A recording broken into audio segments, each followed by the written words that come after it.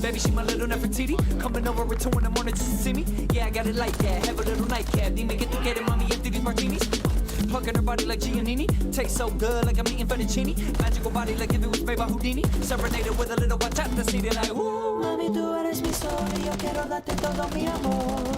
Quiero curar tu dolor porque reconozco todo tu valor. Tell me who got it like that. Can you even name one that's got it like that? Bet you ain't nobody got it like that. But I give it to you cause I know you like it like that. Me si quieres bailar conmigo así. You look it, I know you want it, como tú mueves. Ese cuerpo yo no puedo controlar. You know I want it. I know you want it. You know I want it. I know you want it.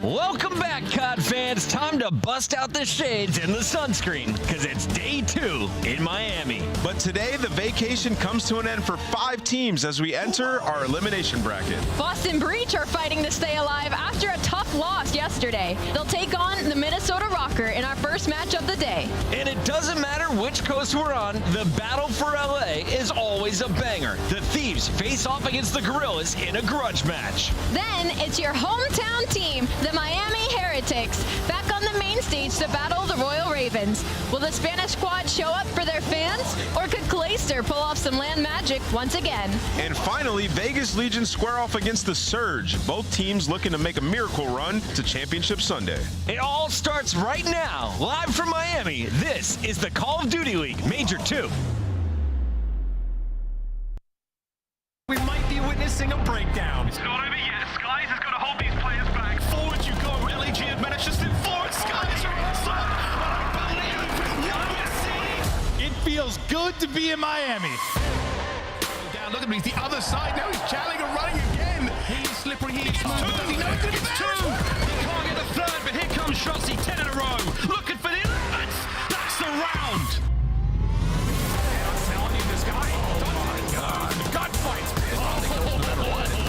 Everything he could do, they were in a bad position, but there is no bad position when you are moving like this.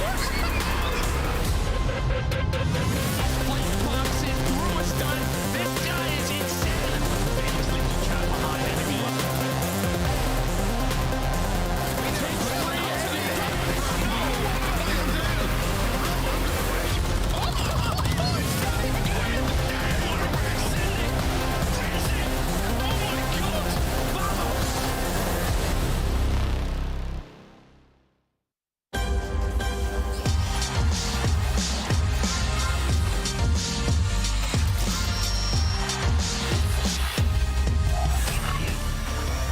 Welcome back in, one and all, to Florida. We had fans lined up outside the rain.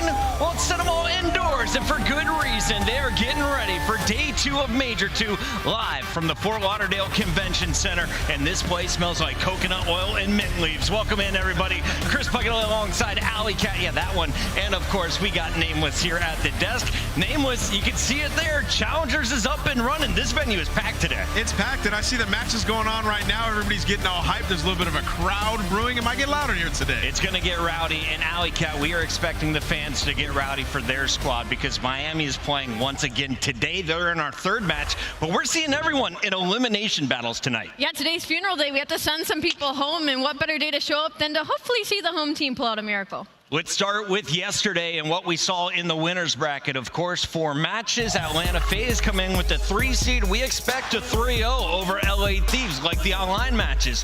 That was not the case. This was the tightest game on the day. Tightest game on the day. We were hoping that maybe we were finally going to get an upset with LA Thieves going up 12, but it is going to be the Atlanta FaZe roaring back to prove why they are still in the top 4 conversation, although they fell on a couple of hard points in this series, showing some weaknesses. Listen, they should have lost 3-0. I think Atlanta's just happy to make it through that match. You know, they have their last match online, which obviously doesn't go their way, and then they go down in this series.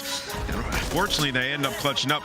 But for Draza, in tomorrow's match, he has to bounce back. He had a .8 throughout this series. That's not what we expect from a guy who started to turn up throughout this stage. I will say to that point, though, Draza had a really slow start in that map number 4 and was able to come back even. But the player of the day for Atlanta FaZe had to be Stellium. He single-handedly was pulling them through some of these maps to give them the opportunity to pull them back into this game. And MC's decided to be a little bit of a body shooter recently during the split. Nameless, what does it mean when you shoot a body? It's absolute disrespect. He's basically telling you you're trash. Don't even try to chow me, brother. And he's been doing that throughout this entire stage. I don't know why he has a chip on his shoulder. He even tweeted yesterday. He's like, yo, I'm going to just keep shooting bodies. I don't care what y'all say. I will do it again. I love the tweets out of the FaZe camp because they always start with a GG to opposing team. Here's the score update. Now, something really disrespectful to follow it up. Yeah. Good stuff there from Stellium. He and the rest of FaZe are playing on Saturday in winners round 2. But LA Thieves, they're down in the elimination bracket, and Toronto's opponent will also be there. Vegas didn't take a single map, and finally, somebody shut down Attached. The man was snuffed out by Insight and Scraps. This was a really important matchup yesterday for Toronto Ultra, simply because we've all been raising flags, our Major 1 champions, that they haven't looked as dominant, and it was kind of a trap game going up against the Vegas Legion, who has looked to be a top 6 hardpoint team. So the fact that they got it done in 3 was really impressive from the Toronto Ultra, but again, you look into the nitty-gritty, that's a 20-point game, around 11, around 5, so definitely still got to keep your eye out for that Vegas Legion today. Yeah, you talked about digging deep. They made some huge plays, right? They were down 100 in that hard point, down 5-3 in that search, and, you know, absolute blunder by Vegas, but Toronto capitalizes on it, man, and now they're making the run through. New York with the top 4 seed powers through, as do the subliners. After bombing out in Major 1, we are seeing the subliners showing up and putting their number 2 seed on the line. A convincing win bounced Boston down to the elimination bracket today.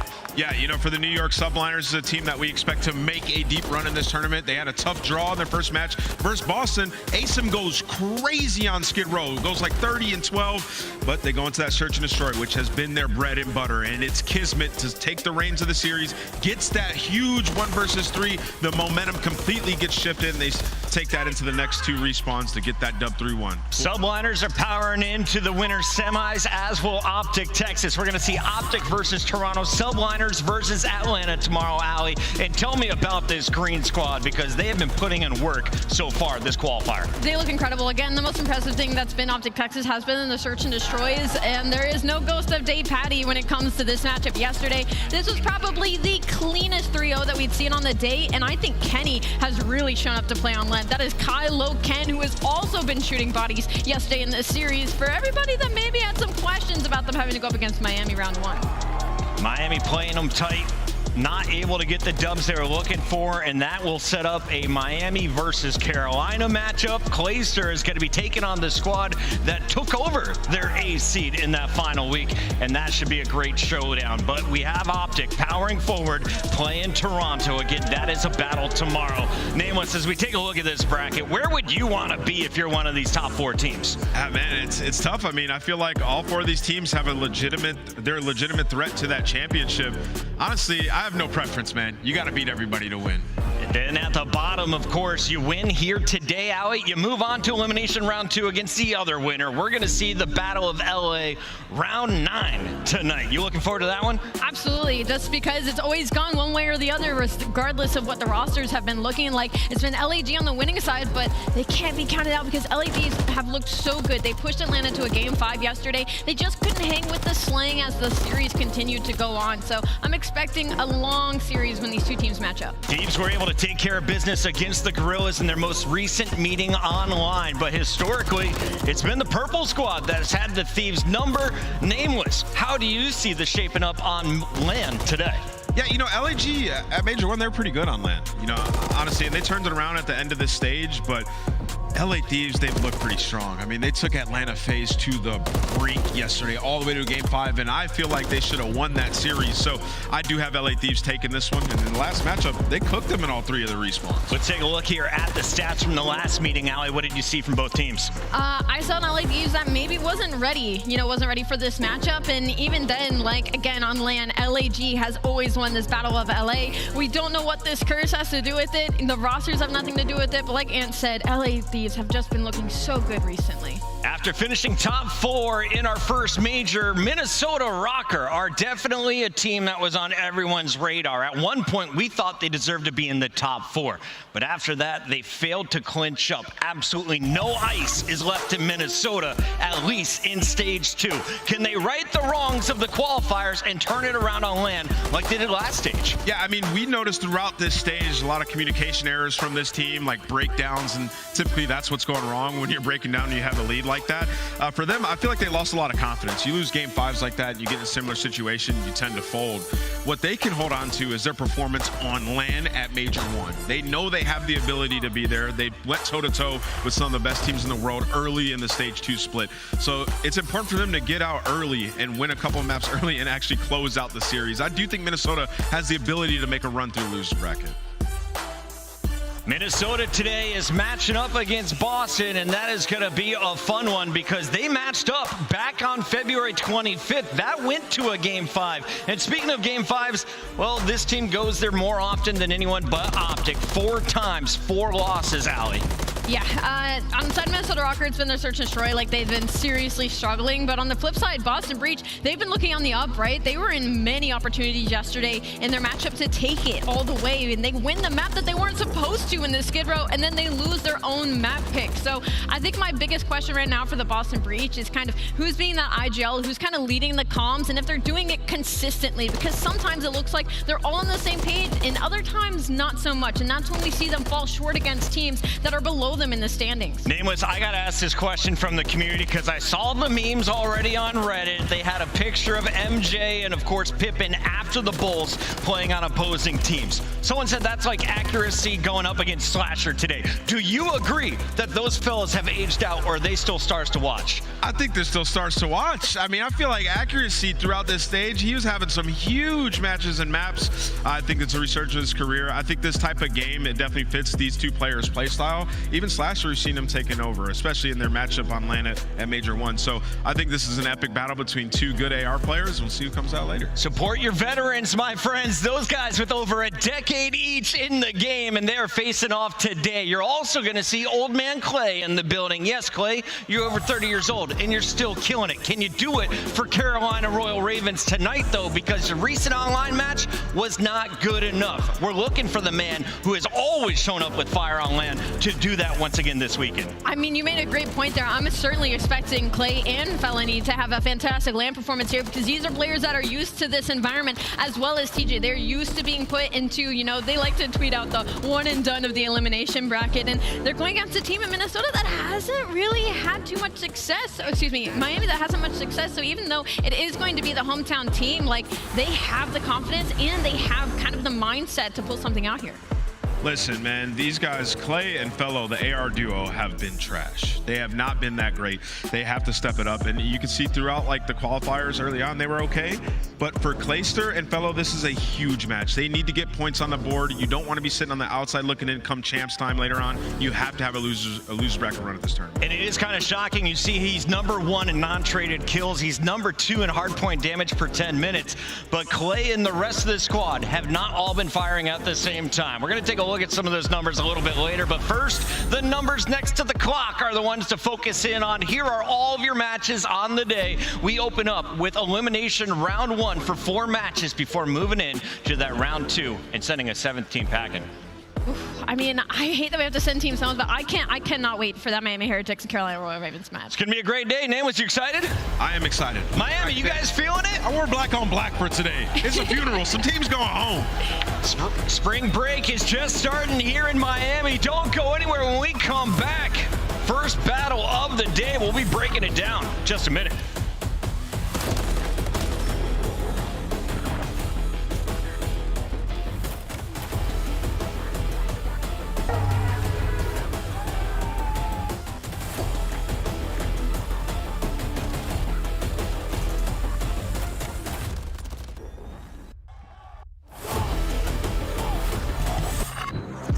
Slice up your competition with the Executive Chef Operator, now available in-game in the Call of Duty store.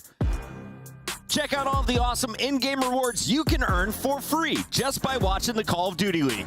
What's on tap this weekend? An all-new lineup including a weapon blueprint, emblem, calling card stickers, and XP tokens. Just link your YouTube account now to start earning.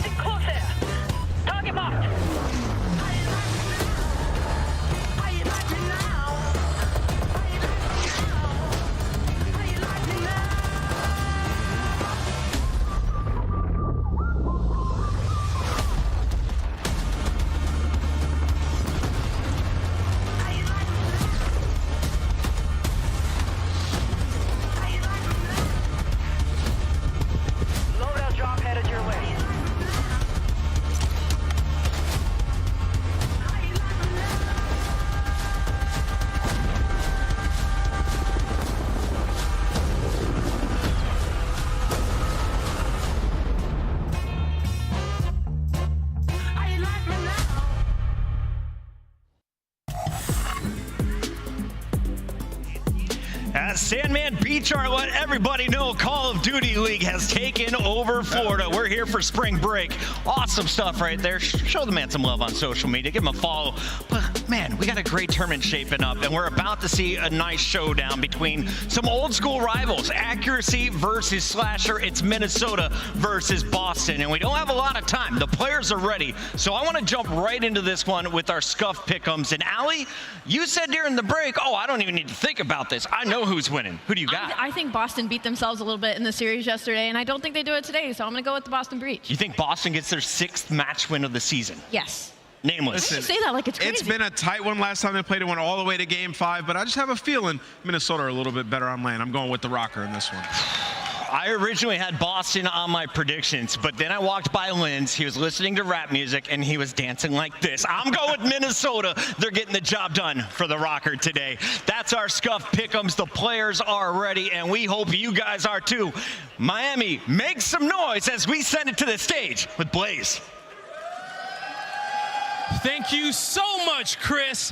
It's time to get this elimination bracket started as both these two teams are ready to give it everything they got so they don't go home. Miami, the first squad coming to the stage, is looking to make up for yesterday and win your hearts over. Get ready, because into the breach we go. You had to bring it back to Boston. And this time,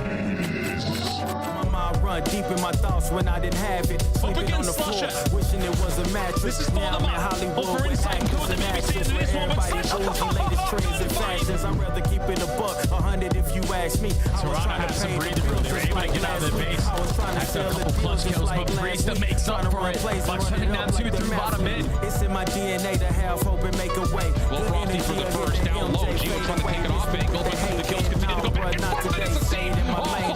This was meant for me. Whatever come my way, this is meant for me. They can't kill him. They cannot kill him. And I just fall for anything. Miami, get loud for the Boston Breach. We got a scene. Slasher, Priesta, and Snoopy. The Boston Breach ready to make a run. Everybody has been waiting to see if the Boston Breach would wake up and become a top team. They played against the New York Subliners yesterday, and they fell 1-3. But it was Asim who was frying to kick things off. He's going to have to do it once again today with their backs against the wall. They play another solid squad in Minnesota. Let's bring them out.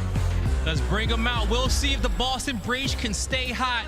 But this next squad is going to try to freeze them over. For the first time this weekend, get ready to make some noise for Minnesota.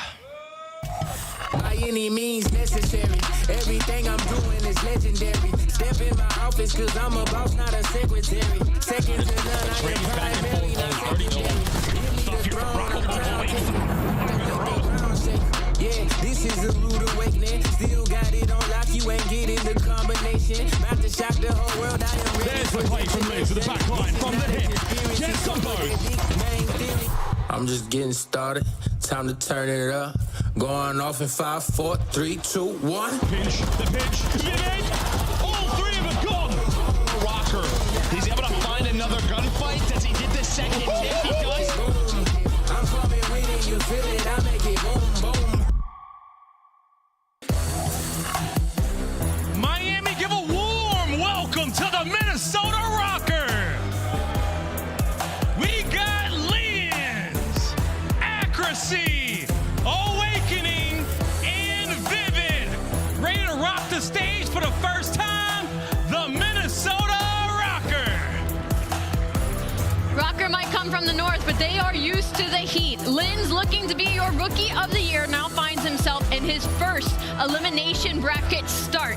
With a veteran on his side in Accuracy, will he be able to perform under the pressure? It's the first match of the day, and it's the first match of elimination. Let's see who we send home, Blaze.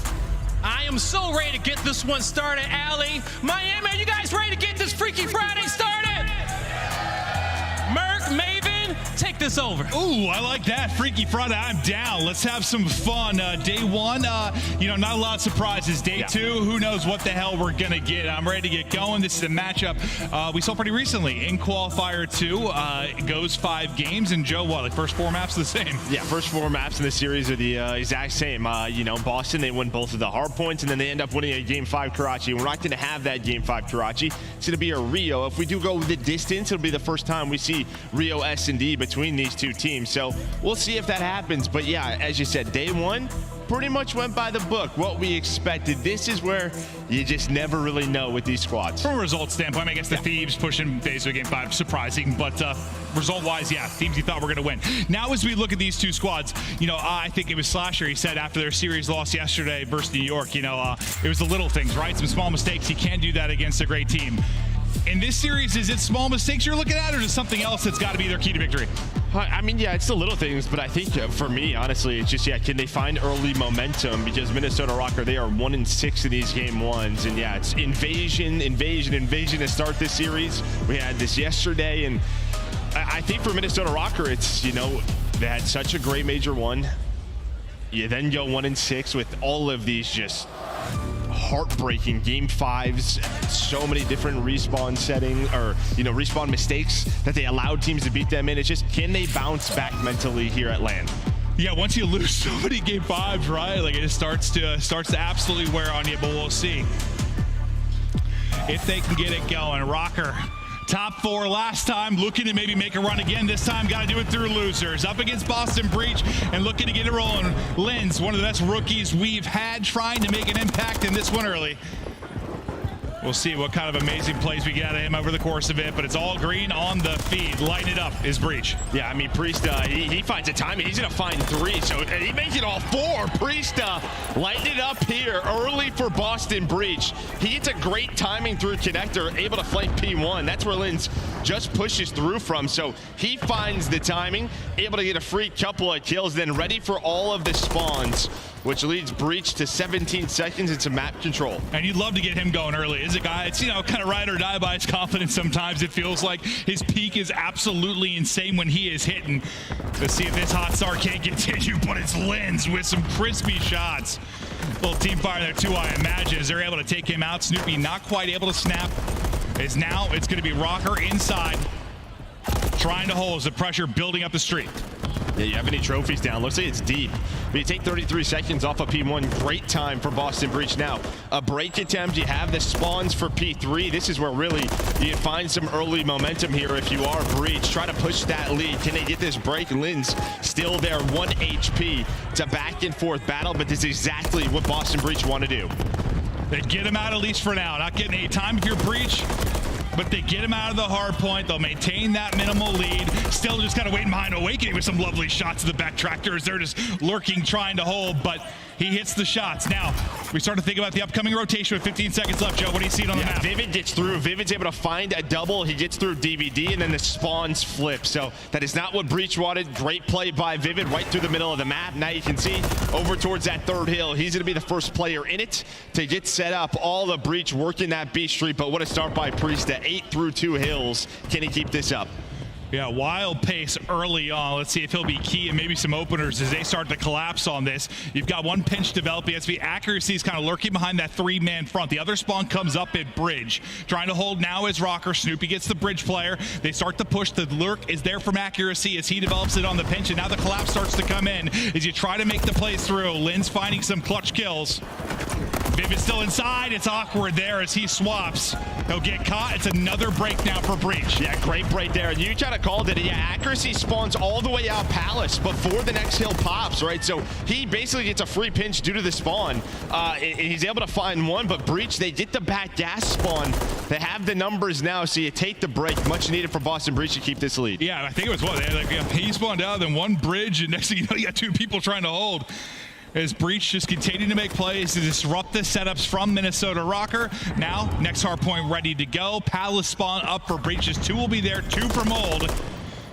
Mid-map kind of controlled right now for Rocker, but this Hardpoint, how often do you see it? It's just gunfights basically all around the point in like a circular fashion, and will someone get in the Hardpoint eventually? Typically, it takes a trickle of kills as they're starting to leak through here for Breach. Yeah, it's 3 dead, and now it's really just it's a hunt for accuracy. Where is he on the map? And it seems going to find him. He was just waiting inside of Rugs, and that was the play. But now you see everybody spawning Palace side, besides Asim and Snoopy, who are the 2 players alive for Boston Breach. So Pinch, the game's a little bit weird here. Just sort of this question of who's going to stay up. Nice shots by Slasher. On the opposite side, it's Priesta, and he finds 2 off a spawn for Rocker. So it's fight all over the map. But look at the spawns. Kind of this squad spawn comes in for Rocker right now, and Breach trying to react to this. And this is Priesta, though, like the hot start. I wonder, just play behind that confidence and keep it going. He's done that. 2 HP, but 13 and 4. Trying to deal with the close spawns. It looks frustrating as the kills coming through for Rocker. It's just Priesta in an island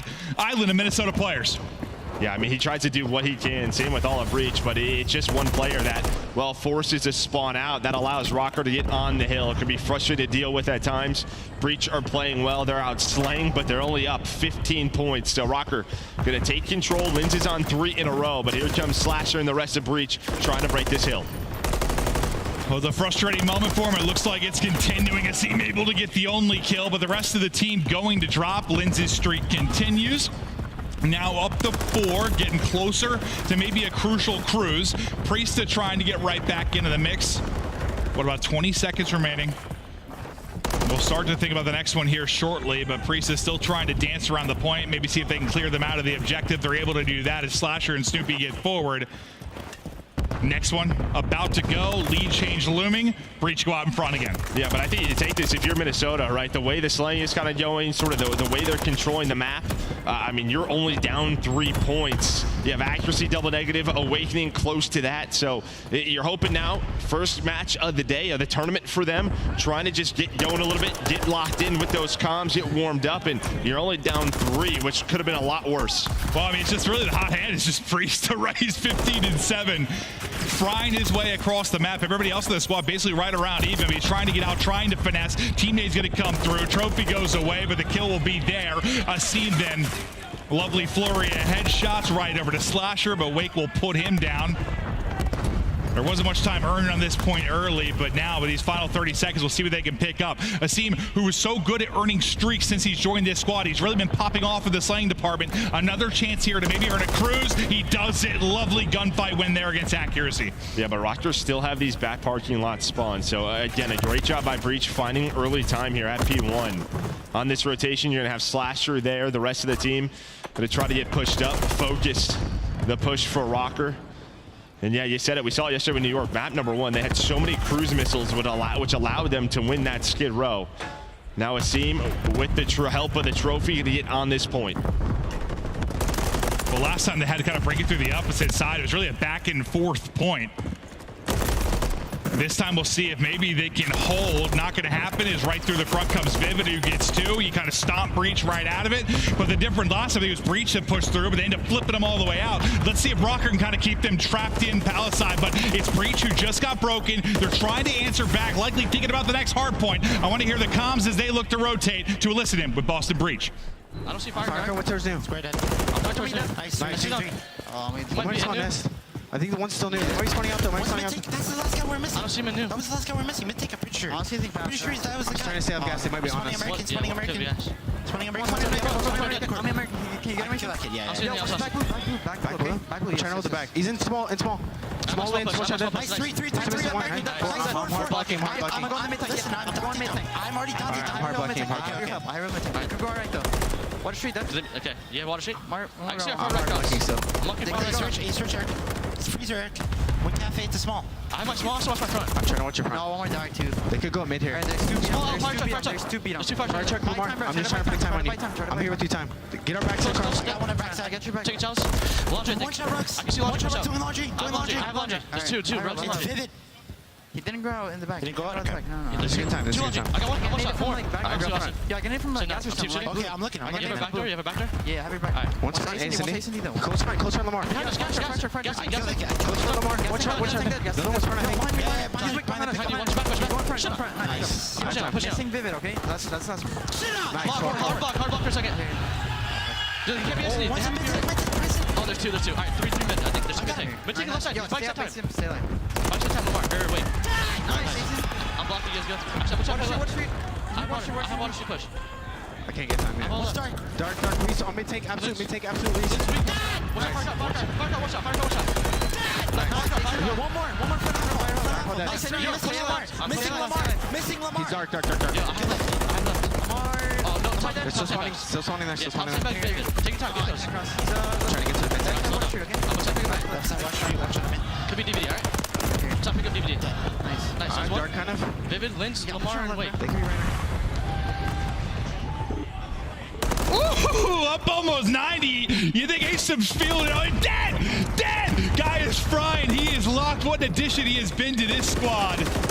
But yeah, I mean, it starts with it. They were able to actually flip out of P2, and from then they have not looked back, Joe. Yeah, I mean, they get that full 60 really at P3. Priesta, Asim, both going off, finding the 5 freeze, and yeah, bringing the energy and the comms, and it carries now forward to this P5, which is a much cleaner setup than what Rocker had earlier. The map control goes their way. Snoopy with the double. Can he find the triple? Ooh. Almost able to. Almost gets around the corner. The camera was there, but not able to find the rest of the shots. But you're going to take all of this time as you are now up 100. Oh, yeah. No, they have started to throttle them. Just a dominant effort from the halfway point on. If you are Breach, you got to rally massively now. If you are Rocker, we'll see if they can come alive with something, but it's another multi from Priesta. It's 3. Too bad one is Austin Litigo, but he's lighting it up. Still on with Priesta. Yeah, seeing if he can maybe work towards streaks, but he's almost double positive. He's not slowed down since that 4-0 start. I mean, it's the problem of not only the game score, it's also the clock. You have 40 seconds left. So, I mean, you would have to play some perfect COD moving forward. Plus a cruise missile still to work with on the side of Boston Breach. If we go to that P2 setup, maybe that Rocker is able to get, but it's going to take an incredible effort from the side of Minnesota to try to win this map. Lin's, I mean, he's starting to pop off, but you need the hill time. It's like when you see the NFL game, like win condition, like 99 to 1%. That's what we're getting. Yeah, the analytics say go for it all the time. But they gotta be perfect, like you said.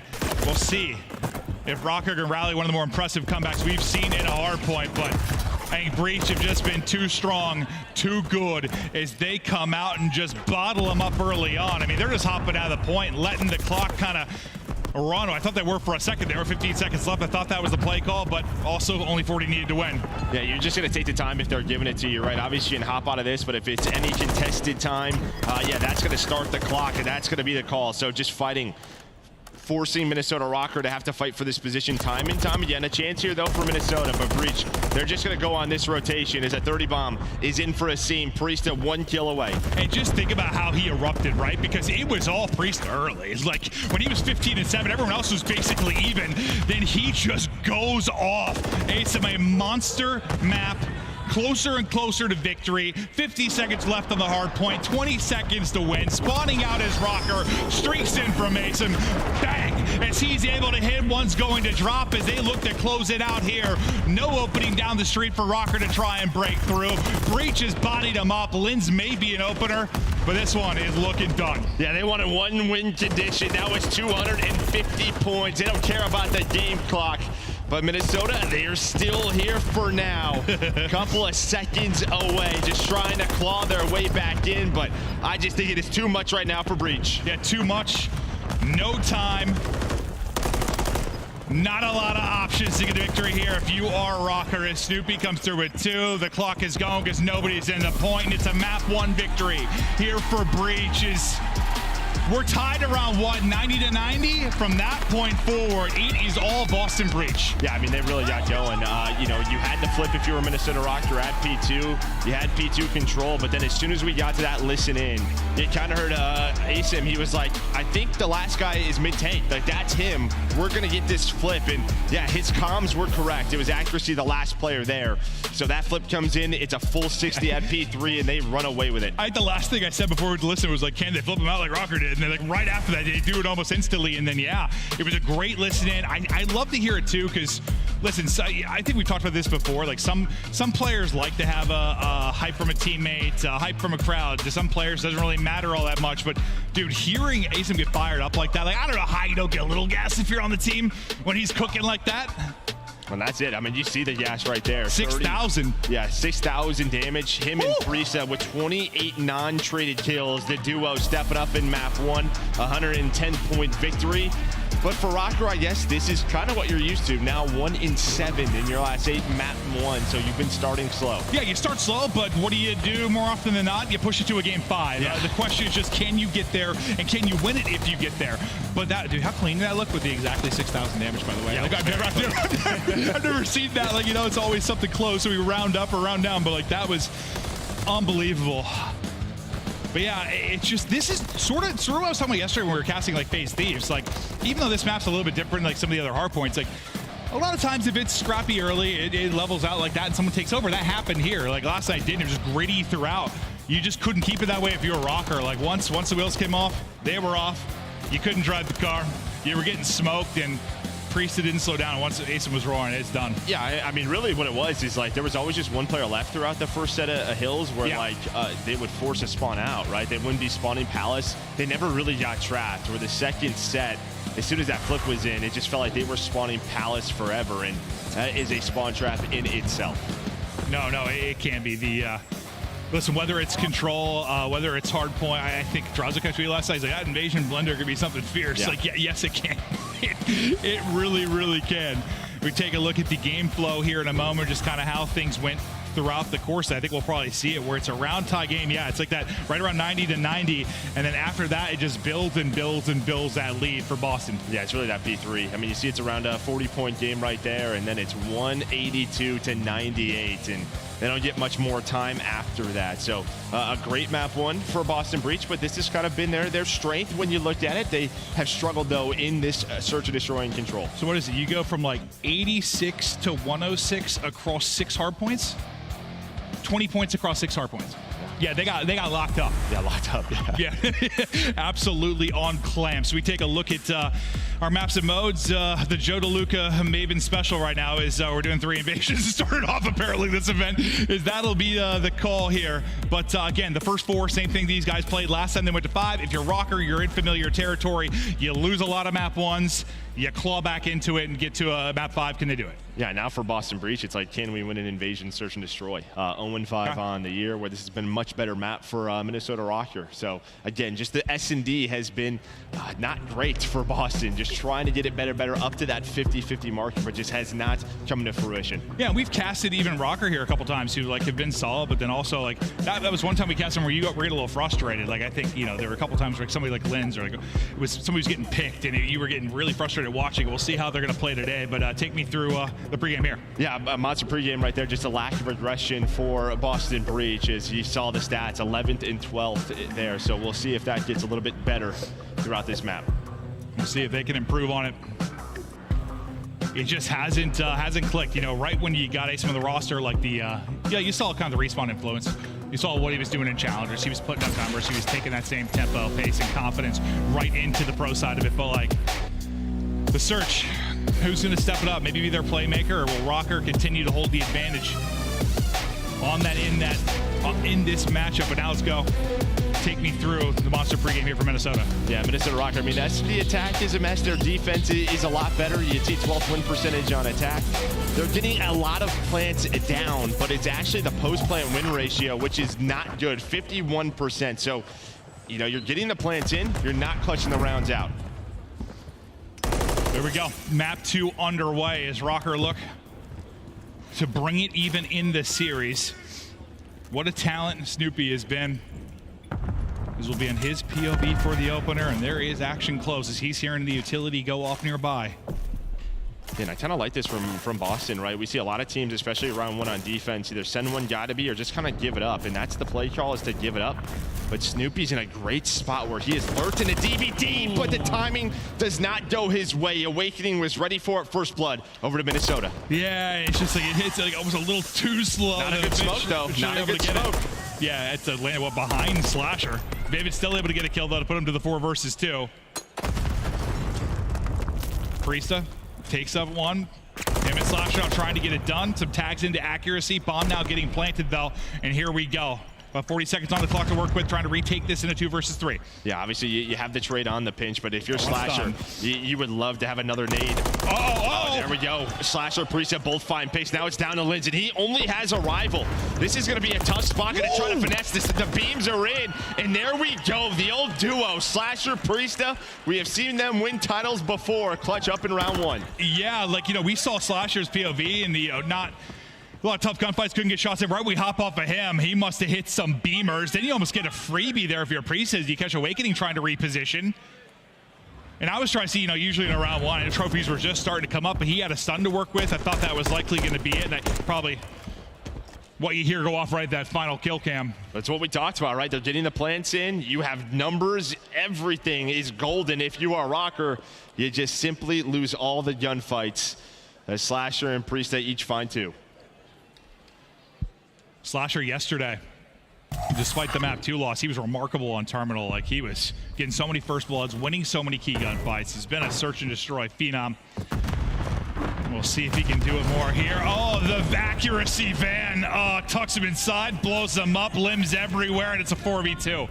Yeah, usually it's a spawn char that people are afraid of, but that time the nade connects and finds 2. So we just saw a 2 versus 4 pretty much. Can it happen again? We'll see. But that would be spectacular. You still got Slasher involved. There's a chance here, Jeff, for them to bring it back. They got a lot of time to work with. No, they really do. Yeah. Okay, well, Slasher's gone now. So it's on Snoopy in the 1 versus 4. Courtesy of the accuracy van. See if he can maybe make something special happen, but as you said, there was a ton of time, so you still got like 40 seconds to go. He got bombed, but now they know your position. Maybe the gig gets up. Accuracy gets absolutely bodied as his head comes clean off. Luscious shots there from Snoopy. Oh my lord, he's got a cannon. Yes, he does. 2 beamers in a row, and now he still has time to work with. Deddy is up, but Awakening has not rotated. He is still sitting mid-tank. Vivid looking over him. The stun does connect. He's going to try to push the gunfight, but there we go. He's able to snap, but nice movement with the lightweight boots right there from Snoopy. But yeah, all of his teammates were gone. Oh, if he can just get across to the tank without taking that much damage, he might get the angle on Awakening with a stun. And the way he's shooting, who knows? Woo, we're taking another look at the grenade. Hey guys, bye. Yeah, adios. Again, they're normally ready for all of this. He's a little closer. It might have been 3. Yeah, it was almost 3 from accuracy. But that stabilizes the round, gets them on the board. I thought, dude, Snoopy was shooting though. Dude, both those gunfights, not easy. Just snap it. But we got a 1-1. See, Lynn's in a tough spot in the round 1. See if he have an impact here early, and he is able to. Gets the first blood. Snoopy, despite the shots looking good, no chance in that one as a rival will catch him up close. And again, Snoopy was kind of your B player. You're not playing around the site. He was trying to play in a forward position, gets caught in round 1. Did he throw it too deep again? Yeah, it looks like it. Yeah, it's not in front of the barricade, so you have that spot that Priest is just able to find him. It's got to be better on that smoke. It's just same just thing. Put it in front of it. Yeah. Like right when it hit, I was like, is it Priest in front of that? Then he's got a kill right after. Okay, so we're going to go to Smokes 101 here. Slasher wins another one. That smoke might end up really costing you. Now to a 2 versus 2. The same duo. Priest and Slasher trying to clutch this round out. It's like a deja vu from the round 1. They have 30 seconds to work this, though. On opposite side, it's probably going to be 2 1-on-1s. It's going to be the case. Priest might have a great timing here. Yeah, he is. He's in spot 1. Does he see accuracy? No. But there we go. Enough time now for Slasher. 15 seconds left at accuracy. He is so good in these situations. And well, he's just going to play right behind the car. He knows he has to get on the defuse. Not going to happen, and it's the Iceman who clutches up for Rocker. No, beautifully done. Plays the clock, gets out. Make sure no chance there for Slasher and this Breach team to get another clutch. You got to see accuracy there. I imagine it's like, what are we doing in these scenarios? Stop making this harder on ourselves. Yeah, I'm taking the boys. Just for the map 3, get it on the map, just throwing some smokes. It's not a difficult one. This isn't like CS where you're throwing over 7 buildings off spawn and trying to like cut something off. Like, no, it's not that difficult, but proving to be for Rocker early. But they got the round win, so at the end of the day, Doesn't matter for now. Let's see what starts to develop now for Breach. And this is, I mean, listen, it's early, but he's had such an impact in the respawns. Just haven't seen it yet in the search. No, yeah, just trying to, you know, just play. Obviously, you're playing with a new squad. It's still early with this roster, right around a month. But yeah, this S&D has not gotten him comfortable. His Priest is going to get first blooded. And a lot of the times, it feels like they're kind of relying on like Snoopy maybe to find an opening. Besides the clutch round, they've been down in numbers every single round. They look to be wrapping this out towards B, so the pressure is going to be on accuracy. Stun going to hit. Info is there, trying to get shots in. He's in trouble. The nade will hit. No trophy for coverage, and he will drop. Now Vivid rotates across. Maybe get shots from the barricade. Lynn's rotating across, and I don't know if you have a lot of time to fake at this point. Yeah, but watch the number 2. Slasher might be the point man here. He might be the point man. And there we go. Lynn's is going to spot him. So now it's just the clock. Boston Breach, they have to go quickly. Snoopy through connector's going to find it, but there's a stun. Can he get to the bomb in time? That's the question. Run! I don't think he can. They have to play TDM. He can't plant. And now it's on Vivid to stay alive, and he's able to do so. It is so close. But the stun goes massive for Rocker. You know, I didn't foresee the stun, but when you said it might be a fake, or maybe rotating, I'm like, I don't even have time for that. You sure as hell didn't, but that stun ends up being the round. I mean, they couldn't cross, right? You get the player to coop, but they don't want to risk it with Vivid in that position on the barricade. So they didn't want to get to the B bomb. They were hoping Slasher finds a pick, a street. I mean, he sees where Linz is, but that's really it. And then the stun hits, and he just can't get there in time. Oh, that's where you wish you had a smoke still for the barricade, right? Or you're running tac mask, yeah. Yeah, one or the other. Now Rocker now trying to find their opener. Lynn's the point man dancing and hunting. Kind of trying to play for info. Kind of typical 2-2 setup from Breach, but really a little bit forward is Snoopy, who might be the one that's able to disrupt this if it builds that way. That's what he's been doing the last couple of defensive rounds. He just hasn't found anything. He's just been the one getting caught. So can he finally give them an advantage in a defensive round? But it looks like they're going to go towards this A site, so it could be on a seam and Priesta. To deal with this is Linz is able to find Slasher, maybe with a team shot or just an insane rival shot across the map. I'm assuming a team shot, otherwise, yeah, that was a nutty one. Asim goes to pick. He finds nothing, things falling apart. Finally, Snoopy involved. There's a pillar accuracy, he's finessing, can't stick with the rival, finally able to send it forward and get the kill. Down to 65 HP, but still up. Priest able to get a clutch one as well. Now 30 seconds to go. Down to a 2 versus 2. Chance for another 2v4. He can't quite finish the kill. The strafe is on from Lindsay. Gets out of it. Snoopy now last alive. 20 to go. With the Priest to death, things probably got too difficult. Yeah, Lindsay's playing this well with the rival. Just trying to buy time. 15 seconds, though. Now it's down to Snoopy versus Vivid. There's a slide out. Snoopy! My God! And he gets the defuse. What a read! I think shit on is right. Woo! 1 second to spare. Yo! He snaps. What was that? Starts to defuse, but it's kind of a fake and just a slide out. Chow knows exactly where Vivid is. The rival. It's Snoopy. Woo! That was disgusting and a big win because you don't go in that 4-1. Oh, you bring it within a round. And that just reminds me of maybe like yesterday with Kismet's 1v3 when you're in trouble, it kind of rallies the squad. This is one where you're down and maybe for Breach gets you going within this search and destroy. Also 4 in a row on Snoopy. Maybe a chance for streaks is unbelievable there as he gets 3 out of 4. I mean, look at their 2 round wins. It come down to defensive clutches. This should easily be a Minnesota Rocker 5-0. Oh, without question, but yes. It is not. So they're staying alive. They're staying around to the map. And this has been sort of the issue with Rocker at times, just these breakdowns.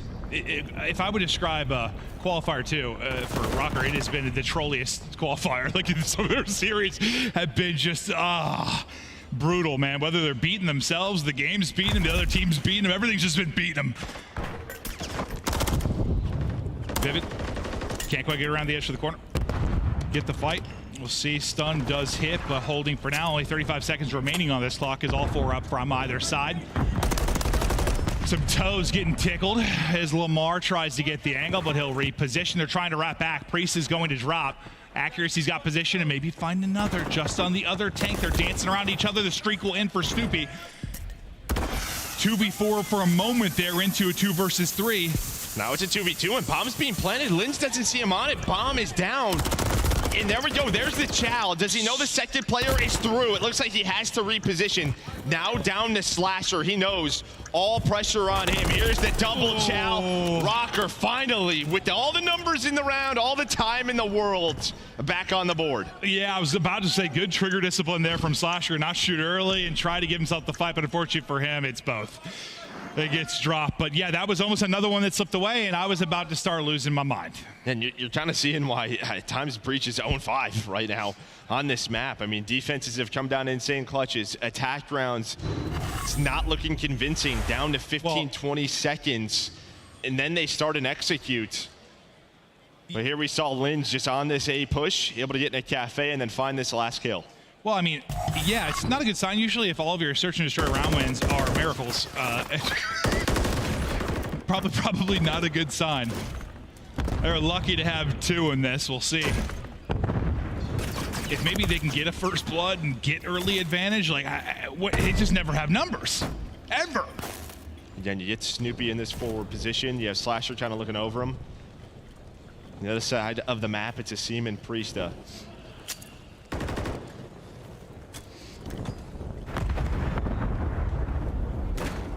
Asim just sort of lurking, holding. He's been playing kind of near position by A throughout the course of this. See if he's going to be able to get Planter, win a gunfight. Not going to happen. Viv is going to catch him. You get the one guy kind of on that A site, wide open now maybe for a plant, but for now, looking for more. Now to the plant. 4v3, another first blood for Rocker. And another retake opportunity for Breach. And really, you're just waiting on Snoopy here. He's the man working B Street, trying to find an opening, because if you're Priester and Slasher, you're kind of waiting on him. Waiting on a pick, but that is not going to happen. Finally, he arrives. He's able to find a kill, but 2 on 3, 28 seconds remaining. Priester just checking all the corners. Trying to see what he can find. Someone from Rocker is going to have to beat this bomb sooner or later. That's going to take a lot of wall bangs. 15 seconds left. Snoopy still a roaming, but I just do not think he has enough time on the clock. Accuracy sitting mid-tank, and there we go. Another clean round behind the first blood. Well, yeah, not too many clean rounds, but yeah, this one they handle quite a bit better. This should be 7-0, but still a round to go to get this victory in map 2. You just have no first bloods to capitalize on if you are Breach. Never having numbers, never dictating the tempo, never just having an advantage where you've got the map control and you're making Rocker try to make plays. It has all just been Breach having to get uncomfortable. And I mean, even when you have like a rotation out of Slasher in that last round, the team gets picked. It's like you have the read, but you don't have the numbers. So now we'll see, can they win an offense, try to get this to another round.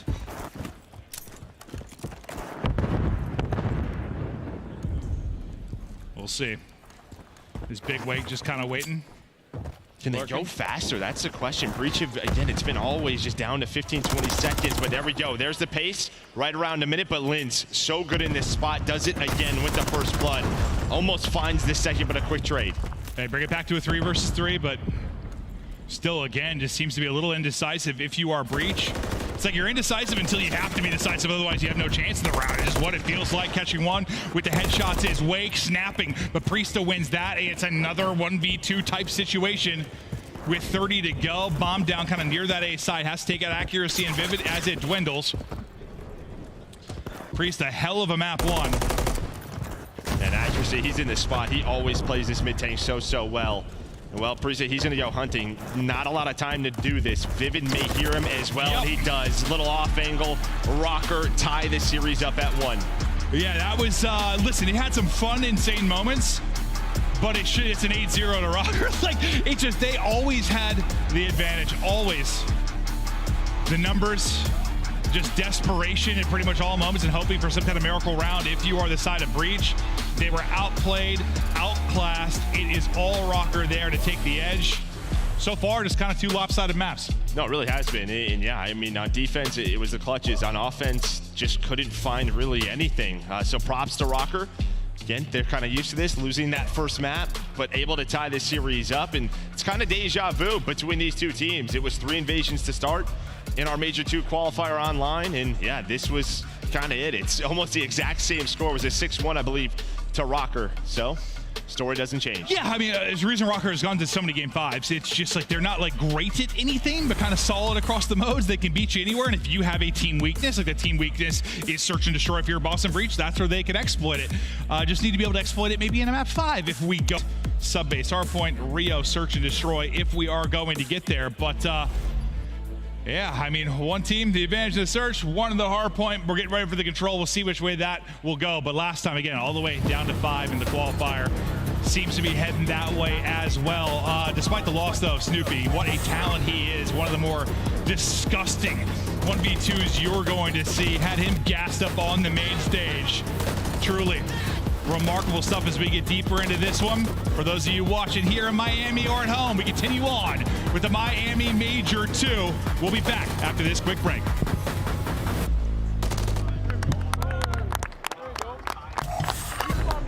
Upgrade your game with a Scuff.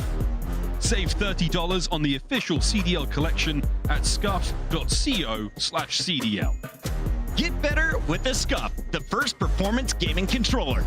Visit scuff.co/CDL to change your game. The Call of Duty League is brought to you by Monster Energy, the official energy drink of the CDL. Does he catch the timing? Doors pop. There's the first. Skies tries the battle back. Not gonna happen. Optic take the round 11. And this timing is absolutely freaking brilliant. Sib caught out over towards Stack. Doesn't want to overchallenge. That's such a beautiful play, man, which will now lead to Optic Texas taking the lead with only 24 seconds left. That's such a great heads-up play. Great teamwork on full display. Great trust. He's nowhere near. Wait a second. Vivid may have held this long enough. The pistol's out and Lucky. 2 in a row. So it all falls into the hands of Lucky. What can he try to get done? You get it done by yourself. This guy's taking over, man. What's that? Is this 14 already? Jesus. I know it. Thought the race was going to favor over to Seattle Surge, but it's just been a multi-kill or somebody going beast mode. It's Gio who kills the entire squad. He is lighted up. Give him more. Papa's hungry. Cell will be able to kind of avoid this. Yeah, there's a tag on it, but Sip gets isolated. Cell, damage comes through. Time is an issue. Oh my goodness. Here we go again.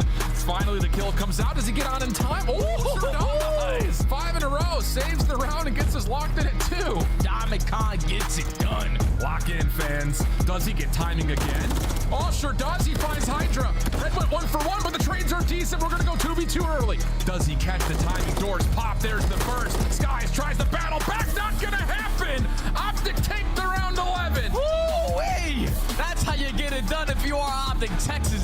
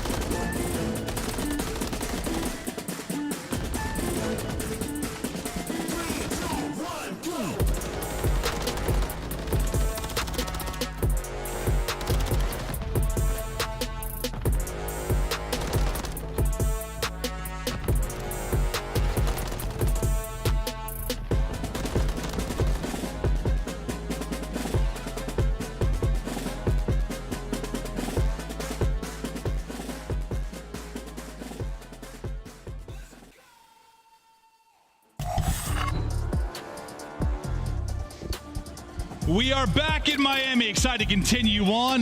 2 maps into this one, tied up 1-1. So far, kind of a lopsided affair. Everybody handling business kind of in their favored map. And now we get deeper into this one.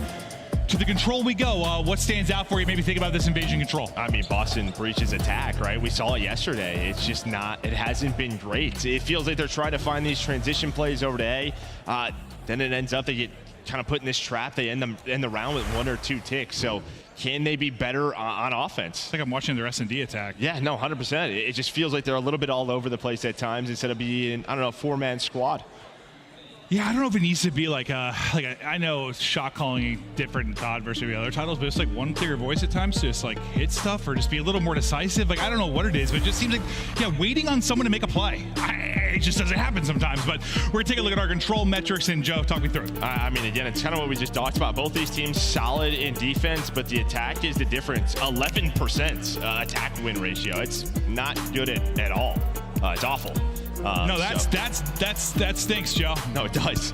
So that's the big thing here for Boston Breach, and we saw this yesterday. Obviously, New York's a little bit different, right? They have the talent, but they need to find some improvements. They're playing this map time and time again. Yeah, they're playing just hoping their defense is better than the other team's defense, and they get to a round 5 defense and win all the defenses. That's a big D right there. Yeah, they're trying to whip out the big D, get it going. In this map 3, we'll see if they can do it because the attack, has not been there for Boston. Maybe some changes overnight, maybe some things to work on. Obviously, we saw it yesterday in the struggles that they had there. Orc and Rocker kind of get going off the tail of that search and destroy. But now into the map 3. Major 2 continuing on. Lynn's right up the gut, right up the cut, and Slasher get back to spawn. Snoopy, see you later, adios. French Sensation off to it early. Yeah, I mean, you kind of have this 2-2 split for Boston and what's open in the middle of the map. So you had to see him and Priest making sure there was no funny business over towards A. And that was the call. But here's the thing. We saw this yesterday. They just keep one on the point to pause the clock. They try to get everybody pushed forward. But all the people push forward get cut down. So now the retake is possible here for Breach. And you already have Priest already top American. As he gets pushed forward, there's the pick. He'll be able to take out Lens. Now you're worried about the front side action is awakening. I guess they lose him for a second. If he backs down, you try to push through if you're Snoopy, but you're going to get caught. Priest is still all the way towards Palisade, finding kills. They have not been able to deal with him yet, but they've still had people on B this entire time. So despite the fact he's been getting kills, Priest is going to have to rally all the way back through Ice Cream, try to help because they couldn't win it on the other front.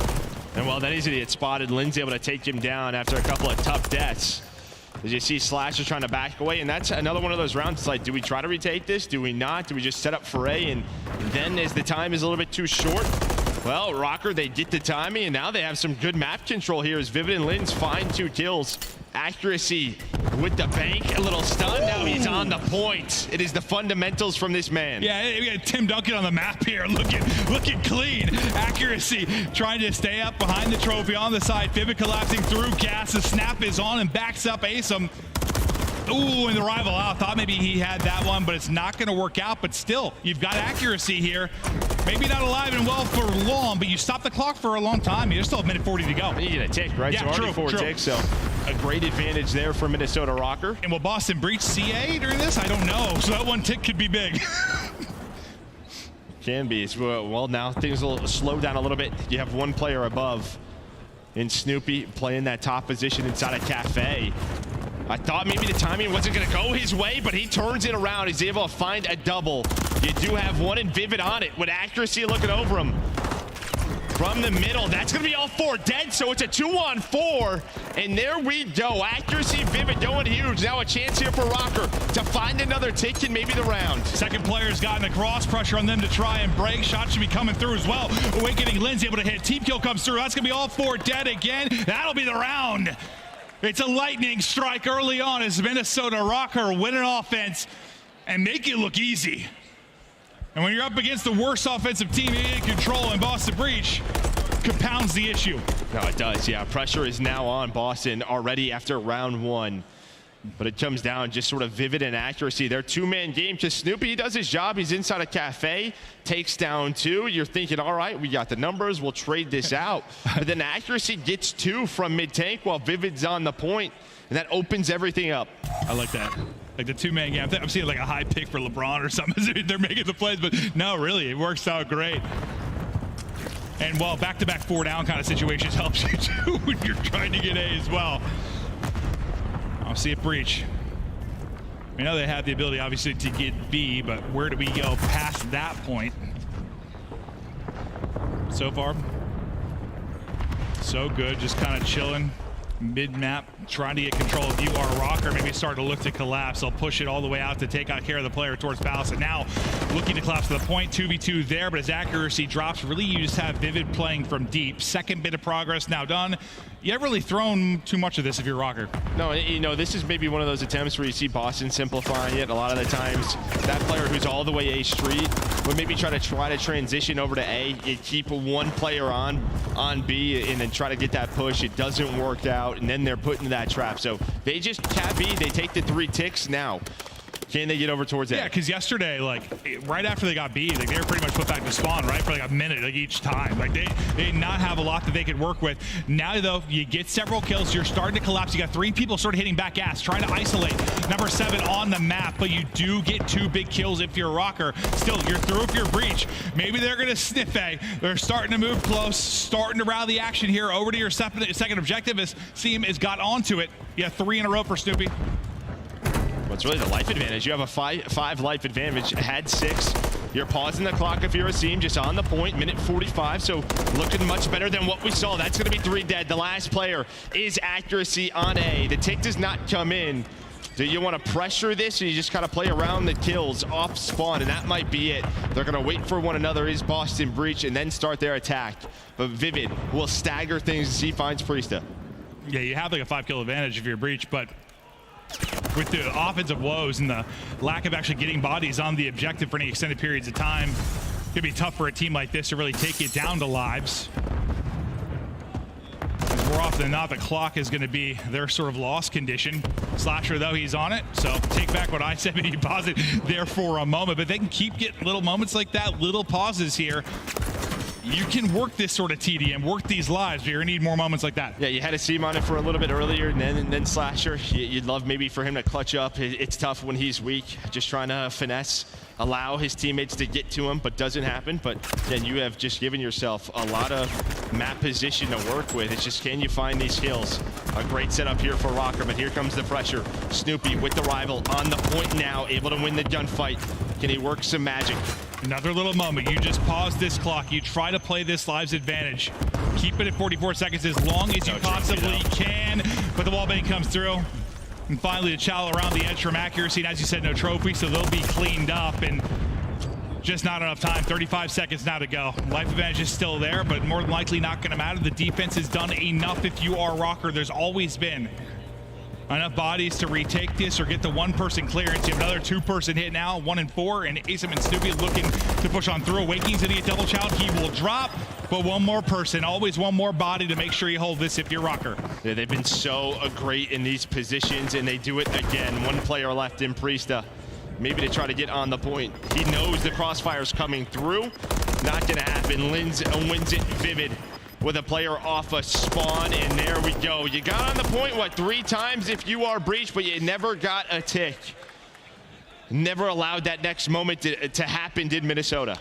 Yeah, and as Draza tweeted yesterday, kind of the invasion blender, it can be a brutal beast. Slasher, I think he's got 4 through 2 rounds. And we're in a lot of strongholds when you're on defense, as you kind of got sliced through. Not able to get going here on offense either. Their offensive woes continue. 2-0 edge for Rocker. A round away. What adjustments do you need to make of your breach on defense then if you're going to keep this and extend it? Yeah, I mean, they might have to get aggressive here, right? Just try to maybe get some streaks to carry into the next round, get them in a spawn trap. Where you have 3 to 6 tick-wise. If you want a round 5 defense, I mean, you're going to have to, get very aggressive here over towards B. See if somehow they're able to muster up some magic, but so far the aggression's been there, the kills have been coming through. Starting to push them back deeper and deeper if you are Rocker. Well, and it seems, we'll keep you updated, that somebody pulled probably a lever, but yep. You hear that in the background? We've been doing this a long time. That's been the case. We'll see what the official call is, but if it's coming through the mic, yeah. emergency alarms going off, but we'll continue the action here for now. As Awakening, he can't win his fight on the edge. Slasher's able to take that, and you've had them pin back for the most part. You keep building this life advantage. You're up 29 to 23. It's up 6 currently. Won't extend there with Snoopy. No, but you got nobody over towards B. Accuracy, though, able to find the 2 opening kills. So you're going to put 2 players on this, but they're the last 2 players on the map for Minnesota Rocker. Rocker on it, fighting. Trying to bring it back in the lives. A couple of Simtex is going to hit for them. Streak maybe starting to build for accuracy as you're now on 3 in a row. You're just holding strong on the point. There's your second tick. As the progress continues, and maybe you have a chance to strike again, just close this out 3-0 fashion. We saw how efficient you were yesterday if you were in New York against this Boston Breach team. As you found no success really if you are Breach. The minute extension is in, 90 seconds to go. Yeah, a lot of things going on, so we'll see what happens. But Breach now, they are put into a tough position as Rocker has just kept playing and they have kept shooting, as you can see on the leaderboard, as they're trying to go up 3-0 and up 2-1 in the series, and that is going to be that. Yeah, that is quick. From B to A with the swiftness. It is a dominant effort there from Rocker. The woes in the map 3 and the control in general continue for Breach. You get hammered yesterday by New York on Invasion. The same result is going to come through here. Rocker making it look easy as that's back-to-back mass, and now up 2-1. Yeah, and this is what we saw between these two. Then it was Breach who won both Hardpoints online, and then they were able to clutch up in that game 5, so.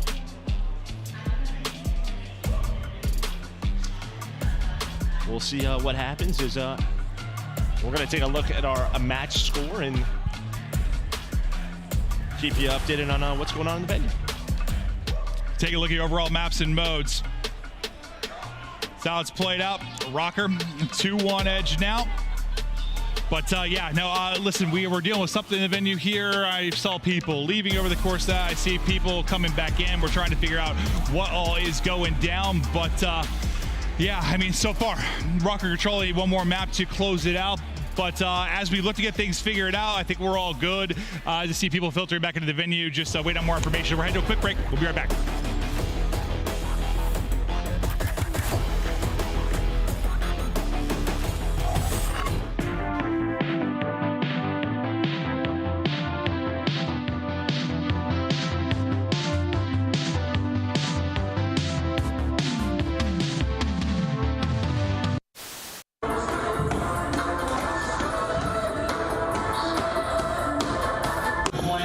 Absolutely loving the Rio addition to the asset. And you get into the Karachi SD just so a little bit, but composure still there for Gorillas as rotations continue to be the talking point. A little bit of a scary spot as Draza turns on to App off the ground. I don't know how that gunfight was even possible. On bridge, yeah, our bridge is shielded. One's left. Hey, I'm cutting mid. I'm not sure if I'm getting old, but I swear to God, Joe, sometimes when Celium talks, all I hear is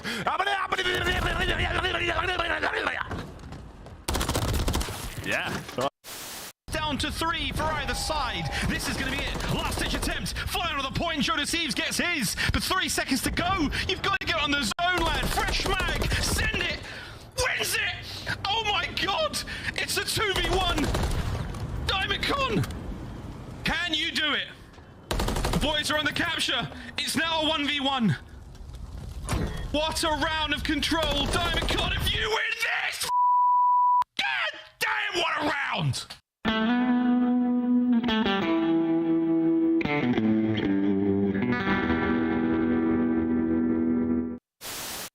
Would you rather stack a point and just get that extension? Because they don't even have 2 ticks done yet. Now they will, as Formal, he gets pushed up into wood, and they're just playing around these spawn kills. They're looking everywhere. Only 1 death in this round for Optic. Oh yeah, this has been a clinic, an absolute clinic. You know, we knew we were going to come in and handle business. You know, they're a pretty team. I don't know what all the hype is about around this match. I mean, look at the scores. I did. plays a little different. It's nice to have like a map you love back in it, but it doesn't have to be exactly the same. As Drow said, nice little angle through the statue. Rips one for the opening kill. You have both players from LA Thieves trying to attack this from the middle of the map, but this might play right into Shotzi's hand. They're going to get completely caught off guard, and the bomb is going to be able to go down at B. LA Thieves, you see how quick they do realize this. Dashy just fell off the map. To make the play, it's been all about him all tournament long. It can come down to a 1v1. Oh, he's not.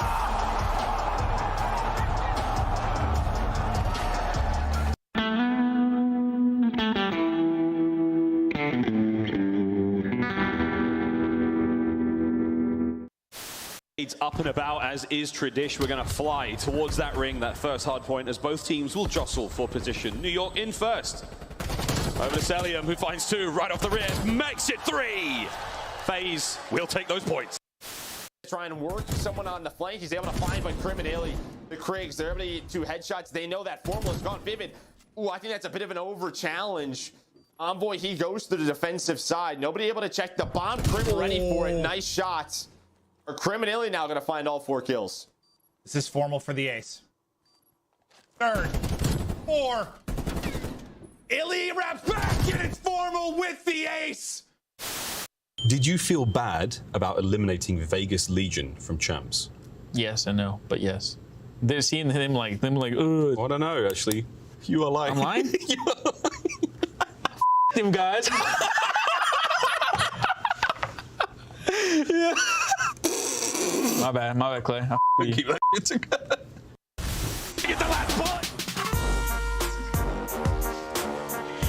Well, we are back at it. Yeah, sorry for the delay. It was false fire alarm. We are good to go. Everybody's back in the venue. We're going to continue on here with the action in Miami.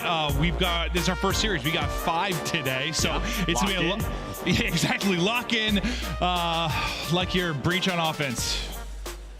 Or wait, no, well no, that's more like unlocked. That's more like Rocker on defense. Yeah, and I kind of did that backwards. Very unlocked. That's the opposite. Yeah, no, that's a good point, Joe. Yeah, don't do that.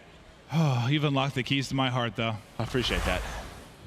I also appreciate that. But now we're just waiting to get back into it. We're taking a look at our maps and modes, just kind of resetting here in case you just joined us as we kind of hop to a fast break just to figure out what was going on. Sub-base coming up. Rio search and destroy to go. But yeah, I mean, it's a great effort, great win.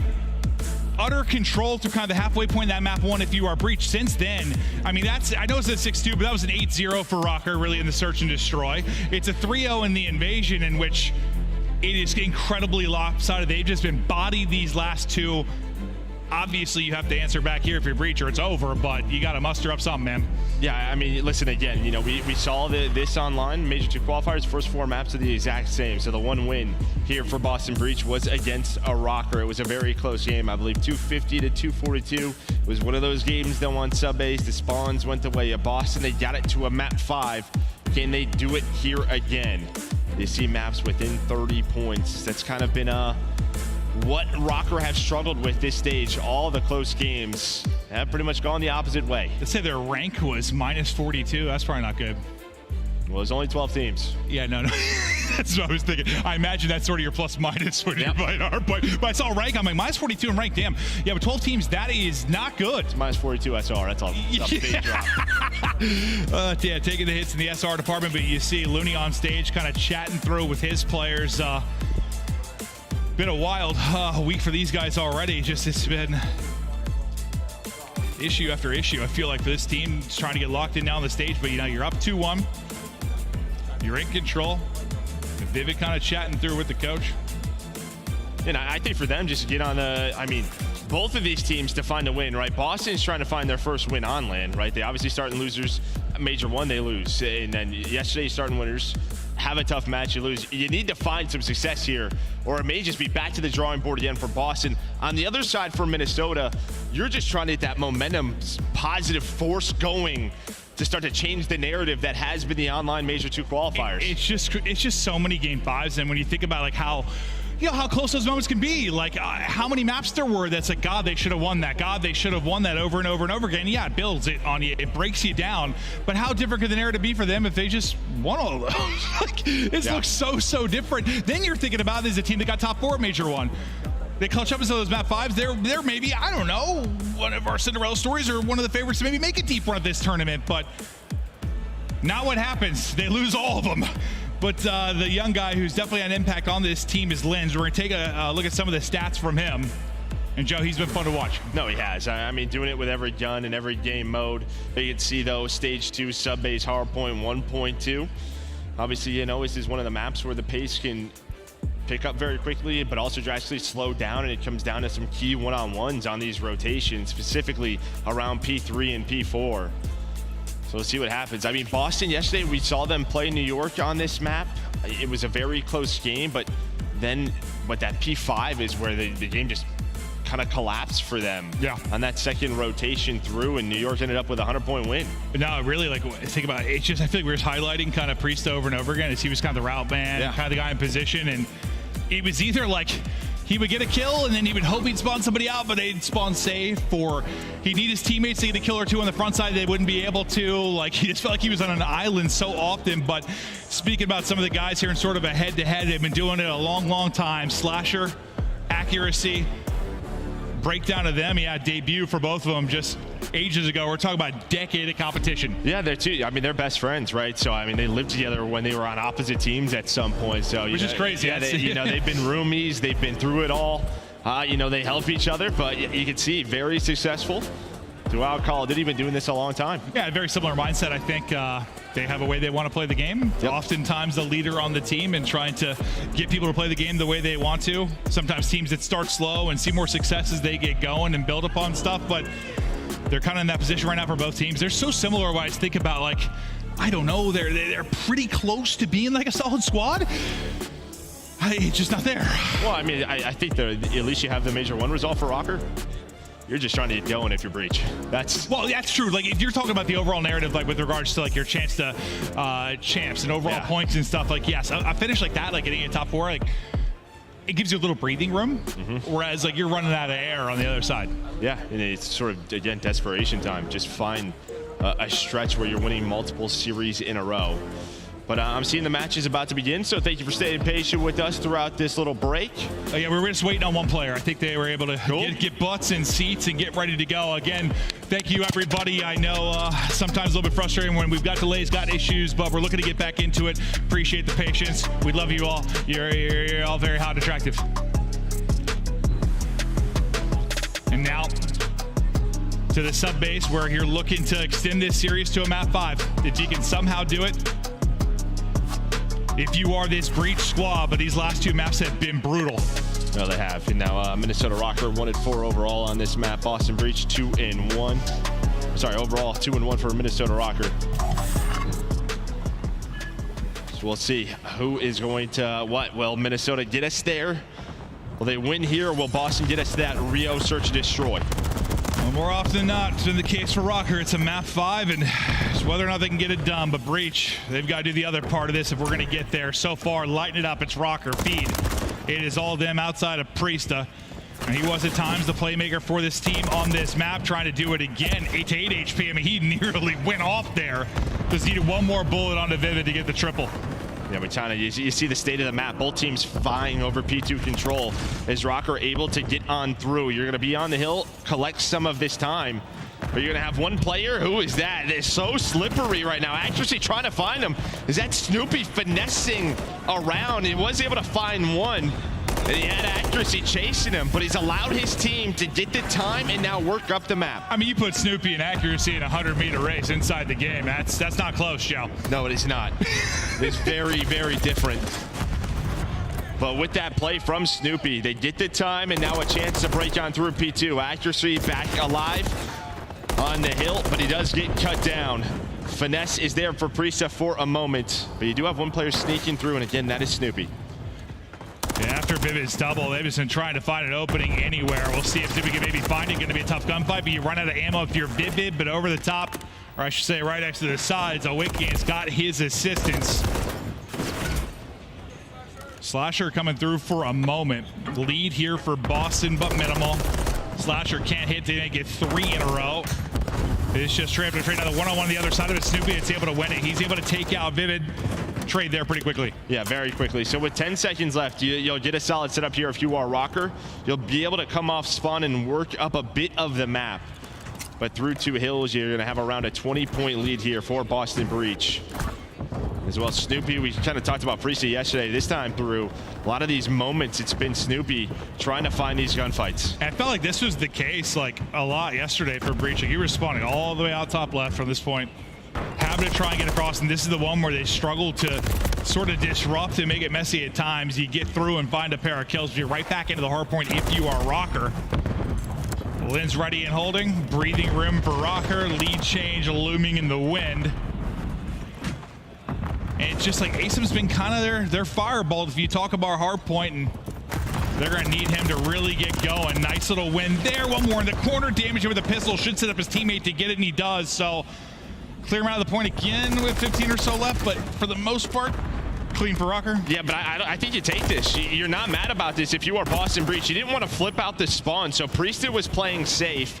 I mean, obviously you'd love to have the time, but in terms of the map, this is a chance now where you can take the lead and get a full 60 if you are Boston. You get him out for like 10 to 15, probably right around there. Like, you do get him out of the point for a bit, but yeah, now what can you do?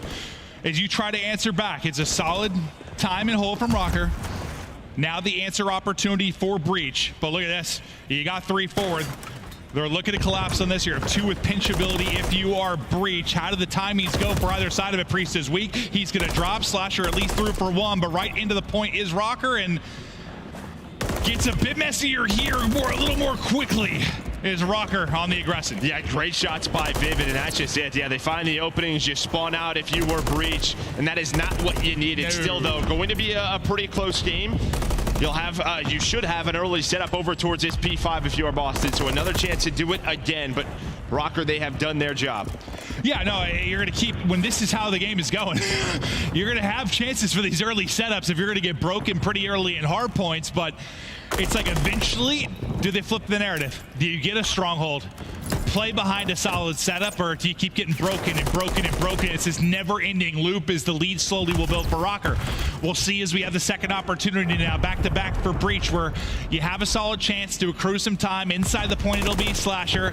Outside trying to hold, it'll be Priesta. The snap is there. He's got some help as well, and he's able to stay up. So far, definitely looking better than our last point. No, it is, yeah. It's staying clean. There we go. They read the spawns as well. They get the flip. So Priesta, he's able to stay alive. He's on a 3 spree. Slasher has been inside of this hill the first 30 seconds. The lead changes in, but a nice win from Awakening to maybe alleviate some of this map pressure and get them out for P1 and P2. Just see Lynn's Vivid trying to get out on the top side of the map on the hill. Comes Big Wake, just trying to take all the gunfights in the world, but Boston needed one and they got one here. Yeah, you really did, especially how you played played the P3, played it for map control, played it for next, got broken. Like, you had to answer back, or just is going to get so frustrating so quick, and next thing you know, you're down 80-100, but the swing comes in. They'll take this 30-point advantage, and now what can we do with our next point? An early opportunity for Rocker. This time, a chance for them to do the damage in the opening moments of the point, but Asim looking to be the infiltrator as him and Snoopy sending it on forward. The aggressive players here for Boston Breach making the play, and that's one way to answer. You answer with a hold, you answer with a break, and now the script is flipped. Yeah, I mean, that is a clean 4 dead. They know exactly where Rocker is spawning. One player, though, able to work water side. That's going to be accuracy. Maybe to disrupt this setup, and that's exactly what it will be. They thought maybe Slasher would catch the timings and the players spawning up, and well, off of this, you already have Awakening, Vivid working the bottom side of the map, trying to get inside of P2. So you at least stop the bleeding if you are Minnesota Rocker. But Breach, they have really started to turn up. Well, Vivid takes kind of a long route around to sync up on the push now with Lens as they try to get ready for this next point. Vivid's route ends up paying off. He's able to take out Priest, and we'll see if he can keep it going. Minnesota, it started pretty well. It's sort of falling apart a bit. You're down 30. You're in the point. You're trying to bring it back in this and maybe close out the series. They don't want to see him at 5 based on how Qualifier 2 went. Let's hear the comms right now with Rocker.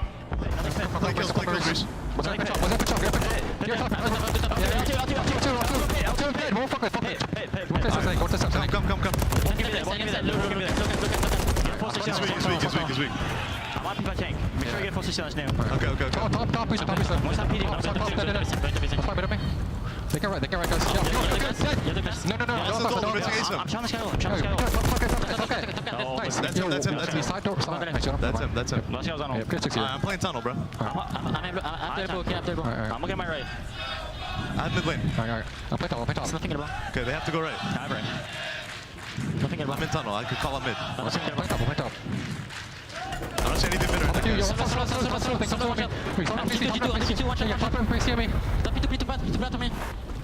In the back, one's in the back. Wait, do you want ace him? Do you want ace him? You could go tunnel.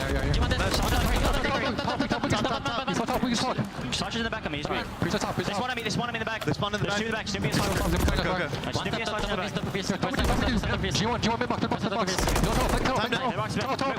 Watch out mid-box. Jeep. He went mid-jeep. He won. He didn't flank me tunnel. One of the first things we heard kind of with Rocker the last point, let's make sure we get a full 60. Let's set up, let's lock it down. But I think it was a kill from Slasher. He spawns up Snoopy in the back, and suddenly the break comes in again for Breach. Things fall apart, and instead of coming back and maybe a lead change, the lead's still there for Breach. Yeah, you heard it. It was kind of desperation time. They know how important that hill was. They have another chance, though. Similar to Boston on the first set. Can they cash in somewhere, or will Boston run away with this and send us to a map 5? Slasher with the opening. Linsdale will spawn safe for now, so they have this set up. You see where Boston's trying to attack from this P2 side of the map, while Priesta just kind of on an island. But Slasher's finding all the picks. Now that's going to be 3 dead. Lynn's still in the back. The close spawns are there, but Boston already have done enough with the split spawns and making this messy. Yeah, no, messy. Is keep doing that hard point after hard point. Guess what? You'll chip away and get those 40 points you need to close out the game, where you've got to be flawless on one side. You just need point by point on the other if you're Breach. 4 in a row for Slasher. Lighten it up at 22 and 14. Snoopy right there with them. 25 just needed now for the victory. You got a one-on-one on the other side of it. We're watching that. It's Slasher. It's able to keep it going. One off of streaks. And yeah, you can't win it on this hard point, but you're winning it on every side of the map. I mean, this is just a blender right now for Minnesota Rocker. I mean, the kill feed has been so green for Boston Breach. They have really turned it around ever since that P5 at the end of the last rotation. Now we're back to that hill, and well, after that you get the cruise if you need it, if you are Slasher. But Boston tie the series up. And this is back-to-back, just the same thing we casted last night, in the sense of, like, we start with 3 evictions. We're about to go to a game 5 and now map's been close. Like, there was nothing close yesterday in that Thieves versus phase to close out the night. This, I mean, it's a close series, and that's 2-2, but the maps haven't been close. Map 1, 100-point game. Map 4, 100-point game. 3-0 in the control. 6-2 in the search. Like, at around 11. That's true. Okay, I lied. There was one. So maybe we got around 11 for map 5. Yeah, give it to me. Yeah, maybe that's what we're waiting for, but you're not wrong. Yeah, both teams taking care of business here, but it's deja vu. Similar to what we saw online. Boston winning both of the hard points, getting us to that game 5. Yeah, it's crazy because I feel like sometimes, like, well, it'll happen pretty often where you get a matchup that you had, like, in the online. And it's not maybe all that often where it's identical, but usually a lot of the same maps. But I feel like it doesn't usually play out like this, where it's like identical. It's like the same results, so we just continue on. Like, I mean, who else is going to go? It actually does. You see that game flow right there, a very back and forth battle, but then there's that pivotal moment where Boston, you see they go from 64 to 121 at that P5, and then they stay in the lead from that moment. And again, you were just kind of shut down. You get 50 points over 5 or 6 hills again if you're Rocker. Yeah, it's the same thing. The clamps are in. They are locked up. They can't do anything for like 6 hard points, and you're not going to win hard points if you're not getting points across an entire set of rotations, basically. It is not going to happen. But yeah, as we were kind of highlighting, it hasn't really been all that competitive or that close across these maps. Series overall, though, score, yep, 2-2. 2 on map 5. Maybe we got ourselves a banger. This is the one that's what, different, right, from that? Yeah, so you had the Karachi S&D, which I think was a 6-1 for Boston Online, but that's vetoed, not picked. We have Rio instead, and neither team has played a Rio S&D so far. So we got a fresh one here.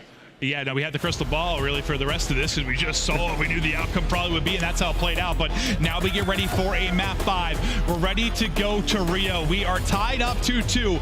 At Major 1, you're able to make that run through the winners bracket, get a top 4 if you are Rocker. Now you're up against it starting, and losers trying to battle back. You haven't won any map 5s in what feels forever. Can you get one done now? The map 5 coming up after this quick commercial break.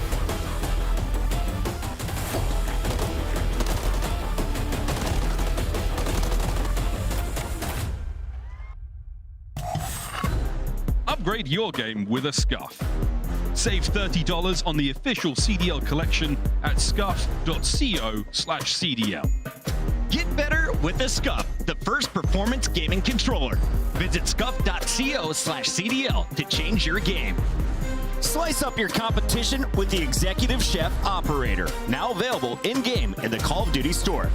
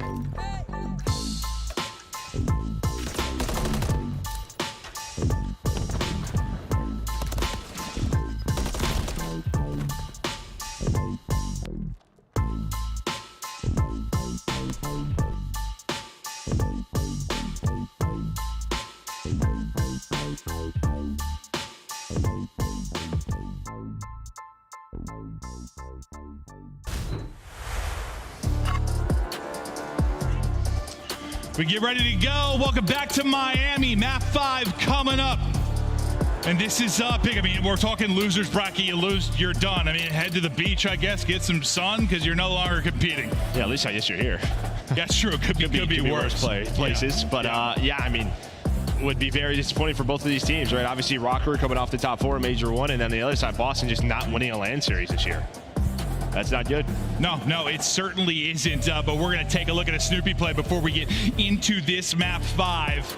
He has had some disgusting moments over the course of this. You know, you talk about what he was able to do in the control, what he's been able to do in some of the search rounds. this is a wild one where he just snaps. Just a thing of beauty there from Snoopy. Yeah, but they relied on the clutches in map 2, and then they got smoked. I mean, so this guy, we'll see. He was set up a lot of the times on that B Street Invasion to make plays. We'll see how they kind of play around him on Rio. He could be the lead man on a lot of these sites. No, as much as that was the coolest moment in the game too, it didn't matter at all because they got smoked throughout the rest of it. Like, it was awesome. It was disgusting, but it doesn't mean anything when you're losing 6-2. You're getting like 0 first bloods. You're in a hole basically at all times. I mean, for what? For Minnesota, it's been a thing of like, you know, your post plants are horrific. You get it down and it feels like it's going to be a crazy situation every time. If you're Breach, can we get a first blood? At least talking about the map too. I know Slasher did a good job yesterday on Terminal, but like, whoa, we got to get something going on Rio. But this is it. Final map before we get ready for our second series. This will close it out for Rocker Breach. We head to Rio. Search and destroy. Losers bracket battle. Winner continues. Losers go home. Offense first for Breach. And this guy can kind of be your point man on both sides. It's a 2-2 split now, so a very slow round. And this to me just kind of lives and breathes Slasher, right? Kind of playing for that opening pick with a great map spread. And well, there it is. So there's that first blood from Asim with the nade. No trophies in round 1. Linz now tries to get aggressive with the response. I thought Snoopy was going to win it, but he buys enough time for Slasher to get that trade. Yeah, that's a big one. Just if you're going to be that guy that drops after the first blood, make sure. Ooh, what is his timing like? Trade behind it, but yeah, the timing. We'll see how it plays out. Up the gut, one cashes back, trying to win the fight. Stun out, it'll hit, but not till one drops. Vivid at least able to take out one. This would be a 1 versus 3. 40 seconds to go. Vivid rival in hand. This is the timing. timing. For info, can he get the great timing? He does. Able to nuke one. Onto it he goes. 1v3. Vivid is roared, and the clutch is there for Rocker. So I guess first bloods don't matter for Breach. God, that's a tough one. Yeah, they don't know they double flank, right? Able to spot the ones as the shots come in, but they never see Vivid. And well, that is the perfect timing for a clutch. One player is on the bomb. Slasher is looking 3-4 ways. As we take a look at this replay, he finds one, and then there it is. Just finds the free kill, and he knows where that second player is on the bomb, and that player's down there like, well, I'm dead. Yeah, I think you nailed it when you said like Slasher's looking 4 ways. Yeah, he's trying to pick up everything when somebody's on bomb, and just the timing does not go his way. Great round there from Vivid. It looks like everything hits him, but only takes 30 damage as the trophy goes out basically at the same time. So we'll see what he can do behind that 3-0 start. They want to fast plant and get it down quickly here on B. The post-plant struggles. We'll see if they'll improve here maybe on Rio. Yeah, bomb down quickly. Now 4-on-4 retake. Looks like you have one player in Linz over towards the bridge. Now going to find some help, I think, from Awakening, because that's where the push is in. Watching that hop up. There is the cross, and there's the first blood, but a quick trade. 25 seconds for this team's trying to hang on his Awakening. That's a great job from Awakening. He's kind of getting shots into both. The reads there, just getting some damage in and backing up. He doesn't die. He's able to get away, sets up his teammates to then come through, maybe in the clutch. But Asim is still up. Looking to fly Finesse. He's able to catch one. Maybe a chance for a 1v3 now for him, but not going to be enough time. The shots are there. The 4 streak is in. But due to the fact that you got basically an insta-plant to start the round, it's time that ends up getting the win. Yeah, I see him for the ace, but it ends up in a round loss. Yeah, as you said, just finding a kill, backing away was Minnesota. They were so spread out. You were together if you were Breach, trying to find the trades, but you did not have the numbers. Well, and now you're Rocker up 2-0. Dude, that's tough because it's like, well, I guess maybe he could get a streak, but like, I just said Snoopy's like 1v2, like didn't ultimately matter. Now you get an ace that like doesn't matter at all because you don't win the round. We'll see though. If he gets a cruise, maybe that could end up being important. But you're in the 0-2 hole. 4 in a row for Asimov. And that ace, does he find anything else? Snoopy, it's hunting. He's sending it, and Linz again wins that first one-on-one. Trade there, and it goes to the man you'd love to get the trade, and that gets number 5 up race. I'm looking for 6, able to get it done. The streak continues, and where we said maybe he hasn't been the difference maker in search, he's doing it right now. Yeah, I mean, this is kind of him and Snoopy have to go large on this map, but into a 2-on-2. It's the rivals. They're in the position in Minnesota, and their trades are on point. It has come down to these 1v1s, these 1vx moments for the Rocker, and they have clutched on up. It was such a pain in the ass for them online, but so far, so good here in map 5. Yeah, the map 5s have been their kryptonite. Even though you've got the Iceman, it's been the absolute lack of ice over these past couple of months. Now, yeah, you said it, all these 1v1s, all these clutch moments, they're going their way as they inch closer to getting this map 5 victory. But Breach, man, to have ASIM with an ace and 7-2 and not even a round victory, that is tough. But you've got 3 kills on the rest of your squad. And Linz, despite the fact he's 3-3, man, like, just the first blood. Like, winning those opening gunfights have been big. Yeah, he's starting the domino effect, so giving his team the advantage. As this is an A hit, you do have a crossfire set up, but Slasher, as soon as he gets taken down, Rocker knows the focus is over towards boxes. This could come down to Priesta because the rotation is in. He's inside of the lobby just playing a corner. Down a man. Hello. Hold. Priesta maybe with the timing. Linz will be ripped out of this one, able to get away with his life for now. You love the timing for Breach. You love the P. Okay, you hate the timing for Breach. I take it back. You hate the timing. As soon as he gives it up, he gets ripped. Then one for Awakening. Snoopy drops. Oh, Priesta looks one way, looks the other. He will fall. 4 straight for Rocker. Oh, I thought maybe Priesta's killed the difference, but it's not going to matter at the end of the round. Yeah, I mean, the fact is, right, Priesta sees 3, so he knows a 4th is watching the flank. So a lot of those timings on Eskies and stairs, he's like, man, I got a feeling there's still one about to pinch me. So that's when he gets caught top middle. He does not want to stick around too long. He's trying to get close to his teammates. Just does not happen because he had no clue where accuracy was. And, well, then he gets caught. And again, just with that first blood, Rocker up 4-0. And teammates likely trying to help him because he's in a tough spot. And then they're getting caught. It just all unravels like a ball of yarn. Vivid matching what Ace was doing. He's at 7-2 as well. You get a first blood if you are Breach. You got to get a round win. Streak now coming in. Vivid though brings it back to 3-3. The streak is not going to hit either. The first blood once again nullified for Boston Breach. I mean, this is an all-in round. You get a first blood, you call in the cruise. We're going to see it's a top middle push here for Rocker. As well, they're trying to catch those 2 players. Asim knows the 1 player still over towards A, so it's a rotation back. Again, what is this timing like when you get on the bomb? Because Rocker are doing this quickly. Yeah, as you get all 3 grouped up for breaching of the bomb plants, a 3-man wolf pack and hunt now for Rocker. Let's see if they can get the retake. Everybody basically backed up garage side for Boston Breach. It has been desperation time. They need a round. And they need one badly. Big kill there from Priesta. Put numbers into their favor again. Just don't throw away your life. Snoopy, good job just getting damage in, buying time. Priesta, though, gonna lose a fight to send it forward. Accuracy with the pistol. Somehow able to get 2. Snoopy now left alone. The Renettis nearly do it all for Rocker. I don't know what accuracy did. He's just sitting in with the pistol, but I mean, all the shots were in, right? So you're able to win a clean gunfight and then snaps onto the second player who was weak, Snoopy. Well, he's lucky he's got the rival in that spot. Again, into a tough position. He was 0-4, able to find the double in a much-needed round win, but you're still down 3. You use the cruise missiles, and it again comes down to a 1v1. I was worried just how weak he might be because he was kind of just jump challenge, getting damage in. Like, ooh, nearly a brutal one, but you get around on the board.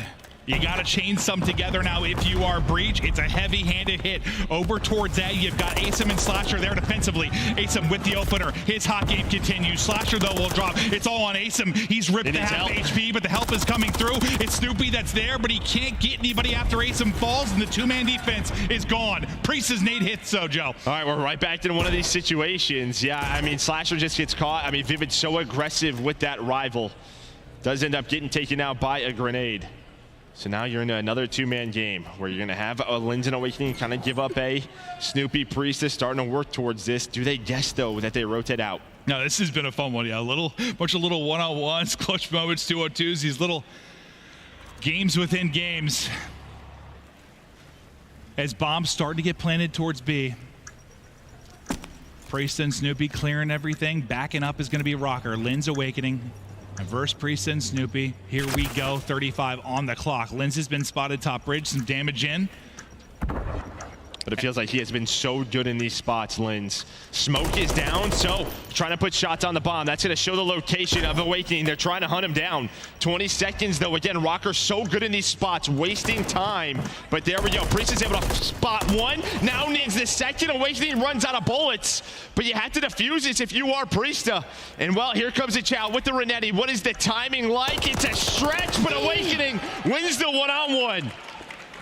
Brother, that comes down to just his ability to get out when they go to hunt him down. Like, how much time did he waste? He took a couple shots and he just dips. That was a lot closer than I thought it was going to be, honestly, once he committed to it. It was like the stretch of the bomb, where it was planted. He has to wide peek that corner. It's nerve-wracking, but Rocker do it again now, 1 round away. Whew, a qualifier with a lack of ice.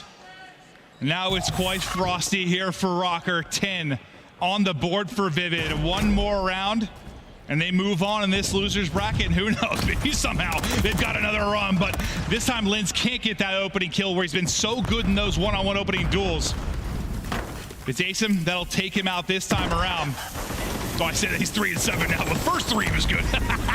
Snoopy hits with the nade. Massive numbers advantage now to Boston. Yeah, I mean, you get the stick in. Awakening try to find a pick, but they're going to get aggressive as Boston breach.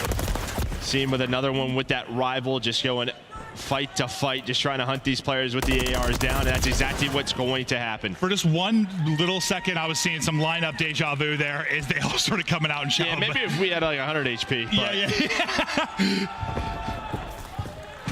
But yeah, they all send it out. Quick snap there by Snoopy and Priesta with the final chows. They'll combine for the kill. 1 more needed for Rocker. A chance starting. Getting going for Boston. They've got to bring it back. It'd be 5 straight. That would be something. 1 round at a time, as they say. Just trying to find anything. Will Rocker close it out here? Bomb in Vivid's hands. He gets stunned up and just kind of comment to his team. He's good for now, just peeking slowly for info. He's got eyes on 1, maybe 2. We'll see if they can combine these nades to hit. But it looks like they're going to use some utility, and quickly they're going to wrap out. It's going to be Slasher. It's kind of the lone man. By 8 is peeking for info. Lynn's able to stay up. Yeah, it looked like the nades, they were trying to nade a corner instead of the player on the bomb, so didn't know he was there. Now, maybe the rotation, very quickly here, and Slasher's going to find the first blood. Instead of him dropping by a nade like we've seen at times, the numbers are going the way of Breach. A nice job by Slasher in this power position, putting damage in, and now Snoopy's on the flank, and he's just able to jump over the wall. So it's all down to Linz. There we go. Oh, Linz, I think got 2 of them there, but they're able to close out the round. Another one here for Breach. And yeah, we've talked at times a little bit about the indecisiveness we've seen from Breach. That rotation was quick. It was real fast. Slasher saw the information. He's like, boys, I need the help. And all 3 get there quickly. Helps. Slasher gets the first blood as well. But the collapse is in. The round is won. Moment by moment, Breach tried to bring this back. And you got to think, each round, after you lost all those game 5s of your Rocker, and sitting on 5, you're sweating your ass off every round that this goes deeper. Yeah, I mean, the pressure is building up, no doubt about it, with some of the stuff that they have dealt with. But you would also have to say, all right, we've been in this position time and time again. Let's clutch on up. And maybe they have Vivid up to 12 now. As he finds the double, they try to get aggressive on the B bomb. It does not work out. It's a hard counter, basically. You got 3 people there. Snoopy sends it out, and Chalice gets dropped. It looks like the curse might be over here for Rocker. Slasher, 1 versus 4. He's stunned up. Info is known. They're playing with their food, and Rocker finally get that win in a map 5. A monkey off their back, and maybe a sign of things to come. Yeah, I mean, this is a team when they get going, nobody's going to want to play them, right? This is a very tough matchup, even against the top 4. I think like them and Legion are really the 2 that they can push these guys the distance when you start to lose in that winner's round 2. Who you're dropping to, it'll be a big point when we look at this bracket, but they stay alive, and well, they do it in a 2-3-5, so going to have to be better in the Hardpoint. Well, but obviously you get that Karachi veto in, and now you go to Rio Search, and it's looking good so far. Well, I think you said that even when we were casting the qualifier with some of the struggles from Rocker, you were still like, no one's going to want to play them in the losers bracket. Like, it's just one of those prime examples of like the record doesn't tell the entire story when you've got that many map 5s. Yeah, no, that's it. Yeah, they're playing them tough. I'm sure scrims are going well. It's just these moments that have not been going their way. But now on the Boston side, yeah, it's just another one where haven't won a match on LAN. It's not like your online qualifiers have been great. You're just able to scrape on through the last day to make the winners bracket. Just feels like they need to find a strength in a game mode. And they haven't been able to hone it in. Yeah, like a strength in one of the respawns and just a general improvement in search and destroy. Because search just has been kind of a dud for them since the beginning. They get 11 out of a seam as we're looking there. Damage pretty much equal across the board. But it's Vivid with 2,200, 13 kills across the entire map as he leads the way. And it's tough because, like, you know, you're thinking maybe it's more firepower, need more kills on the map, needing more, you know, just electric moments. And then you bring in somebody like Asem who has had some of those moments. He's had those maps. You know, he's been the consistent slayer for the team, but the results are the same. So it's just like, how do we fix this? But when we think about the Monster Winner Spotlight and who got the dub, it's Vivid that drops a bomb in the map 5 as Rocker try to continue the run. We got him on stage with Blaze. Thank you so much, Merc and Maven. Miami, show some love to the Minnesota Rocker as they stay in this tournament. Man, Vivid, you guys finally get the game 5 through. It hasn't been going well for you online, but how does it feel to come out today and perform and stay alive in this tournament against this Boston squad? Yeah, we knew Boston was going to be a good game coming into it, and obviously game 5s haven't been going our way, but it's building us for this, so just kept practicing and got it when it mattered. Got it when it mattered, definitely did. Now, in this series, you guys win by way of Neslo, the 2, 3, and a 5, but what went wrong in those hard points there, and how do you guys plan on improving that going forward? I think we're playing the hard points a little bit too hectic. We were like playing a little bit too fast and just losing people on the map and not actually using teamwork, so I think we're going to talk about it, fix it, and come back strong in hard point. Come back strong in Hardpoint for that next series. Now, we may get a chance to see you guys play again towards the end of the day, but for the Minnesota fans out here who came out to support you in this matchup, what do you want them to know as you guys get ready for your next series? Yeah, to all the Minnesota fans, we're going to go back there, we're going to prepare for the last match, and we appreciate you guys showing out. They appreciate you all, okay? Show Minnesota Rockers some love on the main stage. Chris, let's break down this series. Thank you so much, Blaze, and congratulations to Vivid and the Rocker, a squad that ran all the way to a top 4 finish at our last major. You come into the elimination bracket, you've lost 4 game 5s. Finally get the 5th one here, Allie. They finally get it in no better time, right, than to do it on LAN back where they were able to make a run in Major 1. So for Minnesota Rocker, maybe convincing me once again that they aren't a team to be taken too lightly. But for Boston Breach, it's another one of those things where I think they beat themselves a lot in this series. Nameless, there's a reason. You are the front runner in predictions. You called Minnesota. You called a game 5. Why did you know this was tight? And what gave Minnesota the edge at the end? Because I've seen how hopeless Boston have been in search and destroy throughout this split. And we saw what Minnesota was able to do throughout stage 1 and on LAN. They fixed their SD. They finally get rid of that Karachi. You heard Joe and Clint talking about it. It was a pain point for them. They were 0-3 on the map throughout the split. People have figured them out, so they play Rio for the first time, and it is a map that fits their play style. You let Lins and you let Vivid be the playmakers, and Vivid did that, right? Like, the different looks that they were throwing at them, every single time you saw Minnesota Rocker, it was as a team. Whether they were wrapping back or they were taking space on a bomb site, they'll get info mid, but then they'll wrap back and play together on the pushes. So for Minnesota Rocker, this is a team that can actually make a run through the lower bracket because they have the ability to close out search and destroys. You might have not seen it online, but this is a true display of this team's skill ceiling. Yeah, I guess to that point, like when it comes to search and destroy, there's 2 sides of the coin for both of these teams. For the Boston Breach, it's almost unacceptable for them to be this bad search and destroy versus Minnesota Rocker because statistically speaking, Minnesota's bottom 2 in every category when it comes to S&D, mainly off of their game 5s because they haven't been able to close them out like Ant said. But for Boston, like for them to lose that control, I think the fact that they even lost a defense is kind of insane to me, considering they're a top 3 controlled defense team and they're gifted invasion in map 3 in this series. So I think this is another thing where Boston has to hit the lab and make sure everybody's on the same page. And stop playing invasion control.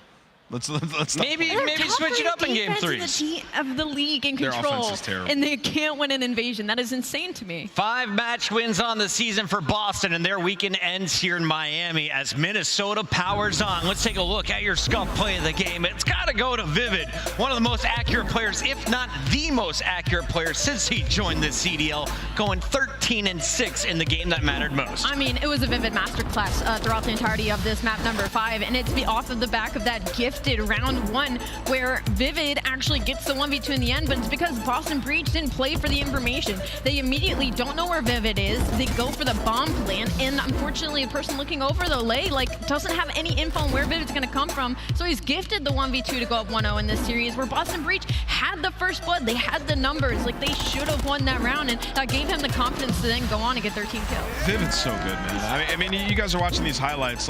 He has such a keen ability to make plays with his teammates. You've seen every single one of those plays that he made, there were nades and stuns coming in behind him, right? And he's willing to go in and do the dirty work. If he's finding bloods, getting in the action early, you're going to win the round. You drop something. Boston out of the tournament. Awakening and Vivid moving forward with Minnesota Rocker. That match is done, and you can see in our bracket, we're just getting the day started. 5 matches here on a Super Friday, and we still have Heretics, Royal Ravens, Legion versus Surge, and after this one, we find out who plays Rocker in that round 2 of the elimination bracket as we see another battle of LA. Yeah, we're going to see Minnesota again later on today, but first we have to find out who's going to meet him there. And of course, we got to find out what maps we're playing at the next major. We just got some awesome information from our friends at Treyarch. You saw it on social media, Nameless. You were the first one to hit the repost. What's going down? This makes me so happy. We got Vista and Departures entering into ranked play. Before we decide what goes into our official rule set, we're gonna let the community get a stab at it and go ahead and try and play it. I have played these maps already in the Respawn game modes. I think Vista is a beautiful map. A lot of different colors. It's on the sea. It is amazing to play in. Departures is a huge map. If you like to post up with the AR, you're gonna have a good time. As much as I love Invasion, I would love some more maps in the pool alley. Which one are you most excited about? Honestly, I'm just excited in general that we're getting to test these out before the professionals get to test it out. Usually it kind of goes through their ringer and then eventually gets added to rank play, but now we get to test this out right after major number 2 and get to have a new refreshed vibe as we head into rank play. Look at how beautiful that is, Chris. Gameplay. Check it out. You can join us starting Monday, March 25th. Get your feedback in and add us at COD League as we evaluate the maps with our teams before deciding what they're going to play as we head back to stage 3 qualifiers here in 3 weeks. Listen, Chris, I ain't going to be mad if we just take Invasion away. Just take Invasion control out. Yeah, I want to get rid of that and let's add Vista or Departures. It don't matter. Much love to everyone behind the scenes for making it possible and for giving us ranked. We have to go to a break. When we come back, it's that Battle of LA. Do you got your money on the Gorillas or the Thieves? Let us know. We'll be right back live on YouTube.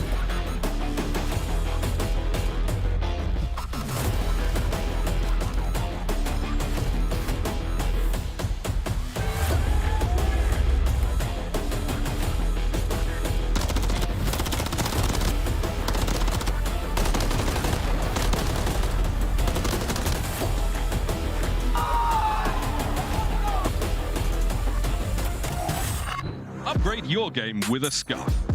Save $30 on the official CDL collection at scuff.co/CDL. Get better with a Scuff, the first performance gaming controller. Visit scuff.co/CDL to change your game. Start the season strong with the Call of Duty League Pack. Grab yourself the CDL Operator, Weapon Blueprint, and so much more. Check out the Call of Duty store in-game now.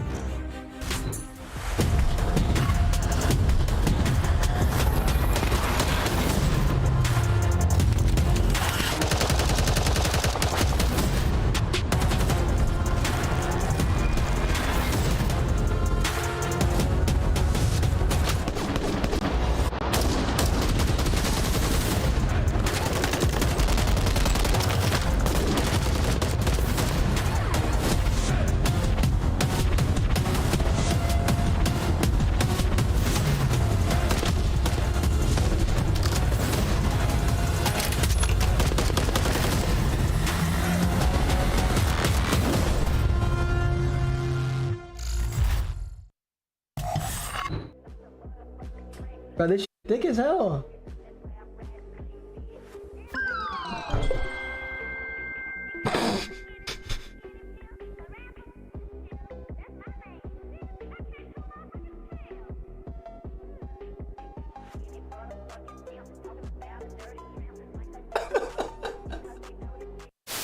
To find out and in a very quick manner.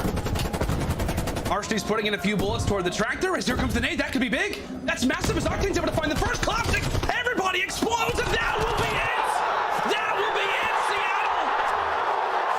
Getting one of the biggest upsets in CDL history.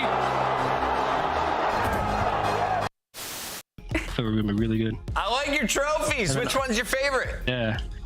Honestly, I don't know. This one seems like insane. Look at this one too. Like, this is crazy. Like The golden nut, baby. The diamond nut, excuse me. You know what I'm saying? How could I not be like? How could I not feel like I'm not gonna lose? You know what I'm saying? Like, come on. Yeah, and that's what I was gonna ask you. Is like, Sib, you're coming into a winning culture. These guys won champs. We obviously. Unless Priesta can come up with something magical, something historical. Few players falling. Priesta ends up getting traded out, but Standy's still here.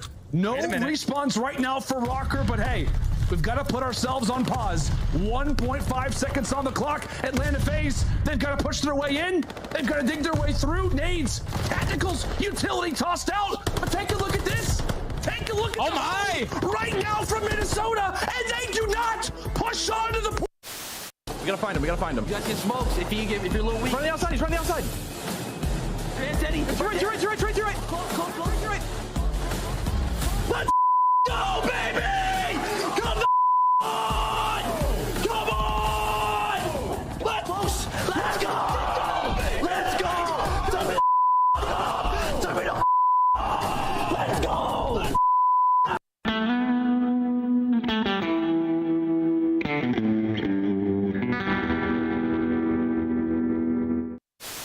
It certainly makes the big play. And now you're on offense flanking. You've taken the bomb straight through the middle of the map. Hook, he's everywhere. You're getting flanked on defense, but Beezy gives him the ish, and Methods wins his one as well. I don't care if he gets traded. It's a 3v2, and Beezy's still alive. That's a GG. Do you think you could beat Kenny in a dance-off? Yeah. Oh, he's lying. Wait, did I? Really? Yeah. In my head, I'm thinking he's unstable on his feet. He's lying. No, this is broken because I'm dead ass not lying. I could smoke him. I'm just thinking about his front door porch where he was like trying to control his legs and he crippled on the floor. That's like the first thing I got. Damn, I'm lying on that? That's bullshit. What? Maybe. I smoke him. Where is he?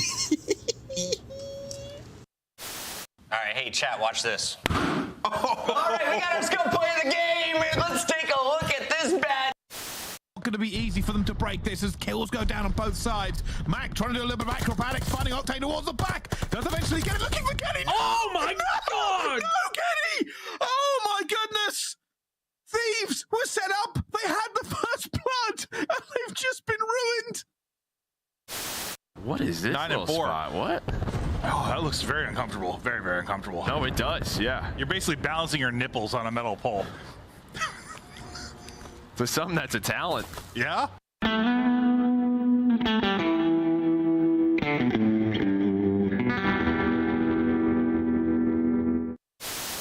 Oh, take a look at this rush. Take a look at this aggressive play from Minnesota. They make their way in through middle. They instantly hop into this B zone. Standing with a nice little angle. Oh, what a play! Oh, it finds 3. Eli with the snapper. Vickle now. Last one up. He's got a trophy though, right? He threw a trophy out. Might do it. He threw a trophy out. Might do it. I think this might be too slow. Either way, he got it. Oh, he does get it. Yeah, it was too slow. He gets it. He just hops in right away. Nobody checks the bomb. Share your life. They actually went for the challenges and gave us an opportunity, which is just something I hate seeing. And what the hell was that? Then he just got That's the best gun in the game. That is the best gun in the game. One clean break, one set of kills there. Afro sneaks in and steals the victory. Hydra straight back on it. He's got time to get it done. No one there to watch it. Will it go through? Formal! Oh, he kills him! Respectfully, I will dye my hair purple if LAG win this series. I'm going Atlanta FaZe.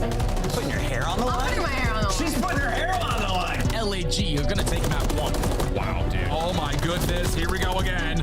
Finally, the kill comes out. Does he get on in time? Oh, he sure does. Maybe there's enough time for him to force a couple of gunfights. Then Fane offers him his life, but the kills come through. And yeah.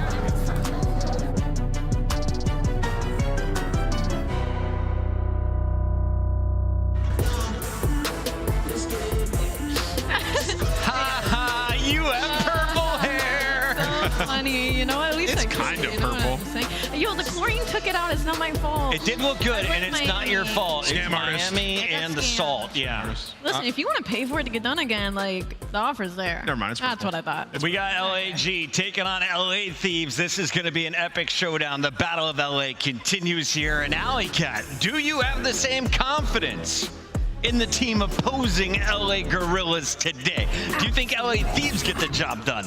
I actually do think LA Thieves get the job done. The only reason being, well, first, I'm going to talk about LAG because Hit me what with they these did guys. versus Atlanta was incredible. But my biggest stress point right now when it comes to them, again, is going to be that slang department just being so incredibly inconsistent across the board. What they did versus Atlanta was insane. DiamondCon had a takeover map. We even saw the ceiling of Estrio, but like Ant likes to say, their ceiling might be high, but their floor is also so incredibly low. I'm talking about the last time these two teams matched up. Fame had a .74 and a .78 in the respawns. DiamondCon had a .6 in the Hardpoint. Like, you just cannot be dropping numbers like that and expect to beat some of these top teams.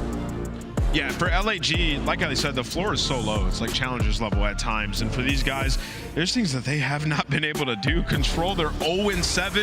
Hardpoint, they are 2-10, extremely inconsistent. I will say, there's some good aspects of their game. They're 4-1 their last 5 S&Ds. True. Actually pretty incredible. They're #1 in plant win percentage, and when they get bloods, they convert it at the 2nd best in the entire league. So there are some parts of the game that have improved. But for the Monster Energy pregame, look on, no hands. 12th in hold percentage at 68%, 8th in rotation. Listen, the respawns have been terrible. But if you are an LAG fan, one thing you can cling on to is Major 1 LAN went great for these guys. They got top 6. So yes. On that stage, they feel oddly comfortable. And Fame was extra confident this morning. I asked him, how you feeling? He said, I'm ready for a 2-match day. They know if they win right now, they are playing against another opponent at the end of the night. Will they be able to get there and play against Minnesota? Well, you got to battle through the Thieves, a squad that went to a Game 5 against Atlanta. I mean, LA was playing really darn good Call of Duty yesterday in the winners bracket. Absolutely. So now going into the LAT conversation, the reason why I'm leaning that way is because they've gotten better, right? The last time these two teams matched up, it was a search and destroy that LAG was able to take, but LA Thieves took everything else. It was a 3-1 victory, and they've gotten better at search and destroy during this split. Nameless, when you look at LA Thieves right now, which of those 4 players' names comes to mind first?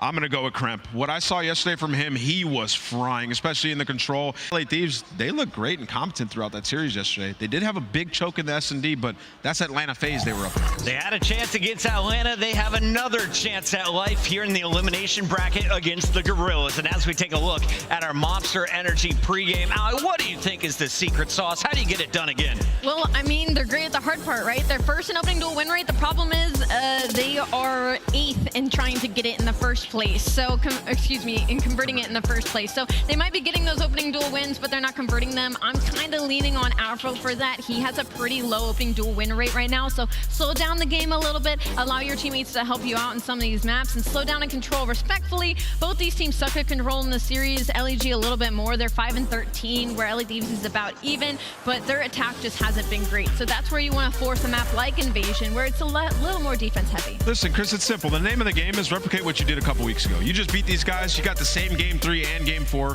Feel competent on those game modes. You just got to come back and do the same thing. Ghosty and Afro had a really big series last time around. LAG was warming up against Toronto backstage, so not the best opponent if you want a ton of confidence coming in. But if they're hanging in those scrims, they could definitely hang against LA Thieves. Let's talk about the Gorillas one more minute, though. You mentioned that you saw the ceiling for Estriel. Where can we see him as one of our Rookie of the Year potential players? Where could he shine? He could shine in the respawns. To be honest, for LAG, that's been their biggest struggle. I feel like in Search and Destroy, there's a lot more opportunity for a team like LAG. But Astral, he's just about finding that consistency. And then maybe if LAG start winning some maps, they place well here, maybe then he can be added to that conversation. Do you agree with that? Yeah, I agree. It's off the rip here. You got Rio, map #1. Yep. You know, LA Thieves are 1-3 on that map. They have a lot of reps. They haven't been able to see it go through the hole that often. LAG have only played it one time. That is a map that should suit Estriel really well. Coming off of that confidence he got versus Atlanta FaZe, he should feel good on that stage. I know some old heads out there like to look at franchise records before placing their wagers. Let's take a look at some of the numbers here from the Battle of LA. This has been multiple different lineups since the start of the CDL, but all time, for some reason, JCap's LA Thieves have been beat up by the Gorillas, and not always in tight matches. You can see 7-2, all 3 LAN victories going to the Gorillas. And even just this year, LAG actually still has the edge versus this specific roster. They're 2-1 right now. LA Thieves won the most recent matchup, but before that, LAG had 2 wins on them, not only in the qualifiers, but an elimination round as well. So they feel confident playing this team on LAN. Allie, the chat's really upset that your hair isn't more purple. Will you dye it purple again if they win? No, I'm not. I'm sorry. I'm not failing on that one. She's like, red, I'm down for. Purple, no, I already did it. For my hair appointment, you are surely welcome to. Nameless, will you dye the beard purple if LAG wins this one? Hell no. Why not? That's a crazy. There's a couple gray hairs that would show through. Wow. I'll get a purple belly button piercing. Not serious. Let's take a look here at the Gorillas and their road to a 1-6 finish in stage 2. It was a mess. This had some close games. This had some blowouts, some unexpected ones, like going up against the Surge. We thought that was going to be a game 5. No, it's the Surge with the 3-0. Then they lose to the Royal Ravens, and then you have to stack up against a juggernaut squad like the Subliners and close out your terror run against Atlanta FaZe. To see them pull off a Game 5 victory, I think that was all they needed to change the momentum coming into this LAN. Yeah, you know, it was their last match coming into it, and they know that they played well at the first LAN. The problem with them is they regressed so much coming into stage 2. They were a team that we expected to sort of be in the top 6 conversation, and now we have Thieves there and Vegas instead of these guys. But yeah, the respawns, it's just been unacceptable. You can't win series if you can't win control. And Allie, of course, for LA Thieves, we have to mention why they may have improved from Major 1 to Major 2. They swapped out half the roster. Let's revisit with some highlights from the LA Thieves. All 4 members contributed in their success going all the way to that Game 5 against Atlanta yesterday. Absolutely, they did. And then when it comes to LA Thieves, when it comes to those specific players and Nasty and Kremp being added into this roster, again, it was actually those 2 players that have the most comfortability in this matchup versus the LAG. Nasty had a 1.32 in the hard points and the respawns last time these teams matched up. So for LA Thieves, even if they don't do it through the respawns where they should, they've gotten better at search and destroy. Afro has gotten better at search and destroy. Kremp was literally taking over maps yesterday. So again, LA Thieves, I'm leaning towards them when it comes to this matchup. You both called LA Thieves last time. You both were right. It is time to make our Scuff Pick'ems official here on the desk, and I'll let you go first, Allie. Not only do I need the team who wins, what is the map count? Ooh, I'm going to go with LA Thieves 3-0, to be honest. 3-0, yeah, getting some revenge. Okay, what about you, Nameless? I'm going to go with 3-1 LAG. Oh. It makes no sense, but I'm giving you guys a chance to catch up. Makes no sense. I also am going with LAG. I ride with the purple squad. I don't know why, but when I do, they make me look smart. Fame, I'm counting on you, buddy. Let's get this party started as we send it to the stage with Guy Blaze. All right, let's get this party started. Our second elimination matchup of the day, and it's going to be the Battle of LA. But let's see who the City of Angels is going to favor more. Our first squad coming to the stage has a fresh batch of Nashot secret stuff. Get ready, because here comes the Thieves.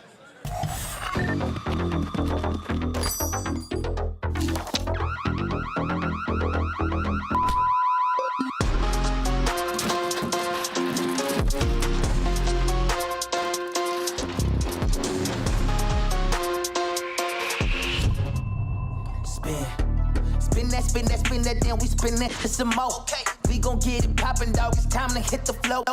I ain't had enough of it. I think I need some more. You ain't got these on cause they don't sell them at the store. I won't take no shit from no one. I don't bend and I don't fold. We was OT hitting licks. You would've thought it was on toe. Gotta let me in the game or else we kicking down the door. Bruce Leroy with the swag, boy. You know I got that glow. I'ma say it once so you get it good. Call of Duty fans, give a warm welcome to the Los Angeles Thieves. We got Ghosty, Kremp, Nasty, and Afro. Ready to run up another W. The Los Angeles Thieves are here.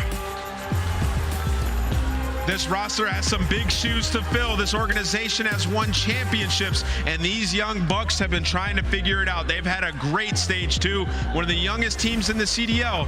Can they make a run through the losers bracket? They just beat LAG a couple weeks ago. They got to do it again. Let's bring out LAG.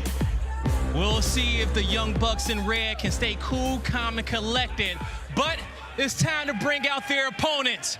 Get ready, because these gorillas are ready for warfare. All shadows, ground team is mobile. Keep them covered. Eyes watching for the opposition. How they crushing any competition. Long range, yeah, I got the vision. When I'm in the trenches, anyone can get me. I'm with the team when they need me. Or out on a dolo mission. It get rocky riding on this road to riches. If I catch you slipping, then it's over finished. War, ready, crew, coming through heavy. Aim steady, lights out, it's the gorillas. Not any winner, one out of many. Side talents empty, lights out, it's the gorillas.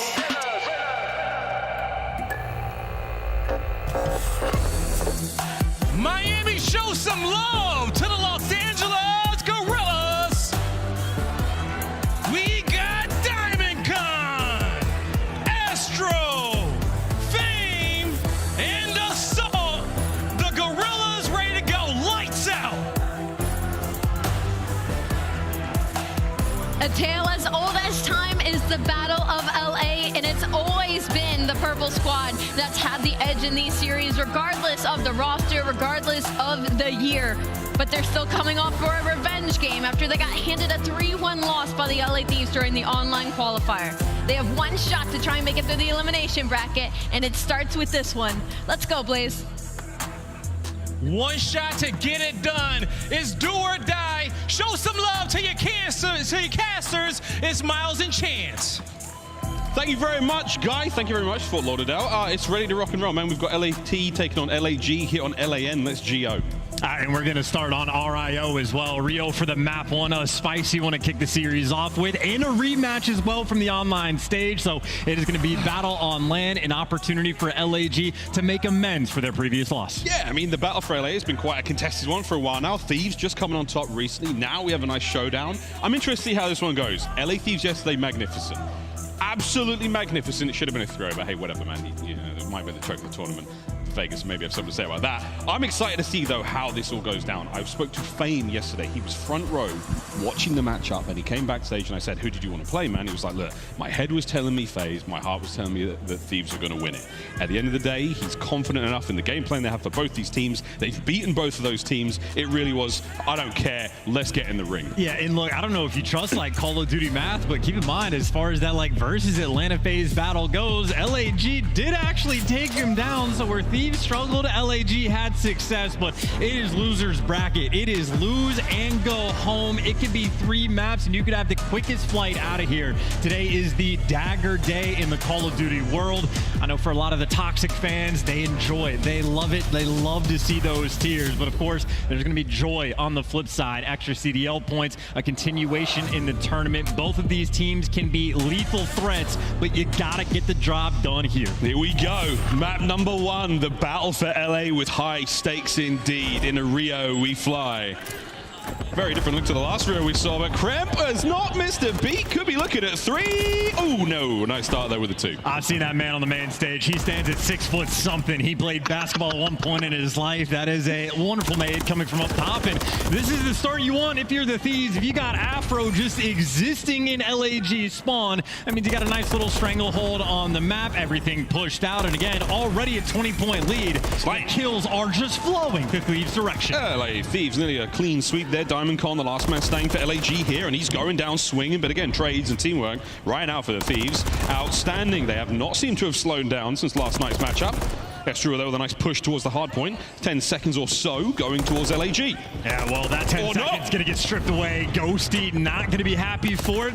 And a little double kill. You just see the spawns that are coming through. It's only Fame behind enemy lines. Kremp there, roots him out, takes care of business. You maintain the back spawns, and you get that new time. This is the perfect opening break that LA Thieves, they've delivered on. And you already see Afro. He's pushed out in distance. Freebie kills for him. Right now, LAG can find no success. Nope, not a moment, I think, since P1 has ripped off.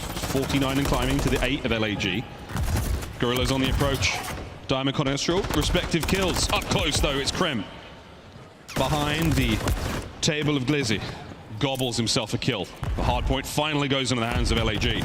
Yeah, off the back of a nice triple kill there by Diamondcon, rolling through the back spawns as well, ended up appearing. So LAG able to cut their losses. Not a strong start for them, but collecting a little bit of time in the final 15 seconds of scrap. LA Thieves actually interested in fighting for it. See if they can take it away. It comes down to a 1v1, and Diamondcon comes out on top. This is that stage 1 form right now for him, a 9-4 start. The only reason LAG are in this game. We haven't seen this Diamondcon in quite some time. You're not wrong, mate. Assault on the back line versus Ghosty. Loses it. That's going to be an important moment here. Can LAG capitalize? The Thieves trying to get closer towards that hard point. A toe dip. The rest of the Gorillas line up on the other side of the map, and now split spawns. Yeah, it's just so tough right now. Ezreal trying to live in the back line, but he's not going to be able to get those spawns. Every kill he gets, it's going to be a little bit more difficult. You see LA Thieves get the 4-man wipe, and Ghosty as that backline player, picking up 3 kills, blocking those spawns. Well, they've just set his team up for success. Diamondcon continues to be basically the only person from LAG showing up in the kill feed. Yeah, absolutely. 20-odd seconds remaining here on P3. There's a couple of members of the Thieves in this one. Diamondcon, the Chow, can't get it done. Nasty holding it down. Ghosty on the trades again. It is teamwork. The name of the game right now for the Thieves. That scoreline is still very large. And you got that P3, P4 rotation as well. So Ghosty right now, you see him just hanging out in the background on a 5 spree. A kill away from a cruise. The rest of his team completely set up around this new time. This is one of the money hills we have on the map. There are pinch spawns coming through, but Nasty also spawns behind everybody. So free cleanup kills in the back line. It is the funnel system. LAG cannot make anything happen. They are being bullied. And by the way, Ghosty, he has not died in 2 minutes. 12 and 6 for Afro. 4 spree for him now. So you're still sitting on the 5 for Ghosty. Afro trying to catch up. Lovely work there from LAG to break through the back line. Forward they go. No spree for Ghosty. Nasty keeping it alive on the hard point. And an awkward turn. But Kremp's there with the kills. Trades done. Shut for business. 25 to go. And that's what it takes. An awkward spawn into a flank just for LAG to have any success. If you have Ghosty again, whose life just went on for 2 minutes without dying, that's an indication of how well the Thieves have been handling this map. Diamondcon again, being the guy in the kill feed there from LAG. He picks up 2, but it is not good enough. Scrap time from LA Thieves, and even on the rotation, I mean, 2 players are working it, and Kremp, he has the flank route. For a moment, not a single Gorilla has actually turned to pick this up, so Kremp might be able to pick up a freebie kill or 2. Ooh, ooh. There comes Kremp. 13 and 8. Cruz invested from Ghosty. Right on top of the mid-map. Takes care of Fame. Assault just managed to get away with his life there. Now up close. Oh, wow. What a win from Diamondcon. That would have been ideal. Ezreal keeps that line holding. Nays there from Ghosty, but you're trying to get on towards the hard point. It's a great hold so far from LAG, but the Thieves are knocking on the door. So far, no answer whatsoever. They are being ghosted. And the problem was the trophies as well. The trophy did its, Sunday best, but eventually the nades are going to overwhelm. And as soon as they get that player out of the time, LA Thieves continue to be overwhelming. Rio is a mix fest. It is a battle of the map, and right now Thieves are just obliterating them in the kill feed. Absolutely running the kill feed. Let's have a quick listen in and see how the comms sound with the LA Thieves. I'm looking back up. I'll pick it up. Nothing old on me. Nothing old on me. Play safe. Play safe. Hey, one's SCs. I'm pitching him. Nothing cash. One shot. I'll go. Reset. 3 on time and one guy P3. Wait. Come bridge me? Yeah, you can. I'll go. Yeah, bridge Ezreal. He wants to use that. TV pinch then. I needed it. You Ezreal. You and bridge. Reach out. Reach out. I'm up on bridge. He cannot shout you.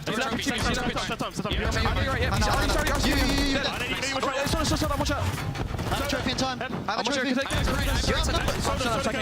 I'm dead. I wasn't on you. Soda and right side. Reset. I have TV. TV dead. I spawn mid cut. I'll say. Nice to two. Fight that. He's there. Say Soda. Yeah, heard you. I'm hitting Soda. Kill the spot.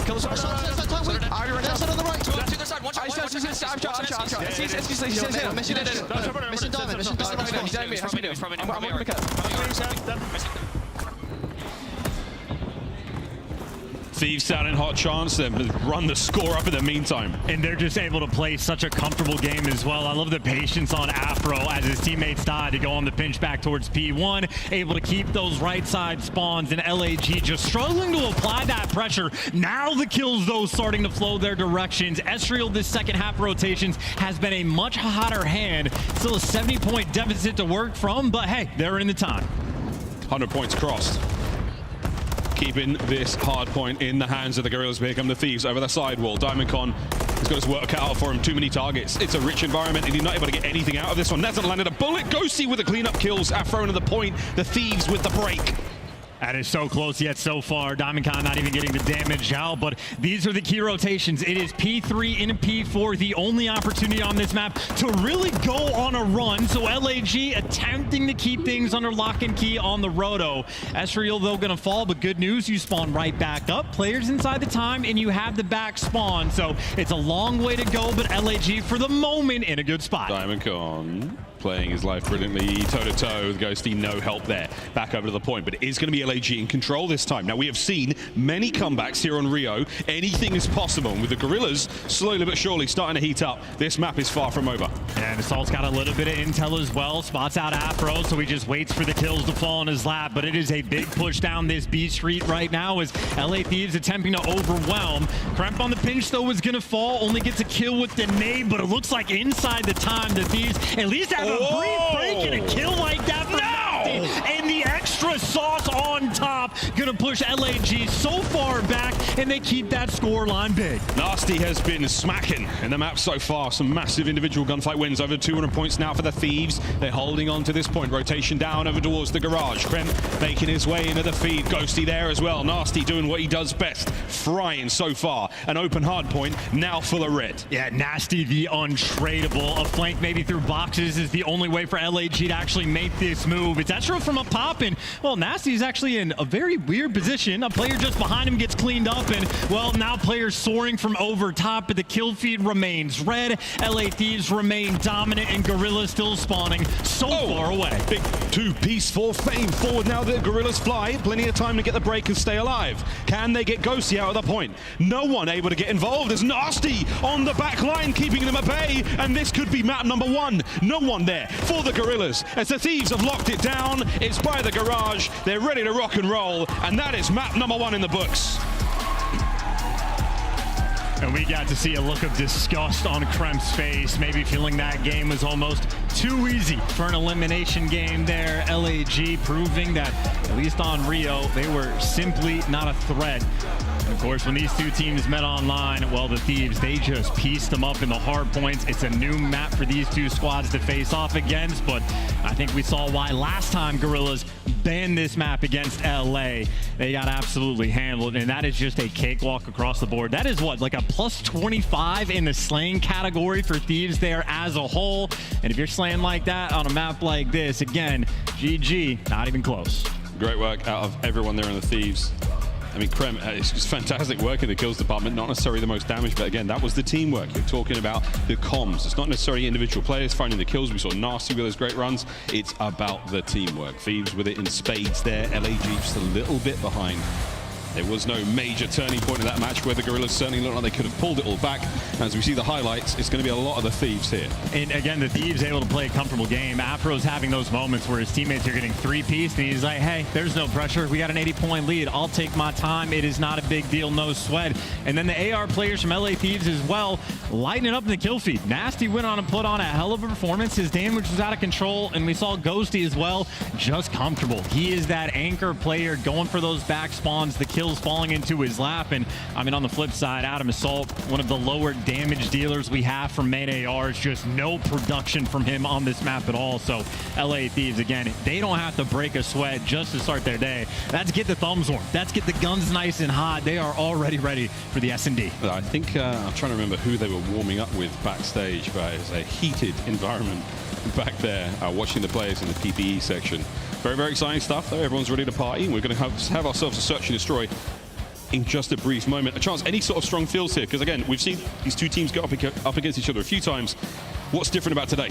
Well, the difference, I think, is LA Thieves are just going to be playing with more confidence. Like, LAG have the one win against Atlanta FaZe, but even then, you look at the rest of the major, it's really tough to build off of any sort of momentum when your record is just down in the dumps. Thieves had an incredible stage, and obviously, if you didn't have confidence before, a map like that, they just felt like they were not even, like, playing against players shooting back, so they're going to feel fantastic going into map number 2.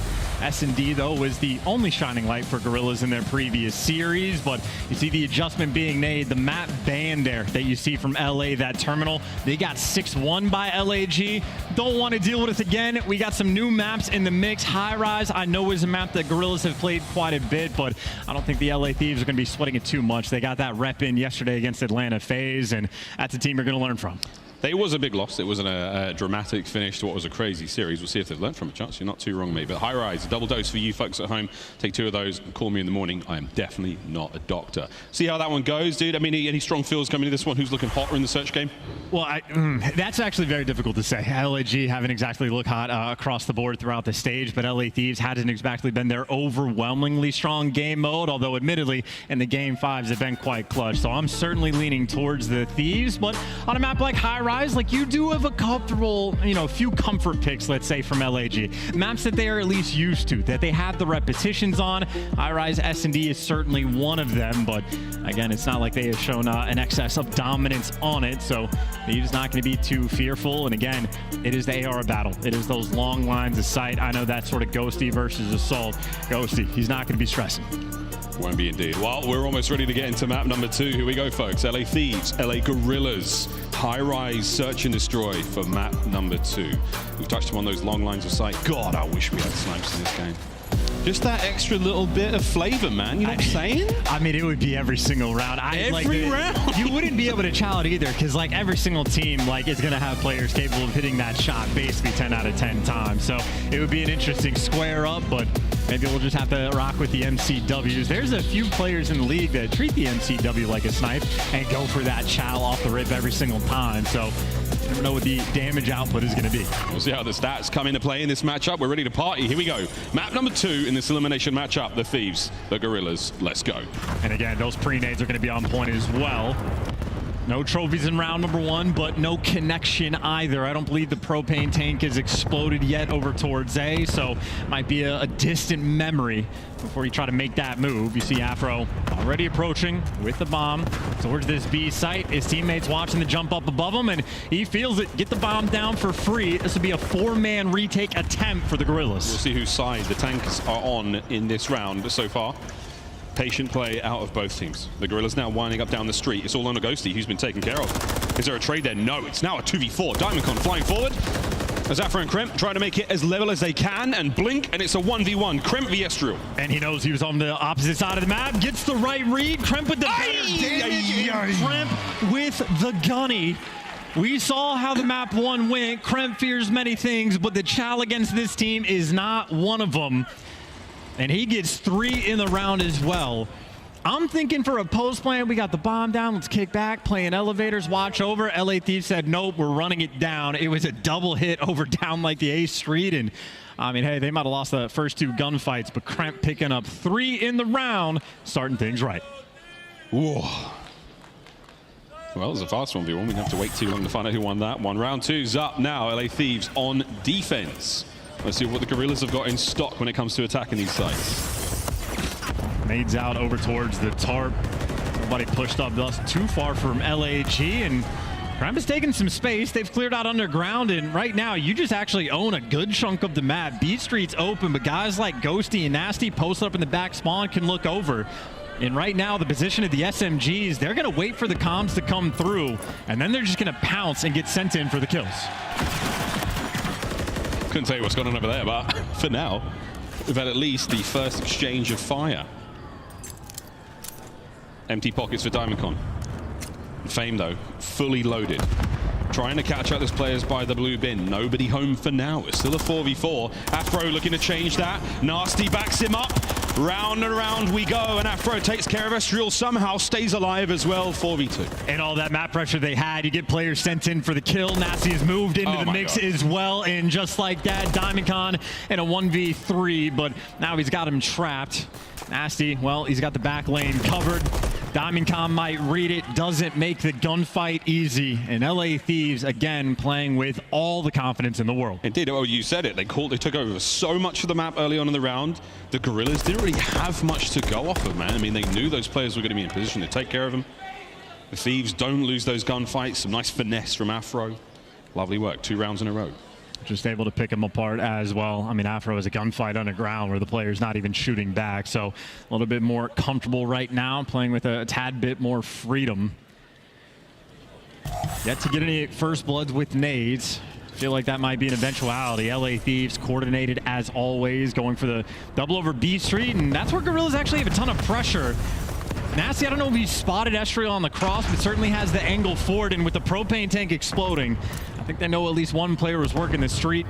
That's going to be Ghosty's responsibility long term, just to iron up and maybe wait for a kill to fall on your lap. We'll see who is the more patient team. The Thieves' patience is wearing off. Afro, a player known for his aggression. That left stick is locked forward most of the time. He's taking a couple of hits to rethink his ways. And it's not just Assault in the back line as well. Estriel's in another spot by elevators, waiting for that hop up on the ladder. So you climb up the ladder, that is a dangerous game. And you see Kremp tries it too. He gets back down as well. LAG, you don't want to give that bomb plant up again. They're not willing to give the bomb plant up, but they're not willing to try to commit to finish those kills either. So still a stalemate. 35 seconds on the clock. Estriel, oh, taken care of by Afro finally on the bomb site.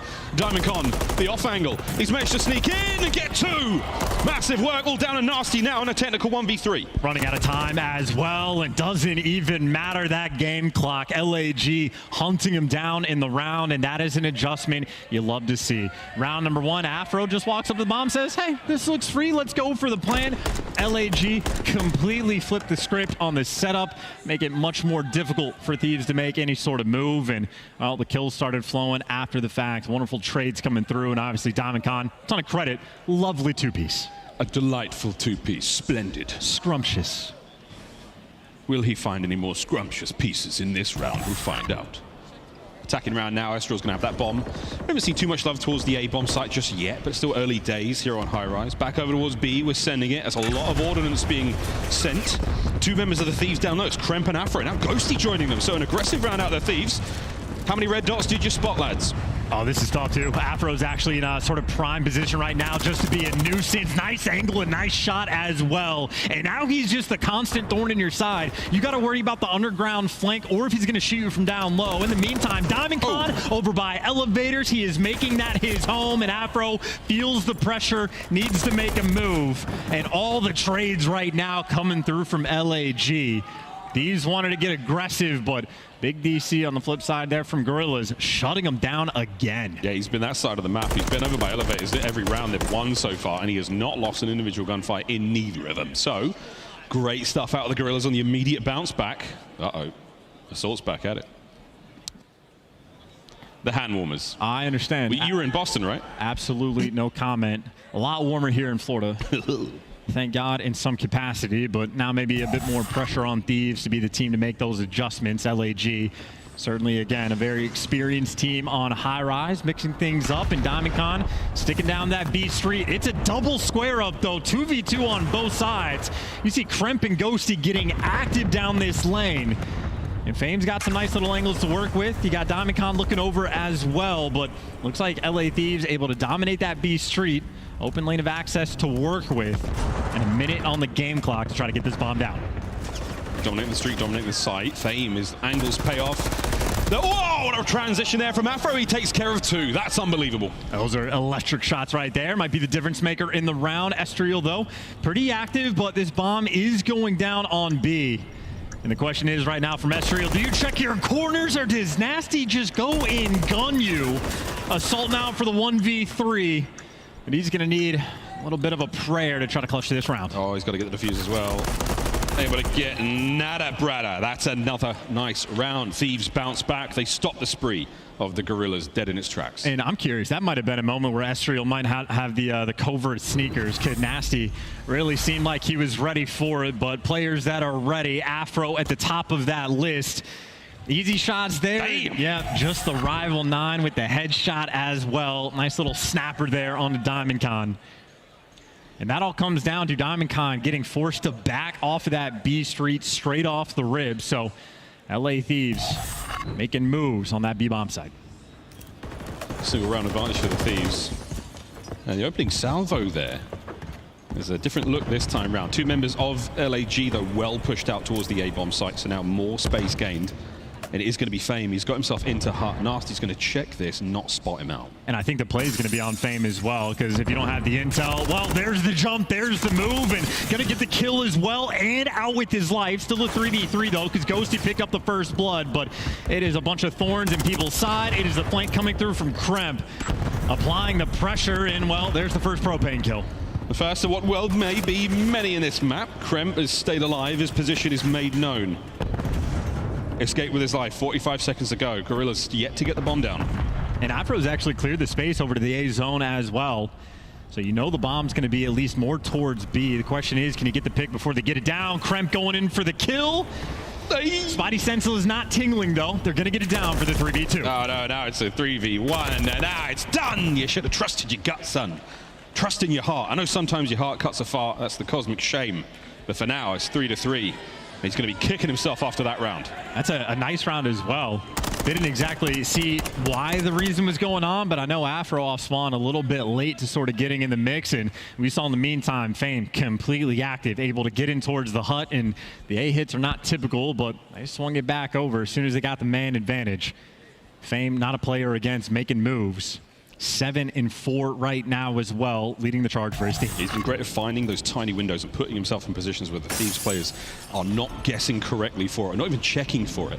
It takes a lot of time to check every nook and cranny in these search and destroy rounds. You don't have a lot of it to spend, so good luck, have fun, lads. Another round upon us. And you got LAG getting in position as well. They dominated the B Street again. You get Diamond Con pushed up nice and far, and I mean, two players looking down, maybe waiting for one gunfight, but now the question is, it's a weird angle to be playing. If LA Thieves have to rotate this bomb, this will be difficult to read, but for the moment, they're leaning towards this A site. A couple players working through the middle of the map as well. Afro, maybe he's going to be squaring up against Estriel sometime soon if he ever jumps up. Down low, that was going to be the LA Thieves human centipede. Now they've been split up. Estriel, an explosive finish. Assault trying to get involved now, heavily damaged, has to retreat. Diamond Con getting into the fight as well. 3v3, and they're expecting a lot of noise on the site, and Fame is still alive. And Kremp just dropped the bomb, by the way, in their spawn. So it's a 2 versus 3, less than 30 seconds on the clock, and if you're Nasty, you're gonna have to traverse the entire map, and you're not gonna get it done. You get gunned down, you don't get beat down, but Ghosty, for the 1v3, there is nothing you can do. LA Thieves attempting to get active, but LAG, I mean, again, they had virtually 4 players just sort of swarmed around the same sort of zone on the map, able to control it expertly.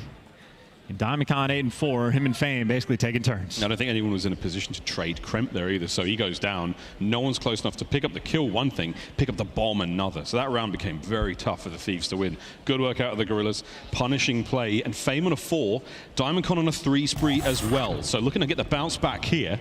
Bomb in hand, a little bit of a double back. We'll see where the nades go. And last time Fame was able to run straight up towards the HUD, so if nobody's going to be watching it, maybe LAG trying to get active again, but no, they cut towards underground. Fame and Estriel working together, playing some corners and looking for some intel. Kremp's going to be the guy down low, and you see for LA Thieves, one guy in the radio tower, roughly the same setup LAG had the round before. Estriel, nice opening bit of damage. Ghosty's there. He's been tagged up, pushed back. Still a strong hold from the Thieves. They're not giving up an inch whatsoever. Once again, bomb down in a bit of a difficult spot. Not as bad as the round before, but at some point you got to make the move. Double hitting underground. They're trying to chow Kremp right now, and Kremp doing the smart thing, just backs all the way down. Backs up, closes the door behind him. Ghosty still holding the street above him. Afro holding the site. No one is getting close. 35 seconds. The Gorillas are going to have to make that move sooner rather than later. And life now still 1 lead up for the Thieves. Pressure now on. Assault's got to get going. It's 25 on the clock. Yeah, Kremp, though, he's just dancing around, but the dance has to continue. Estriel, nice shots down low. But Kremp there, the late flanker, and his teammate, well, for Estriel, died at the exact same time. LA Thieves don't let anything slip away. They get a nice 4v2 advantage, and they make sure they don't make any mistakes. Love the plays from Kremp, just to back down. Nothing crazy going to happen in that round. Executing on defense. Yeah, man, Thieves kept him pinned down that entire round. There was no way anyone from the Gorillas was going to be able to get out. Burning through the clock, forcing the pressure play, and it wasn't there. 4-4, though. We're going blow for blow with our LA teams. Let's see what the Thieves do on the attacking round. Oh, this is going to be a square up. Well, yeah, LAG, they've been challenging this B Street every time, so LA Thieves just sending the absolute squad. Nades out. How good is your trophy? How much damage can be done? You see LAG, at least they get back down, and that allows Kremp to make some moves, get in position, and I mean, that is every nade invested just to work this street. There's two boys on the inside of the window as well, so it's a firing squad from the LA Gorillas, a very strong base of fire, and now the naughty angles from Diamond Khan. Oh, what a transition. Afro has to retreat. No one able to clean up just yet. Kremp's there to finally draw first blood, but my God, what a long round so far. Oh, that's the extra investment, but you get traded out, so you don't even get that man advantage. You worked hard for the first blood, but now it's the square up. Ghosty, though, on the late flanks, knows the player's distracted because the bomb is going down, picks up that extra kill, and, well, with angles like this, Ghosty in prime position to put the nail on this round. Eyes on. There's the kill. Quick check of the bomb, no problem. Assault 1v3. Damage in, no hope whatsoever. The Thieves on it. That's another good round. Map point. And I love the call just to dominate the B Street. Every nade invested, and Diamond Khan tried to get back in position over towards elevators. Someone watched the cross, giving the calls to Kremp to challenge outer. Even though that doesn't go well, someone made it into the B site to get him from the other side. So Diamond Khan effectively getting trapped in. And I mean, we've seen this idea from LA Thieves before. When they're planting the bomb over towards B, they're pushing on the other side of the map. Ghosty getting active as well, and just forcing LAG to deal with two directions. Difficult to deal with, and LA Thieves 1 round away, being 2-0 up in the series. Yeah, you got to check that sort of game instinct you have of like, hey, is anyone watching the flank? Is there anywhere they could hit us from behind right now? Yeah, always the opportunity. With all that noise taking place up front, head on a swivel. Nice nade, Kremp, tough stuff, 53 HP. A very similar look to the defensive hold we've seen from the Thieves so far. Yeah, well, this is the soft propane tank, so you're not too fearful of dying from it. Unless you're underneath it, weirdly enough, it's the cover that makes it hurt a little bit more. But Kremp back in position, and again for Thieves, just more or less owning the map. Playing a little bit more passive underground. Afro's dancing down low, and LAG sort of looking for that open avenue of attack. They haven't found it just yet. This B site is open, though, if they climb up. But, yeah, Kremp's just right back to it. It's all about these timings. Oh, it was great. Sense not enough on the timing. Afro able to get in there quickly. That's a problem. Fame makes it a very winnable round to force a round 11. At the moment, 4v2. They just won't commit. They'll commit on offense, but on defense, a little bit more passive. And, well, yeah, the bomb going down, 4v2. And now Fame's doing the exact same thing. Diamond Khan gets the extra kill. Ghosty is in between the entire roster. And just like that, LAG get it done. That is 2 rounds for just a player for LAT. They just need to chow the bomb, but a little bit off, and they get taken care of. A round 11 in a moment like this, not fun to deal with. Oh dear, we'll see how it goes. Final round for the Thieves. 2-0 lead in the series. For the Gorillas, it's a 1-1. Thieves will get the attacking side. Gorillas on defense. Here we go. What's the play call here? You're going to go 2-2 on the attack for LAG, or on the defense. Thieves, they're committing to B once again. Trophies are down. It might be another bloodbath in the streets. Here we go. Well, it's been given up, so if they want the B Street, they're going to get it. Nasty with that long line of sight. Everybody else, though, underground.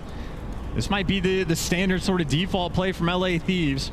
Try to get that bomb down towards B. Watch the hop up just above, and the opening is there. And they don't waste any time going for the bomb plant. They're going to get this. Oh, never mind. No trophies in the late nades. They have made the adjustment, LAG, with that first blood. Well, now the scramble to try to get the bomb back. There's the plant, so that will go down in the end. Afro gets it down. Fame gets him before he can escape. 10 and 6. Ghosty on the flank. Eyes on the first. Checks the second. Can't get it. All down and nasty. 1v3 to keep the bomb safe. Oh, Fame spots him as well. Fame spots him on the little jump up, then always in the back, and everybody hopping up top to gun him down. The adjustment gets made. It was the exact same strat they had in round number 1, but it's not the trophy players that were working that bomb. It's the SMGs, and Estriel just drops the Semtex at his feet. LAG, the experienced team on high rise, really came in handy for that round 11. The clutch factor certainly there. Great job from the Gorillas. They tied the series up 1-1, and what a performance from both Fame and Diamondcon there. 10 and 6 respectively. We'll see if that can keep rolling into the control, but hey, for now, man, a good game of search and destroy from both teams. LA Thieves, they continue to have an issue with high-rise. Well, not the ideal situation. Those round 11s can be haunting, but that is a moment that LAG most certainly needed. So far, this is roughly how the series went when they matched up online. LA Thieves pieced them up in the hard point, but the Gorillas able to get their revenge. So all tied up and squared away before we go over towards that control. But again, as you pointed out, credit where credit is due. 2 players from LAG there, absolutely fantastic, and just a lovely first blood in the end. Splendid. Well, it's another game of high-rise control, folks, so we're going to be keeping our shoes on. We're not going to go too far until we have to go to sub-base, and that's where we put our shoes on, we put our hats and gloves on, because it's going to be chilly. In the meantime, though, we're going to take a very quick commercial break. On the other side of it, we're playing control here on high-rise. We'll find out who takes the lead here in our matchup of LA Thieves taking on the LA Gorillas. Don't go too far. This is the CDL.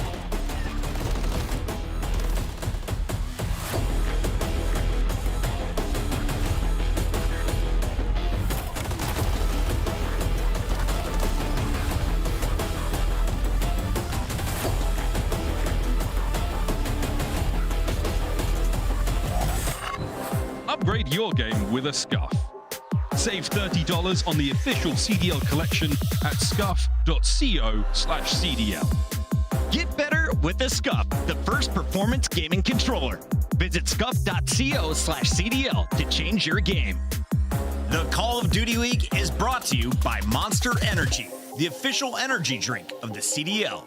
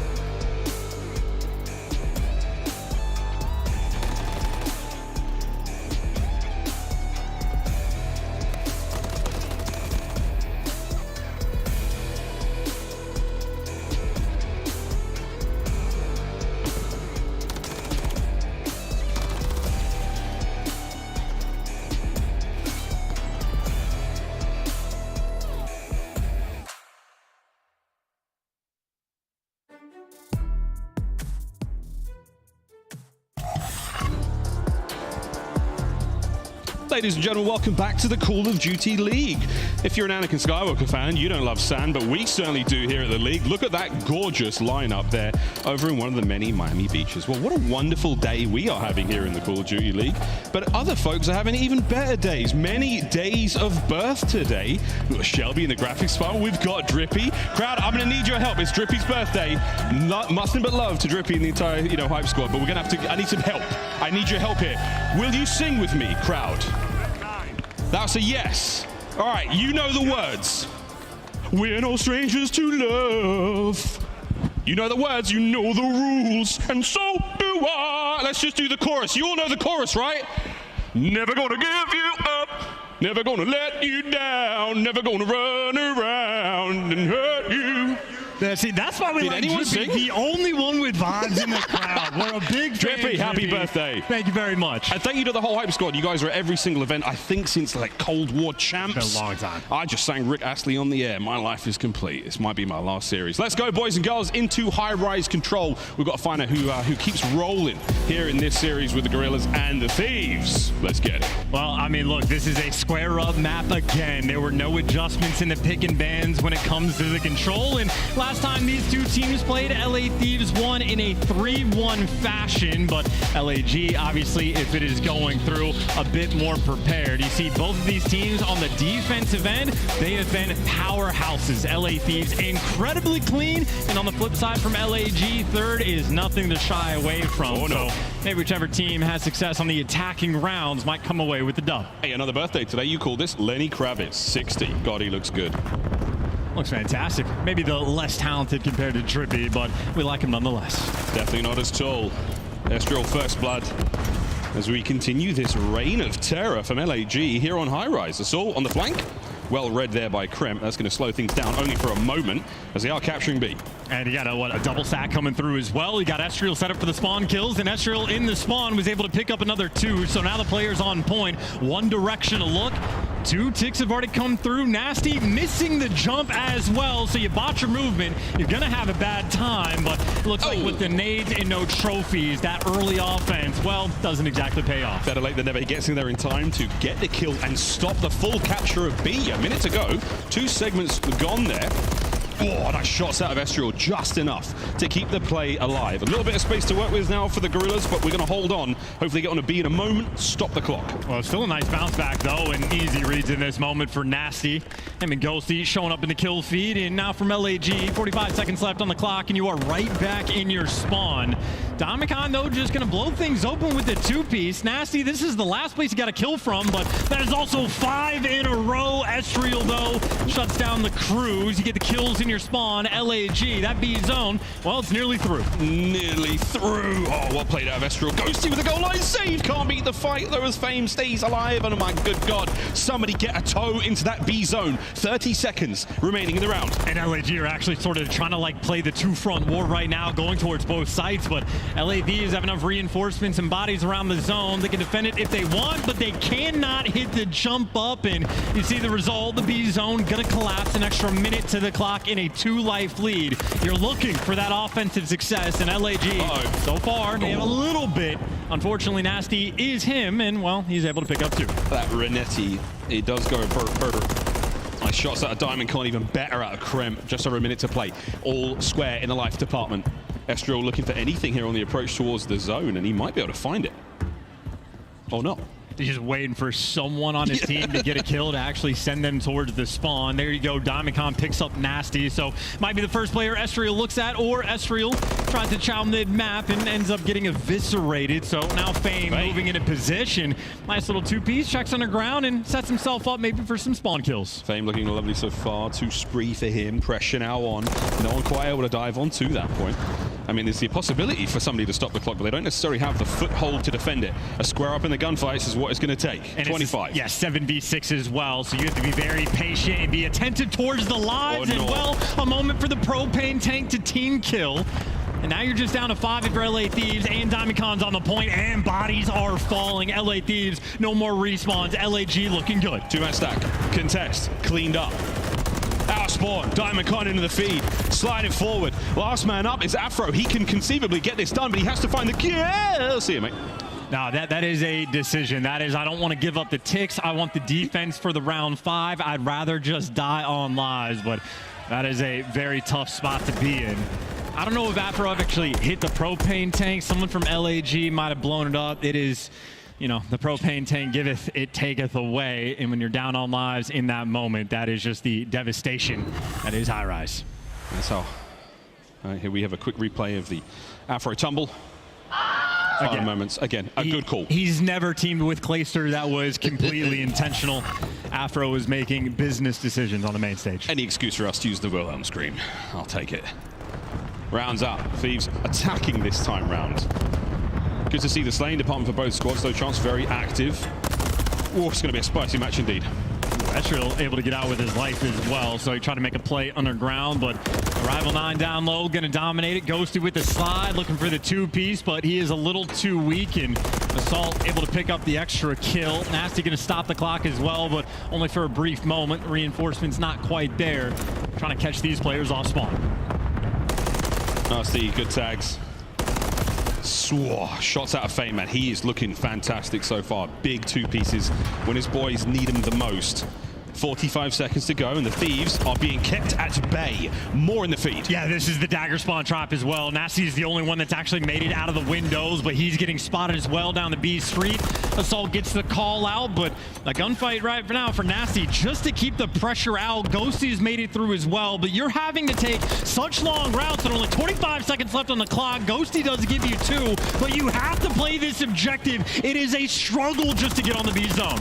Rival 9 at range from Estriel. Going to get kill number 15. He does with a nade, and that's a big hit from Assault. Who knows what really happened there? Still trying to get on towards a zone if you're the Thieves. The Gorillas locking it down. Fame taken down on the outside, and finally 5.1 seconds on that clock. Assault keeping them off, and that should be the round. No, done. LAG, a stalwart of defense here on High Rise. And that is a perfect round as well. You had Afro jumping off the map because they want to play the tick game. Well, they get nothing there in round number 2. Assault back at it again. He's feeling great on the defensive end. He's feeling himself, if you know what I mean. Match point now to push the Gorillas into a very, very happy place. The lead in this series and a 3-0 on control Chance. I don't think a lot of pundits saw this. I mean, this could be suffocating as well. Nice little momentum shift going into the next respawn just to have guns hot like this. Estriel having himself a very strong game as well. He set the tone just from the opening break last go around, and with 16 kills, might as well lead the charge again. Down low, Soren. Wow, lovely snap from Estriel. Not enough for that kill though, and Afro's going to stay alive. Still slow cap on B. It's a 2-man hit now. Afro makes it a 1-man hit. Assault still alive. Yeah, slow capture, but at least right now you're stopping the clock. That trophy as well, putting in overtime work. You hear the noises going off in the background, but finally, a player on LA Thieves hits the jump, and you might team kill with the propane tank, but at least you take down Diamond Con as well. But Estriel right back off spawn, roaming towards this B street as well. So many team kills as well on this map, but LAG still have that extra edge. Estriel's looking special so far. Set of clean kills there. The Gorillas have complete and total map control. They've got A capturing as well. B's nearly done. Pressure on towards B from the Thieves now, looking to get at least one of these players off. A safe, B captured. Advantage goes to the Gorillas, certainly.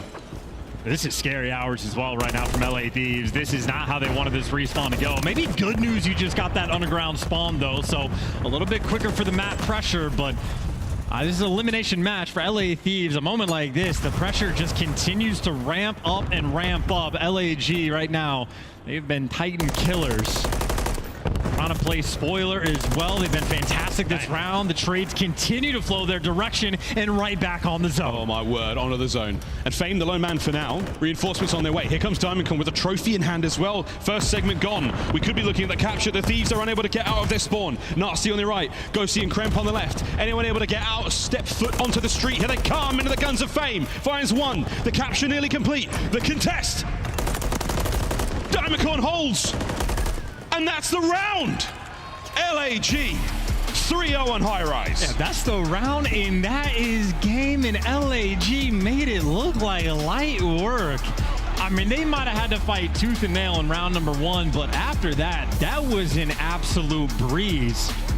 Kind of baffling as well with how that first Rio Hardpoint looked. It looked like just the firepower alone could have carried the Thieves through, but that map got flipped on its head. This time, everyone from LAG going positive, especially so there from Estriel.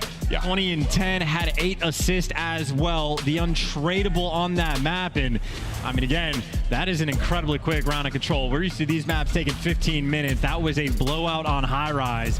And now a map away from advancing in the series. And the story for the Gorillas might be a team that could potentially just be leveling up on land.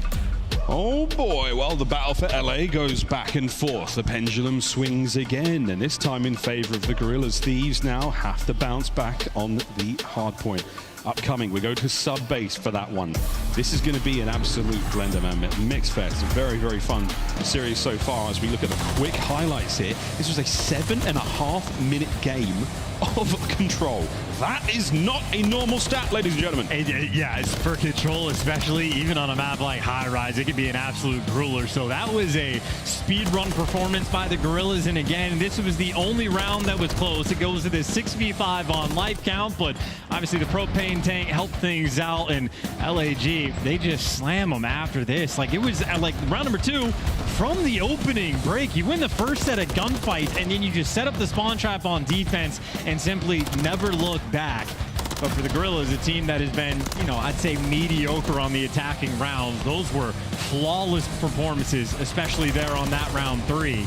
And again, for pressure, if you're LA Thieves, you are officially terrified. You could have 3-0'd Atlanta FaZe, and now you might just lose 2 series in a row and place top 12. How fast you can fall in the CDL could be a devastating moment. Maybe good news for sub-base Hardpoint. They did play LAG online. They pieced them up as well. It was a 250-105 victory, so not remotely close, but we saw some experience for the high-rise S&D from LAG. Sub-base, another one, very experienced on it. They've got a ton of repetitions, both pre and post-patch, so LAG looking like the lethal threat. We'll see, man. I mean, this is a very big turn, and again, if you're a betting person, you look at last night's performance, you think, wow, man, Thieves should have this in the bag. LAG haven't looked as strong.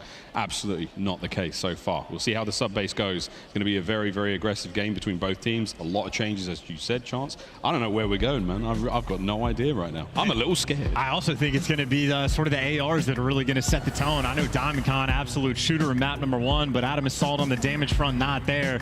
Nasty and Ghosty really going to have to crank things up, but looking at the holding and breaking, this is across every map that we have on the break front. These teams have struggled, but on the holds, LA Thieves have been fantastic. So the expectation when Thieves are rotating, again, they played them on this map sub-base, and it was an absolute dominant victory. LAG need to make sure that they stay ahead of the game. So the Gorillas, you want to be in the hard point first and foremost. That's going to be the goal. If you see that hard point go red, you're in a little bit of trouble, LAG fans. We'll see how the slaying department goes, because everyone's been shooting. Estriel had a fantastic game of control there, Chance, and both Fame and DiamondCon in the search, super solid. And this is going to be a map as well where the opening break honestly could decide the fate of how the map plays out, because LAG are going to be starting on the bad side because it is their map pick, which means right from the jump, it is going to be incredibly important. If you struggled on the break front, well, you can't afford to just instantly lose that rotation to P2 and give LA Thieves control, because again, the Rio, absolute spectacle, nearly flawless opening break. Match point, LA Gorillas, Thieves looking to get that game 5. We load now into sub-base. For map 4 in this series, a battle for LA continues, another chapter written in this seemingly never-ending story, Chance. And again, potentially the second team to be eliminated here in Florida. Day 2, but this is where hearts can get broken. As pointed out, Gorillas starting from the bad side. You need to make this maybe not a clean execution and necessarily flip the spawns immediately, but you at least want to be able to get this P1 time. Nades are raining from up top, but doesn't look like there's any connection. No one for LA Thieves running through mid. They're taking it from the sides. The Gorillas could be able to absolutely bulldoze this situation. And Fame's in a bit of trouble. He does manage to get himself his first. Oh, Ghosty, lovely shots. Mid-map presence now, all Gorillas. You've got lines of sight onto it for the Thieves, but there's a lot of cover in that hard point. And they got the extra kills, and they're getting the initial time. First, the Gorillas right now, it's good. Maybe not great, but they're doing the right things. But now you got LA Thieves working the flanks. A nice nade there from Afro and Kremp for the follow-up. And you got guys like Nasty who are just trying to keep it under control. So right now from LAG, they're not only trying to go for this P1 time, they're trying to work out of the warehouse, and I think they might have gotten it. Diamondcon at least has the clearance to get over towards New. And it might take him an extra second. He thought about getting players off time, and you wait too long. Nasty has the time to get in position and shuts you down. Oh, this is a good heads-up play. Eyes on Fame as well. Nasty's not letting go of that position. Oh, the timing is a little bit awkward. He's managed to slip through. That's the kill. This could be huge. If Fame can keep the pressure up now, the members of the Thieves have got to keep their heads on a swivel. They've spawned on the right-hand side of the map, so an opportunity for the break here, but Crimp and Ghosty in the feed. Fame, you've got to get to the point to save your boys. Oh, you have LA Thieves maybe a little bit too slow to turn. Ghosty, though, from in the time, able to just get his own trades. It's the technical, fire extinguisher kill that's there to take him down, but LA Thieves to maintain the spawns. Ghosty winning the gunfights in the hill, and now Thieves, for the first time in the game, able to stabilize and try to collect this time. How much time can they garner? There's only 23 seconds remaining here on the sub pen. Afro will be the man soaking it away, pushing out towards that new hard point as well.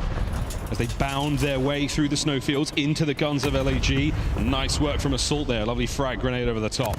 You might be able to get that player at the point, not necessarily because you want the time, but you want to keep him off the push. And a lovely moment as well with Fame in the back, rotating over towards New. LAG actually have a ton of pressure up towards the middle of the map, and if they're able to get any of these kills, Thieves players are going to be spawning very far away, but it's actually going to be a bit of mixiness. Nasty spawns up, and well, nobody actually rotated except for Fame. You don't block the back spawns, and that is a massive mistake in this game. Tell us what you really think, Charles. It's now Diamondcon's 2. Might not amount to a whole lot. Assault through the middle of the map. Diamondcon's still alive on the outside, able to get a third on this life. Hey, look, that's just like Call of Duty at its finest. I like the 3 players being pushed up. They drop the ball, lose the spawns, and then they just take it right back. So who needs spawns if you can slay like that? I suppose LAG right back in the time, and already guys like Fame thinking ahead of the game on this rotation, but 18 seconds is worth fighting for. Gorilla's gonna get it, and now with his operation, try to hunt Fame down. He's playing hide and seek against 3 players. There's one. Oh, Kremp gets it. Back line of the map, all safe. This is LA Thieves territory now. The wet dock is open for business. Ghosty keeping these players at the warehouse at bay as well. This is fantastic work, not just burning the time, but keeping these members of LAG well and truly out of the fight. They've got a long journey to that side of the map. Keeping it nice and slow, and well, yeah, Ghosty at least will be able to get those back spawns. So very dicey to try to make sure you keep it maintained, but now for the Gorillas, a very long way to go, putting the pressure through P2, but Ghosty already posted on the back sub with a trophy as well. It's been 25 seconds of completely uncontested time. It's like exchange of gunfire here. Nasty's got the left flank covered. High ground is all Gorillas though. Able to get into the time. Yeah, clean kills, but you've still got spawns for the Thieves on that side of the map, so the battle is far from over. Afro's going to trickle forward, try to give himself some time, give his boys a position to fight their way out of this side of the map, because that's the next problem, Chance. You're pinned top left. Well, Ghosty ends up like spawning on the pinch effectively to shoot a couple players in the back, and they might turn for it, but you're at least able to collect those final few seconds. And now Ghosty making moves to try to claim some sort of power position on this rotation. Gorillas will be here first, but LA Thieves may be in position to try to break it down. Ghosty afforded nothing on the map, though, except for the spawn. Yeah, he actually just ends up spawning in the perfect spot to go on the pinch. There's a pinch on a pinch happening here, but Ghosty has the eyes on that minimap. Nasty takes care of the toes of Diamondcon, takes care of the rest of Estriel. Lovely 2-piece, turns it into a 4 spree, which is immediately ended. The rest of the Thieves taken care of. This is a wide open map that's got the Gorilla's name all over it. Yeah, no trophies either. That nade might do some damage, force Fame forward, but him and Estria able to combine to get that kill. So Gorillas end up dealing with the mixy spawns coming through, and maybe that has been the name of the game for him. The mixiness has been fine. By the way, in the kill feed, Ghosty has 16. Kremp and Nasty right now combining for 11. Oh my days. Afro doing what he can to fight his way forward. 10-ish point game right now in this Hardpoint, and this is map 4, elimination matchup for the Thieves. They're going home if they lose this sub base. Looking towards P1s, the first set of Hardpoints complete. Not a crazy scoreline for either team. Fame, though, he's playing the perfect spot as well. Nice and patient, the high IQ plays, and now Afro inside the hill has every direction to look. Fame and Diamondcon able to get a couple kills around the point, and now you make the move towards P1. They never actually successfully flipped those spawns, though. It's going to be partial. Ghosty on one side of the map, everybody else for Thieves on the other, but in the meantime, LAG just happy to collect the time. Fame's cooking. He is cooking. Diamondcon 14-8 as well. The slaying department right now for the Gorillas, absolutely fantastic. Let's see how the comms sound with a lightning quick listen in with the LAG boys. Yeah, maybe. P2. He could be in P2. I'm just sitting in the corner top class. Go long. He could be P2 high. Actually, as long as the only route open. Oh, you can't room. Yeah, you can't room. I'm just making sure they can't get on time. I'm just letting. P5, and then all. P5 dead. One big glass as well. Yeah, I'll see him on all that. He was our box. Nice. I'm shifting left. Belly. Nice. Gotcha. I'm staying out to Tinder. You're long angle. He doesn't see you yet. Yeah. I'm staying out there. Stay small back then, maybe. Yeah. There's 2 of them. 2 on new. Yeah, plat. And then 10. 10. Finish me out. Spawn over here. Give me a second. Left. They can push it back out in a second. Secret. I'm one shot as well. I'm one shot. Nice. One more. Secret. I'm waiting for the He's out front, enemy. This one enemy. I'm staying out. He's the only one there. He's the only one there on the whole time. Bomb thing got me. He's going up P5 thing. I'm going. I'm taking left front all the time. I want to hop. Yeah, I'm gonna sonic cross. Low plat. He's on the staircase of plat. Much more front. On the staircase on me. Okay. Glass right now. I'm wrapping right again. Just on the staircase. Not a huge amount separating our teams right now. Relatively calm comms for the Gorillas' chance, but they find themselves in hot water. Yeah, it's just been a mixy map, but right now LA Thieves just looking to stabilize. They do with the back spawns. A couple players pushed out towards the middle of the map, and now Ghosty's sort of that cutoff man for the team, drawing the attention to Diamondcon, who gives away his position up top. And well, LA Thieves know a direction to look, trying to hold on from down low, but they are just getting suffocated around this zone. Gorillas trying to do their best just to keep them off. Beautiful work from Diamondcon to stay alive there as well. Situation right now for the Thieves. They've got players in the middle of the map. Couple on the point as well. Nasty wins a big one. Staying alive there on the point, keeping the time ticking in favor of the LAG boys. The lead has changed. Estriel and Co fighting for the other side of the map, and here we go. Another hard point.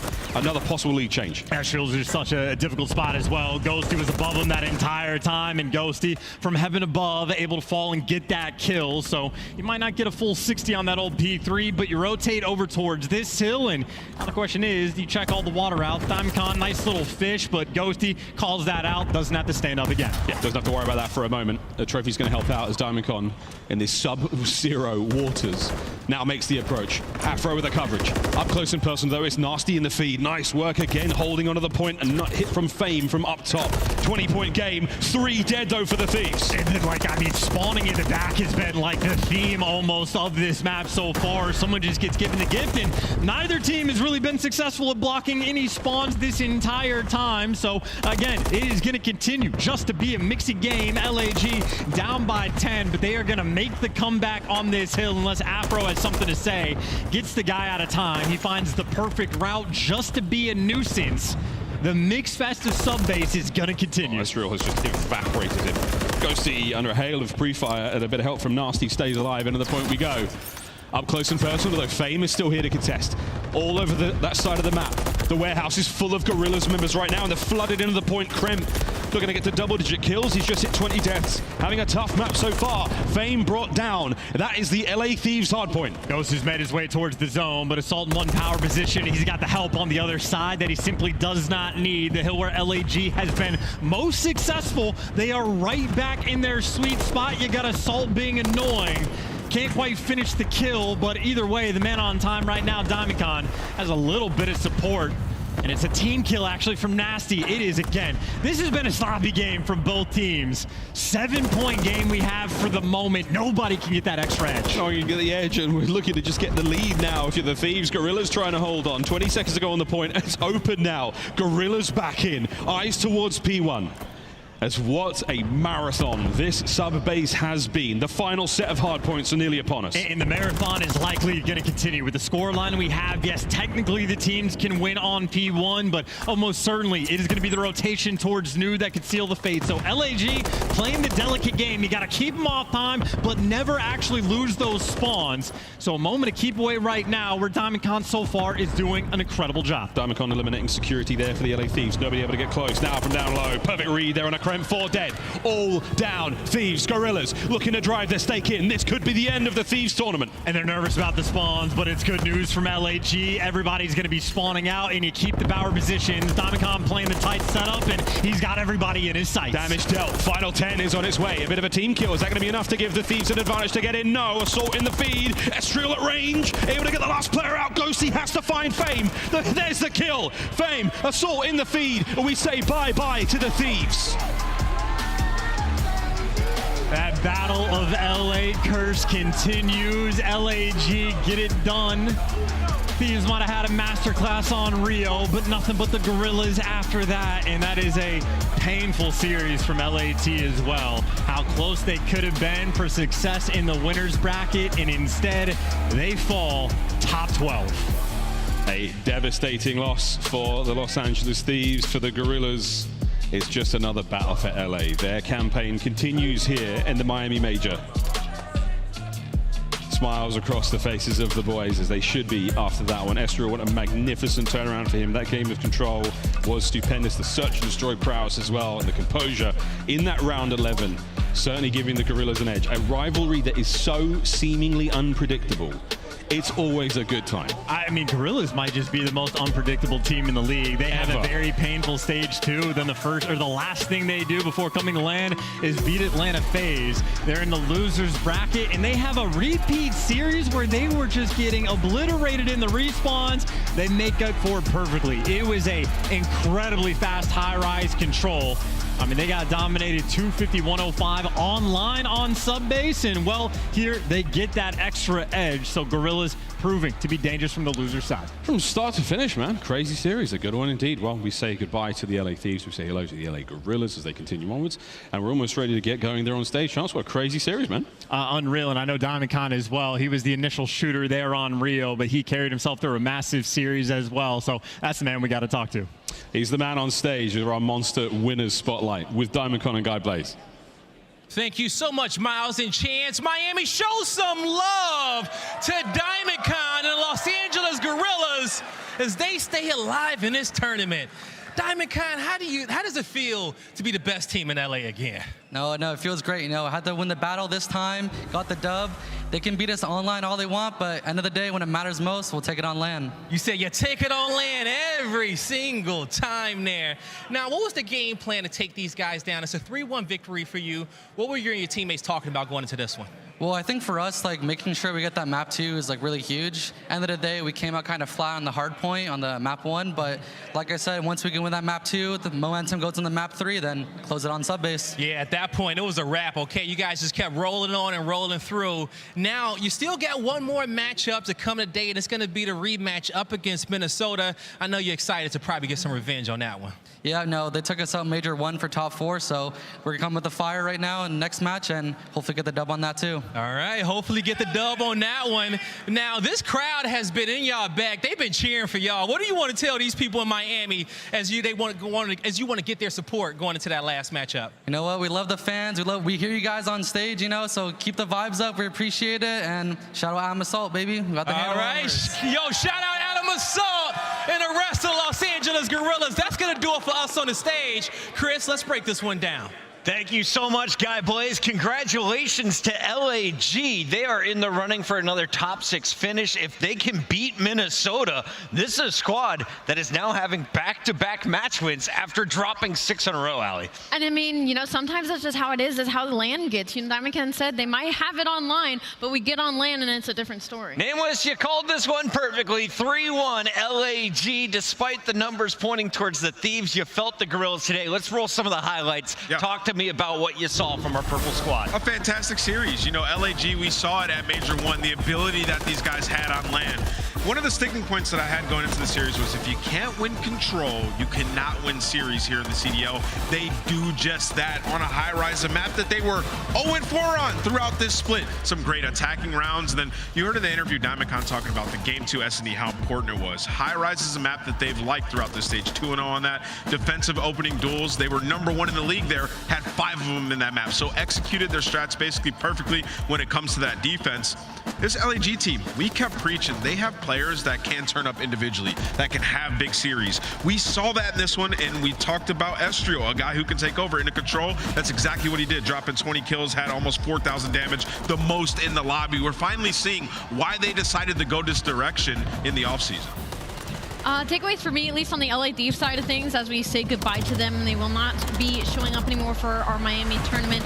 They played a one and done. I think they sold in that round 9 in Search and Destroy. LAG was playing a very, very slow attack and was giving them a lot of opportunities to get aggressive on defense, and they just didn't do it, even though that was working in the first half of map number 2. And then unfortunately, map number 4, like when it comes to these bottom tier teams, the biggest separation is going to be with those who can slay out and those who cannot. LA Thieves had the fundamentals. They were hitting the rotations, but unfortunately, they had a player going double neg, and when you're going 0.5, you're not going to win the trade battles that come in from an aggressive team like LAG that's hitting you from the front and getting those breaks on a map like sub base. So I think LA Thieves hurt themselves a little bit here, but I mean, LAG, I mean, they played great. Heartbreaking loss for the Thieves. After going to a Game 5 against Atlanta, they are sent before the second search against LAG, and that means it's going to be the Gorillas with our Scuff play of the game. And I don't know if this is a fact, but it's a Puckett fact. This is the fastest control game I've witnessed.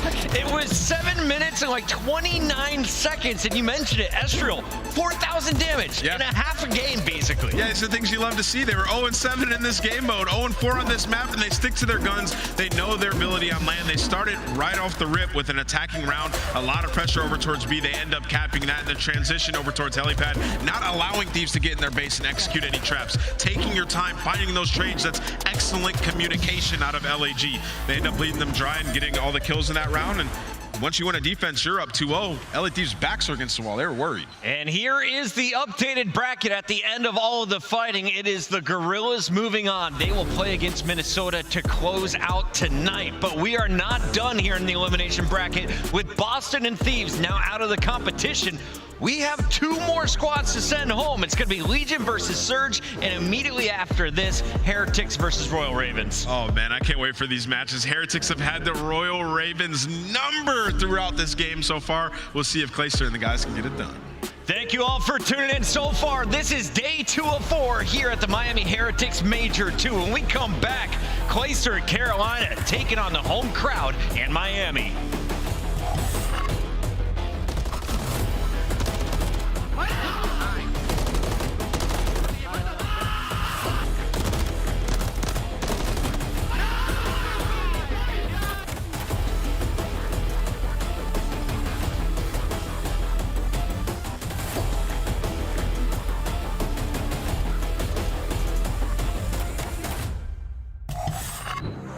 Upgrade your game with a Scuff.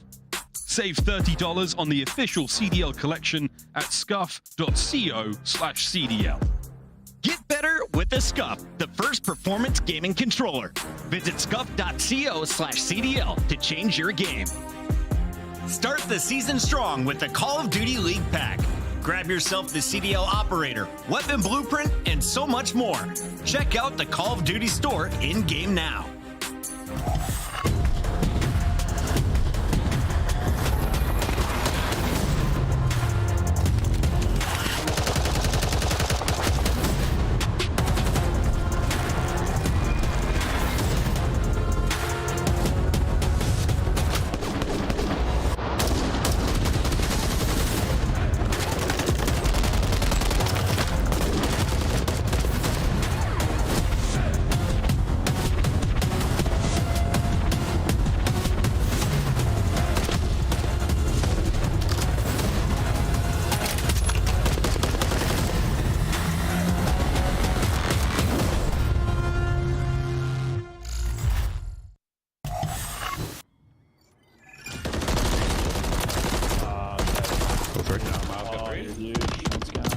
Oh yeah. It's going on CDL TV, baby.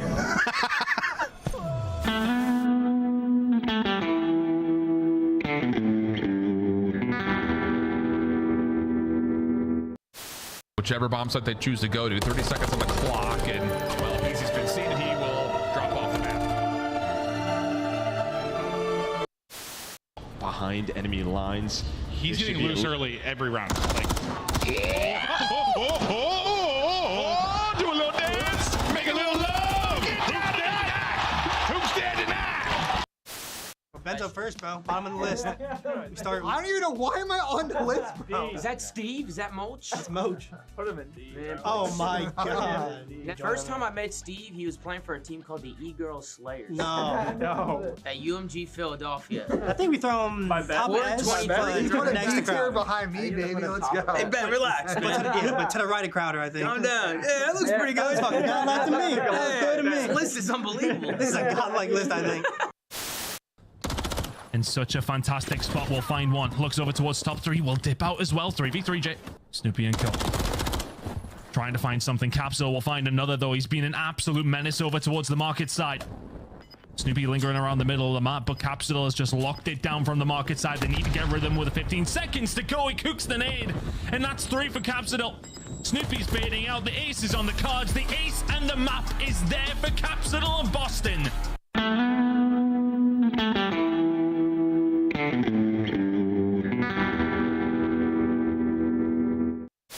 Craziest play I have ever seen in my entire life.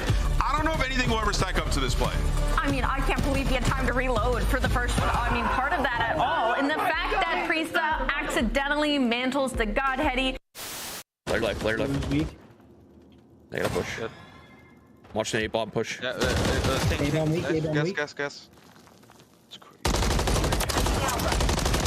Be advised, you're low on reinforcements. Oh my god! You won that round. Get ready for the next one.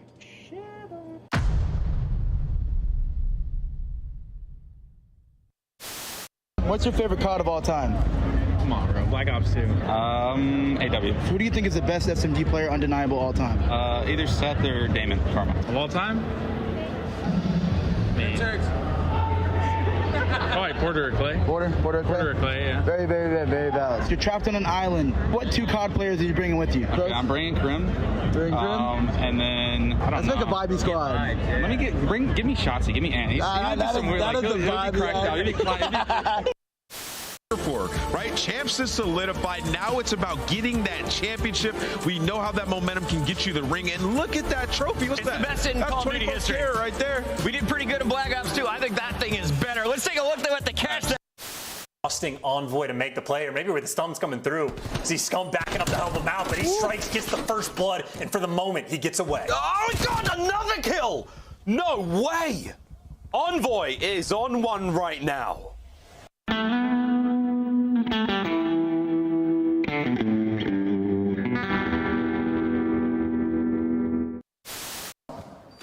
Priest is trying to get the push up. Major is actually able to get a kill. Major, how does he get 2? How does Major get 3? I've got no goddamn idea. But once again, they clutch up. What in the hell did Major just do? That man's got ice in his veins. Proving just that, an early kill goes his way. Shotzi with a very, very fast flank. Whoa! What the hell was that snap? Okay, son. From this my angle. You God. gotta be kidding me. Look at that line of sight. Kenny has absolutely no idea. Look how long that is. Look at the size of that thing. Oh, Kenny's got to get off the bomb now. He's petrified. Wait, is he going to stick it? Time's ticking. Kenny's holding the line. If he gets the kill, that's one thing, but oh my, insight pulling out.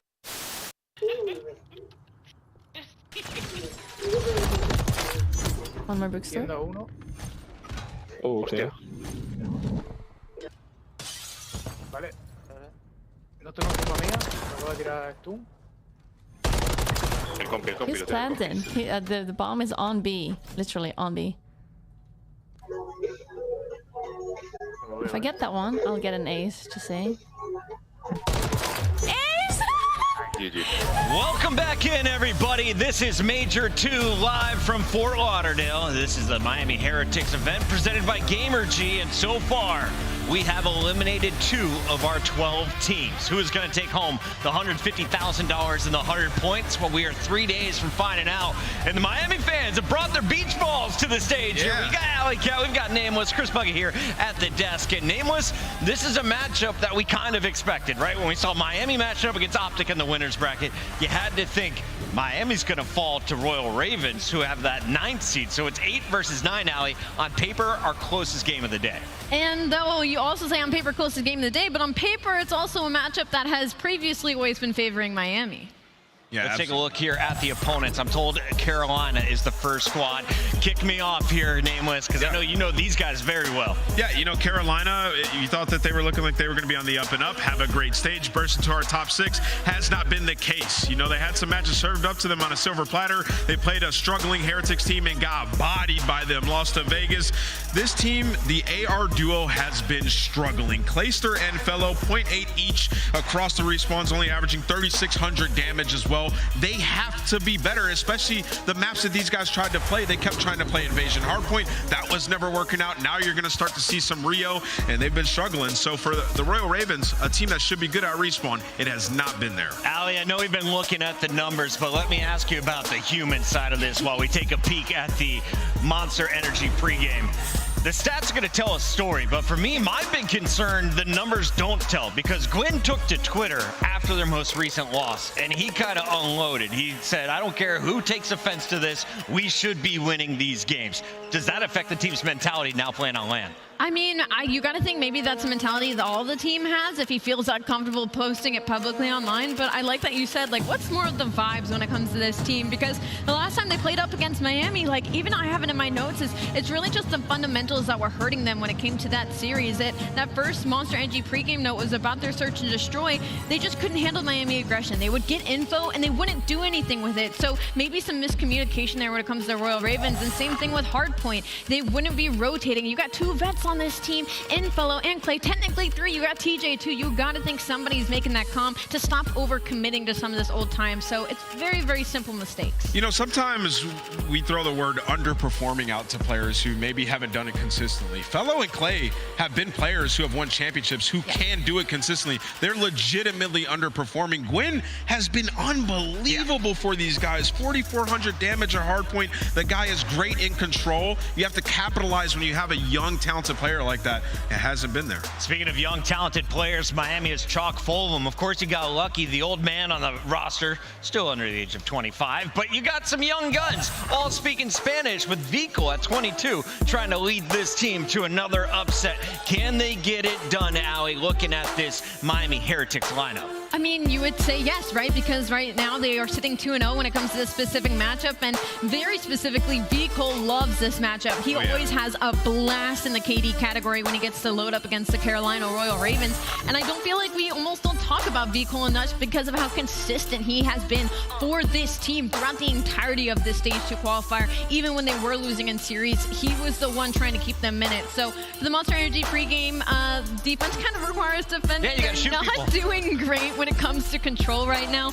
To be honest, neither of these teams are going to be great at that map number 3. For Miami Heretics, it's going to come down to the search and destroys. Just making sure they're capitalizing on that aggression that they showed in last time and not lose their pace when they're falling short in these series. Yeah, you can see 12th in opening duel win percentage. You do have a team that should be able to get aggressive and make some plays throughout Stage 1. I feel like they were more fearless in the S&D game mode. It hasn't been like that throughout this one. But they did lose a lot of 4-6 round 11s as well in search and destroy throughout this split. And you have a guy on your screen right now in Vico who, as Ali mentioned, loves this matchup. A 1.2 last time they played, did great in the S&D. He's the playmaker for these guys. That's who you're looking at, especially in those S&Ds. All right, we had Scruffy in the chat saying this is going to be sloppy, fantastic 5-game series. Do you see this being a mess all the way to a game 5? Do either of these teams have the capability of a hot 3-0 and sending the other home? I don't think this will be a hot 3-0 simply because of the way that Clay gets on LAN. I think we at least go to 4. I will say, though, that Rio, to open it up just like last time, keep your eyes on Eric because he dropped 29, and on the other side, keep your eyes on TJ because he dropped 31. There's a look at Clayster. The man still got it, and the fans fans, they travel with him since the beginning of his career. Yeah, they love him, man. The fans love Clay, and how could you not? He's been a part of so many fantastic franchises in the past. He's gotten so much done in his Call of Duty history, and you can see right now, stage 1, he was top 10 almost across the board in the statistics. This stage, there's been a huge dip, slumping Raven, as you like to call it. He's a guy who can go out there and still put down a ton of damage, so don't be surprised if when we get to land, he starts feeding off that energy, he completely flips the script of this page. And how many rings does he have? He's got a lot. And you have a couple million for each of those rings up for grabs. He's making money, and he's doing a pretty darn good job throughout his career. As you mentioned, though, those are the worst stats I've seen out of him. He has had an awful stage. Today, you got to turn up, and land is exactly where he can do it. But with Clayster aside, Allie, I want you to kind of focus in on this Royal Ravens team. Yeah. What do you need to see from Carolina? Is it comps? Is it better rotations? Where do you think is the big hole that you can fix by just watching VODs? It's the fundamentals, like I said earlier, which is funny to say about a team that has such older and veteranized players on it, is all of my notes that regards them is they're getting out-rotated, they're getting out-slayed, they're over-committing to old time, they're getting information and doing absolutely nothing with it. So I'm looking for maybe some more leadership out of one of those vets to kind of steer the comms a little bit better. Nameless, let's take a look here at the road for the Carolina Royal Ravens, because remember, they came off of that LAN and they almost sent Subliners packing with a hot 3-0. They folded in the final round of Control, and then games 4 and 5. After that, your only wins came over Surge and LAG, who was in a huge slump. Yeah, you know, I think they just found themselves in a position where they're like, all right, we could actually make it into winners here. They went up against Heretics, maybe didn't take them as serious as they should have early on. They lose that map 1, and then they lose that. You go up against Vegas, who are playing some of the best Call of Duty of their lives, and they end the stage with the 0-2 record there to close it out. When you can see, this wasn't a hard strength of schedule whatsoever. They should have made winners after this, but you know, for this Royal Ravens team, we watched them at the last tournament. They look solid on land, man. These guys can perform. Chat, crowd, I got great news. The players are told to be ready, so it's time to make it official. It's time for your Scuff Pick'ems, and I'm going to have Allie start this one off. Allie, you're currently at 69. It's a great number. Can you break to 70, though? You're also at 69. No, you might catch me with this one. Listen, I went 4 for 4 yesterday. I'm 0-2 right now. I'm going off the vibes instead of the stats. I believe in the old man Clay and the boys. I'm going to go the Carolina Royal Ravens. The Carolina bounce back. Fans like that answer. Nameless, your turn to make them happy. I'm going with Heretics. I think they take this. There's 6-1 map count against them. Prove me wrong. It's your hometown major.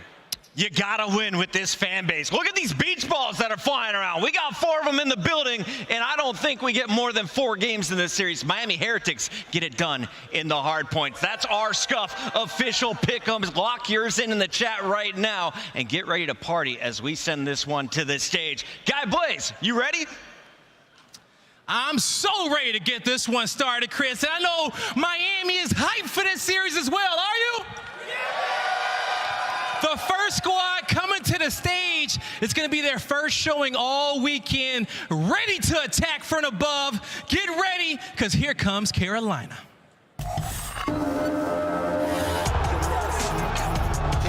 now, lining them up for Ravens. They win the majority of them. Clay through it, too. This one is done. See you later, New York. Fly on home. Felony rallying up the side.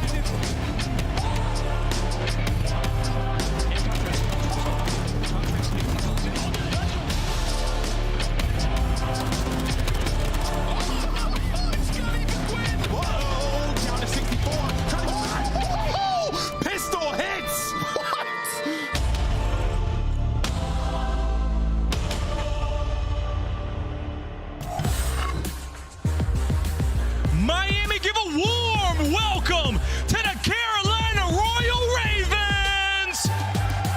We got Teej, Gwen, Felony, and Clayster. Showing no fear, the Carolina Royal Ravens are here. The outside looking in when it came champs time. They're down low on our leaderboard. They need to get some dubs. And we've seen some miraculous moments from these guys in years past. They have what it takes. This team has been here before. They got to go through the hometown team. Let's bring out Heretics. We definitely know they got the heart and they got what it takes. But this is the hometown event of the Miami Heretics. So get ready to make some noise for your squad, because here they come.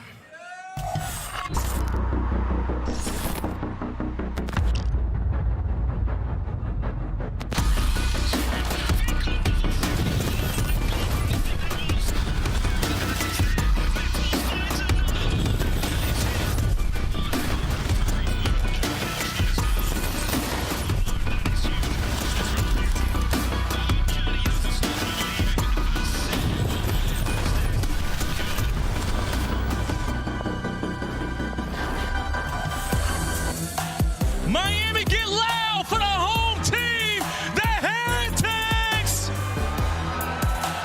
We got Meadows, Lucky, Vickle, and Eric. Take my vamos! The Miami Heretics are ready. They clutch up a winner's spot, but unfortunately fall day one. Now it's time to see what these stars can do when the pressure is on them in front of their home crowd. It's only day two, and they don't want to say goodbye to this run just yet. They have to do it against a team that they have won against in the past, but not yet on LAN. They need all the vamos in the chat and the venue. Blaze, ready to go? It's only day two, but it may be the scariest one, Allie. It's an elimination matchup, and it's time to get this one started. Merc, Maven, let's roll. All right, Blaze, time to get it going, and yeah, here we are. We're in Miami. Miami, can you make the run? You know, it's been an interesting year for them. You start a bit slow, you get rolling. It's been up and down. But Major 1, obviously, not what you wanted.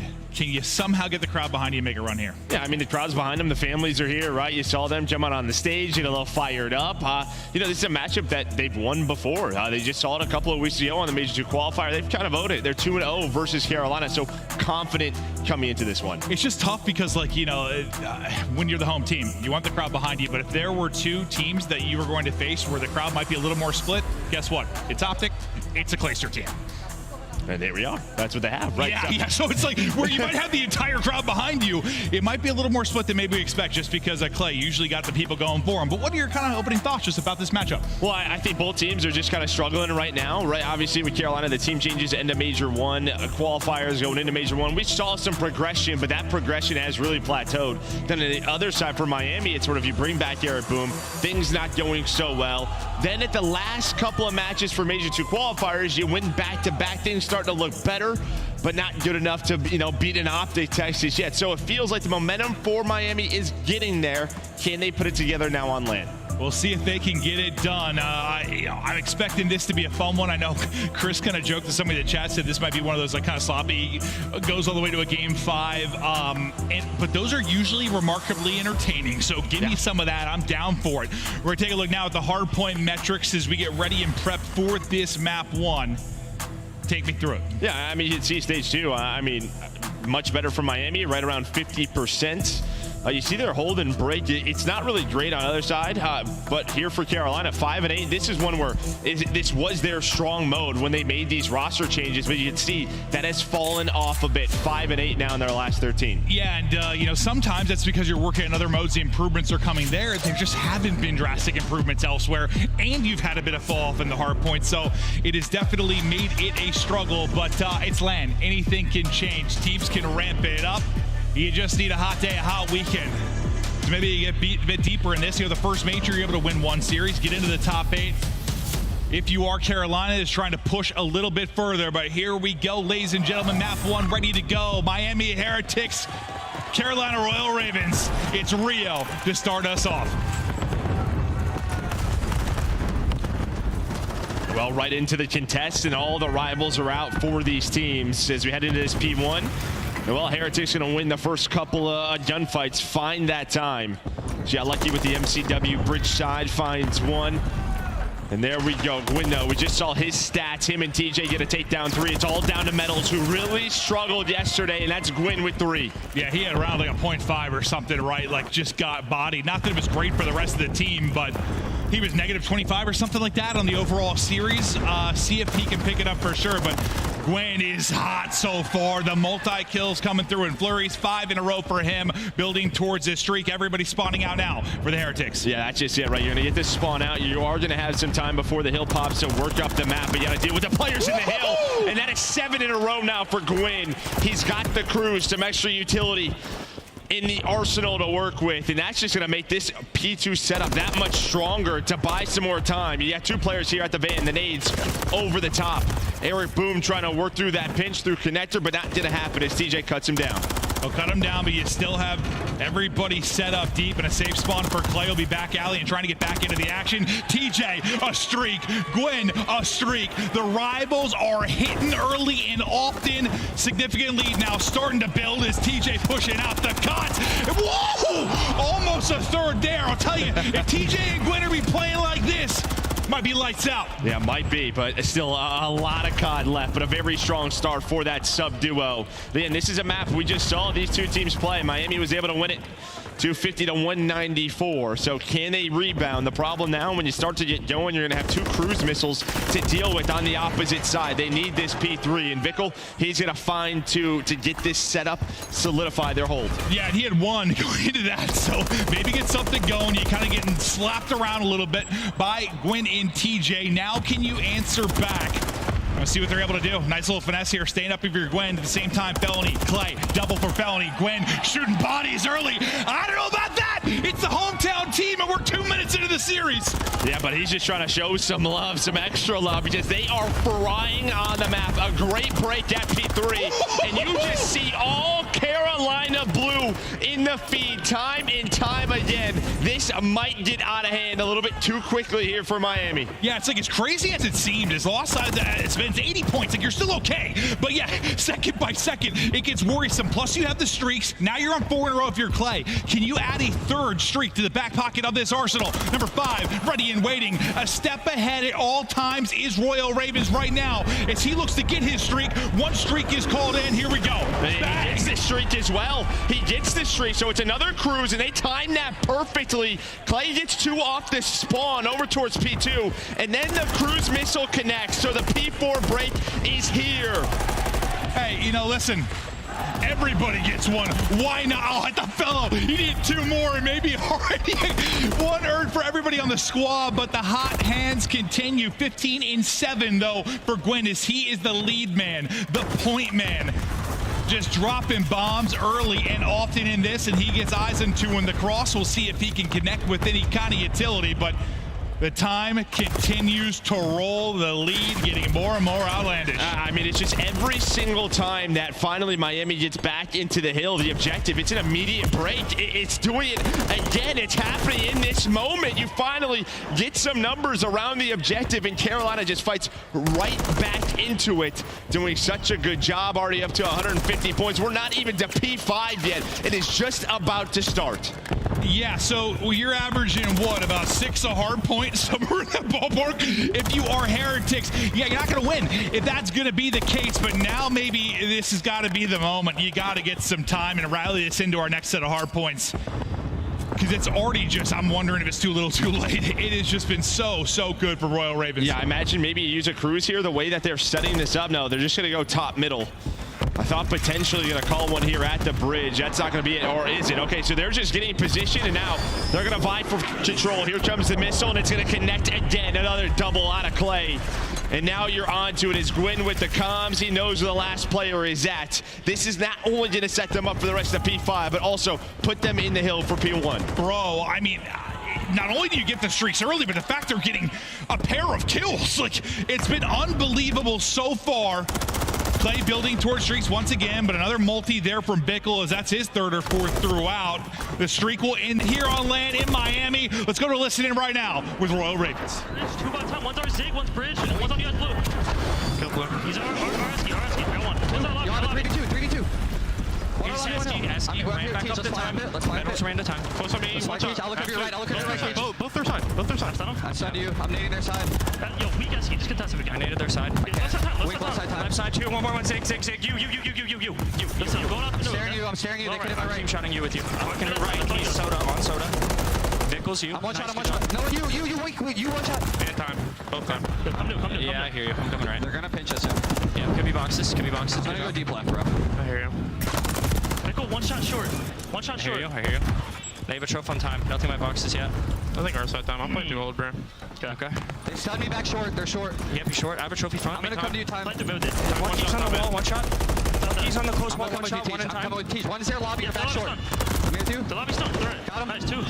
Nothing secret, bro. He's behind the hot dog stand. And one's close ramp and hot dog stand. And hot dog stand challenge. One's close side. One shot, shit. Blue. In blue, one shot. And one on hill. I did a hot dog. In blue, one shot. Absolute time. Blue, one shot. I'm looking blue. Dead. Time in top wall. And dead. One more on wall. Nice. I'm nading deep. Kid. One nading deep left. I have secret. Look at my left. Get cop car and get my left. I'll get cop car. I'm getting a trophy down. They're on your left side. I can't look at it. For a moment there, it felt like Heretics maybe starting to rally, just a little frustrations from Royal Ravens, but then the comms started to hit, and on that rotation, Felony, dude, what a good job staying alive through that stretch. Yeah, he stays alive, and I mean, with his position, that means you can't push forward like Eric Boom is right now, but here we go. Maybe a chance here for Miami. There's no more cruise missiles in the back pocket of Carolina. They have slowed things down here a bit. It's still a 60-point game, but looking a lot better than it was a couple of minutes ago. No, it certainly is, but yeah, still a mountain to climb. Maybe now a hill as he gotten a little bit closer, but it will be Royal Ravens once again inside the point. Metals looking to get freaky, but it's Gwyn with another double. He started out, Brian, slowed down a little, but now getting right back to business as usual. As their Boom just trying to look for an angle and opening, around and around we go, and he's able to get the kill, but in the objective, it's still Royal Ravens. Yeah, but you're so staggered, right? Because of those 2-2 split spawns. After Gwyn gets that double, you're going 2 at a time. You have to slow down here if you're Miami. Look at this. It's just 2 and then 2. This is not how you are going to break this hill, and Carolina are making them suffer. And they've been a team at times where, you know, their pace has caused issues for other teams because they want to play fast. They want to get in your face, but you got to do it as a unit, and struggling to do that right now. But as you said, maybe all the streaks were exhausted. There's a chance for another one here. Gwyn on 5 in a row, 15 points away from victory. There's another cruise that's going to be earned for Gwyn.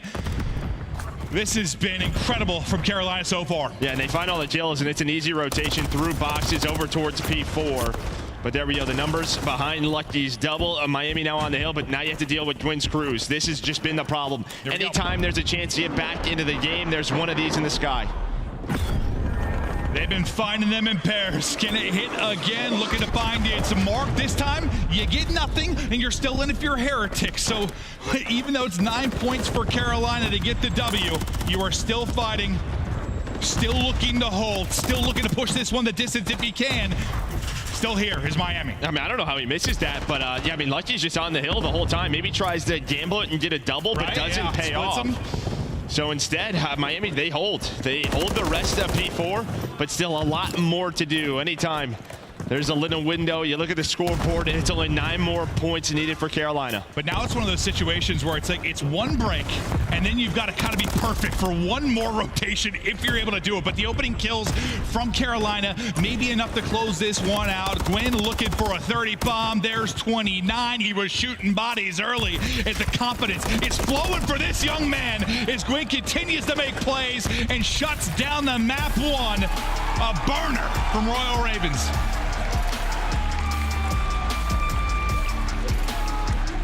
And that's just really it. I mean, just right from the get-go. You get TJ and Gwyn, what, 10 and 8 between both of them. The first couple of hills, a couple of cruise missiles to work with. It's just too large of a lead for Miami to get back into it.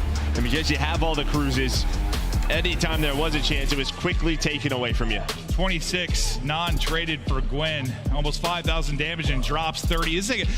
It's a kid that's been hard on himself at times when you think about, like, I don't know, I feel like it's like every other series tweet out, like, I didn't play my best, we got the W. Didn't play my best, but like, he really has been consistent. I know maybe not popping off like that at all times, but you see the ability. No, yeah, and then you get a big game out of TJ, just that duo, 25 and 15 from him. You love to see that as they both start to lead the way. On the other side, I mean, the damage is there. Again, they started to stabilize the game a bit. I think maybe that's a good sign if you are a Miami fan. It feels like the second half of that game, because that could have been a 250, that could have been a 100-point club easily. it became competitive, right? Whereas, like, yeah, it looked like the doors were getting blown off that one, and you were mustering absolutely nothing out of that if you were Heretics. But no, you're right. I mean, dude, the first 3 to 4 minutes, the kill feed was blue the entire time. Like, every time they spawned up, they were going on 5 in a row. Yeah, just felt spree after spree. But now maybe, you know, kind of obviously calm down if you are Miami. You talk to your coach, get ready for this SSD. This has been a weakness for this Carolina team. Just 1-4 in the last 3 days in search and destroy. It's been the problem since this roster has formed. No, it has. Not that. Listen, neither of these teams have enjoyed a lot of success. I mean, maybe early on in Major 1, probably the best stretch for, like, Heretics, but all you really had for Carolina is, like, you've had a stretch of, like, solid Hardpoint maybe when Fellow came in. But there's not been a lot to, like, praise them about. There hasn't been. They've been working through stuff. We've just been waiting to see the improvements, but yeah, sometimes when the online struggles are there, you get to land. I don't know. You get something going. Yeah, you get to land. Your first match is on a Friday. You have a couple of days of scrims, and I don't know, maybe just things start to click. That has happened before. Unfortunately for them, you can't really scrim S&D on land. Doesn't happen that often. Yeah. So we'll see what they have prepped for this map number 2. Yeah, we've been waiting to see the improvements, obviously, for them in that mode. But switching over to Heretics, yeah, as you said, they've got to chat through stuff, take a deep breath. The benefit of us having different modes in this esport is you get to slow things down a little bit now for the search and destroy, take a breather, maybe cool off the hot hand. That is your side for Royal Ravens. We now going to take a look at the game flow overall, and yeah, I think we'll probably see how they start to claw back in it. Yeah, I mean, it's going to start, very strong here for Carolina, but then you kind of see towards the second set, you see the 190 to 132. That's when they really start to bring it back, but it kind of stops there, plateaus there. Is Carolina able to find the map 1 victory? Yeah, over the last, close to the second half of the game, like last 40%, you play them pretty even. Like, you definitely started to get competitive and maybe start to build a little bit of confidence for this search and destroy. But let's look at our maps and modes again for anyone joining us. A reminder of how we'll get through this one. Karachi search and destroy coming up next. And you talked about the struggles for Royal Ravens, but on this particular map, any thoughts for these teams? No, I think obviously you're going to be looking at the sub players maybe to make the plays, and I think you're probably pretty happy with the start of Gwyn and TJ, right? It's some of those fights that happen inside a Red, inside a Cafe to open up the bomb sites, but I think when you think of Karachi, it's a lot of sort of retakes, maybe just opening Red, middle of the map. Just those early gunfights, we'll see how they start off. Yeah, and on the other side, like when we've been talking Royal Ravens and watching some of their search and destroy, I think you kind of nailed it when we were casting them last. Like, what situation where they're kind of playing as a group, or maybe on a retake or something, they have to trade effectively. They've been all right, but like when the map's been spread and you get deeper into the round with these little kind of mid-round decisions, like they have struggled. Yeah, no, they have. We'll see. With just a focus on the fundamentals carrying into this one, but just looking overall on the year, I mean, for Carolina, you're 0-3 on Karachi S&D, 1-2 for Miami Heretics, so maybe an opening here if you are Miami. Yeah, maybe. But yeah, a lot of the stats gonna be rather negative just due to where these guys sit in the overall standings. Lucky though for his stage 2 qualifier in search and destroy, led the way for that team, and with a 1.17, we'll see maybe he can be the playmaker for them. And then God, I would love for vintage TJ, he's had the ice in search, but now we go right into it. 1-0 advantage for Carolina Royal Ravens. Right up the gut here in the search. Gwyn wants to get busy again, but it's Bickle with the MCW and the angle to get that first blood. TJ in trouble. Desperation smoke to try and stay up, but the help comes in. He's basically used as a bait as Clayster and Fellow able to get some kills. Miami they're trying to get these players out of the middle of the map quickly, but you had Clay watching over his teammate. TJ then finessing, and all of a sudden we're into a 2-on-2. That could have been a very quick round for Miami, but there was just enough cover there for Carolina to make this go deeper and deeper. As it's going to be Fellow in a 1 versus 2. See if Fellow can potentially clutch up quickly. That is a resounding no. And for maybe the first time, the crowd here for Miami able to make a little noise. There weren't a lot of moments for them in that opening hard point, but you get on the board and search. And honestly, like Vickle's first kill just kind of slowed down that opening hit. I mean, and you're thinking that's rival range. He's probably in a good spot, but nice little kind of used to the cover and camera. Yeah, you saw the stun hit, and I mean, you're thinking maybe that's a first blood for Carolina, but doesn't happen. He's ready for the gunfight, and then to see medals earned too. I mean, think about stage 1, the qualifiers. I mean, sort of him and Journey with rivals at times, they were sort of setting the meta on the map. When they got going, they were so tough to stop, and yesterday he has a tough one. Can he bounce back? Well, what's... Or that nade could bounce into his back pocket. Yeah, we'll see him in round 3. Good. That was a nice little caster curse there, Joe. But to the 4v3, then the 3v3, then the 3v2 is the round flipped on its head as Miami Heretics take advantage. We'll see if Eric Boom. Nice to get the info there with the shoulder and get away. Doesn't get caught. It's Clayster and TJ looking to clutch up. It's a 2-on-2 here for a moment, but Eric Boom going boom again with the rival now. TJ 1 versus 3. I mean, you pretty much had a 2-on-2 on this side of the map, and I mean, Clay's ready for it, but the rival going to connect, going to hit, and TJ maybe finds the route behind enemy lines. He's just like a little too far behind. I thought they're just going to rotate to B now. Yeah, at the time he was a little better, maybe he can get one as they're rotating across, but it's not going to happen. Now this gets real difficult. The gig's up. He knows they don't wrap through to A. As soon as he hits mid, he is in trouble and dropped. Nice response there after the first blood. It connects on the metals. Eric Boom gets 2 or 3 in the round inside of red. With the rivals winning multiple gunfights, able to tie up the map. I'm sorry, put them up 2-0. Yeah, there we go. That's what I meant. So far, so good in the search now. Clay really, he's got 2, but not much to talk about on the Royal Ravens side. Eric Boom, though, yeah, 3 in the round. Carries this 3 streak through. We'll see if he can keep that. Maybe build towards something, but still a ways to go. He'll be kind of the lone man over towards A. Last time you're straight up the gut if you're Royal Ravens. This time, a lot of action mid-map again. They're trying to bring the pressure. As Vickle that slowed this down. This time, though, he's going to be sitting over by B. Yeah, I mean, obviously, this is a very common spot. You kind of have a crossfire with Lucky to help him out. But there you go. Shots are in, and now there you go. You're going to reposition on both sides. As well, they're going to be asking for teammate support to get them out of trouble, and they do just that. Damage all over the place, but it's Vickle that's ultimately going to drop. He had those opening shots, but it's Gwen this time getting a little bit of revenge from that round 1. Eric Boom still up and working on this streak. He just saw TJ. Nice shoulder there to get info mid. Stun, not going to hit, and the damage comes through. He's 27 HP. He's a bullet. He's got to get back down. Yeah, while this is going on, bomb being planted.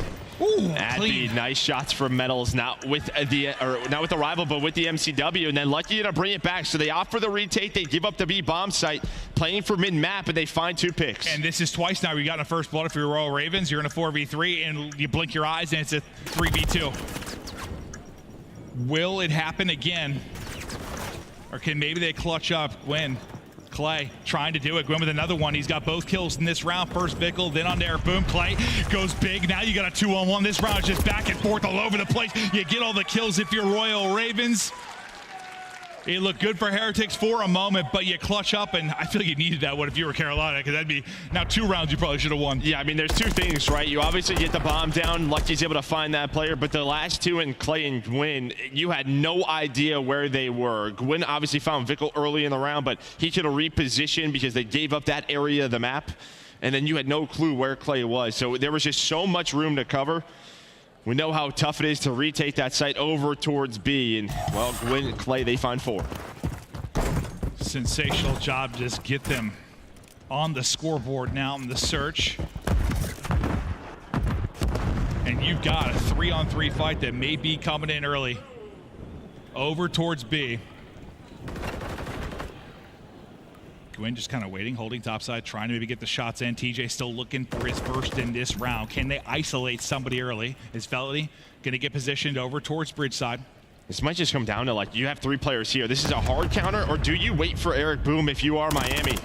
That might be the play, or is it not? Metals is going to go for it, but TJ finds that first blood. He almost catches him sprinting, like almost makes the play, but TJ with the rival able to get back. ADS and Sitter in time. Eric Boom brings it back, and once again, that's like a 4-on-3 to a 3v2 quickly, but this time you at least get the kill in the trade to get us to this 2 versus 2. Bomb wrapping out towards A now, and you got a bit of a hike to go for your fella. I also don't know how Eric Boom wins that gunfight. Clay is right near this bomb, shooting at middle alley. I imagine Clay has an MCW, and I think Eric Boom just rips him, so great shots from him to make this into a 2v2. Lucky just Trying to reposition, he gets heard though. I think Gwen hears him, gets the kill then to Vickle now last alive in the 1 versus 2, 30 seconds to go. Nade for info, not gonna connect, so he's still lurking. All that timing. Not gonna come up with the clutch. It's Fellow with the shots in the back, and we are tied up 2-2. Gwen, once again, a big part of these late game 2v2s. Yeah, I mean, you had the two-man setup. If Lucky's able to get to red arches, get proned, then Vickle only has to worry about, like, I mean, the top red, right? You can kind of watch the dumpster hop as well, but it kind of all relied on him and his position getting away from the bomb. But as you said, Gwen hears him, and then you just have so much of the map to look around. He just the timings don't go his way. He's just right into the side. He's here like sliding. I'm like, whoa, that's probably going to be a kill. And no, you're right. If he gets there safely, you're probably okay, but doesn't happen. And now Gwen, 4 straight for him. He earned a cruise in about 45 seconds in the map 1. A little more difficult here, but he's working towards it, and you fired right back into this to tie it up. Now looks like a heavy hit over towards A. Eric Boom gonna be the lone man here. We'll see how quickly maybe a rotation comes in. It's coming through now. One all the way back through Dumpster Alley, one kind of through the mid-cut. As you're looking for the opening now for Royal Ravens. I mean, it's a very odd push here from Royal Ravens. They kind of go through A towards middle in top red. And they get TJ into this position, and it works out. It's almost like catching them on the rotation. You still have Eric Boom in the spot, but he gets picked. So man advantage. And meanwhile, Lucky is all the way in the attacking spawn, and they're trying to hunt him down. They're trying to rotate and find Lucky. See if they can wrap this back.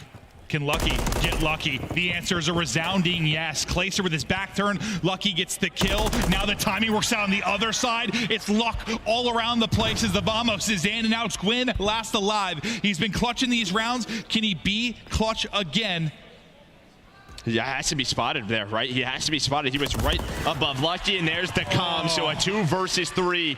And maybe one of those rounds where you overthink a little bit. 100%. Like you have the sight, you don't opt for the bomb plant, and what happens? When the bomb's not planted, Lucky, he doesn't overcommit to the flank. He just waits and waits patiently. He finds the first, and the one-on-ones go their way. Exactly. I mean, they're thinking maybe they're going to catch him on rotation, right? Just take that 2-on-1, but instead, it looked like, yeah, Clay, right as he turned around, just unfortunately Lucky got the angle, and that's a frustrating one, but you continue to battle. Now, it is all 4 from Royal Ravens going to be at this B side. This is the definition of a potential hard counter, depending on how these fights will go. But you've got bodies here. Eric Boom going to be the lone man, not really in this fight early on. And it's like they have no idea that they're in this spot. Oh, and Lucky the timing. That time not going his way. Clay with the first blood. Flying on through is Vickle. Able to find the first. The trades go down in the attacking spawn. And Lucky just somehow he's at least able to get out with his life. I thought he was caught. But Clay's just still holding it in there. A little bit of revenge on the Lucky. Eric Boom. Not really in the fight early, but trying to get into it now. Can't stick on the second player behind the broken pillar. And back and forth we go. Whew. And that's just a great round. I mean, obviously you're there for the B-bomb site, but really that's to take mid-control away from Miami. That has been a pivotal point on the map for both of these teams on attack. And that is just a hard counter. The nades are hitting, you're getting top AC, but when they realize there's nothing in the middle of the map, they just kind of keep going, trying to find a timing, because if they did happen to go A, you would have 2 so quick on the flank, but they're able to spot Heretics and take him down. Oh yeah, no, they were getting into their spawn real quick. That's for sure, but 3-3, here we go. Clay, 7-4, leading the way for all players currently in the lobby. You talked a lot about the importance of mid-map control. TJ this time explodes the second he gets out. Maybe hoping a trophy recovers, but he's just caught right when he gets out there. Yeah, it's just right when that drops. Yeah. So there's that first blood, and now you're just kind of slowing it down a little bit if you are Carolina. Trying to find a pick to even the odds, and maybe that's the opportunity. But Fellow reads this. He knows it's a double chow. The first one is bait from Vickle to allow Metals to get an easy read, but it doesn't happen. Fellow was ready for it. That's Metals twice now. Kind of, I mean, a little bit different of a play, but kind of getting caught thinking he has a freebie from that spot, and doesn't happen. But it is an MCW this time. Maybe that what you were thinking was a rival. He had the MCW on, because that's somewhere where he hits the shots from. Bomb planted now. Fellow just praying he can get away from maybe those shots ain't going to help him do just that, and they do. Clay, the centering on point. Bickle will drop now to a 2 versus 2 as the hot game for Clay continues. And he continues going the whole way around. He's just wrapping this. He is wrapping this, and they are not ready for it. More information there for Clay. Fellows got to stay up. He doesn't. He drops. Now, will they be there ready for him? Spots one. Nice trigger discipline. 1 versus 1. 5 in a row for Clay. 15 seconds on the clock. You're not going to expect this, but do you have time? Do you have time to get to the bomb? He doesn't finish the kill, and the clock working against him. Clay and Fellow clutch on up. Bomb planted at B. Clay now 5 in a row, looking for number 6. Lucky shuts it down, but have a hell of a round win right there. Woo! Just a series of timings that could have gone catastrophic or fantastic for either side. I thought it went really well for Miami, and then it got real tough because Clay is re-pinching mid. When he doesn't find the kill top AC, then Miami knows. All right, I think he's reflanking this. Well, at first I thought both players were pushing under the arch, but one lingers a little too long, and he's got the trigger discipline to make sure he's got the kill. And Lucky and Porsche pistol out, like, yeah, it's just ambitious range, so can't get it done. I don't know if he would have had time to get back or not, but might have been close. Flirting with double digits now is Clay. TJ's woes continue as he's 2-8. Nice little first pick here for Miami. Then you don't have to over-rotate if you don't want to if you're Carolina, because you still have Gwyn in this position. So number 7 and Fellow can stick to B.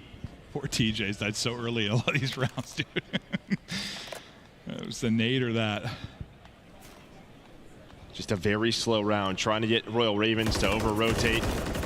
But honestly, they have the reads that this is going to be a B hit. And with Eric Boom lurching on the other side of the map, this is pretty much a 3-on-3 towards B. Yeah, kind of similar to that hard count around, the sense of one man kind of not in the play. You want him numbers this time if you're Royal Ravens, but you'll take a 3-on-3. Eric Boom's going to have to start getting over. How will the timing be for him? Because you take it. You go 2 for 1 if you're Royal Ravens. Now Eric Boom into the action. They know he plays the offsite. You try to pick it up, but Gwyn not going to get a great timing. Clay trying to get there quickly forward. The trade, the stun. Hits. Clay does finish it. I didn't think he got the kill. Now 1 versus 1, but so little time to get the bump through. They get it in. The plan is in. Now the 1 versus 1. Here we go. He thinks he's back bridge, and he's not back bridge. So he's going to take a while looking in this position. Vickrell just going to peek for a moment, but still so much time to work with for Clay to defuse this bomb. Another 1 versus 1. Clay spots, and somehow Clay wins it. I thought Vickrell hit the shots, but Clay is up and roaring. And he's going to put them up 5-3 as we take a look at this replay. I thought at first, I loved the play from Vickrell, but then he's stuck, right? Sooner or later, he is going to check this spot, and that's what happened. So, bomb goes down. He's able to find the first one. Here's the reposition, the shots from his point of view, and you just have the high ground there. As soon as he peeks that, he hits the headshots, and he gets to defuse. Vickrell hit first bullet or two. Yeah. But then the high ground, the headshots come into play. A little nice centering there from Clay. Now 11-5, a round away from a 2-0 edge. And despite the fact the search and destroy has been nearly abysmal for them most of the year, they've got the advantage now. Can they close it out in this round? Some stuns are hit, so I think they're going to know Eric Boom might be close. Maybe not. He's going to find the first blood. It's a bit of a change-up kind of in the defensive setup. I feel like first blood hasn't mattered too often on this map between these two. You're not wrong. But bomb is down, so Clay's going to have to recollect this, going to do that, get that objective, and now it's just a question of what do TJ and Gwyn find through the middle of the map. Yep, they're out and hunting. How efficient will the hunt be? So far, so good. TJ gets the kill. Gwyn, finesse, tries to stay up, but Metal's able to just get the shots in around the pillar. TJ, who's had a bit of a rough game at 3 this time it might be real. Okay, so he doesn't go middle of the map, but he's going to be in a spot to help his teammate. He's going to spot Metals. There we go. Now it's down to Lucky. Can Lucky clutch up in the 1 versus 2, or is this a 2-0 edge for Royal Ravens? Bomb moving over towards the A site. You get the spot for info now if you are Lucky.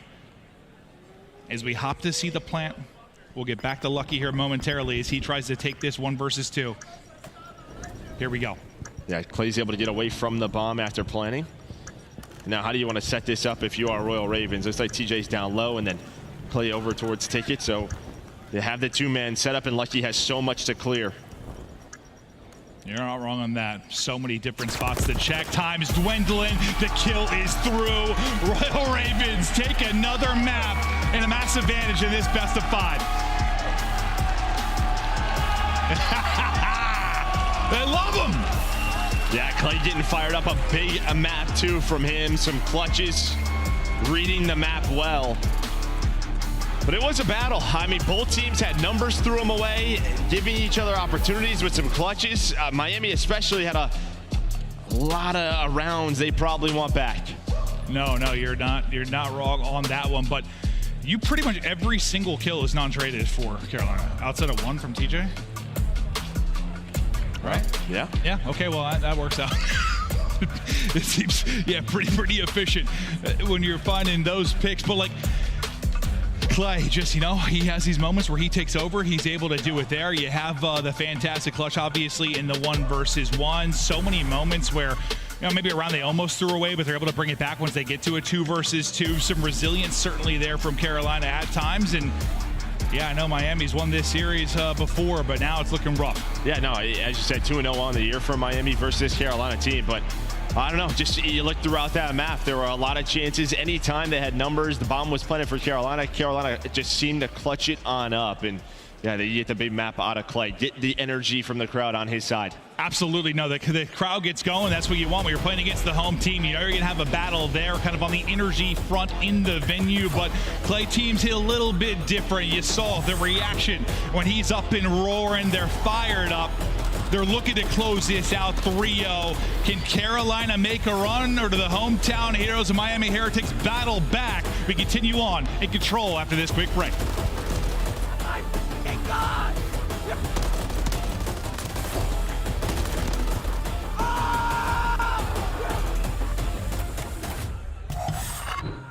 Upgrade your game with a Scuff. Save $30 on the official CDL collection at scuff.co/CDL. Get better with a Scuff, the first performance gaming controller. Visit scuff.co/CDL to change your game. The Call of Duty League is brought to you by Monster Energy, the official energy drink of the CDL.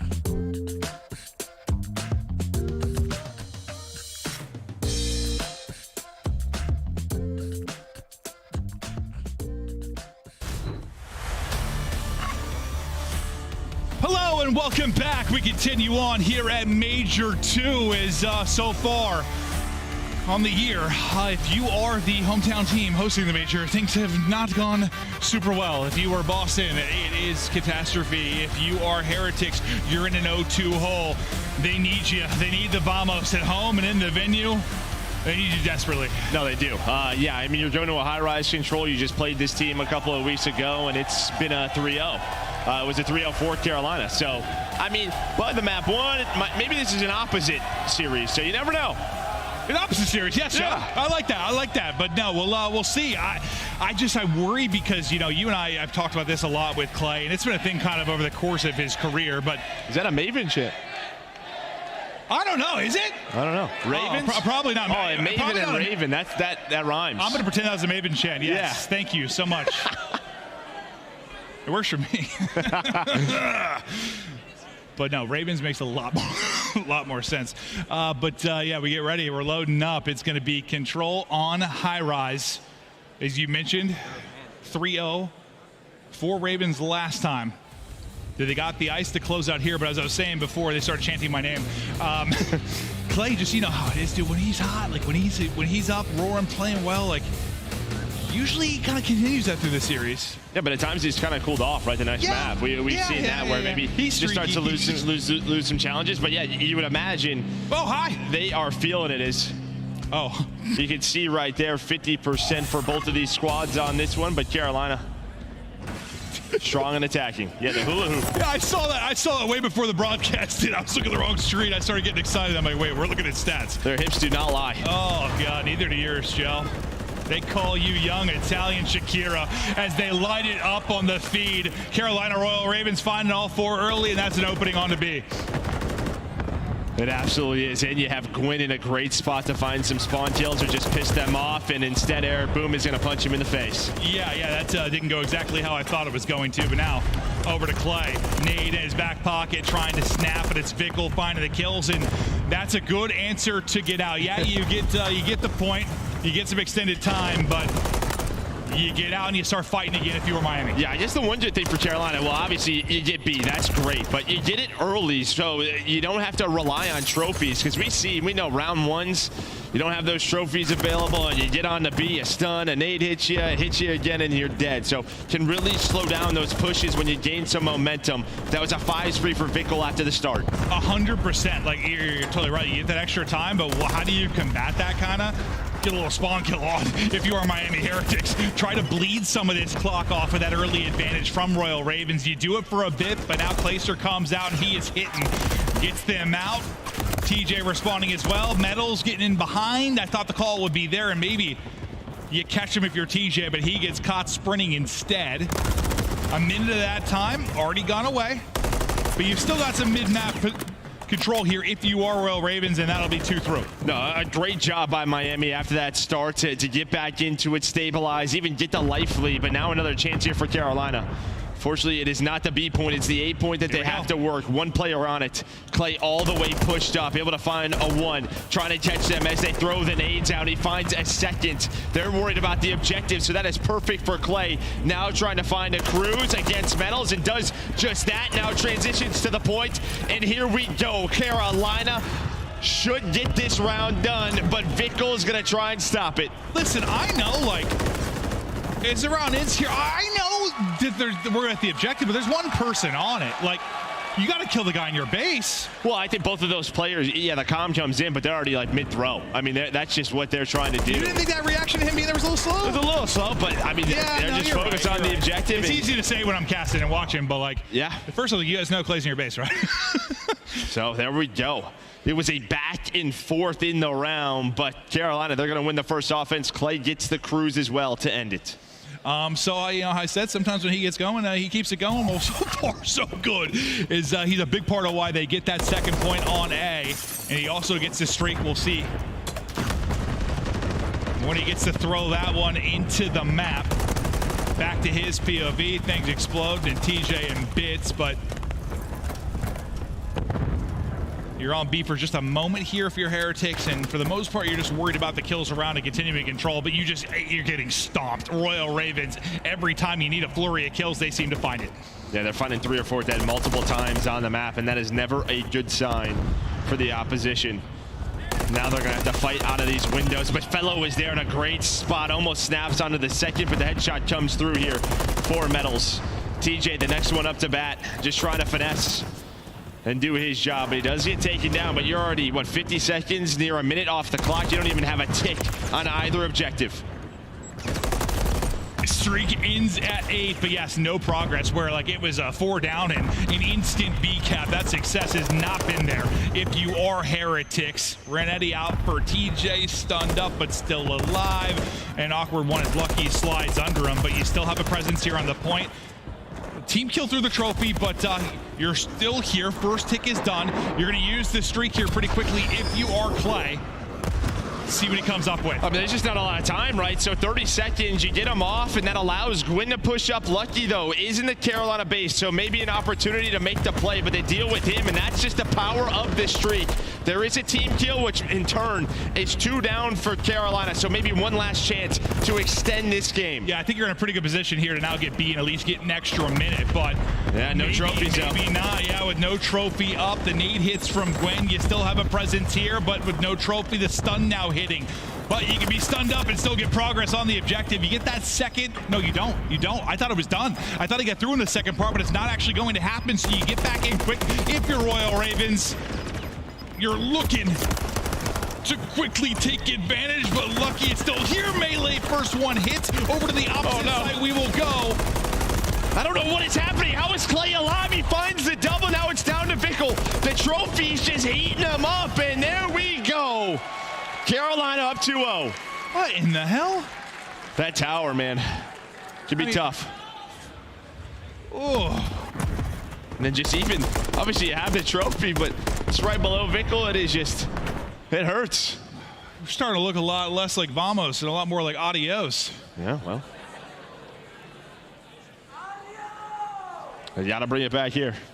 Sure do. I mean, you are, we've casted a couple of these like 0-2 reverse sweeps, some famous ones over the history of the esport, but they are tough to do. You are an 0-2 hole in the map, 0-2 hole in the series.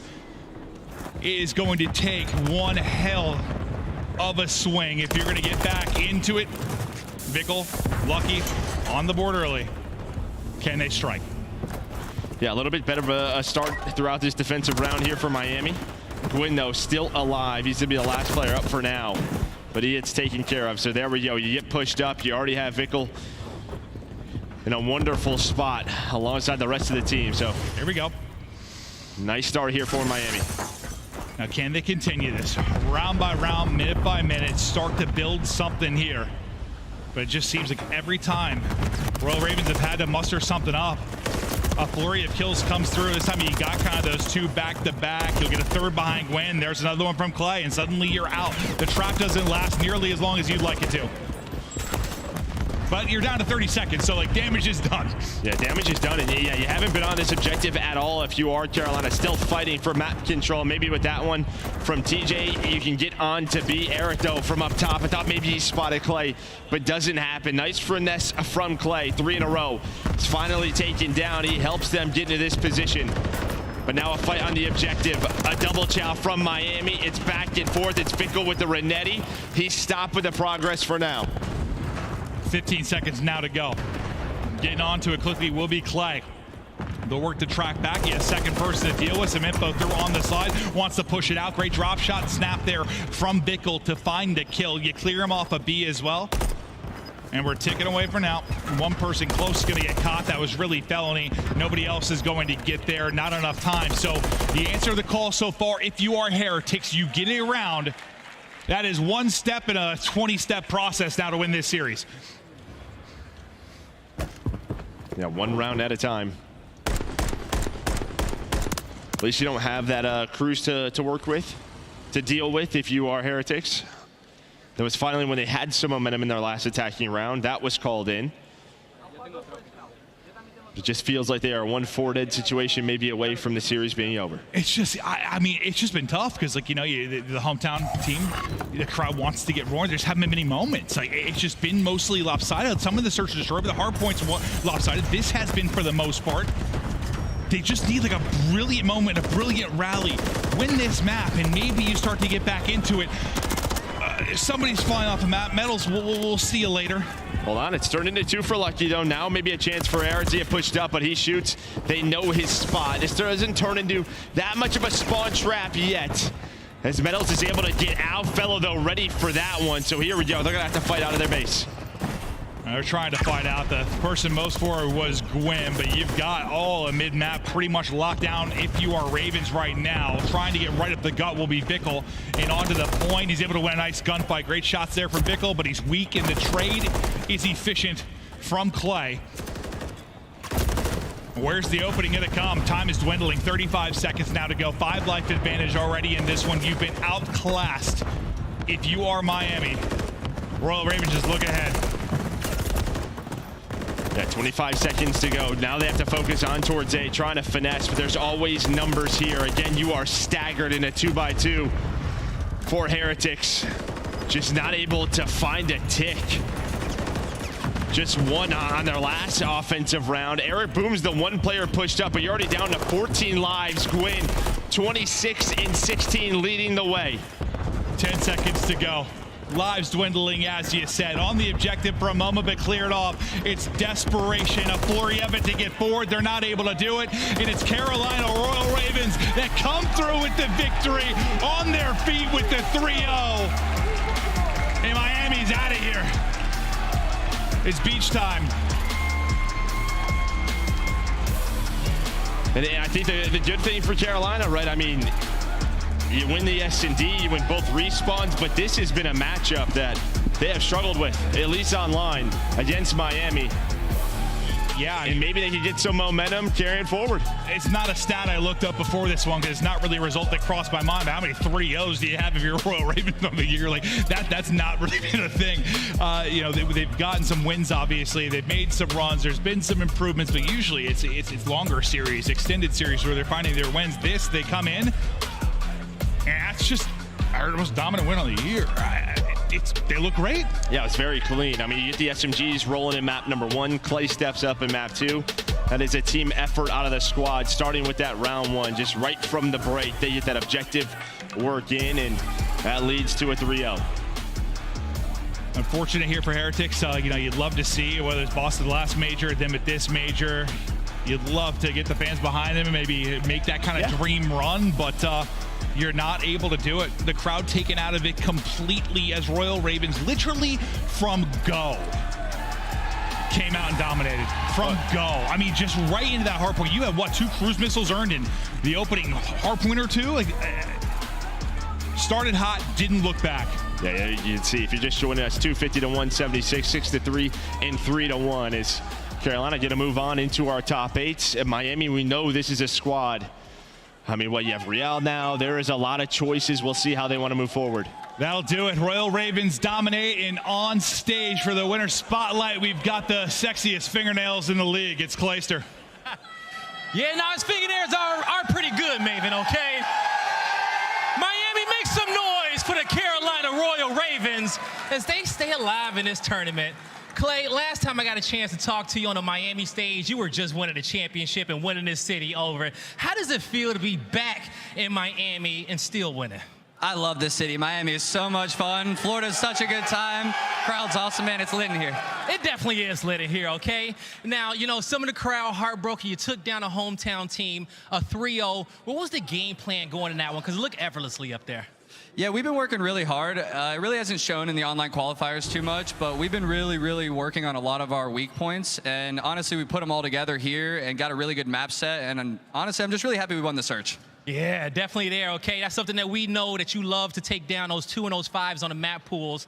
Now, as you go forward, you're going to have another matchup tomorrow. So still playing here in Miami, what do you want to say to the fans out there in the chat and everyone out here in the crowd who's been cheering your name since you stepped foot on this stage plugging up your controller? Each and every single time I step on this stage, do an interview, get the crowd hype and love, I walk out here, you guys are tossing me love. It means the entire world to me. Thank you guys so much for supporting us up here and making this dream a reality. Thank you. I love you guys.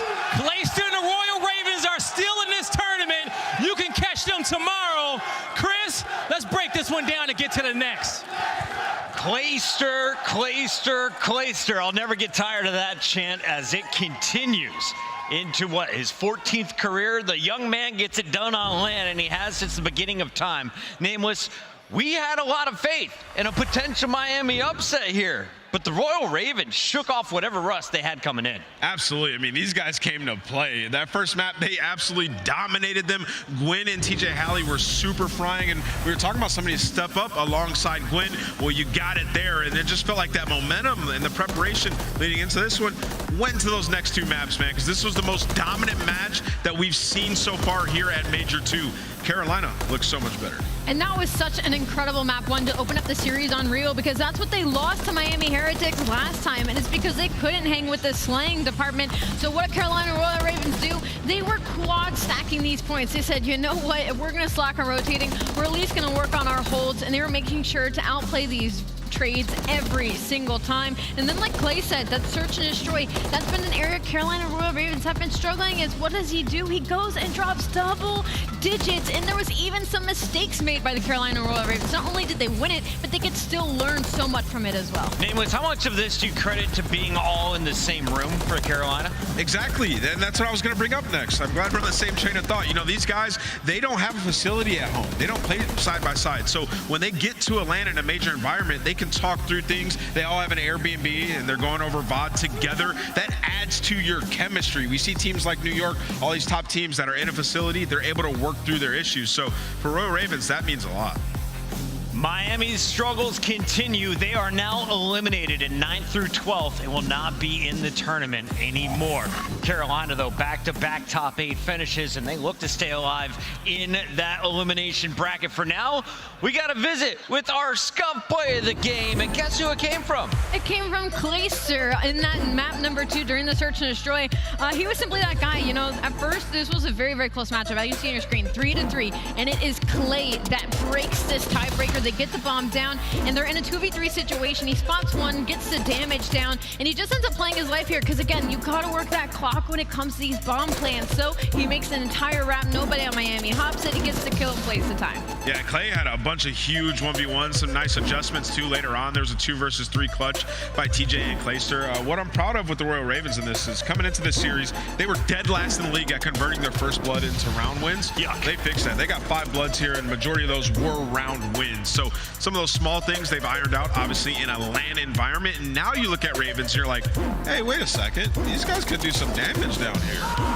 It's kind of fun because I'm getting the same vibes as Vegas. And Vegas plays Surge next for a potential Carolina-Vegas showdown tomorrow. All of that is ahead of me. So let's just slow things down, though, and recap this. Allie, out of the matches we've seen in the elimination bracket, who do you think are your favorites so far?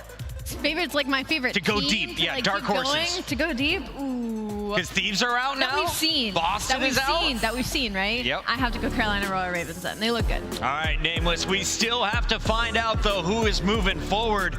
Surge, Legion. Can Surge do what the Ravens just did? I don't think so. Legion look good, man. I really do think that they're still a top 6 team in the world at this point in time. They just got to go through the Surge first. Chad, if you're enjoying the show, let us know on Twitter at COD League. We're going to a quick break. When we come back, you're going to see Attach and the Vegas squad taking on Arcitys and the Surge. Don't go anywhere. This is the CDL.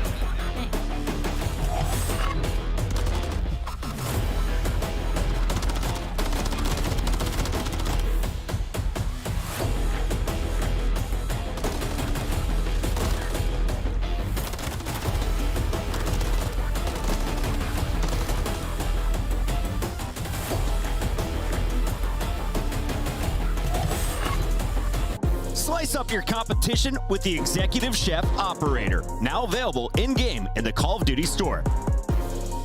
Start the season strong with the Call of Duty League Pack. Grab yourself the CDL Operator, Weapon Blueprint, and so much more. Check out the Call of Duty store in-game now.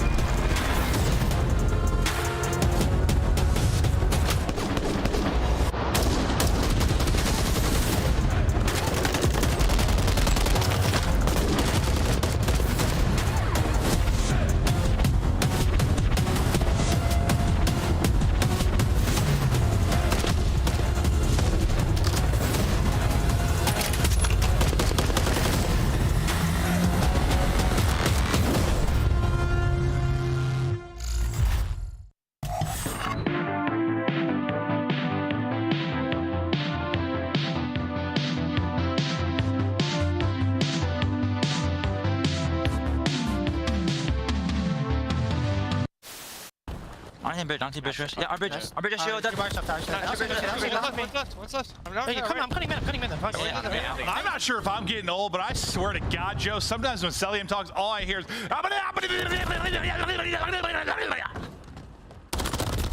yeah.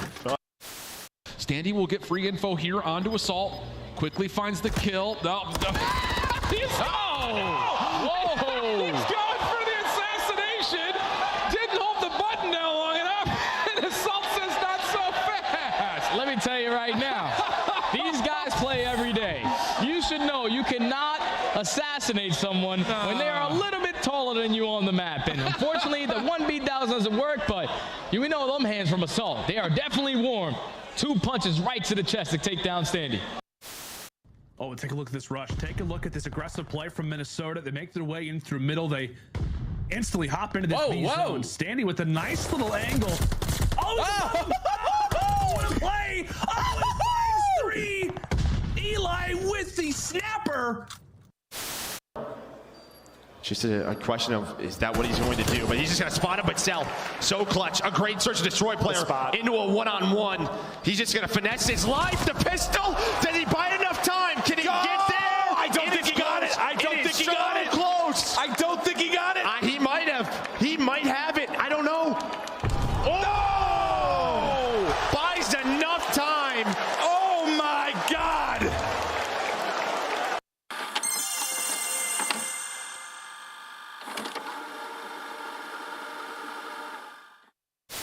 But early in our 7th circle here, there's still 30 teams left. You don't have any resources. Get to the zone if you can. Win your gunfight. Maze somehow sneaks through. You see a lone Nubu Spartan running around like a chicken with his head cut off. There are so many squads. This is unprecedented. Being able to see this from the Codcaster is so special. There's our first moving zone. It's up and about, as is tradition. We're going to fly towards that ring, that first hard point, as both teams will jostle for position. New York in first. Over to Celium, who finds 2 right off the rear. Makes it 3. FaZe will take those points. All just on the outside. But Nate Dogg team was in 6th. Going big here, finding one. Tapa gonna try and take down Watch Waldo, but falls. The trade from Nate Dogg, it comes through. 10 eliminations. Look who's last alive. It's Huskers in a final 1v1. They eliminated each other. Who wins the gunfight? Huskers pushing the fight. Zoning off with the grenades, finding it. Swings around the corner, no place, but chows it anyway. Nate Dogg gets the better of Huskers for the win. Nate Dogg with 11. You have both players from LA Thieves trying to attack this from the middle of the map, but this might play right into Shotzi's hand. So they're going to get completely caught off guard, and the bomb is going to be able to go down at B. LA Thieves, you see how quick they do realize this. Dashy just fell off the map. Share your life. They actually went for the challenges and gave us an opportunity, which is just something I hate seeing. And what the hell was that? Then he just got That's the best gun in the game. That is the best gun in the game.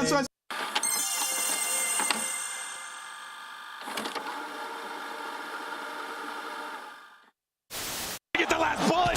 It gets absolutely smoked. Bance is going massive for the squad. They called it the other artillery. That's all the streaks gone. Now they're straight down to the guns. Bance with 5 in a row. Bance! What is that Herculean effort from Bance to make the plays when they matter most? One clean break, one set of kills there. Afro sneaks in and steals the victory. Welcome to the Esports Report. On this week's show, we cover the current COD League standings. Airings now 16-9, and forcing the issue on the flank. He's inside of their face, as that's going to be 5 in a row. How about 6? It's 6 for Capsidal.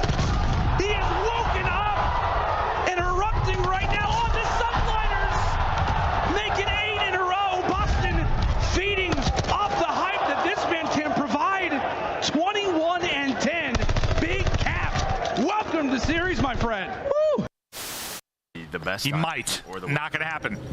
They get the plant down safely. I like the trigger discipline here for, oh, my sweet Jebediah. He's going to go for it. Oh. Try to catch the timing. Oh. Tries to catch it. It's done. He sticks it. The rookie. Balls of steel.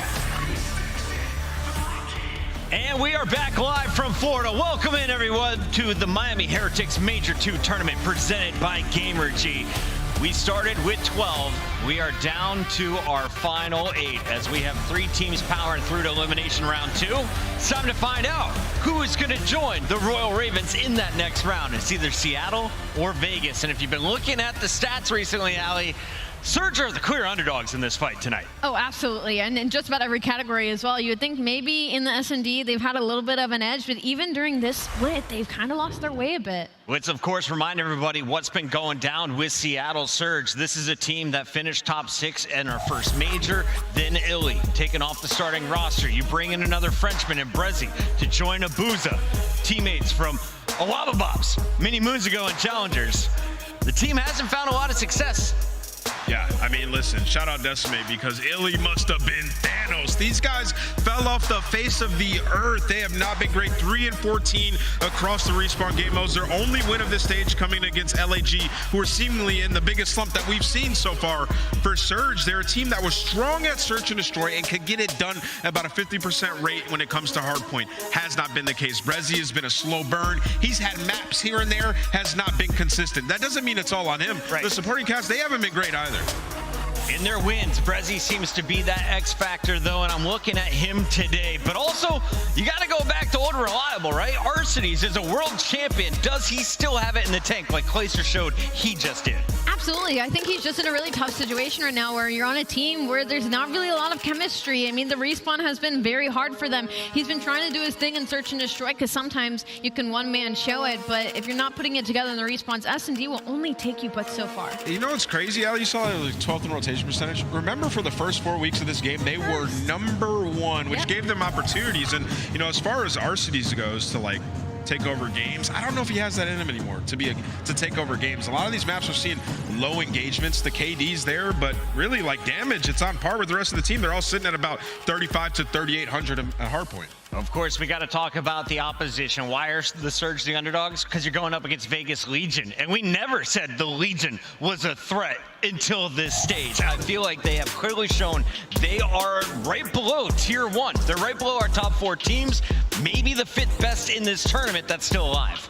So you're right there with everybody else in the top 6 right now. I think the fact that Vegas Legion's even in elimination is just very unfortunate for all the teams finding themselves down into that bracket because they are top 6 team right now, especially in that Respawn. Their hard points have looked unreal. Like, they're breaking their engagements, the pace that they play on top of Nero being so consistent has made them a terrifying team.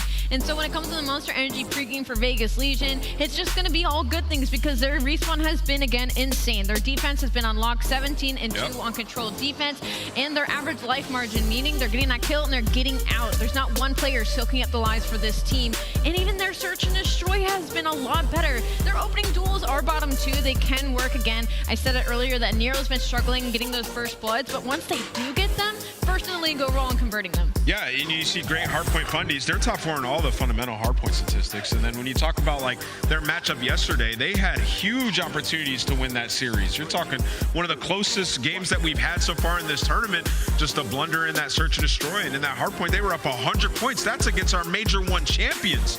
Attach Geo and Nero, you can see on your screen right now, all top 10 when it comes to hardpoint. These guys have turned it around, man. They come to play. Let's do a vibe check here, Allie. I see Purge at the end. He's got the hand warmer. He is all smiles. Attached, really the only veteran with a ton of LAN experience with a couple of series from stage 2. And looking at these maps and modes, like, this is also great for the Vegas Legion because 1, they get Skid Row, which the fundamentals have been on point for this team. 2, they get high rise, meaning that they get to get behind enemy lines. I'm looking at Nero and Geo for that. And then they get that invasion where they went to a round 5 versus Toronto yesterday, and it was just an unfortunate battle of the defenses. So again, Vegas Legion feeling great in this series. As we take a look at these lineups, they've met up online in the past. I think Vegas has the edge coming in. But the one thing that Surge has on their side is they're yet to play. Well, Vegas didn't win a single map in the winners bracket. So if you're going to take a lesson from that win from Toronto over Vegas, What can you take away here and maybe implement into your game as a Surge member? I would say in that control, I thought it was very winnable as well. Like when you get in their base, especially we have the same map, we have Invasion. It's like take your time. You don't have to force that challenge right away. Be a nuisance, and I think that they can take this one, man. I think they get it done 3-0. I'm going with Vegas. All right, it's time to make our Scuff Pick'ems official, and I'll go ahead and go first here, Allie. After picking incorrectly for the first time this weekend, I go back to the correct pick. It's going to be Attach, leading Las Vegas Legion. He's going back to his top 5 numbers, Nameless.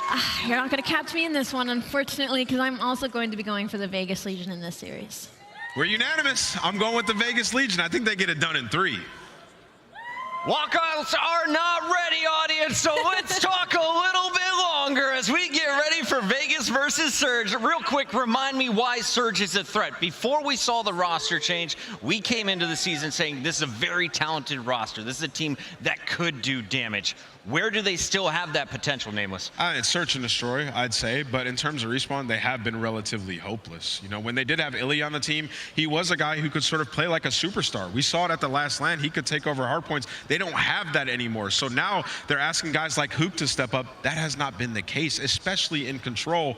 Seems like they have assigned spots at times to go to on the map. Like their whole thesis and strategy towards respawn, it has not been working out. So if they play a little bit more free, maybe they'll find success. Allie, the Stats Wizard chat wants to know over or under for Vegas players. Do you think we have close hard points for game number 1? Absolutely not. Last 2 times these teams matched up, it was almost a 100-point deficit in favor of Vegas Legion, so I would certainly take the over on that one. And if you're looking for hardpoint performances in the past, well, Vegas has had some good ones. Let's take a look at their road to the Major. Everyone playing 7 matches before Major 2. They started with the win over the Gorillas, a Game 5 that went the distance versus Miami. Really set them on the right track, though. Absolutely. They beat everybody they were supposed to. They did not have a strong strength of schedule overall compared to the rest of the teams. The difference is, though, is that they got the job done that they needed to get done. Save for the match versus the LA Thieves that was surging through the later half of that qualifier. Vegas Legion has just been on the up. Yeah, this could have potentially been a 6-1 split. I mean, I think the match versus the Toronto Ultra, just as close as the one that we saw yesterday. It was 3-point hardpoint in map 4, 18 points in map 1. So for the Vegas Legion, extremely confident and comfortable. And what we've seen with each and every match from these guys is improvement. At times they can look like a top 4 team in the world. And you look at those dates, they just played Surge March 15th. Allie, it's the 22nd. That was 7 days ago. You played your competition recently. Are we seeing anything new with the maps? Is Surge willing to play the same set? Surge has to be willing to play the same set because they don't have a map pool really at all. Well, it is a little interesting. I mean, you see in this series, Las Vegas, they pick high-rise S&D. Seattle are 2-0 on it, but they haven't played it since the first split. So a little bit of interesting map set here. Game 4 as well, 0-0 for Seattle. They haven't played it since Major 1 split as well. So it could get weird. We'll find out. Could get weird. It's time to find out as we send it to the stage. Miami, make some noise. Match number 4 loads up right now with Guy Blaze. Yes, Chris, we are officially ready, and these players are locked in and ready to get this game started. Now, our first squad coming to the stage, we're going to see them for the first time this weekend, ready to drown out the competition. Get ready for the storm. Here comes Seattle.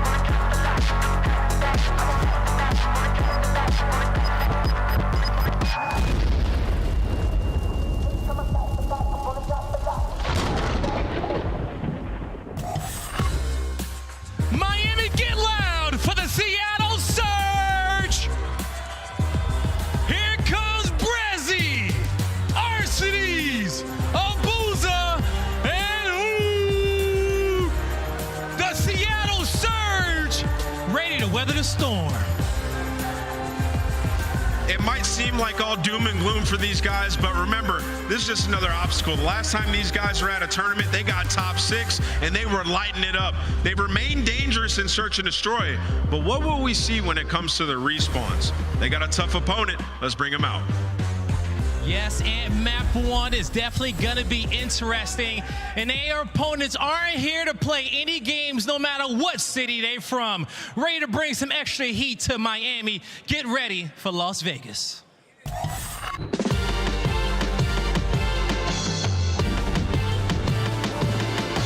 I mean, we're dealing with just God mode attach right now. Attach right off the top of the car. Oh, clean. A 1v3. Nero is not slowing down. Finds his third of the map. Make it 4. Let this young man get hot.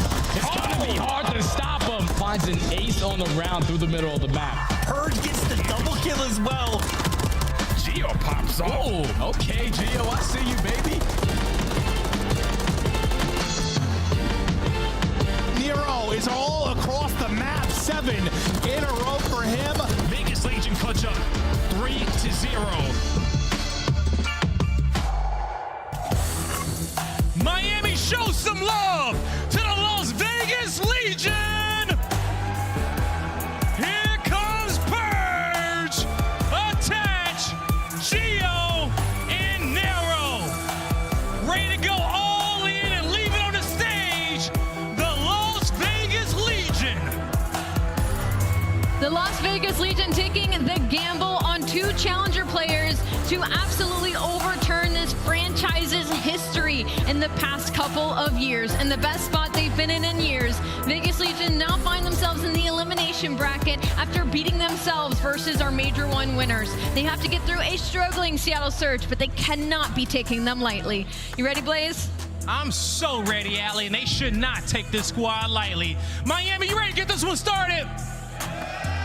Miles, Chance, let's get it going. Let's get it going. We're ready to take this one all the way to a game 5, if you ask me. 2 teams where it's certainly hit the fan. There is no paddle, and they're deep in the creek. And it is going to be a very tough one for Surge as well. They're trying to avoid drowning themselves right now because the series, especially in the respawns, it is going to be a difficult one right from the skid row. Again, the Des talked about it extensively. It has been a pain point for them. And I mean, that map, a near blowout that they had to deal with for a Vegas that has been scorching hot. Vegas, though, they just want to clean it up, have a mistake-free series, and they're going to be looking long-term. Might be too hard to handle even themselves. We'll find out, though, how this one goes. Seattle Surge, Vegas Legion, another elimination matchup. That means at the end of it, if you lose, you go home or back to the hotel and maybe for a quick swim beforehand. But either way, the pressure is on, especially for these youngsters. We were singing the praise of Purge and Geo all yesterday. Great performances individually, not necessarily able to walk over the win, but now you don't want to go home on day 2.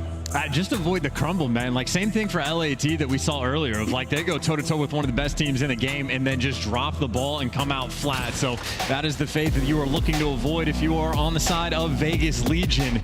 And again, you are looking for the perfection, the mistake-free Call of Duty, the no-over chows.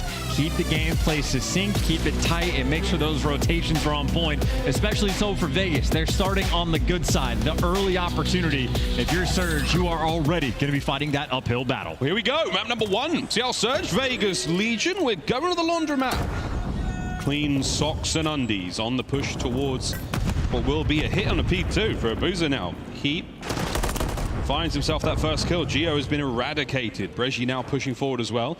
Early time for Vegas Legion isn't going to amount to a whole lot as they're being picked apart one by one. Yeah, Booza, very clean shot there with the MCW and potentially ahead of the rotation already. Who keeping Purge at bay. So you're starting on the bad side. That's about as good as it's going to get for the opening break. You see Vegas do fight back on a P1, but that is the overcommitment you have to have because Surge, well, they should have P2 under lock and key. The ticket side, though, left open, so the long-range gunfight's going to start to ring through. Again, it's going to see who has the smoothest aim, the softest control of recoil at range, and Hook the man up close and personal. Looking to get his 6th kill in a row.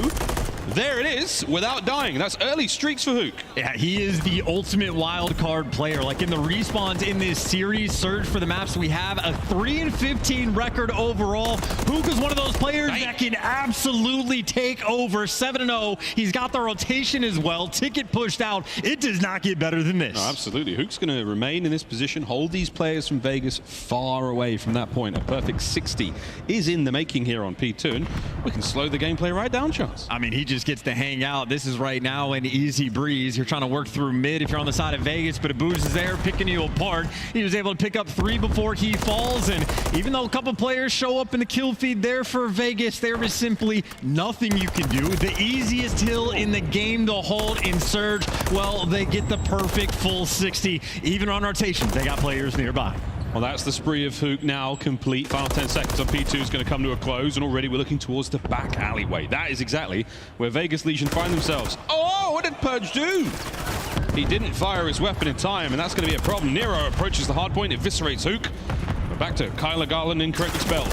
Yeah, and keep in mind if you're on the side of Vegas as well, because Kyler Garland does have that cruise missile. P5 could potentially be a nightmare, so you need to get ahead of the game early on. Make sure you're not going to get punished too hard long term. On the hill, though, Arcitys very slow. By the time he gets the trophy out, Nero's already flanked. He picked up the 2 keys, and Vegas has flipped those spawns. Everybody going to fall, and Surge now going to have to hike across the map. If you want to fight for old, not a fun place to be. If you try to rotate towards new, Vegas have almost everything completely locked out. Oh, you guys know how Skid Row goes. It's going to be a very swift turnaround here. Seattle Surge with a late break, 20 seconds going their way. But as you can see from the scoreline, very easy to turn a match around here on this very dirty, dirty little map. We'll find out how the next hard point goes. It's just a bit of suppressive fire there from Bridger to keep these players at bay. Purge on the climb. He and Gio trying to make their way back into the apartments. Oh, I gotta say, that's a big moment as well for Surge to be able to flip those spawns. Vegas, instead of getting that momentum, end up tossing it away. And right now, just a little bit behind on the pace. Arcity's cheeky angle over by the God Steps to try to keep these players at bay. And Gio taking his time. They're not even going to deal with it. They're trying to go around through Playground, looking for that avenue. And Arcity as well might have to give up the angle and help out his team around the actual hill. Fighting forward now. Attached from the back line. This is the contest. Dips a toe, slides it. Never going to be able to take the 2 of them. Good job out Seattle, but Purge with the pinch. He and Nero find the kills. It's going to be the break now from Tunnel. It's only Breggi. And the team kills are so easily done here on this side of the map. Close quarters engagement. But at the end of the day, Vegas come out on top. And Surge not going to fight for that scrap time as well. You had an opportunity maybe if you wanted because you have the cruise missile, but they're playing the safety game. It's going to be a near tied up game in towards new. And I mean, hey, if you don't have to burn the cruise, you could save it for the second P5 of this game if we even get there. But right now, rotation perfect. All 4 players for Seattle grouped up, left side of the map, power position secured. Hook has made his way out towards P2. This is as good as it is going to get for a P5 hold. Surge doing the little things right. How long can they hold, though? That's the question. Nero punches a hole.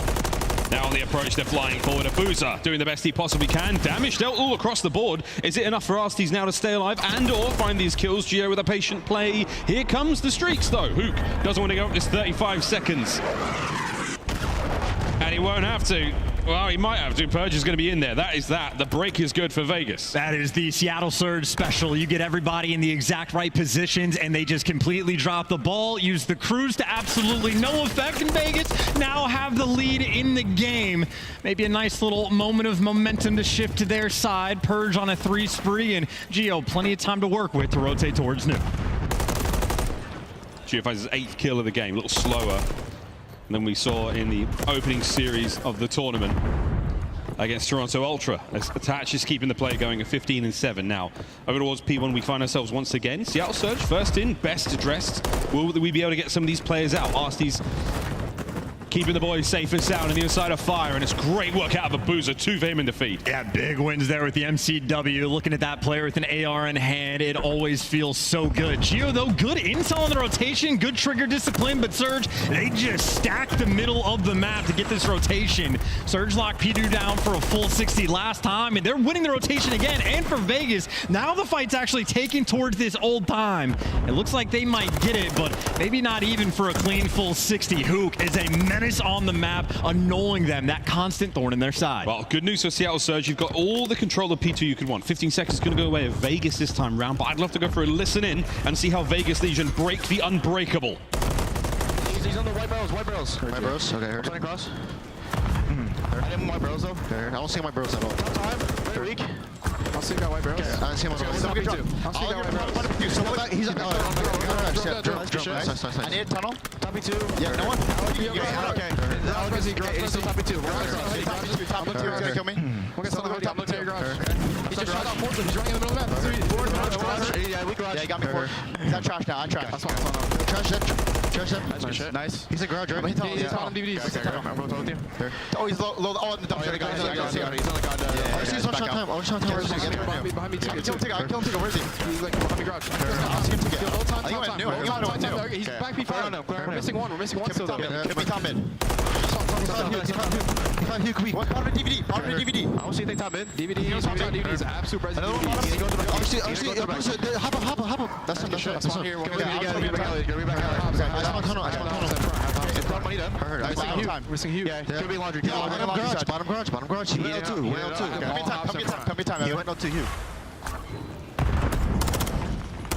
Hey, fun fact, it's not actually a full 60. You can only get 59 seconds on a hill, but on both P2s for Surge, it is perfect. 118 of their 200 points come off of that hill, and they're trying to win that rotation towards New. Big moment of the kill feed, though, for Vegas. That is a clean 4 down. Nero roaming the insides, the apartment. He's let a player through. Attach on the top. It's a good hold from Vegas Legion so far. Going to be able to get back into this one. Nero once again. Prowling brings down Bregi as well. It's a 5 spree. Disgusting work. You got to hit the rotation though as well as Attach now in from behind. Over to the barbershop we're now going to go. And this could very much be the return to form for Vegas. And with the kills Vegas just got, they're going to be funneled in through the tunnel. Big win there by Geo. If you shut down Hook, things are going to stabilize and get a little bit easier. So much so that they are fighting old with only 8 seconds left. Purge though, holding the iron, picks up 2 kills, and Surge again are going to be spawning so far away. Purge might be looking at the end of the spree there, but that's not a problem whatsoever. He's grabbed that time. The scrap now is well overdone.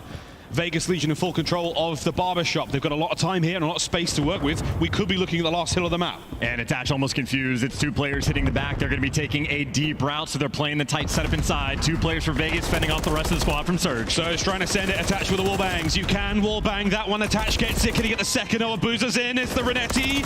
Can't get any more. The trades are done. Bregi though stays alive. Surge with the break. Holding on for the moment, and Hook slamming them with the big 2. And Hook might be out on the rotation as well.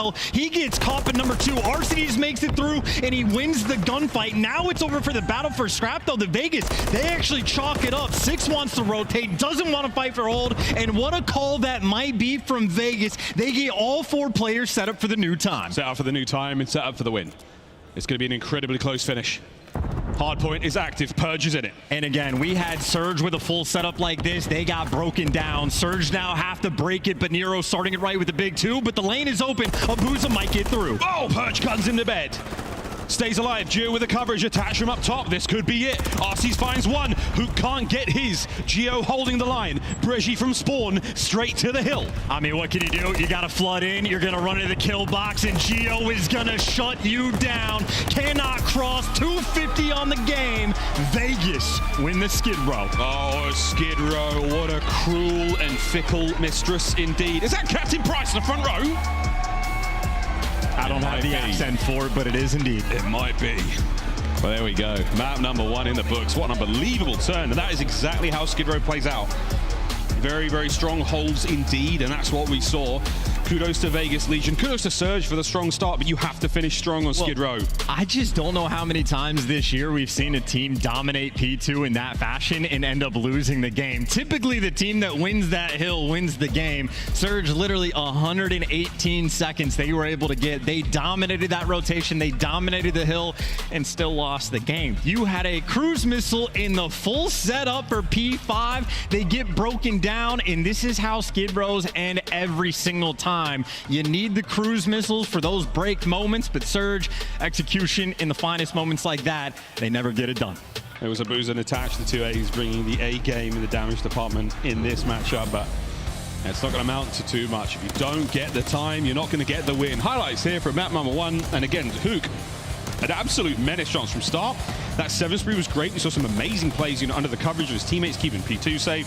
Hook was on an absolute tear, man. Couldn't quite make any more of it, though, in that game. I mean, Hook, at least again, at the start, that is everything you could possibly ask him for. But then on that rotation at P5, Hook was the player pushed out towards P2, and I didn't quite catch it, but I know that's where the start of the flood and the breakdown came for Vegas, just to be able to pierce the setup. So there's always a give and take to the players of Surge, but I mean, either way, as good as the start was, Vegas just that sort of overwhelming force on Skid Row, outplaying him in the key moments. And even towards the end, like that final rotation, in my head, I'm thinking 24 seconds on the Barbershop Hill, maybe Attach wants to fight for it. That could come into effect. Attach says, nope, I'm chalking it up. I trust my team on that rotation, makes the heads up call, and then obviously Nero, he just starts this final hill right, takes up a big 2, gets out of dodge, sets up his teammates for success, and Vegas like a well-oiled machine on one of those money hills at P5 execution, the difference maker in the game. And P5 and P2 not too dissimilar in their nature.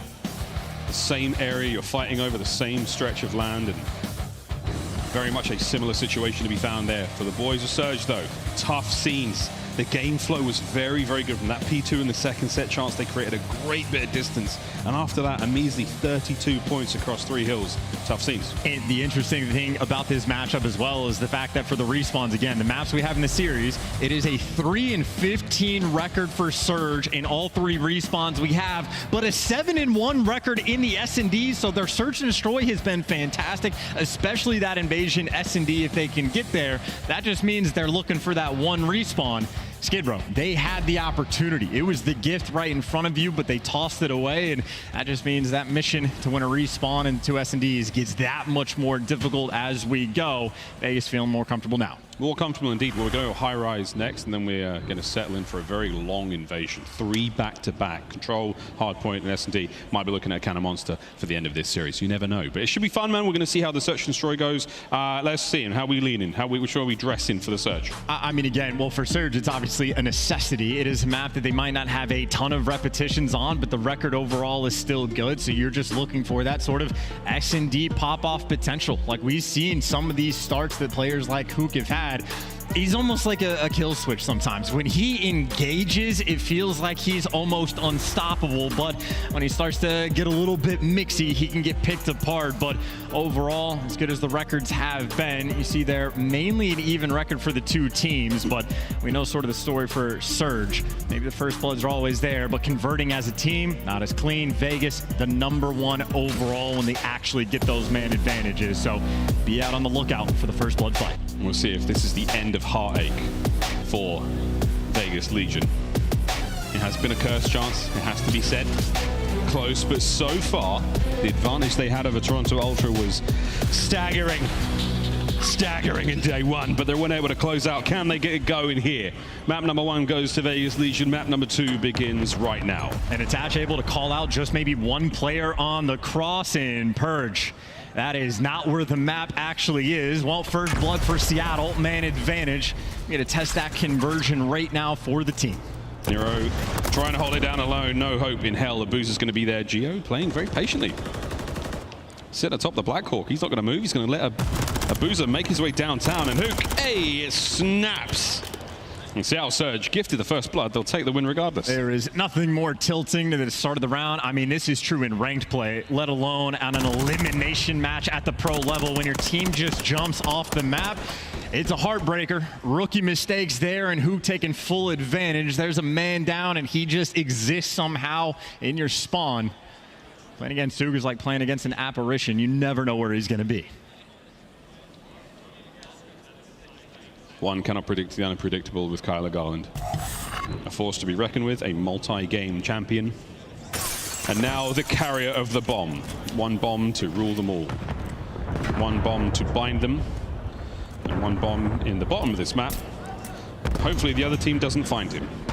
Well, 2 players on the cross. There's a bullet fired, so they might have spotted Nero down low, but now you're working for some jump-up spots, seeing if Nero wants to overcommit. Stun for the intel. Barrel might explode, but that is just going to slow the pace of the round down. In the meantime, Attach able to snip out and find that first blood from the power position.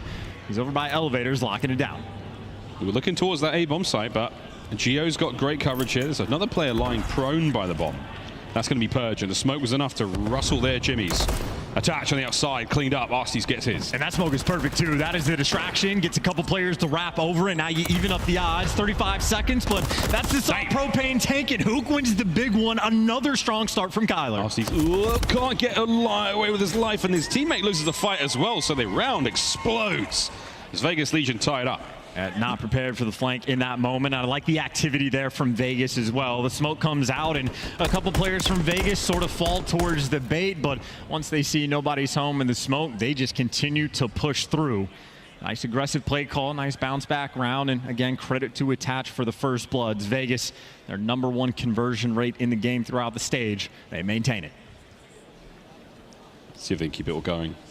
Cool focus across the players' faces as they dial into round number 3. Nero with the bomb.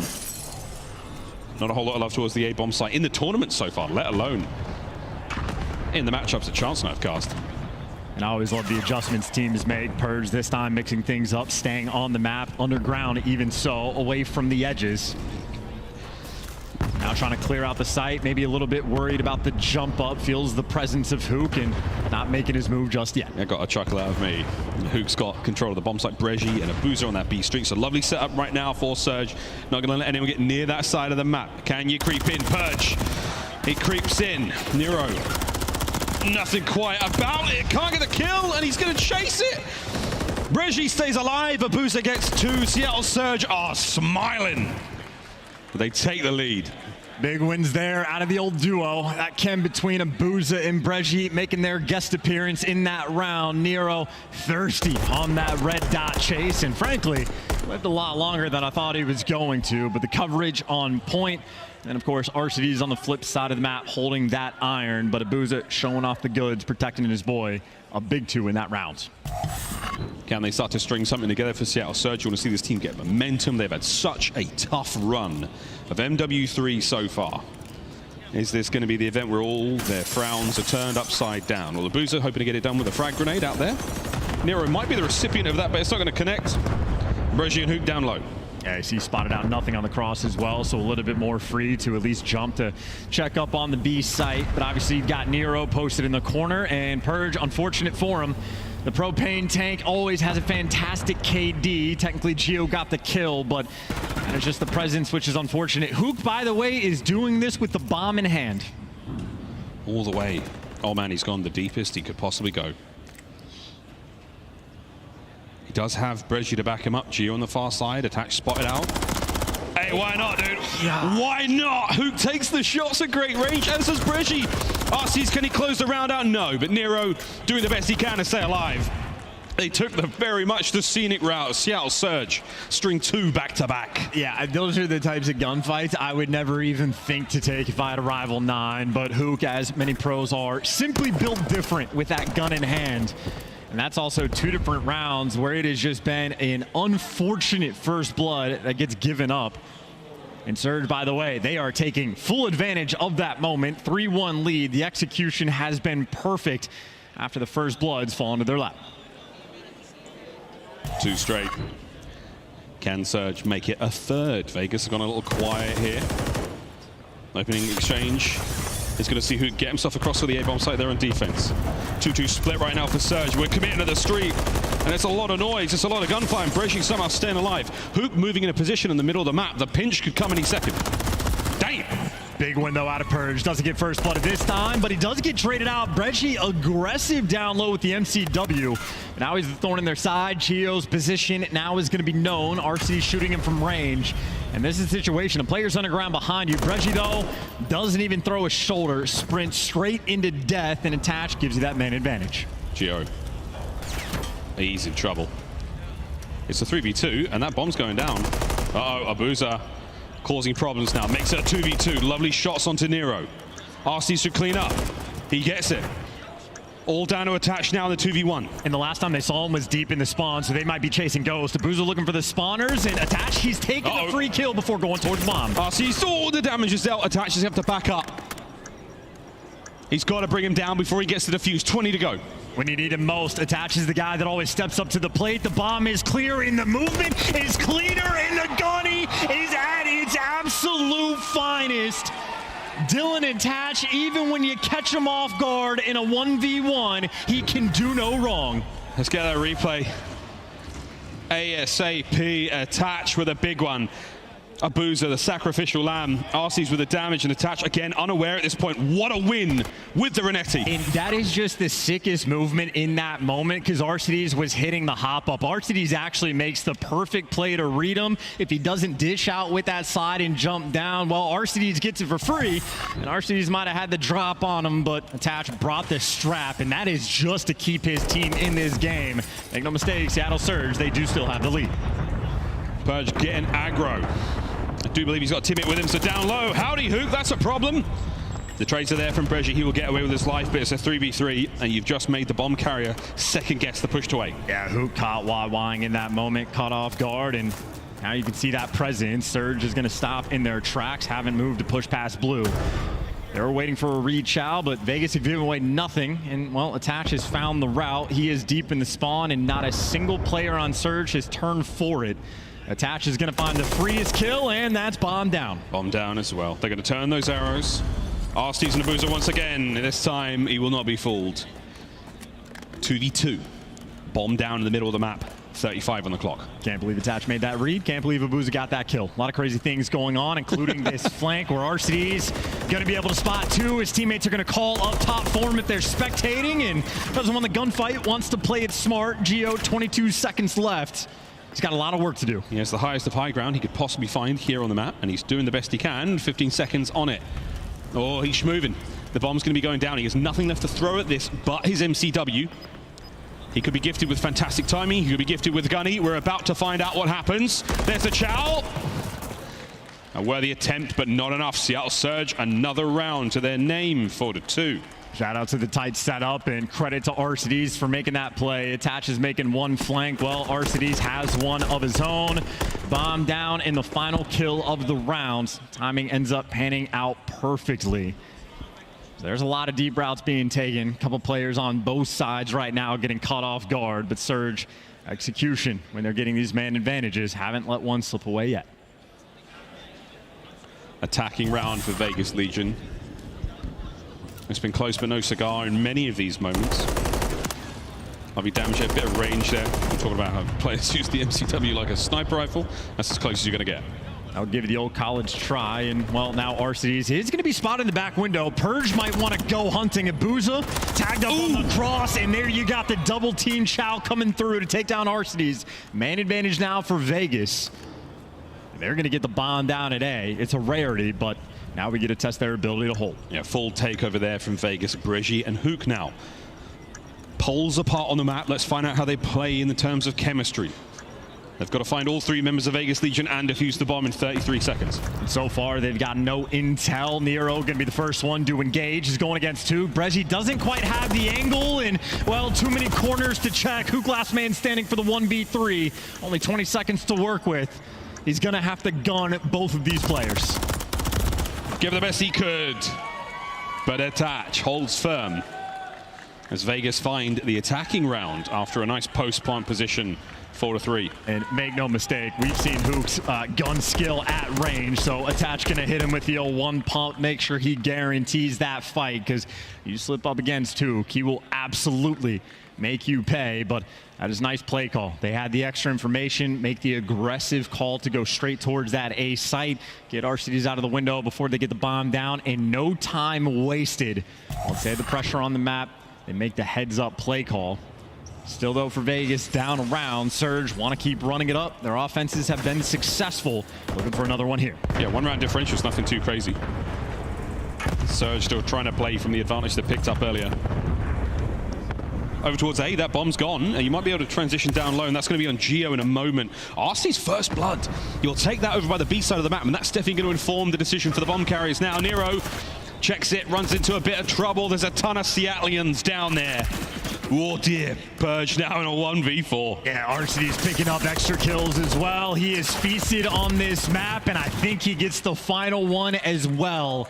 3-kill round right there out of the old 2-time world champ in Arcades. And again, that first blood extra key. You see 8 and 4 as well. Arcades has more than made up for that 1v1 he had against Attach earlier. Now the question is, are you a believer in the 5-3 curse? 5-3. Ooh, this is it. Can you close out now, Seattle? It'll be a defensive round for them. Vegas still, how many tricks in the playbook? What can the young lads bring? Oh, they're going to need to bring something here, by the way, just to highlight the importance of how close that first map was. Vegas could be staring down the barrel of 2 very difficult maps, but this one isn't done yet. Looking to clutch up. You see Abuja spotting players out on the cross, full scented down mid. Still alive until a trade comes through. Attach finds the first blood, but Purge is going to fall. So both teams getting this information, but Surge right now stacking this B Street. And Nero not yet comfortable enough to plant the bomb because his teammates opposite side of the map. He's by his lonesome. A big responsibility on his hands, and RC still a difficult kill on the map. It's the battle of the bulge right now for Nero. He's punched through the Seattle lines, but really unable to make too much happen. There's the plant.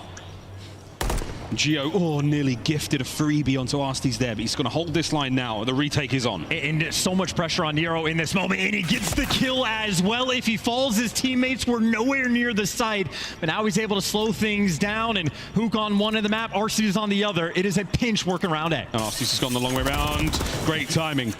Pressure now on for Attach. No, Arsties, he's on that pinch. Guns them both, and that's the search. I do not believe it. Great work out of Seattle Surge. They hold true on the 5-3 scoreline. We now find ourselves at 1-1 in the series. No curse there, and Arcides playing out of his mind as well. Finishes that game on a 5 spree, and that is a hell of a play call as well. Nice little 2v3 clutch there from him and Hook, and more importantly for Surge, just taking advantage of some of those early rounds, literally from the jump. Purge jumps straight off the map. Surge take advantage of that first blood when the propane tank explodes, as it is privy to do. They take advantage of that round as well. So Seattle, as is expected in the Search and Destroy, they take care of business. A nice little bounce back in the series. Big 10 and 4 from RC's, lovely damage as well. Elite work from Abuza there in the damage department. And I must admit, Attach man absolutely working overtime. 2K to his name there. Only 8 kills in the end was not enough, but 6-3 scoreline. Very happy to see that for Seattle. They've had such a tough year. And this is looking like an exciting series regardless. Now though, folks, we say goodbye to the rest of the maps in the game, and we say hidely ho to Invasion. And again, this is a scary sight now for the side of Vegas. That Invasion S&D, we saw how the first Search and Destroy win. Well, Invasion is their bread and butter, so Vegas maybe not wanting to get there. They got to get it done in the respawns, but if map 1 was an educational experience, Surge, they're knocking on the devil's door. Still knocking on the devil's door. We'll wait to find out if he replies. We'll find out if he replies after this break. We're going to play Invasion back to back to back to close the series out, and we're all tied up 1-1 here at Major 2. Seattle Surge, the Las Vegas Legion. When we come back, Invasion control.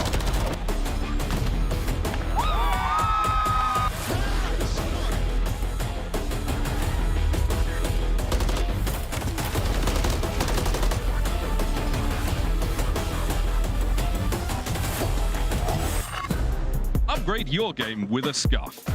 Save $30 on the official CDL collection at scuff.co/CDL. Get better with the Scuff, the first performance gaming controller. Visit scuff.co/CDL to change your game. The Call of Duty League is brought to you by Monster Energy, the official energy drink of the CDL.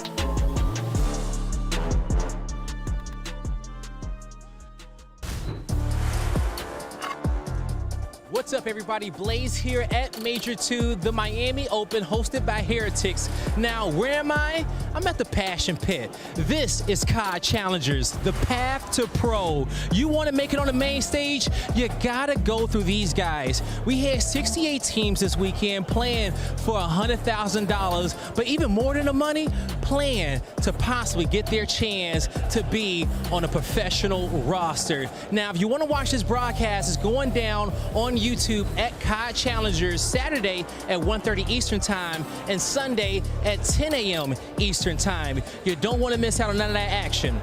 I'll see you there.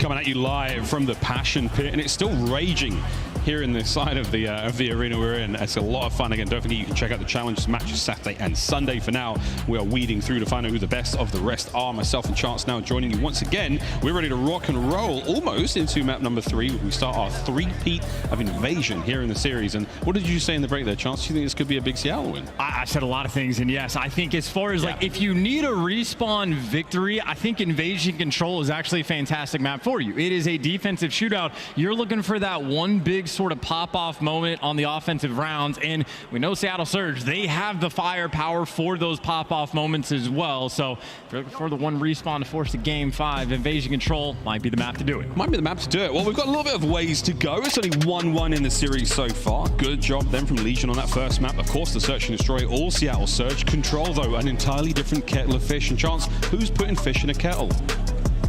Is this a philosophical question? I don't know, man. That's a big one. I got to think on that. I don't have many experiences with kettles. I'm a young American. We don't have too many of those over here. But again, if you're looking at the statistics, there is one thing and one thing only you should notice, that on the defensive end, Vegas have been the best in the game. But both of these teams being the bottom of the offensive rounds, that is the opportunity, I'd say, for Surge to find that one moment of making some play over towards A, or on the defensive end, just slamming them and giving up no ticks at all, even on the B zone. You see Vegas, they want to keep things standard. They want to go for B straight away. Purge has the intel, 2 on the cross, and hey, Purge has basically seen the entire team. He's seen enough. He's seen too much.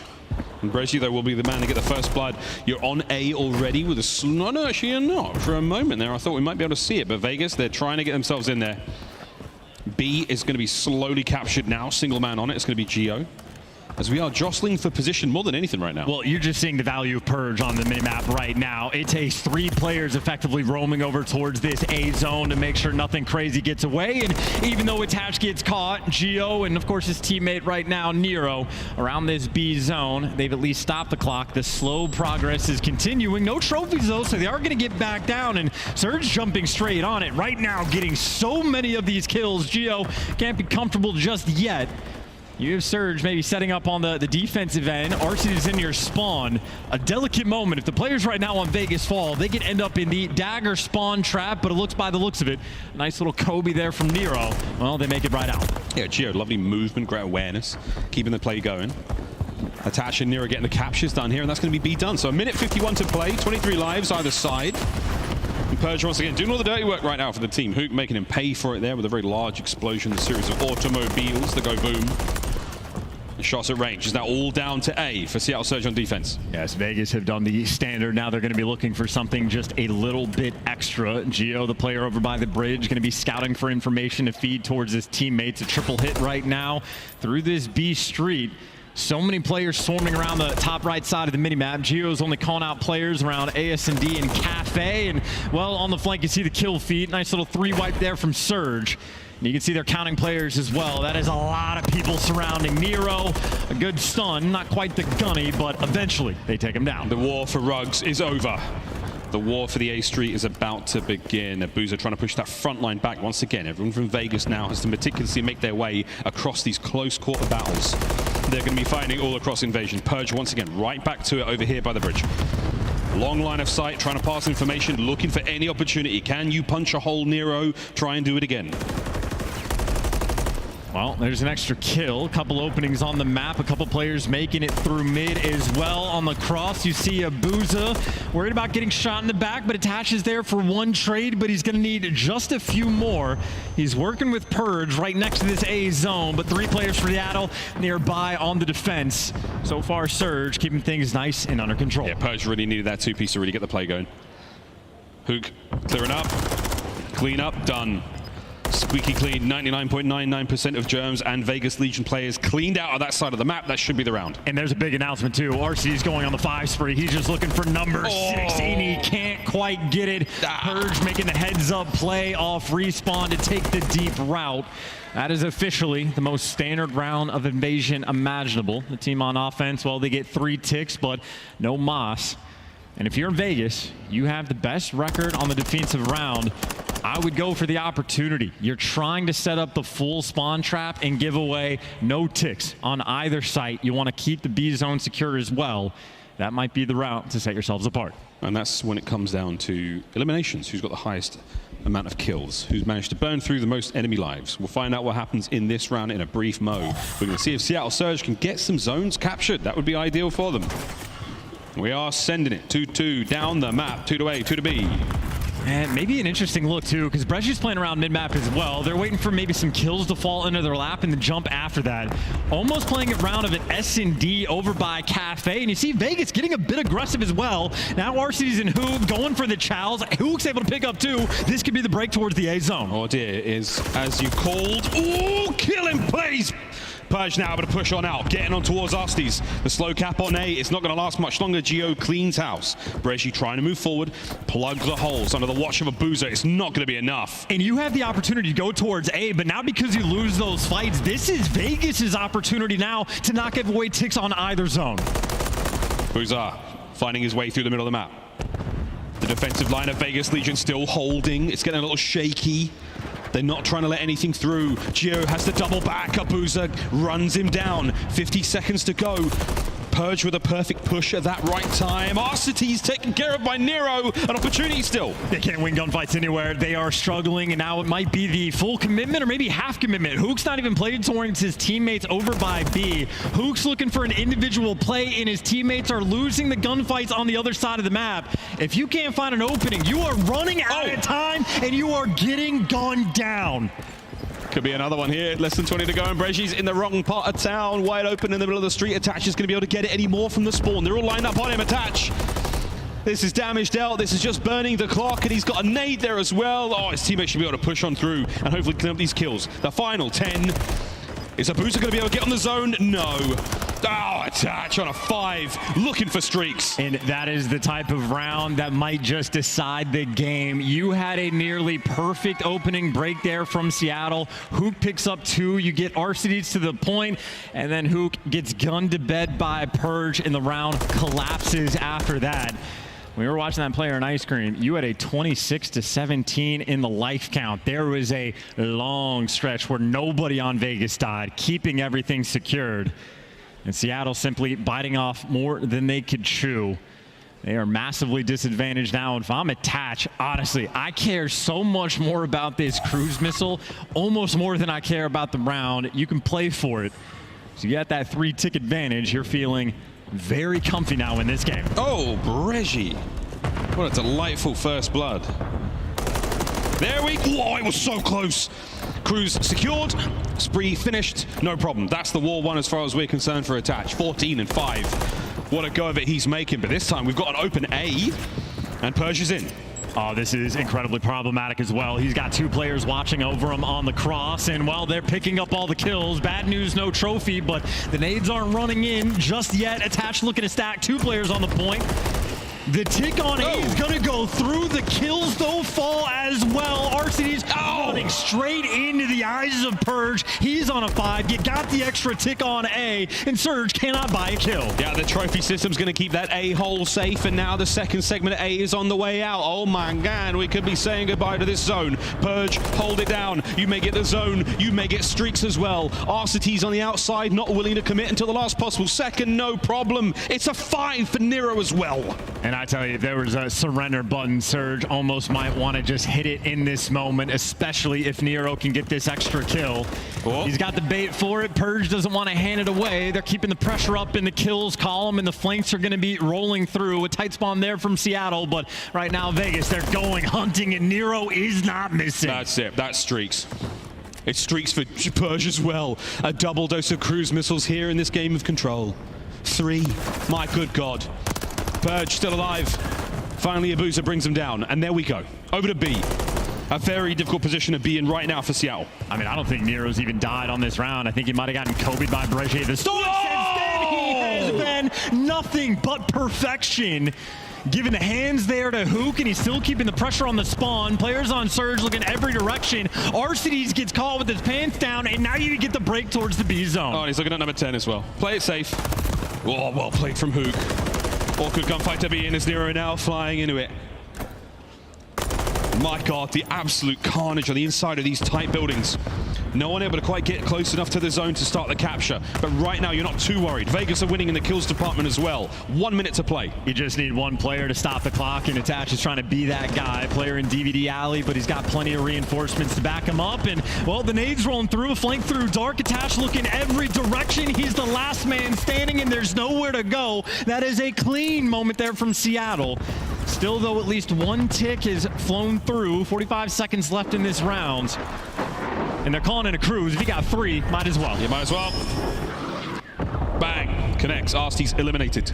If they can take care of Bregier, which they have, that's an opportunity to maybe get towards the zone. Hook has got to go gargantuan in the next 30 seconds to slow these players down. Oh my God, they've just called an orbital airstrike on him. He's gone. 25. Abuza trying to cut him off. Can't get it done. Onto the zone, and it might be a 3-man stack. It might be enough. Vegas, hold on. Halfway through B we go. Arcides brings down 1. Still 2 members on it. It's a 3-man now. The zone is evaporating. No one there to get it. Seattle send it, but it's not enough.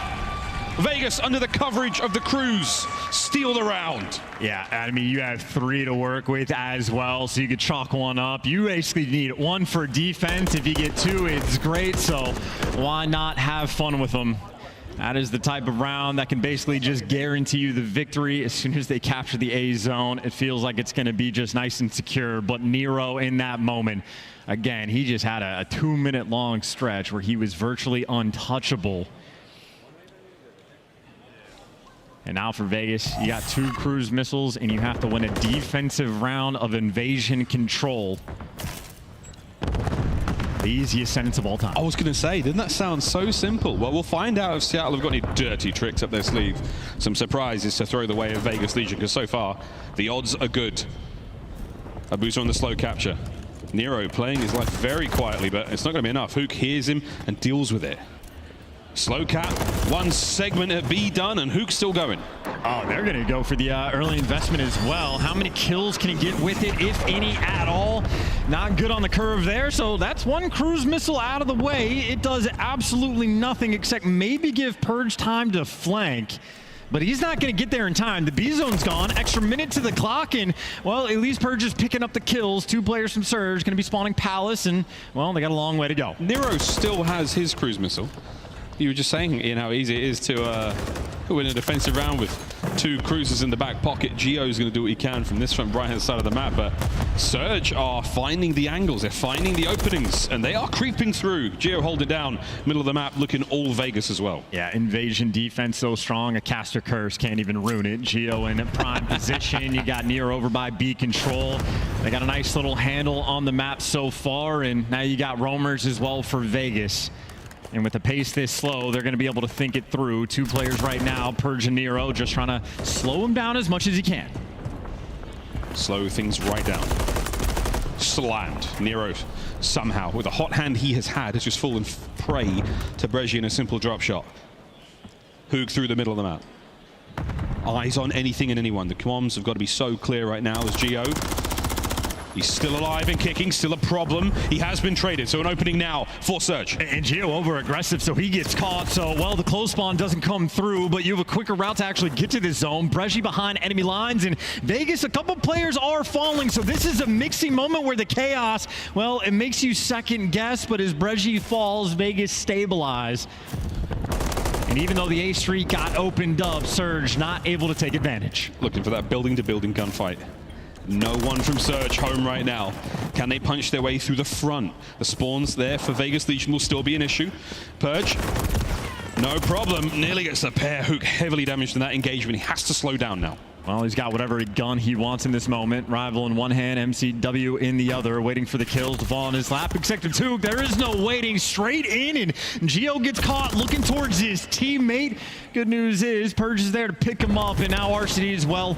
Nothing you can do in that moment. The cruise missile, just the stamp on the game. The stamp flattens the middle of the map, flattens the park, and flattens the hopes for Seattle Surge here in the game of control. Vegas Legion living up to the defensive line.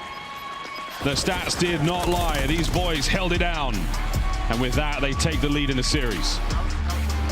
And Surge's quest to win a respawn against Vegas is going to continue. Going to be forced to do it in the hard point, but obviously see Vegas maybe a little bit tired, a little bit sleepy when it came to that map 1, but they've certainly woken up now. We'll find out what Seattle Surge are made of here. You're going to have to impart some serious words to the squad. Keep spirits high, keep morale up, keep them rolling through. They've shown promise in the series so far. And Vegas have shown such promise in the tournament so far. Again, that matchup against Toronto still very fresh in our memories, and certainly fresh in theirs, because they are looking strong indeed. 2-1. It's match point, and the death knell for Seattle Surge if they can't win this invasion hardpoint. Again, fearful though for both of these teams, because Vegas really do not want to see that game 5, but that is just truly the invasion special. You had one quality moment for Seattle on an attacking round where they actually got the kills, got the opportunity to move towards A, and realistically, you're happy if you just get a single tick.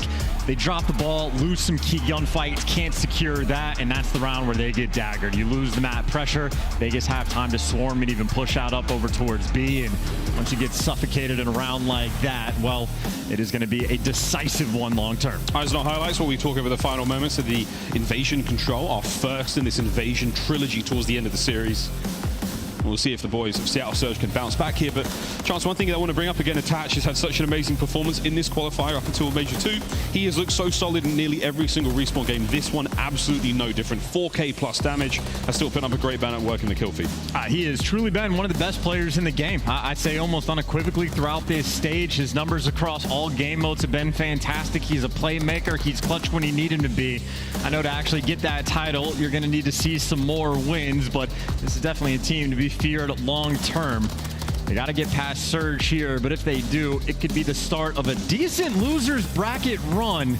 I mean, they're almost like firmly in the 5th spot over. Yeah. Of course, execution on LAN is a different story. 2 fresh faces to the CDL. Not a massive amount of LAN experience, certainly not on the main stage. Hero and Attach trying to buffer them up just a little bit, but outside of, again, maybe 1 or 2 very small moments, Vegas have looked clean. Vegas looking clean. If they can keep it going, they walk along into the tournament, continuing onwards in that lower bracket. Pressure now on for Seattle Surge. This is it. Been a really, really rough qualifier 2 was tough, qualifier 1 was tough. Team change is not helping them out. They still need some more time to really find their groove. That 6-3 on high rise was a very promising show. I mean, there was only, what, 3, maximum 4 rounds where it looks really strong for Vegas side. Otherwise, all Seattle. If they can find the invasion hardpoint, we go to that search for the final game, and God knows what happens then. That's when Seattle could find a big comeback. We'll see, though. Invasion hardpoint first. What you dressing, brother? Again, you keep talking about the respawn victory for Seattle. Is it here? It has to be. Otherwise, the series is over. Yeah, a 3-15 record on the 3 maps we have for respawn for Seattle. Obviously, that is now 3-17 with the 2 losses that they have. So again, the odds certainly not stacked in their favor. But if they do, that is the big question. Invasion, still a nearly perfect record for the squad in the game 5s. You got to be on the lookout for them. So Vegas, again, also feeling the pressure. Could potentially be the map that decides the series in either direction. Oh yes. And what a story for Vegas as well, for the Vegas Legion roster, for the organization. I mean, this has been the most promising roster they've had for a long time, the most promising position they've found themselves in, winner's bracket, albeit against Toronto Ultra. But they've put up a great show so far. If they can keep it going, it is a historic run for the organization. And now for Seattle Surge, It's the revival, it's the comeback, it's the rebirth. Can they get it done on Invasion? Force the game 5. And look, you had for map 1, Seattle Surge spawning into the bad side of Skid Row, and it was still a perfect opening break where Hoop goes 7-0, gets a cruise missile, start to dominate. Similar story that we had on quite a few of these maps where the opening breaks for Surge have been very strong. So the game plan on that front has been on point. If you get a strong opening break, when you're spawning on the better side, setting yourselves up, Surge, an opportunity early. Invasion, not the craziest lopsided map when it comes to the good side, bad side, but if it's a little advantage that you could try to get, you want to milk it for all it's got. And again, the opening breaks for Surge, they have been clean. Oh, so clean, man. I mean, whether it was the stun to assist on the other side of the building, you name it, man, they had it all going there. Hook spree, though, is done. We're going to see that hardpoint only have a single second earned from it, and that's Seattle Surge getting the job done. Arsty's now with the pressure on the point. There's the teamwork from Vegas, 3 in the feed, and now they push out. Yeah, Seattle Surge got 3 out of the 4 kills off the opening break and converted it into being down at 2 seconds. You still have that rotation over towards P2, but right now for Vegas, you can keep things a little bit slow, see if the kills flow your way. Final 12 seconds, rather, they're going to collect, and a little bit of time to try to set yourselves up. There's not a single trophy right now on this hill. I don't know how many stuns and nades that Vegas have left, but at least off respawn, Natasha will have a couple. We're going to find out real quick, but the trophies are on their way because the production and the elimination categories have been solid. There's the pinch. The spawn awareness not necessarily there for the boys of Surge, and you're in a bit of trouble now. Still no trophies in play. Arsty says he's going to spawn right behind these boys. He's going to make his way into the feed and hopefully get back to the hard point. And this is an interesting moment for Seattle because the PAL spawns get left open, but they don't actually get any of that time. Now you're trying to get Purge off the hill. RCD sliding in first, able to pick up the first. Certainly has a little bit of coverage from his teammates. Okay. And able to get the second as well. Can he get the trades? Yes, Breggy is there, and he get Vegas off the time, and Seattle, well, they should have that rotation in P3. Granted, the rotation they had to P2 didn't really net them any time, but at least they're winning the rotation battle. Gio's going to soak up as much of his final time as he possibly can. His teammates are all around him. No one there from Paris or Vegas. I did it. Maven. Word to Maven. Fired. I'm fired. Word to Vegas. As no one is near that new hard point. That's all going to be Seattle for now. And hey, you don't get any time on P2, but this is a much easier hill to lock down, and you are there so far in advance. Vegas absurdly far away from actually getting this rotation, so a stronghold here for Seattle, and they might even just take the lead. See if they can do it. Arsty's keeping him back through the middle of the map. Over to Purge, trying to find his opening, and it's not going to be there. Once again, Seattle Surge finding the kills, and look at that time, soaking it, running it up. Breggy cuts down 2. Oh, I can't believe he got the pair. 30 to go here on the hard point, and it should be Seattle's. Oh yeah, he's running it down as well. Off spawn, challenge like that, getting the big kills, and yet the lead is going to flow their direction, and more long-term good news for Seattle. If you're talking about staying ahead of the game, they want the right side spawns for the P4 hill as well. Damn. And they're getting all the kills. RC's here's a double kill. He's on a 5 spree, can go for that cruise as well. Just gets caught running down the A street, so no cruise, but at least you got the right side spawns. Hey man, these things happen. It's just the way it goes. A solid lead right now from Seattle Surge after a very productive P3. Over to a very difficult hard point to find any time when the Vegas Legion are doing their very best to do so. Smack bang in the middle of the map, the park. Not a fun place to be, but right now, not a terrible place to be as Vegas are holding it down. Well, you have Surge working like, what, up the angles of the street? Only one player's actually gotten towards the tank, but who gave him pick up 2? RCD's in the actual power position, and Surge at least get Vegas out of the time. Big question about whether or not you can collect any yourself. It is so many square-up gunfights where a lot of damage is going to be done. The question is, how many kills can you actually get, and can anyone step foot on the hill? Maybe not. We might just sort of play TDM around the outside, see if anyone can get a streak maybe at this point in time. No one really looking too close to it, but I will say kudos to Gio there. He dived in for a moment before being eviscerated by Arsty's. Final 10 seconds of this hard point, and no one really walked away with a whole lot of time there. So we're going to say hello to what's called the hookah lounge towards the top right of the map. And maybe saying hello to a surprise Purge. He doesn't play the more typical contest spot. He's found his home deep in the back of the map, and the question is when he wants to strike. getting active in the moment, gets the freebie kill on the hill, and his teammates win the gunfights as well. Still going to be the close spawns back cast here for Surge, but Purge making the heads-up play. Surge can't deal with the sneaky Purge. He hits him with a big old surprise, and then he finds a few more out of it. Geo and Nero, the two O's, find their respective kills in the map, and that's going to be another big one for Nero, now 3 in a row. We saw what he did in the control game, and he's looking to do exactly the same here in the Hardpoint. Old Vegas, old Purge, what a play. And you just got to get out of your spawn. You have right now an invasion hardpoint for Surge where they won the opening break, won every single rotation on the map, and right now down by about 40 points, and they're struggling just to get out of their spawn. Breggie's at least crossed, but you're still not getting any of this time. That was a beautiful hill there from Vegas. Credit to the rookie as well for the heads-up play, and Nero might have started slow, but he's on a 4 spree now. Yeah, he did a great job of keeping those players from Surge deep in their spawn, no one getting out there. This dead silence is going to count to not a whole lot as that stun slows him down. Double back, are we going to hit a play? Are we going to do anything? We're going to slip slide, just sort of hope for the best at this point in time. Back to P1 we go, Chance, and not a tremendously high-scoring game either side. Not even remotely close to being a high-scoring game. The game clock might absolutely come into effect, just like the Palace spawns are. Breggie spawns next to him, the unreadable, at least you get the trades. I'd say the scary thing for Surge is if they were ahead of the rotations, they're still losing the game. If Vegas actually get a setup on any hill, it could be scary hours as you are a map away from being eliminated. And we're 1 kill away from looking at a cruise missile there. No hands this time from Attach as Arceus finds his.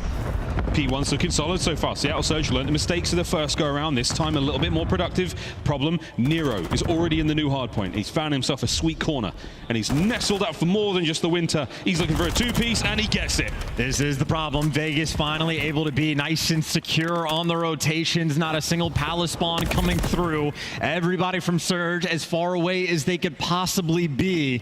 And as soon as number 5 spawns up Palace, every single player on Vegas knows it's guns forward. Guns forward at the ready, lads. Drive. Push them back into the streets. That tank is immaculate cover. The hard point as well. Now the trophy's working overtime. You'd name it. It's all looking up for Vegas Legion. 40 seconds to go on the hard point. A Boozer with the opener. Is this enough to get his boys forward? It's Purge laying suppressive fire from the middle of the street and Nero soaking away. Yeah, keep your eyes open. It's been the longest time since he's taken a gunfight. By the time he gets one, the trades there coming through.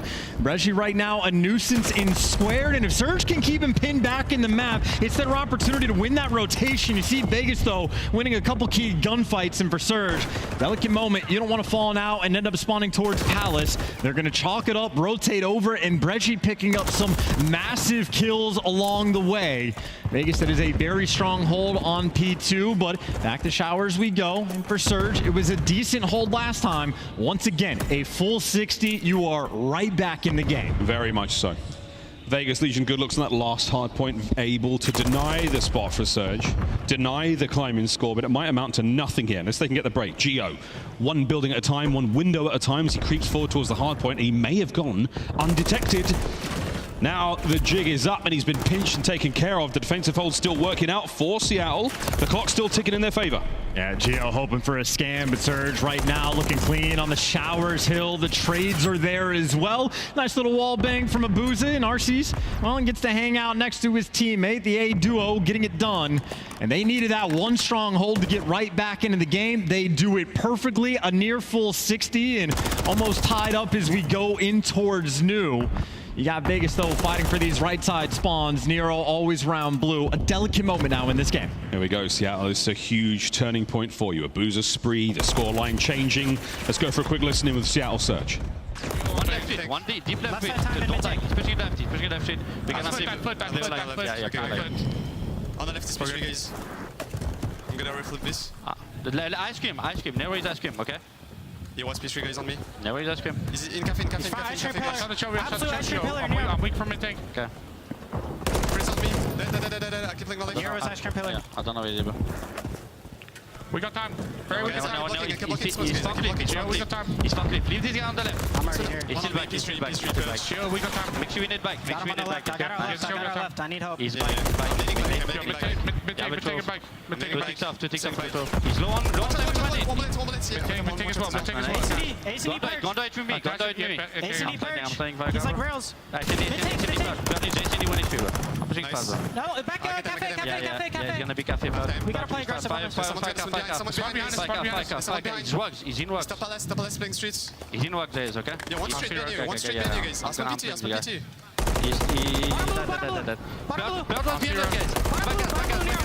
Back gas, he's 1 HP. Okay, back gas 1 HP. Okay. Dead. I'm spawning out. Back gas again? Yeah, back gas. That's 1 P2. Yeah. Block P2, bro. I don't know where they might be. You're in bottom blue. Gas on you. I need help. Yeah, I'm trying to go fast. Dude, and back gas, top gas. On time. Team. He died. Alright, still back gas. Solid plays, maybe not enough in the feed though. It's again the scoreline for Vegas Legion. They are marching towards victory here. Can Seattle find the comeback? They're in these spawns, but this is just so tough. Invasion can get insane. They're trying to stay on point, but there's just not a whole lot you can do. Arcity's trying to walk in with the MCW, but 2 players keeping them at bay. And again, Vegas, when they have the opportunity to hold, they make it look so clean. A near 80-point lead as we go back towards P1 and Surge. They got the left side spawns. This is what they want, but they need some more kills. You can see Nero already going on the flanks. Might just be here to pick you apart. Or Arcity's continues to be heads up. Surge, the opportunity to stay alive, it's still here, but such a long way to go. Very possible. Again, if you can hold on here at P1, you make your way over to the building site, no problem. You can hold that. You get down to the showers, you maybe even win the game. This is not over yet for Seattle Surge. Geo and Vegas now peeling them apart 1 player at a time with the approach to the hard point. 30 to go. They could win it here. It's got to be down to Abuza. He has got to go huge. Those wins are massive, and maybe a player spawning out and Bredge can shoot some of these players in the back. Surge need a moment where they get a nice little wipe, and they get exactly that. 4 down. Vegas spawn on the right side of the map, and the opportunity is now here. They cannot lose on P1. They have the rotation to P2, but again, it's a couple things Surge have to do. Got to take 2 hills back-to-back after this to win this game. You see the resolve of Seattle Surge. This is a massive moment for them. Damn, Abuza's trophy doesn't save him in time. Bresci, oh my god, attach. What shots at range. Pressure now on towards the hard point. You've been forced out of it, Seattle Surge. Here comes the hit from Vegas. Arcidy wins the first one, trying to keep these players at bay. Nero responds with 2 of his own, and Arcidy is now the last man standing. Can't fight off the entire team. Vegas get the break, and now you beat them down. Hold them in bay, and Ice Cream Purge with the nades over the top. The last hit from Surge. It is done. It is sniffed out, and they have drowned. Vegas Legion continue their campaign through the Miami Major. And that's 3-1 victory they'll be happy with. Getting it done in the respawns when they needed them most. I'm not kidding when I say that Skid Row might have been the deciding factor in this series. Vegas iced up in the map 1, and after that, the execution flawless. They were being out-rotated like crazy on Invasion in the first half, but as soon as they were able to get a setup on a couple key hills, they ran the score up and, again, never looked back. No looking back whatsoever. Vegas, congratulations. Further into the tournament they go. We say goodbye. We say adieu to Seattle Surge. A solid run, a decent showing, but not quite enough to keep their tournament dreams alive here at the Miami Major. And Vegas, are they starting to believe, Chance? A couple of things here or there they've certainly got to work on. Back to the drawing board for the entirety of that Seattle Surge roster. We'll see them again online in the build-up towards Major 3, but for now, great stuff out of Vegas.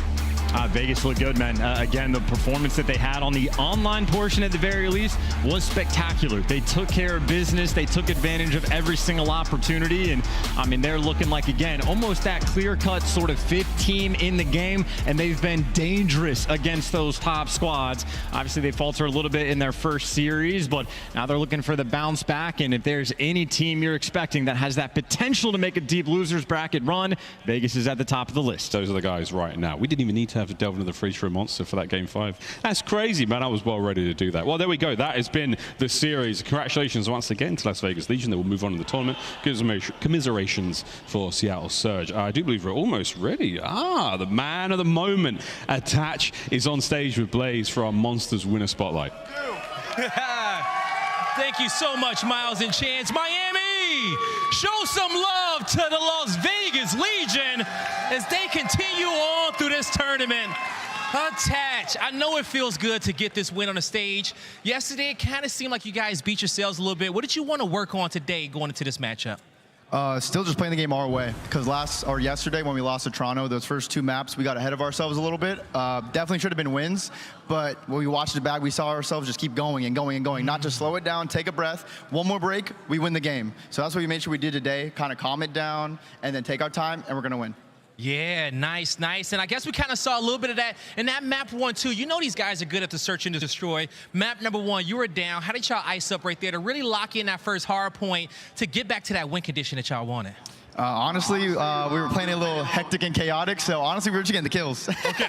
And then after that, we're like, all right, we got to calm it down a little bit. But we were winning the gunfights, which was nice. But to go far in this tournament, we're going to have to play more as a team.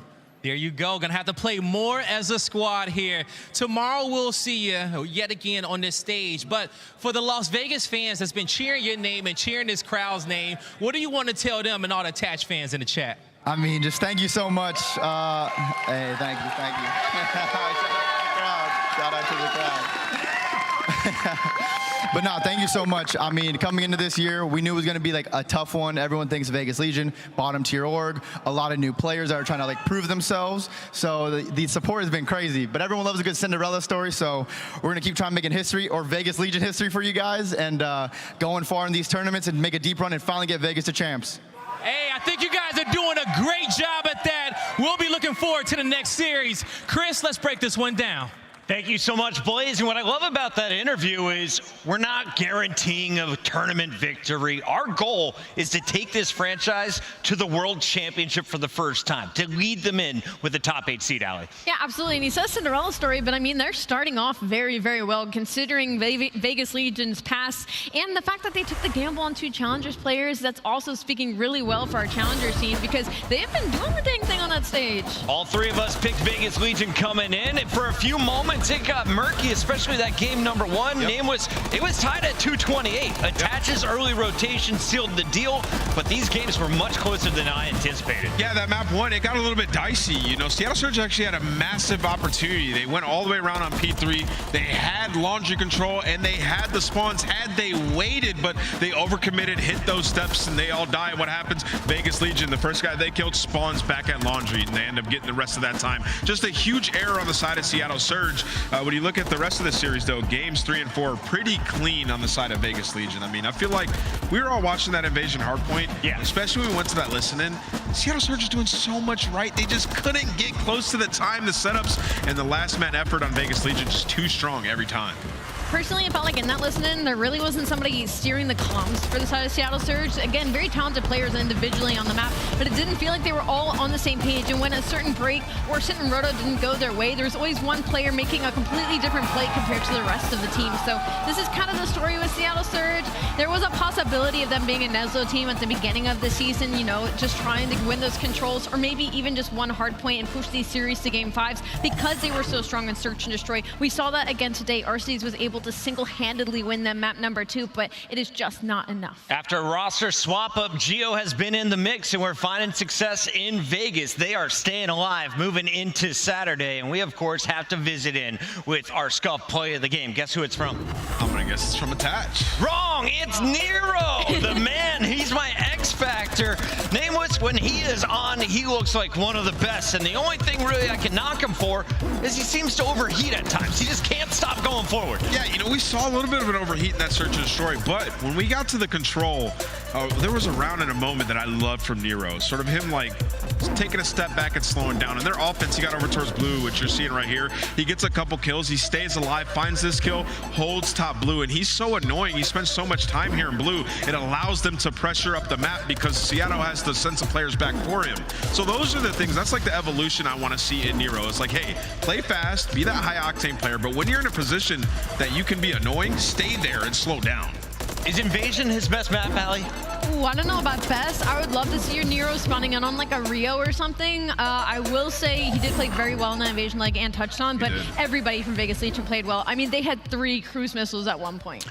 Vegas taking care of business, and now this is where we're at in your bracket. We still have one more match to go, and it is another elimination battle, but this one is for top 6. Rocker taking on LAG tonight. Tomorrow, you're going to see that winner's bracket with Optic versus Ultra, Subliners versus FaZe, and a bonus match with Royal Ravens taking on Legion. Yeah, this is where them extra points kick in. Also, that extra money. We're down to our top 8. We're going to see a team punch their way to top 6 in this next match. Time to earn some big points of some serious money here in Miami. And if you want to know when all the battles are going down, Allie, how do they stay in the know? And earn, I can't tell you enough. Make sure that you add all your favorite teams and even your least favorite teams if you want to be a certified hater to your calendar, scanning the QR code on your screen. Not only that, you'll get a squad up calling card as well for free if you sync this up. Shout out to the haters. We're going to break. When we come back, we've got the final fight. Is it Minnesota or LA Gorillas showing to be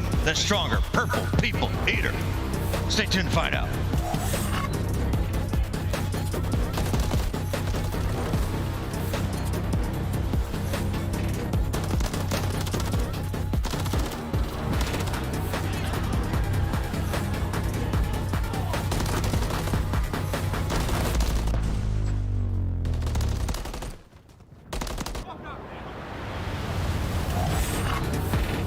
Slice up your competition with the Executive Chef Operator, now available in-game in the Call of Duty store.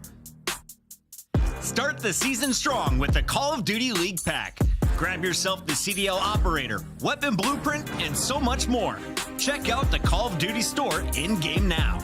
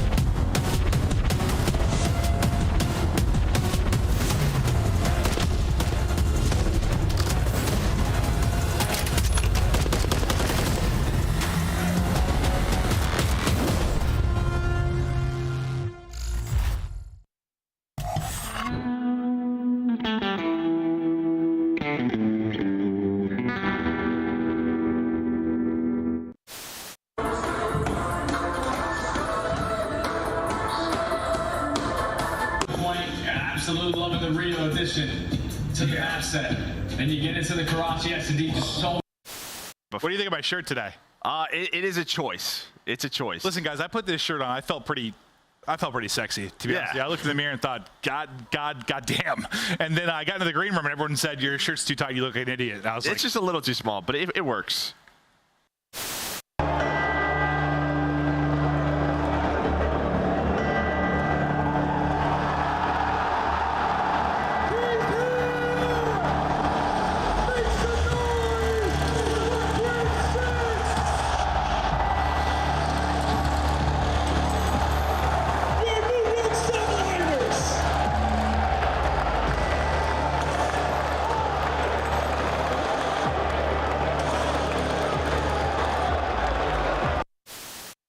He's got to be so happy. He finally doesn't have to worry about getting first blooded in round 11 on his team. You're like an adamantium werewolf. Oh no! Oh no! He couldn't get out, but he can do front flips. Oh, Daddy's hungry! Oh my God! Finally takes him out. But it's dog-on-dog warfare! No! That was the most intense round of S&D that I've ever casted in my damn life. Get the last bullet. It gets absolutely smoked. Bance is going massive for the squad. They called it the other artillery. That's all the streaks gone. Now they're straight down to the guns. Bance went 5 in a row. Bance! What is that Herculean effort from Bance to make the plays when they matter most?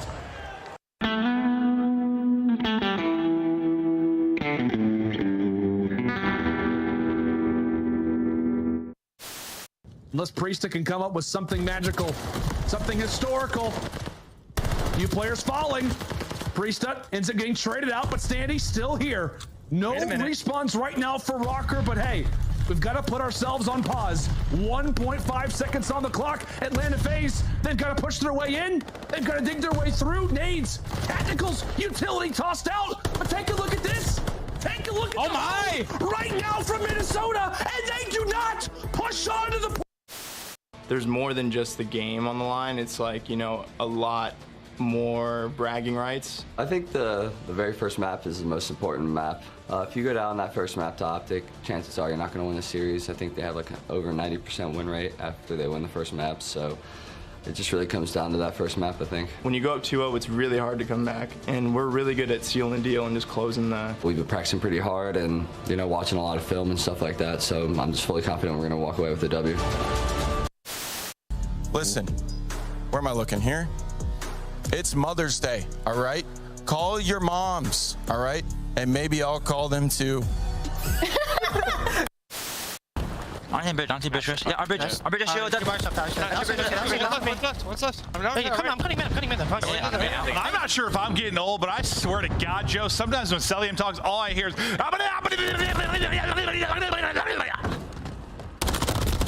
Yeah. Trusting Envoy to make the play, or maybe where the stum's coming through. See Scum backing up the hell of the mouth, but he strikes, gets the first blood, and for the moment, he gets away. Oh, he got another kill! No way! Envoy is on one right now.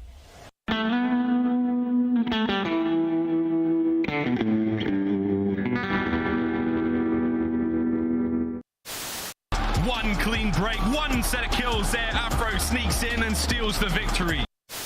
With 25 seconds left. Now there could be a timing here if they rotate off of this. They might, but RC's just watching the cross. Wow! The headshot, RC's absolutely deleted. Now the shoulder in the spot. Yeah, he spotted him. He spotted him. Oh my God! Fancy again! Let him know! Try and work someone on the flank. He's able to find by Criminelli. The Craigs, they're able to get 2 headshots. They know that Formal is gone. Vivid. Ooh, I think that's a bit of an over challenge. Envoy, he goes to the defensive side. Nobody able to check the bomb. Crim ready for it. Nice shots. Or Criminelli now going to find all 4 kills. This is Formal for the ace. Third. 4. Illy wraps back, and it's Formal with the ace. And we are back, everybody. Welcome into the final fight of Friday. We are going to our 5th elimination battle, and this should be a good one. The fight for top 6 between LAG, the surprise 12 seed, still in our elimination bracket, taking on Minnesota Rocker. And let's start with the maps and modes, because these players are ready to fight. Nameless Alley.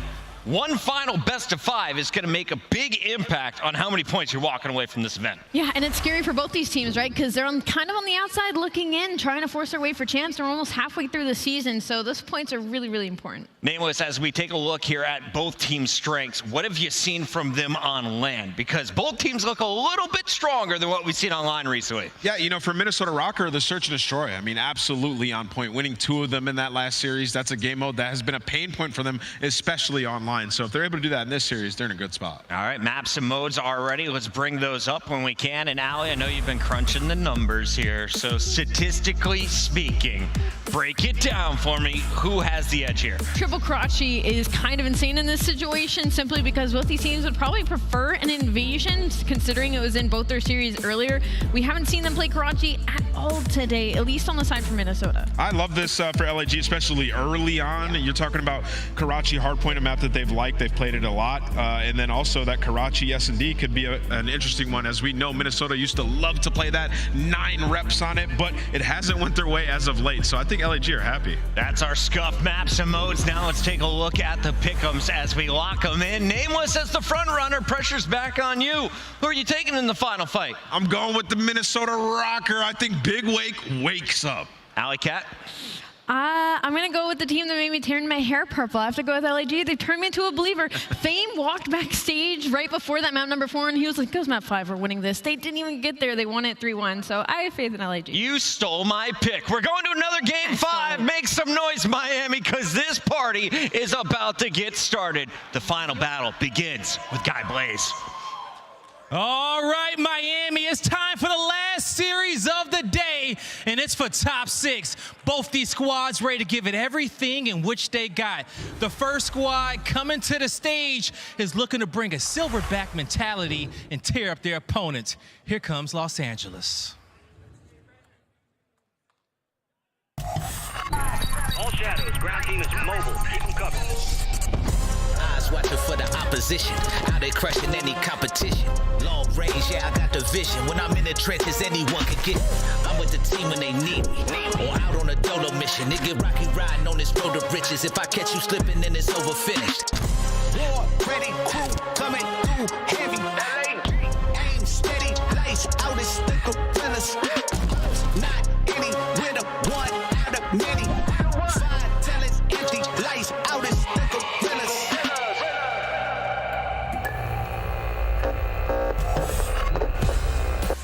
I give to you the Los Angeles Gorillas. We got Diamond Con, Astro, Fame, and Assault ready to make top 6 and take down their opponents. The Gorillas are here.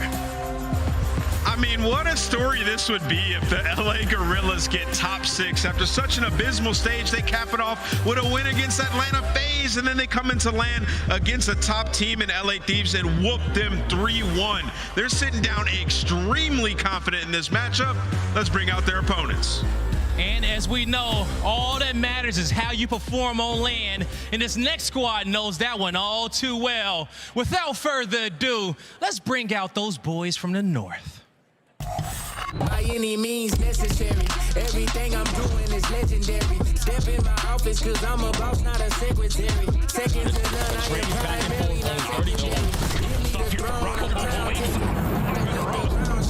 Yeah, this is a rude awakening. Still got it on lock, you ain't getting the combination. About to shock the whole world, I am ready. There's the play from Liz to the back line, from the hip.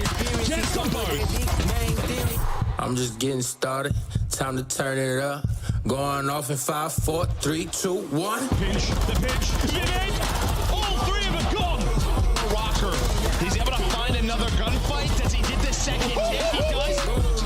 I'm coming with it, you feel it, I make it boom, boom. Ladies and gentlemen, I give to you the Minnesota Rocker.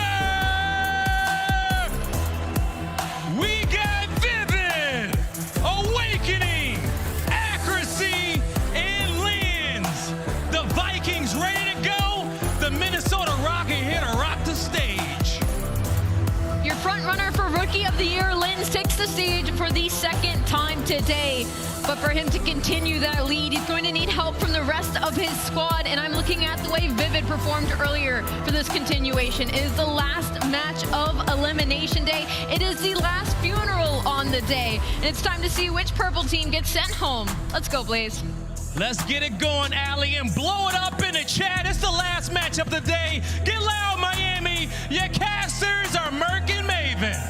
Time to get it going. All right, final match of the day. It's been a long one. We've been having a lot of fun. The action is going to continue all weekend long, but let's get through our last one. And yeah, battle of the purple squads. But listen, this is, you go back to Major 1. This is the battle for top 4, right? Gorillas make a run. Assault's out there shaking stuff around. Remember, he was that was his magical run. That was his superpowers. Remember? No, it was. He was doing it earlier as well. Yeah. Yeah, it was great form out of you, both hands. But yeah, you're not wrong. It was Minnesota in Game 5 that was able to take and get top 4. Practice makes perfect, Joe. But ambidextrous. Yes, sir. As we look forward to this one, though, yeah, maybe a little bit of a revenge game, even though time has gone past. I think we've been waiting to hopefully see a Rocker team that resembles something of that top 4 run. And we cast them earlier. They're able to get a win. Finally get that kind of hump off their back with that map 5. You got him here? Yeah, I do. I do. I kind of liked what I saw from this team, and talking to accuracy, it was a great Neslo, right? You win the 2-3-5. Now, can they win a Hardpoint? Now, on the other side for LAG, it's sort of this, they're getting better at search and destroy. We're playing some Karachi respawns. That is their best. So, again, it was a map 5 at Major 1. We expect a deep series here. I can't believe that's just forever going to be the Neslo. Yeah. Seems to be that way. No, it's great. It's great. It's got to stick for the rest of time. But We're getting ready to get rolling here into a map 1. Karachi Hardpoint's going to be where we start. I think it's what, Karachi for the first 3 throughout. Yeah, sounds awesome. No, well, fuck, because you and I, it was invasion to start every series, basically. Now we get to Karachi, mix it up a bit, and it's a fun one. I mean, I think Karachi, for a lot of people, kind of their favorite modes in some of these is it can be exhilarating, whole hell of a lot of fun, but I don't know, Joe. We'll see. LAG have been shocking us at times. Let's look at our monster pregame here from Minnesota. Take me through, Joe. Yeah, I mean, Hardpoint has been tough for this Minnesota Rocker team, trying to bounce back. I think that's why you see this Karachi Hardpoint here. 1 in 7 in map 1s. Now, that is in stage 2, but that is their last 8 map 1. So we will see, can they get off to a better start here? Are we going to have another deep Minnesota series? Yeah, no, it seems like it always is. Awakening, though, with an opening peak. He's got to back down near on instantly, but the action starts to go towards mid-map, and here's the hero of your map 5. Vivid takes over. This guy, he plays with a pace that is tough to really battle against when he's on point. It's just a thing for him where a bit streaky at times, maybe struggles with confidence, but the takeover ability is there for him. I mean, it's why you have someone like Linz next to him, right? You understand Vivid. He understands his role. He's going to go quick. There's going to be times where he's just losing some of those 50-50 gunfights. Sure. But when he is on point, yes, he will win you the map, no doubt about it. Some even time on both sides is Fame. There is that sort of entry gunfight we were talking about, and Fame can be the same guy on the other side for LAG. When he is at his best, LAG are winning respawns. Yeah, it's sort of been like who's going to be that guy for a while. It was Diamond Con, kind of a consistent factor. Then Estriel, you know, he was getting deep in his bag. It's just like, when are we going to find a full team effort from these guys? But yeah, you're coming off a couple of wins, showing what you're capable of. It's accuracy still inside of the hard point, trying to pick up some time for this Rocker squad. He's going to be basically by himself. He's got 2 people to deal with, just tucked away, going to contest as long as he can. They're trying to clear it. They're able to do that, and still 30 seconds to go. Yeah, now with this 30 seconds left, it's a question of what do you want to do here, right? You have these back dumpster spawns if you are Minnesota Rocker, and well, they're going to try to get through the middle of the map, maybe rotate, but Fame is going to find Linz, the first one through. The other is Vivid. Well, they're going to try to track him down. They do just that inside of Junk. So this is a very good 1-2 combo here for LAG. Finding the last 30 seconds. Well, last 30 seconds potentially as there's a fight going down on the hill and this rotation over to P3. Let's see. You can set up and hold if you are LAG. They've had some big moments on this Karachi. Think back to like that map 1 versus Optic where Diamond Con snapping, making plays, battling to make sure they're going to get a map victory. Can you have a heroic effort here again? As they still try to hold a 6-2 start for Assault, but he's the last guy up. How many beams does he have in him? He's finally going to drop, but a great start there from Assault. Him and Fame leading the way with 7 apiece. I mean, that is just a fantastic break right there for Minnesota Rocker. You had the rotation, you had the scrap time if you were LAG, you were cutting them down, but then it's just a couple of entry frags, and then they just fly on through. But now a response here from the Gorillas. It's going to be 3 dead, probably all 4. Because Awakening, he shoots, and well, he's going to get taken out. I think the fact you're down like 10 right now, double negative for Linz, double negative for accuracy, triple negative for Awakening. Vivid's even, I feel okay. I was down at 10 a moment ago. Yeah, it's going to pop up to 30 after this hold, but the slang hasn't been there. You're still fighting. Yeah, can they turn an early setup into some good points? Always tough here towards this P4. You do have 1 player lurking. That's going to be Adam Assault up top. 7-4 for him. He played very well at Major 1 against this Minnesota Rocker team in the respawn. So he's still getting this going here. Can Big Wake step up? He needs to. He's obviously not been the force you hoped maybe he'd be for this team, but he's still the bright spot at times. You feel like they're going to need him, though, really, if they're going to make another deep run into this tournament. Linz there not quite able to find the angle. Vivid still trying to battle, not quite able to do it. Again, some solid time here for LAG as they try to push out this lead, but you get the kill if you're waiting to clear them out of the hard point for now. The real player fighting around is going to be Estriel. He's going to track back in. And now over to P5. Fame is back here. Did he get spotted on this cross? Did Vivid see him? Nope. Did not see him. So that's going to be a freebie. Now it is a foot race over towards Junk. You have Assault in position. He's going to get stunned up. Diamond Con going to help out Fame for now, but there are the trades. And there we go. Much needed for Minnesota Rocker. A chance to get a good chunk of time at this P5. All right, here we go. See if they can start to bring it back, but Estriel winning that gunfight mid-map towards red, trying to push this out towards Junk and see if they can collapse, but still kind of lurking with maybe ability to pinch will be Linz. to cover this bottom side of it. But it's just real patient. You're really taking your time trying to group up and collapse behind a pick if you're Gorillas, and there it comes. Assault Estriel able to get it, you push on through, you get to the backside if you're Estriel. Still kind of getting a safe close spawn though for Rocker. Yeah, they need this time. They're now only down 30, so a good job of maintaining those spawns, maintaining this hill. This gets them right back into the game if they find the rest of the 20 seconds. Yeah, it was looking like LAG were gonna find that break. It was very close, but the number's too strong for Rocker. Yeah. Down to 20, as you said. Final 10 a little bit of a one-on-one here. You try a little bit of an ego chalice. Accuracy, that's gonna be a tough one on Destriel, but whatever. You get up, spawning might even help out depending on where it comes in as you try to battle back through mid-map. He's trying to get revenge. He goes right back to try and pick up Estriel, rotating from old to cut off that side towards middle, but Estriel gonna send him back to respawn again. Yeah, you've had Vivid on the time, just finding some time because Linz was all the way pushed up. He's on 3 in a row. Him and Vivid trying to lock down the middle of the map, but Assault is here. Linz taking it down as he's able to find his fort, just sort of roaming throughout the middle of the map, but runs out of ammo. Yeah, I thought he had like 9 left in it. I don't know if he was trying to reload or swap or whatever the case was, but it was kind of an awkward moment for him there. Accuracy, frustrating for a moment as it was what kind of Estriel he kept running into, but he finally gets back in the mix. He's able to take down 2. Linz follows up with 2 as well, so it's 4 that drop for LAG, and you start to bring some time. The lead change comes in. You go out in front now if you're Rocker. But the next hard point, in position at Diner, it is all LAG. Yeah, now you do have one player on the pinch. That's going to be Awakening. Maybe a wait on him. Fame, he's the player that taken down by him, and well, he's going to spawn up and hunt him down. So that will kind of stagger this push, and you see Vivid and Accuracy just maybe vying for position, but they have to wait for their teammates off a spawn. The spawns come in, now starting to get forward. Accuracy though, caught by the stun, has to wait for now. Maybe wanted to double chow, but everything starts blowing up around him and he drops. You got the high ground if you're Big Wake. You drop down to win the fight. Second inside, but feels like you're nearly pre-fired as you push up, and the pistol's not going to be able to do it. It's Estriel that's able to get 3 and really do a great job of holding here at Diner, putting LAG back out in front. Yeah, it's like tough to keep up the last 30 seconds here, but you can already see number 7, number 8 on your minimap. They are going to rotate, but after Accuracy gets a couple of kills on transition, that means Linz is going to go for this, so they're going to try to find this grab time. They know where LAG are spawning all the way on that back right side. Accuracy is going to spawn there now, so kind of in limbo on the map right now, but LAG, they're going to find 3 as Minnesota Rocker down 20. Let's go to a listen with Rocker. I got the guy mid. No, mid one shot. Mid one shot. Mid lane one shot. Mid lane one shot. Mid heady diamond con. Mid heady diamond con. Last guy hill. Last guy hill. They're all spawning bridge. Bridge chicken. Chicken on me. Bike Estriel. Crossing the back. I need a bike. Have HUD.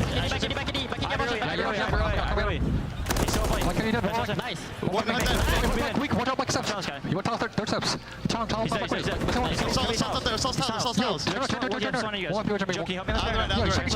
This guy's still tiles. Still tiles. I'm on top. Yeah, let me know when you're jumping up, Joe. Shit on him. Nice. I have the right. They have to go out. They can't tell already.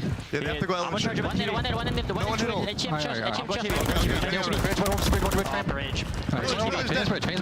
One's going trips. Asher's going trips, I'm pretty sure. Yeah, are you? Okay, I'm gonna flank top AC. Are you? I'm saying PF, okay? Silver child, man. Yeah, let's go. Stop there. Still bridge somewhere. Low bike, chicken. He's still there,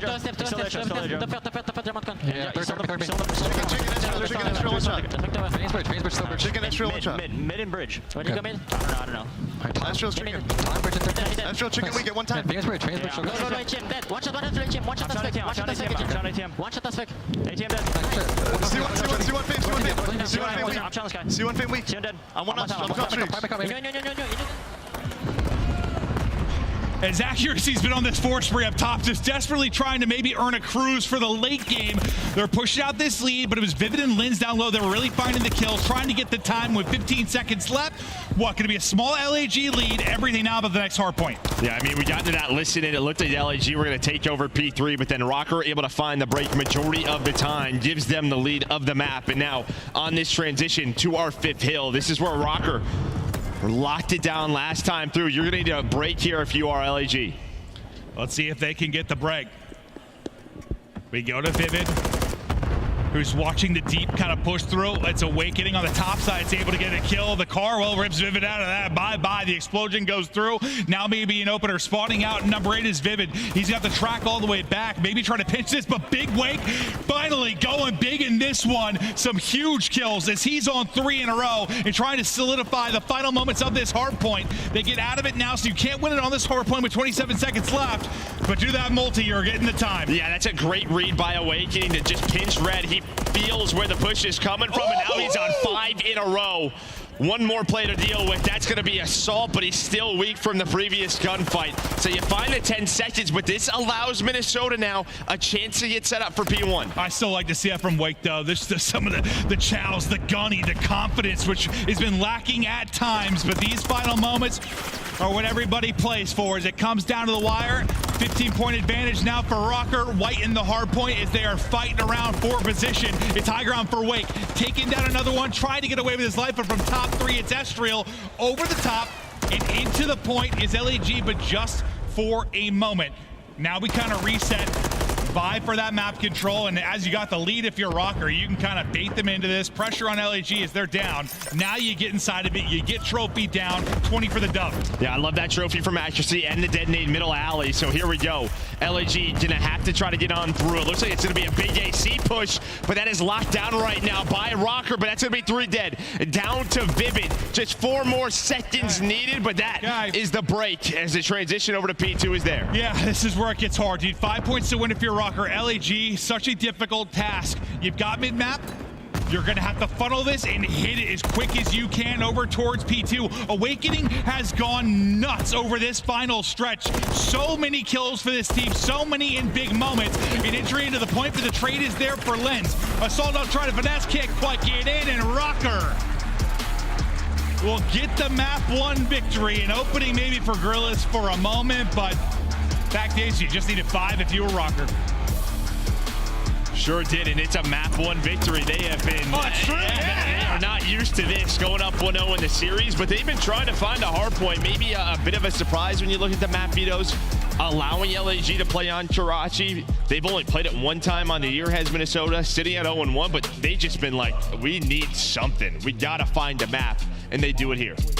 And I mean, I know at the final point, I think Awakening got one of the kills kind of staggering that push from P1. It was a big one, but before that, like, he was finding them in flurries. Like, I felt like he was kind of quiet for most of it. Like, not a lot of big plays, but in the final 2 minutes, he erupted. Some excellent stuff there from him. And if, God, it's just that's what it just feels like. I just feel like if you had Wake like that, you know, we're talking like Giga Wake. You know, there was a time where Nameless in the green room said that he was going to be the phase killer. Now we're going back years, but like if they can just get a bit of that, and he can erupt. God, man. Yeah, you're getting that here. They can be. Almost 5,000 damage leading the way, 24 and 22, but just a very balanced effort, really from both teams. Just came down to some execution. I think the big plays from Minnesota Rocker really came around that P3. I mean, even LAG, they allowed the break to come in, but then Minnesota fight on back and then over towards P5 both times through. They won rotation, and I mean, it was clean for the most part, and that is where they found a majority of the time. Yeah, and this, all right, listen, when you talk about, you know, playing online, playing on land, like a lot of times historically, even though, you know, players will complain and, you know, fans will, and everyone wants to be on land all the time, sure, typically results are relatively close historically, but like where I feel like it is a real big mental advantage is when you're like a Rocker who has all those game 5, all those close series, you know you're better than that, and like I just feel like getting here, it is sort of a mental reset. Give them a little refresh and start making plays. Get a couple of wins under your belt. Who the hell knows what they can get going? Yeah, who knows? Yeah, I mean, they got a top 4, so I imagine just getting that first win was everything they needed. I'm sure it's all you're thinking the whole time, or saying if you're trying to be positive, like, oh, well, don't worry, boys. We top 4 on land, we get back to land, we're good, and so forth. Yeah, I mean, that's pretty much all they could really. That was the last story. They pretty much went through everything else. I mean, it was just such a stage 2 qualifier for them, but doesn't matter. They shake it off. Back on the stage, win the first match, now up 1-0. Up 1-0, a rare map 1 victory in the stage 2 qualifier. Here is how the game flow went down. It had a ton of lead changes, early advantage of about 60 or so, 50-60 for LAG, but when the going got tough, when the clutch is what mattered, when they needed the ice, it was Rocker. Yeah, I assume Rocker's blue there, right? Yeah, you can see it at P5. That's when they really take that lead at the end of the first set of hills. And yeah, and it was just a back and forth battle. LAG really controlled P2 multiple times, but it was the P3s. Every single time they needed a break, Rocker, they had it. Well, the Hardpoint, it is done. It's a 1-0 lead for Rocker. They get that tough victory. They're able to do it and, yeah, kind of throw that, what did you say it was, 1-7 record out the window. Now looking forward to Search and Destroy. You know, I mentioned, obviously Vivid had that monster map 5, big part of why they were able to do it, but what do you think just about the Search? Because there's been some subtle improvements here from LAG. No, it has. Yeah, over the last couple of matches, LAG, this is what they have been winning. This is kind of their comfort zone. So LAG getting better and better at that game mode as the nighttime dawns upon us, and we're starting to get freaky here on Friday. Yeah, I'll be honest. I yell at our production team to dim the lights when I'm casting because I'm so old that the lights hurt my brain, and I need it. So that's my fault. But yeah, and I look better when it's dark. Yeah, that's true. Less reflections off my head, Joe. Thing is a spotlight in its own. Yeah, no, it really is. You want to get flashbanged? But now to the map 2. I mean, they beat what phase in 2, right? They've had some moments in Search and Destroy. For Gorillas, though, we're going to take a look at the Monster pregame. Let's check it out now, Joe, as we get ready to move forward onto this map 2. And again, we're going to be sticking on Karachi, Search and Destroy. We're taking a look at those stats. They're coming, I swear, Joe, I promise. I was told they would be delivered to you by hand. There you go, Joe. There we go. Monster Energy pregame there for LAG. Great when planted, but yeah, we'll see what they can do. First, a post-plant win percentage, 92%, but 11 getting plants on attack. So when they get the plant down, fantastic. The problem is getting that bomb down. Joe, I love it you simplify it for me. You know, I'm not that smart. Yes, so no good at planting, but when it's planted, they win. Sometimes sometimes maybe good, sometimes, you know. You know. Destin, here we go. Karachi getting ready to load up as we're about to hop into this one.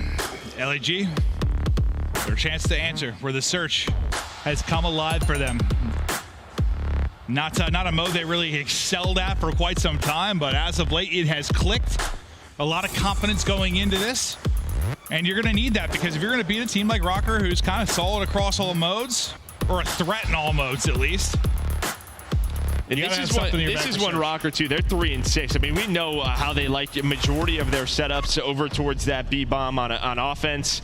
They probably in those 6 losses, a couple of those should be wins. This is a solid map for Minnesota, has been all year. You know, at times depending on the map, how good they've been at just playing those kind of 4-on-4 retakes, not wanting to throw away lives. Rocker always seemed to have a game plan, but it's Diamond that starts us off. Vivid that answers. Hip fire from Estrel, able to connect as Vivid falls. So you got a 3-on-2 for now. As Lens and Accuracy try to bring this thing back. Eyes on a 1. Able to help out Lamar, just can't quite get away. Now on to Accuracy, got one top 3. That's going to be so tough to do, but 45 seconds to go. Some of the better clutch in Search and Destroy history. Can't get him off the bomb. Maybe the double chow comes in. If he can turn that into a 1v1, maybe a shot to do it. Yeah, if the stun hits, maybe he hits the bomb plant a little bit quicker. Maybe that stun lasts a little bit longer. Looks like Assault might have tac mass on, or it's just one that doesn't fully connect onto him, but he's just going to peek for top 3. But maybe Lynn's right there after winning that first gunfight. You kind of saw him back away. Didn't want to give up a trade. Maybe you just kind of have to hold your L trigger or take the next fight. But it looked like Accuracy took shots from up top, so he had to back down. And as Lynn's was running away, he gets caught. Yeah, it's always tough. You know, do I play my life? Do I ego chow? But there, tries the finesse, not quite able to do it. So LAG up now. It's 2-man fast hit. Over towards, hey, but you see bomb. It's working towards this B site. It's just all through red. Go Lens. Go Awakening. Trying to probably see if they could isolate maybe one player over here, but you've got 2 in Assault and Fame. And they're able to catch the bomb plan, or at least you're able to take out 1.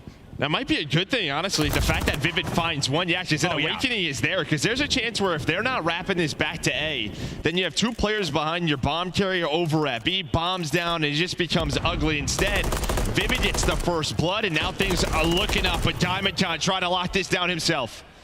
He did so much damage that he holds the patience there for a second, and then the Chow, the Renetti pop to the face. Accuracy can't quite center in time, but it's Diamond Con that makes the play. That was not much of a first blood in the fact that it's an instant trade. I think you're right in the sense that typically if you're on offense, if your point man gets a kill, usually it's going to give you numbers on that bomb site. Unless you've got some like hard counter 4-stack. Yeah, I mean, we kind of saw Linz like looking towards that area. But here's Diamond Con in that replay. Nice shots on the Awakening. And again, he had Linz weak on the cross. I thought he was just going to slide on it instantly because he was so weak, but he was worried he'd just get caught. Yeah, they had the comms. Multiple were there, so he was ready for it. Yeah, I didn't see exactly how much damage he did, but he had to have had him one. He had 4 tags or so with the MCW on the cross. 2-0 now to LAG. As the search and destroy continues to be strong for them over this recent stretch. Fame, though. He's down to 52 and just trying to stay up, able to buy himself some time behind the Simtex. His Awakening lens, he's got eyes on both, and my God, the rival hits there. Just an absolute nuke. His Awakening falls, but then it's Linz inaccuracy. That followed up. Linz is able to get 2 Diamond Cons frustrated. Yeah, we've all been there, right? You kind of go for the jump shot, and instead you hit the mantle, ledge, whatever it may be, and yeah, it cost him right there, so he gets caught. So after that first blood jumps through for LAG, it has been all Minnesota Rocker. Death, taxes, and death by auto mantle. Or just mantling. Mantling, yeah, there you go. Oh, that's some tags in, ripped by accuracy. Assault. The lone man of the 1 versus 3 is time starting to dwindle. Bomb, Vivid stomping all over it. That's just nice shoulders right there, getting the info on where his position is from Linz. And now it's just going to be a double chow sooner or later by this Rocker team. And Vivid are ready for the gunfight, has the rival out, and they're on the board. Oh, terrific job there. Yeah, just with the shoulders, not throwing away lives. Where they've been, I mean, Rocker's been guilty of that in search as Louis McCastigum. Just deaths and chows you do not need to have at all. Yeah, and here's that replay from Linz. After that first blood comes on through, wins the first, repositions for the second. That's where Diamond Con gets caught. He's hoping to find that trade, but Linz, the man who turns the round for Rocker. And sometimes it doesn't matter how weak you are when there's a rival in your hand. You get first shot, and before you know it, you are dropped. But yeah, mantle doesn't help. Rocker now, see if they can bring it back to all square. Nobody really at home on A. That information is going to come to the way of Linz here shortly. There's just really Assault who's got the high ground, but yeah, I guess he doesn't really get a whole lot of information outside of that. I mean, because it was a pretty heavy, you had a 3-person B stack. I mean, this is what Rocker does. They allow Linz to play A on offense, and the other 3 go B. But this is read by LAG. Estriel from up top, able to find 2. But so far, the trade's back and forth. Nice Who is going shots. to change the round? It might be this man. See, he's just trying to buy time. He is very far away from Assault. Is Linz able to find the bomb? Estriel working on the ace. Linz trying to 1v2. 40 seconds now on the clock, and Linz has bomb. He's just going to go for it. Yeah, get it down. Should be good to get out.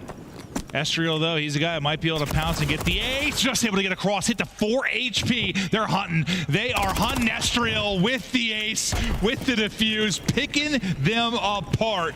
1 by 1, monster round there from Estriel. Yeah, I mean, just great round, and I mean, nice reads from him. They get aggressive top AC. He's got the lightweight boots on. He is so quick with those sneakers, even able to beat Linz in the top AC. They have the read. Linz just goes for the miracle. Doesn't work out. I mean, increases your win opportunity there if you can get the bomb down and get out. I thought he was just going to go leave Estriel and just try to find Assault. He had no idea where Assault was. Maybe you just try and go and find him, as we're going to see a replay from Estriel. He's the player going from up top. Some great shots with the rival throughout the round. Not easy through the window, but here's the last one. Now puts them up 2. Estriel, can he keep the hot hand going? Whoa. Nade's hitting, his trophy's going out, but he's still alive. Now back to full HP. The help is there over the top from Diamond. He's got Linz close, though. He may have to deal with trying to center that as the comms come through, but he's backed up for now. He's just getting hit by everything. Every time he's trying to get to his spot, something's hitting him in the face. Oh, and nice teamwork there. Just watching that angle. And then look at this, right on accuracy. He's in a tough spot. As Fame with bomb from one side, Estriel from the other, and they're going to take that gunfight. Now it's a 1 versus 4 for Awakening as he's able to find Diamondcon. No, that's great mid-map. It was, what, good cover first from Diamond and good cover from Assault. Just somebody there.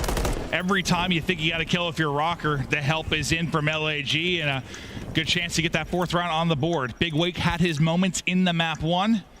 He's going to need something absurd here to win the 1 versus 3. And you definitely don't want to feed another kill to Estriel. Yeah, just not a lot of time to work with. They're giving him. But that's just really it. Just even in the middle of the map, when the nades were hitting, they kind of just had an idea. Hey, look over me. They might peek this, and that's exactly what happened. Minnesota Rocker were just hoping to find mid-map control. Instead, they found nothing. And who gets that kill? It's probably Estriel was in it, right? Once he got the info. I didn't see who was tail end of it. Did he get number 5? No. It's Fame. It's Fame. Okay, okay. I was like, I don't know. I see the same thing you see. Yeah, no. Well, I was just sort of talking out loud. Like, who was it? Yeah, I wasn't sure, but no, it was Fame. Okay, okay. I thought maybe they were like, screw it, go get. Once he got the info, try to get number 5, but Fame gets the kill. Awakening hunted down, 4-1 advantage now. Okay, so he'll still carry that 4 spree off the ace if you're Estriel. And Rocker now. What can they do on offense? You need something because you're just getting outclassed here currently in Search and Destroy. It's going to be 3 over towards A. Fame going to be here by himself until the rotation comes in from Assault, but Vivid able to get the kill before the help really comes in. Now what can Assault do from up top? Just trying to get some tags as they're trying to get the plant. Has to cover both sides as the rotation comes in for the help there. Estriel gets number 5 behind the nade then too as he's 1 off the streak and suddenly a 3v3. I mean, you were here fast if you were LAG. And that was on that rotate. So yeah, bomb not planted. Bomb is down at bus. Estriel going to reposition. You had accuracy watching the flank, so pretty much around the bomb. It was a 3 versus 3. Now with 45 seconds left, what do they opt to do? Just kind of taking their time, maybe trying to force LAG into thinking this is a rotate, but Estriel is there. He's making sure they can't get to B. Diamond just trying to see if he can get the angle. He goes for it, trying to catch him before he gets away. He's able to do it. Diamond gets the spot, gets the info. Hold him for now. It's accuracy and lens. Trying to play the clutch. You want to collapse on this if you can, but a big kill there from accuracy. Now Estriel, who's trying to get this streak. He's able to win it there. Right onto it he goes, but it's Lens through with the check.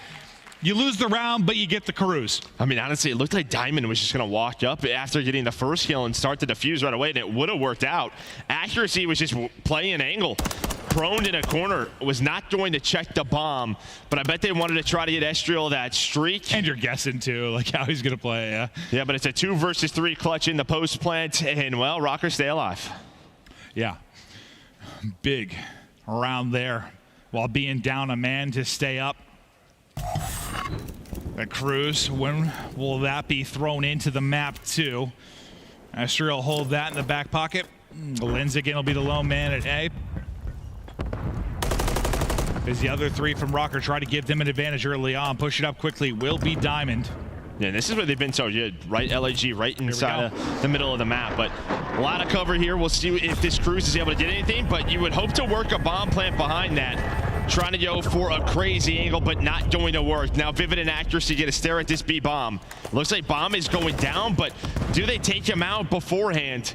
Doesn't look like it, and he gets away. So Cruz doesn't find a kill, but it earns you the plant. Exactly. Yeah, allows you to get across and at least get this down. Now, what can you do from the post plan as Estriel continues to wreak havoc? He's triple positive.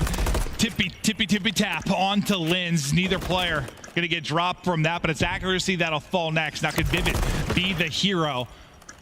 He was the map 5 hero, but you got 20 seconds to go, and still 3 players up for LAG. Make it just Lens now. He will drop. Great job there from Gorillas. Quick plant behind the streak. 5th round on the board. Yeah, I mean, just their teamwork has been fantastic on these offensive rounds.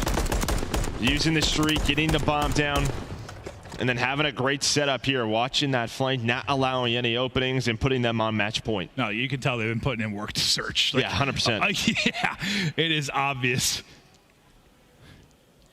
Now, one more. This series, yeah, it's got all the makings of a game 5. We are likely going the distance in this one, but still got to close out this map too.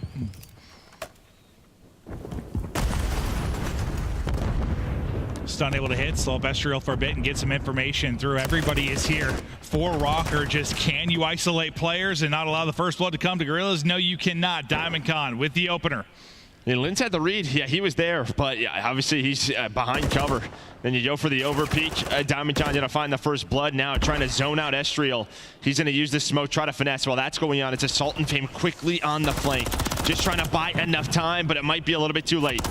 Yeah, Linz finally able to get Diamond. Wake trying to finesse. Pistol is out and puts Fame in the dirt. Assault. That'll be the last one. Nice shots. I mean, you had 8 HP. That was almost insane from Awakening. Yeah. But Rocker just right through the middle of the map, able to isolate the duo working that site. They find those kills. Nice double from Linz and Awakening with, it was a 2-pump. It was close, but you know, able to use a little pop-up. You're good with 2. You're good with 2. Yeah. He's popping up, say hi. Maybe 3 or something. I don't know. Yeah. We'll allow it. Linz 3 in the round now.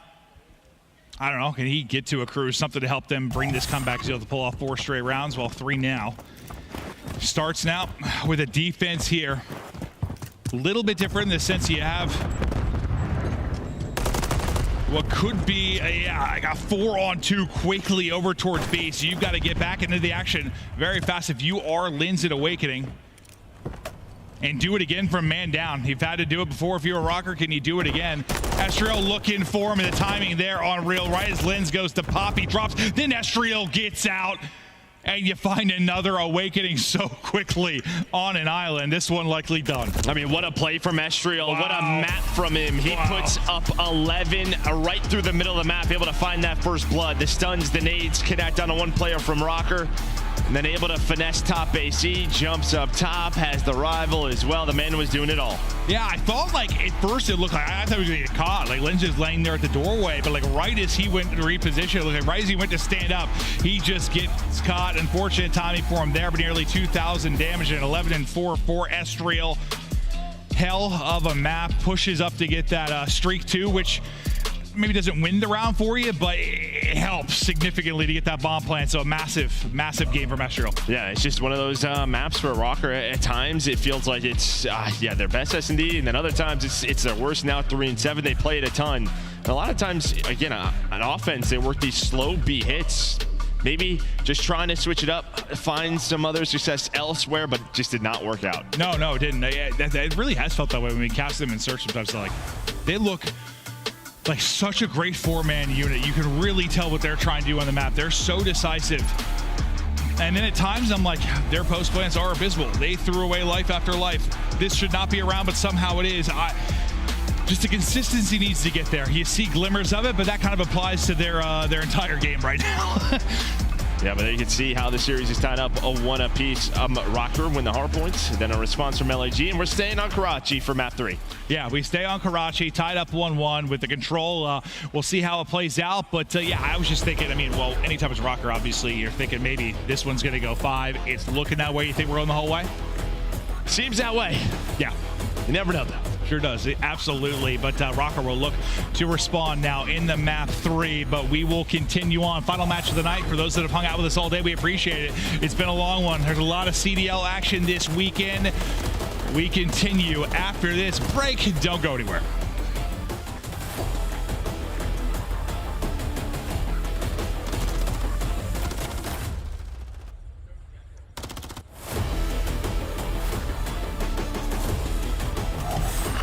Upgrade your game with a Scuff.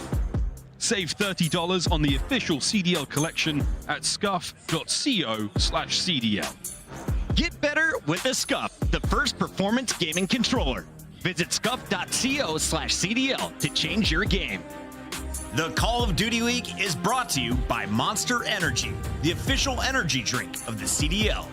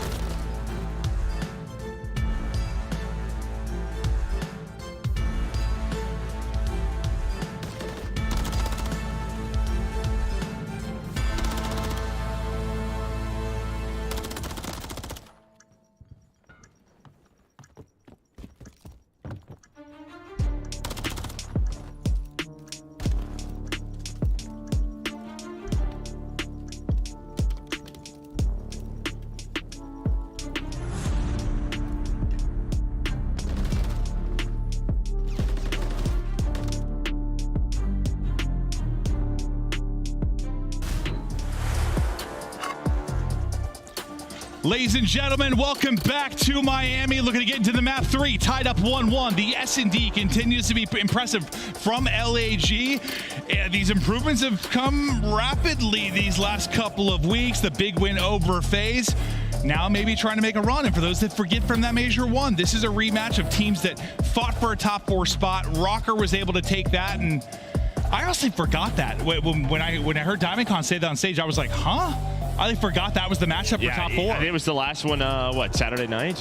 Saturday night. Yeah. Rocker, though, they kind of did it through the SCDs. They were able to win a Hardpoint in map 4, but they win map 2 and they win map 5. This time, switch it up. LAG improving in that game mode, but we head over to Karachi Control. Yeah, we stay on Karachi. It's Karachi trifecta as we get deeper into this series for the Control. Any kind of major thoughts about these two teams? How you feel about this one between them? Well, I think it's LAG 1-6 on this map, so that's not good. Yeah, but it's a map they play a lot of, so you try to make some improvements here. But a lot of reps, similar to kind of Rocker with their Search to Destroy. I always love that's like the go-to when a team just thinks it's something, and they've been struggling on the year. It's like they're 1 in 100, but they've played it 101 times. Yeah, so you learn from losing is learning. That's what they say. Yeah, losing is learning. Where on the Rocker side, this might be your best Control map, 6-3. Okay, so. that sounds like a better stat than 1-6. Okay, it is. But yeah, I mean, what else the way you want me to put it? Yeah. No, it just always cracks me up because what else? What's the positive side of it? Well, yeah, they played it. You're playing a lot of it. I know. So there's lots of gameplay. Yeah, 100%. Oh, if you learn a little bit every time you lose, even if you're learning a tiny bit, like if you lose 1,000 times, you learn a lot. I don't know what you just said. I don't either, You Joe. were on a different planet than me. Yeah, no, I usually am pretty much at all times, Joe. Map 3 underway. This is a swing game. We'll see who'll get the advantage. Massive Control can be in dictating the late half of this series, but lighting it up on the feed. It's purple. It's the Gorillas in Fame up over the top. Yeah, nice start there. And now you already have Estriel in a solid spot, but Vivid's going to win the gunfight. Give them some room to work with out of the spawn. There is a quick trade, but not going to expect Diamondcon jumping on the bed. You can jump on my bed anytime, Joe. I'm all right. Well, no, I mean, like for fun, like a pillow fight, like you're jumping on it, dude. I've done that a long time. Estriel and Fame threw with some big kills into the point. I'll go. Gorillas just trying to hold it for now and make sure you've got a presence there on A. They're working to push forward if you're Rocker, but now a chance to go. You've got some numbers behind a kill from Lens. You're on it and stopping the clock with 38 seconds left. Assault, who was on the point, is wrapped all the way through. Now looking to flank and disrupt this as he gets the second and tries to get eyes on. Assault nearly with it, but some damage in to lead to a kill for Diamondcon. Good route there from Assault. Yeah, but you get him off the point. You don't need to have a tick at A. Right now for Minnesota Rocker, so Diamondcon still 3-0. Estriel, he's got 4. Same with Fame. Nice teamwork. But you get Vivid in Awakening on the 8 points. But again, working the pinch so well has been LAG. Great shots onto accuracy and some receipt back from Vivid. Yeah, you can see the tip of a head in the rival. One of those times it doesn't wiggle. And trying to finesse Trophy, finessing Vivid. And now another minute will be added on. LAG trying to set up for defense. You have a kind of a... Well, they don't know. They all spot jump. They all spot jump. They got to be careful here. They have to be careful. At least a team kill comes in, but the point is wide open. Your last 2 players are working the pinch. Well, yeah, you didn't think they were all going to spawn right in between all 4 of your players. You saw they were looking out, like kind of spinning in circles. Some of the arrows, wondering where they're going to be. Now you get on to B, working towards progress for that first point, but the wall bang through onto Vivid gets him out of the point for now. Accuracy like a sloth trying to get through. Is a stun able to hit him, and Estriel gets both that are near the point. So you survive a really awkward moment there if you're LAG. Yeah, I mean, the team kill helps out, and this has just been dominant, though. You have 4 lives remaining, only 3 ticks in the round. And with what we have been seeing online, I mean, this has been pretty offensive heavy. And at times. It certainly can, because even though, the live disparity was like that, had you not had the team kill, had you got through a little bit cleaner, that spawn, and suddenly you're 3 stacking this thing. Maybe it's done quickly, but not how it's going to break down. Still always a chance, and dear God, here we go. They gotta get on it though. They just gotta stack this. Why not? You only have 4 lives remaining. They do get picked though. Assault finds an angle, still 3 here. Trophy down, a little protection. Here comes the retake, and that should be it. You at least get a tick, so a small victory carried into the next round. That, honestly, yeah, good way to put it. I mean, considering you had no respawns remaining, the fact that you get a tick out of it, yeah, sure. Take the small victory there. But it is kind of crazy, as lopsided as it was from kind of a slaying department. Like, you had two chances where you got some bodies on it and maybe could have created something catastrophic, but you deal with it if you're Gorillas. I think Estoril involved with several of those picks to kind of get people off the objective. Yeah, I mean, everybody getting involved from LAG. Nice round from them on the other side. Awakening just putting the blender a little bit, 1-7. See if he can turn this around. But yeah, a strong defense there in round 1. Well, he started slow kind of in the map one until he erupted at the tail end of it. Wake went big then. He's going to need to pick it up as we get deeper into this. Just a little blender there on offense, but we'll see if he can bounce back. And Assault just trying to get back to full HP. Help out with a trophy onto the point. They put 2 on this for now, just trying to get through this quickly, have a ton of time on it. You're doing it efficiently. You've only lost 1 player. Well, and that first kill from Assault was huge because Linz catches the timing. Maybe you get one off the point, then starts the retake for Minnesota Rocker instead. He's locking down the flank. You don't even go for this again. So you have 2 minutes in almost all of your lives to work B. Yeah, you lost 1 person there. And it's not like you got like a 3 down and hopped on it. Like, it was 3 kind of staggered kills. It just ends up being real clean. You don't want to risk it if you're Rocker. And I get that on a map like this. Like, you throw 1 more chance at it, you get like a 3 down, suddenly B's gone too. It can happen. And now we'll see what they can do to build this push up towards B and see if Awakening can find some kills on the feed for Rocker here on defense. Well, he's just been hanging out junk side, so he's all the way pushed on up, kind of forcing LAG to go on flanks, get into red from middle of the map. That's going to allow his teammates to reposition. So what does LAG opt to do? They're going to try to take junk side from up top, able to find him. Linz, though, staying aggressive. Yeah, he finally has his first gunfight 90 seconds into the round, but yeah, you have 1 through back. Dumpster trying to find an opening. They line up in front. Nestriel's able to get both. There's nobody else really close, though, and the dumpster side spawn's going to come in. So red now going to be wide open, so you can start to funnel this in. If you are LAG, you just try to disrupt as much as you can if you're Estoril there. You know where everybody's coming from. Now, don't get staggered too much here if you're LAG.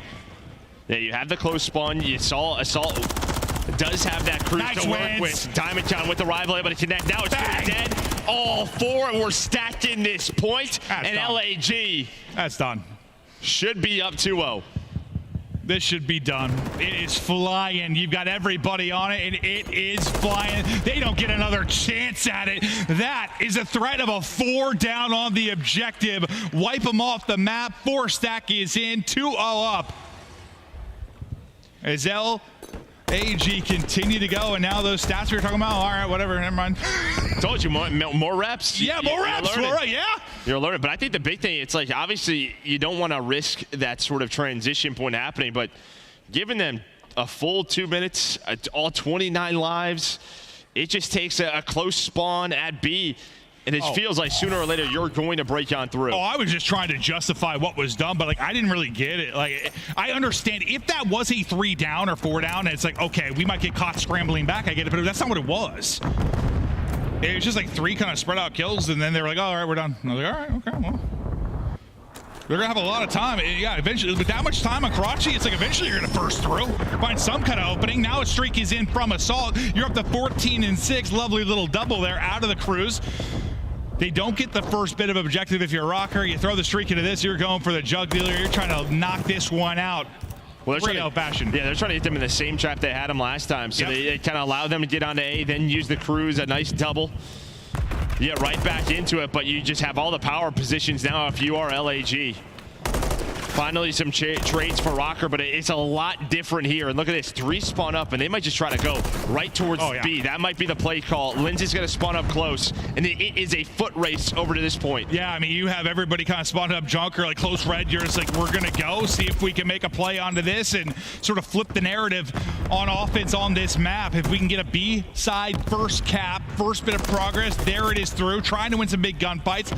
Wicked at least takes down one before he drops, but then it's LAG that are working the retake. You still have 2 people here, and you're spawning out pretty deep if you're Rocker trying to track back to this. So accuracy's not going to have any help. You survive for a moment if you're LAG. Yeah, Fame, he works the long flank. I mean, he was all the way over towards the A point.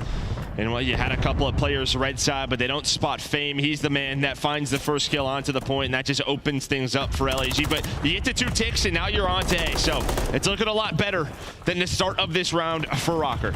Yeah, no, really a chance to get right back into this game. Might be able to get both. Yeah, no, that'd be unusual. Not often you're going to see both of them kind of capped around the same time, but a chance to do that here. Awakening by himself, 2 on the point that are able to finish the first now onto B and back in. You do it, and it's not often that they're that close. You're able to get both points, but the perfect scenario, the stars align for Rocker to get back in this map 3. And that's what happens, right? Kind of what you were talking about, that transition. If you go 3 dead, they had 2 ticks on it. So as soon as you were caught out of position, caught off spawn, they just stacked that point quickly, and now Rocker on the board. Now, can you just get a defense, push this out to around 5? It is all LAG early, but listen, Rocker, if there's anything about them, they are resilient. They will push you, whether it's in the overall series or in an individual map. They're trying to do it again here. As Estriel's been the playmaker for them from the game 2 into this game 3. We'll see if he's got some flashy moments here in our control. There's one tucked away, and Estriel just running by. Accuracy still lurking.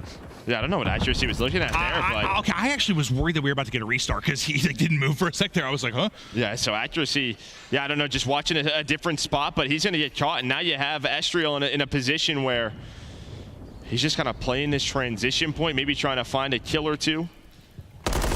Make this easier for LAG to go up 2-1 in the series, and now you see he's on the point. Did Rocker recognize it? They do. You see all the white arrows start to backtrack.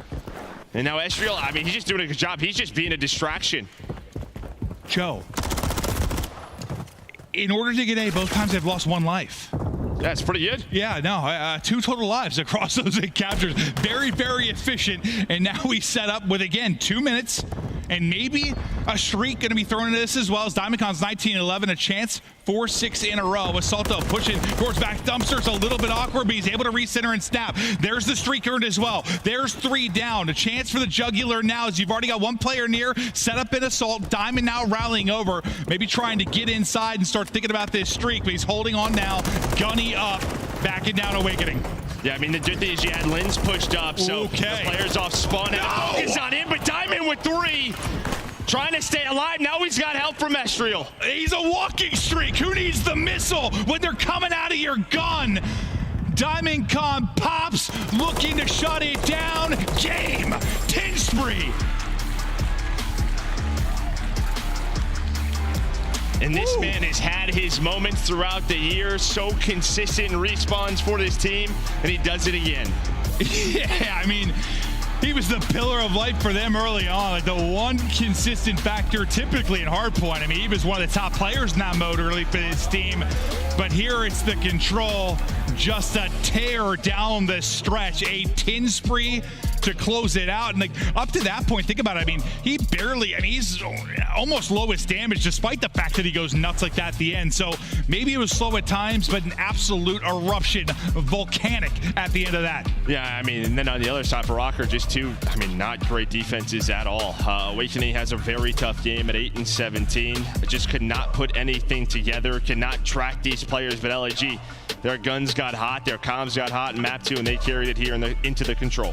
Yeah, I was hoping after the great map 1 kind of finish that Awakening had, you know, maybe he'd really be bringing it into respawns throughout this series, but yeah, he could not get anything going at all in that map 3. A liability at times for them, and they were just getting fracked wide open. Yeah, defense was, I don't even know. It's like when you're watching NFL and it passes a running back to hit up the gut and there's a 5-foot hole for him to sprint through. Like there wasn't much of a defensive line there.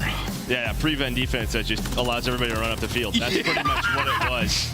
And yeah, I mean, LAG just winning their offenses, but even on defense, they made it so tough for Rocker. They had them in the spawn traps early in the round 1. They used the cruise. They just made sure there were not a lot of lives for Rocker to use. And now they are up 2-1 in the series. A chance to continue on and make another top 6. Yeah, and listen, it's not like Rocker had been, this would be some big upset either way. I mean, either team could have taken this. There wasn't some super lopsided thing here at all, but I just think it's just a little stretch, and maybe it's just the win over phase that sort of has you believing a little bit more. I know it does me. Like, it's such an impressive win for them coming into this, but or it's just a search and destroy improvements. It's a bunch of little things where I'm like, okay, all right. It's all starting to click here for LAG, and that's just kind of what you're looking for. Again, a team that got top 6, kind of forget about that in Major 1, and now they're a map away for doing that in two majors in a row. Because if you talked to me 2 weeks ago, both these teams are in the dirt. To like, it looks like you're just like downgrading kind of at every level for a little while there. If you're LAG, you thought, I don't know, we kind of hyped them up a little bit. I thought they were a really solid team kind of early on, Major 1 qualifier, but I thought it was all falling apart. I'm thinking team change, and now suddenly things are clicking for them, and it's really awesome to see, but still work to do. Got to take either the Skid Row or the Terminal, but man, great 2 maps for them. Yeah, no doubt about it. Yeah, sticking together, going with the ups and downs of the year, and that's just how it can be. But said, series not done yet. We're going to go to that Skid Row Hardpoint. See if Minnesota could get us to a game 5. Anything for the Skid Row that's really, I don't know, stands out big time for them? I mean, Minnesota 4-5. You know, on the other side for LAG 2-5. So yeah, okay, nothing. Played this a comfortable map here for both squads. Okay, comfortable one. We'll see if it gets shut down. If you can lock it up and close it out. If you are LAG, Rocker, they're thinking, okay, well, another map 5. Why not? It's been all we've done for 2 straight months, and now's when you start to think, like, if this was maybe their first map 5 and they had just won, I'd be like, okay, well, I'm a little worried. But I think the fact that you just got to win in it, like today, like you just won a map 5, it's got to be as good for your mental state if you can get there, but you still got to get there. Yeah, long day, and yeah, they're gonna have to lock in, back down, backs against the wall. They were able to beat LAG in Skid Row at Major 1 in the map 4, so they won that 250 to 135. A little bit different. Rocker? Different tournament, yeah. Yeah, okay. This is the hard point that they won, so you can see the records I was talking about, the whole percentage, the break percentage, much better for Minnesota. Well, here we get ready to get into it. Let's lock in these opening moments, because Skid Row, I mean, you lock it down early, you get a spawn flip early. We know how big of an advantage you can get very quickly through your first 2 to 3 hard points. So spawning left side early, it's going to be LAG. A chance to maybe do some damage early with 2 going to drop, because 1 is a team kill. So the flip opportunity not there. Now it's number 4. Gonna back it all the way up in Diamond Con, trying to make sure you can't get through a tunnel, get there quickly, gets there just in time to shut down Lens. Yeah, now you're winning on both fronts right now if you are LAG. This is not what Rocker wants, but fighting to get back into P1 is awakening, but the number's still here. Then Fame on rotation, winning gunfights. The stun connects, Estriel able to snap with the rival. Fantastic start for them as they have not slowed down after maps 2 and 3 early on to this hardpoint on Skid Row. Now, there's the final 5 tick away. Maybe an opening here. Maybe look how far you spawn out if you are Fame. You got 1 mid-map in Estriel, but really it's kind of a 2-man game on the other side of it. All the pressure going to build towards Diamond. Diamond and Assault able to get the kills. Assault nearly with a great slide out to find another, but you survive. That was kind of 3-on-2, 4-on-2 there for a moment, but you hold on. Great job there from Assault and Diamond. Yeah, it's what can be tough about this P2. It's like even if you get down low, you still have to go up the staircase. Yeah. Where is this player watching the staircase from? Can be so difficult. Plus the crossfires are in that it's an all 4 dead. Now if you're Rocker, you're just hoping not to give up any cruises, any streaks. Maybe make this a little bit messy, but the main focus is going to be on this P3 rotation. Yeah, P3, where you try to answer every team kind of familiar with the, I don't know, 80 to 100 point hole early on a Skid Row. That's why the map can be so tough or frustrating at times, but you have to have resilience. You have to bounce back, and that's the name of the game for a team like Rocker. P3 ready to get going. Two going to spawn out topside, so you are going to have kind of a 2-on-2 near the point here for a moment. You got a chance to maybe make a play, but that sort of starts to fall apart as Awakening accuracy, find picks. You give yourself some separation, set up on the point. Yeah, and it kind of just slows down LAG. Assault to take a long route here, try to catch a player off spawn. The door going to open. Here comes really the first four-man push for LAG, but again, a first blood for Minnesota Rocker, and it looks like so far so good. They're stabilizing. As Vivid snaps with the NCW. Beautiful shots on a Fame and Estriel. They're doing a good job here at P3, just mounting this comeback slowly but surely. It's exactly what you needed to do. Even if you get broken here, not the end of the world. You've done some damage, and Linz is doing damage. That's 4 straight for him. You want to feed him number 5? Go ahead. There's the 5th. 1 HP, surviving on a prior. And now he's one away from that cruise, and on rotation you already have Awakening on God Stairs. You're gonna have accuracy fill into the hill. It's exactly what Rocker did. They're only down 25 points after P1 and P2, so beautifully done. You're hoping Linz now can get this cruise to carry into the 5th hill. Vivid watching over him, keeps him alive. Linz still just trying to get this 6. Does he get a good timing? Can he find an opening? Teammates still doing the dirty work to get the kills and leave him free to roam for this. Now he's tucked back into the hard point. Just looking for the freebie.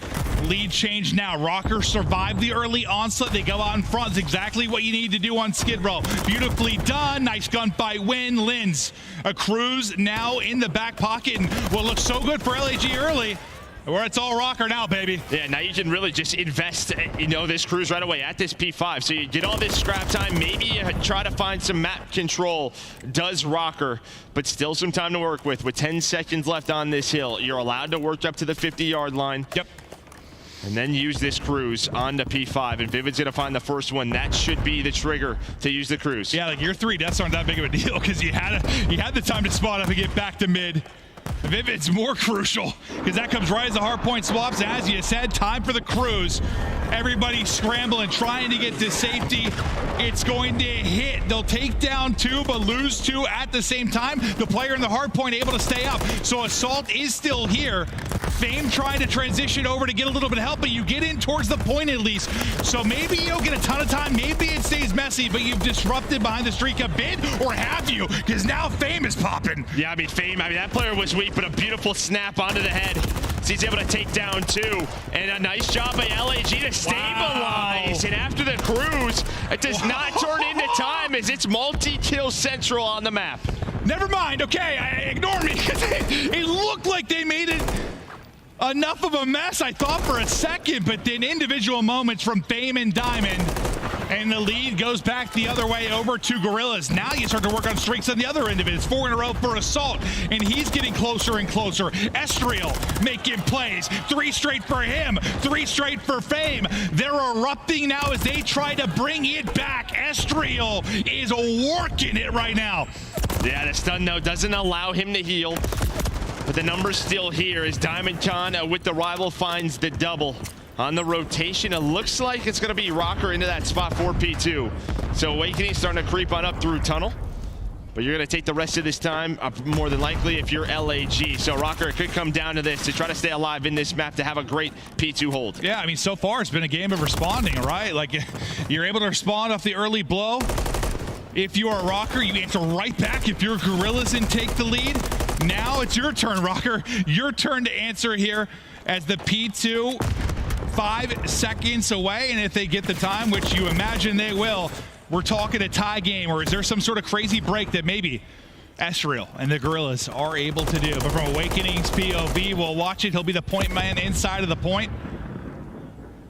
As you look for where that break in the armor might come from if you're Gorillas. They're starting to work both sides. Here we go. Diamond Con starting to work up through tunnel. But here's that crossfire. Linz able to find 2. The stun connects. It's down to a 1 versus 1. Awakening. He does not have the rival. And Estriel even playing for the spawn kills. Huge plays to buy time for his teammates to get there. And there we go. LAG able to break on through. Beautiful teamwork from the Gorillas. You won't see it all that often, but they get it done there. And there were still about 30 seconds left in the point, so make that one null and void. You'll hold on to your same lead, so it ends up being a massive swing for Gorillas.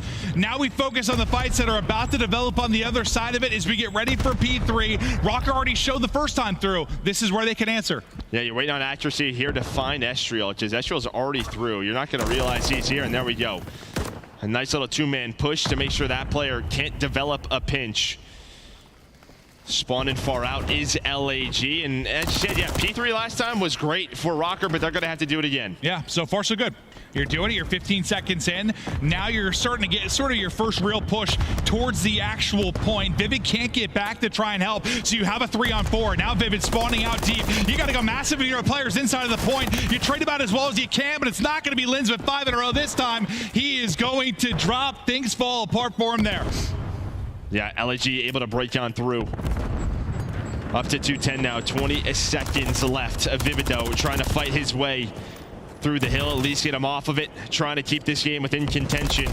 On rotation will be Diamondcon, number 4. On the hill, though, is still Lins in Awakening, as they're going to find a triple and get on. But could be come down to this, but look at this. You're going to have 2 players spawn on out. So they get across that 50-yard line, and now spawns get a little weird for both ends, but Vivid not going to check the right corner. That's going to be 3 in the feed for LAG. Where you did it through 3 and 4 if you were Rocker. This time the magic is not there. It's Gorillas' turn to maybe put them away. The series could be done here. Fame hitting the shots. Set up inside is Gorillas and looking to close it out. Just 22 points now for the victory. It's desperation. It's everything from Rocker to try and break on through, but Fame wants nothing to do with it. Estriel once again finessing. He's inside the point and holding, and second by second, moment by moment, just a bit closer to the victory. But you get a contest for a second at least if you are Rocker, is the madness ensues. I mean, what a life by Estriel, and now with that, this team's here, and I think that's it. LAG looking at 3-1 Minnesota Rocker. Make it to Saturday. There's one more player here. You might have one more chance if you are Minnesota, but Fame finds the double, and LAG are top 6 once again. You think you got the kills. You think maybe you can rotate. You see one wide arrow start to turn because you got to win it on both fronts. But Fame with the double seals it. But there were 2 sequences where Estriel was a magician, bro. Like, he was finessing and getting so much value out of his life. Just some awesome moments out of him. A real well-rounded effort out of Gorillas. And they're showing they can do it across the board. They can do it in control. They can do it in hardpoint. And the S&D improvements might be the difference between maybe getting past that top 6. I mean, we talked to some of the teams, right, throughout Major 1. It was like, this team's just really good. I'm surprised they aren't playing as well as they've shown in scrims. Stage 2 qualifiers, ugly, but they're starting to put it together here on land as their search is coming into fruition. That gives them the confidence in these respawns. And I think for Rocker, yeah, you just had a couple of tough games from some of your Slayers. Awakening really slowed down after map number 1, but props to LAG and their teamwork. Yeah, no, it was awesome to watch. I mean, it's great to just see a team start to get better, even if it's just these little flurries where it happens so quickly. You blink your eyes and you're like, oh, that's right. We remember they could be a solid team. We've just been waiting for it. And sometimes, I mean, listen, our qualifiers have been kind of a wide range. We sometimes had like 4 matches, sometimes 5, sometimes 7. This one's a little bit longer. And if stuff just clicks in the final match or 2, as long as it's right before the major, cool. Yeah, no doubt about it. There you can see Assault 24-17, Fame 23-17, Estriel with 26 and some big breaks. On the other side, Minnesota back to the drawing board. But at least, I mean, you get a win on land. You had a tough qualifying stage. You get a couple of week break. Maybe they can put it together for stage 3. Yeah, listen, it's a frustrating one. You feel like this team is close. Like they have chances to do it. You just come up short. At least you had that top 4, so like, yeah, you got some points in the overall picture of stuff. Maybe you're still okay, but the online wins are going to become more important now, considering this result, right? Like, you're going to have a better qualifier. You're going to have to. But before we get into an interview and start to break things down, it's an LAG victory. It's going to be the desk to touch on this series. Over to Puckett.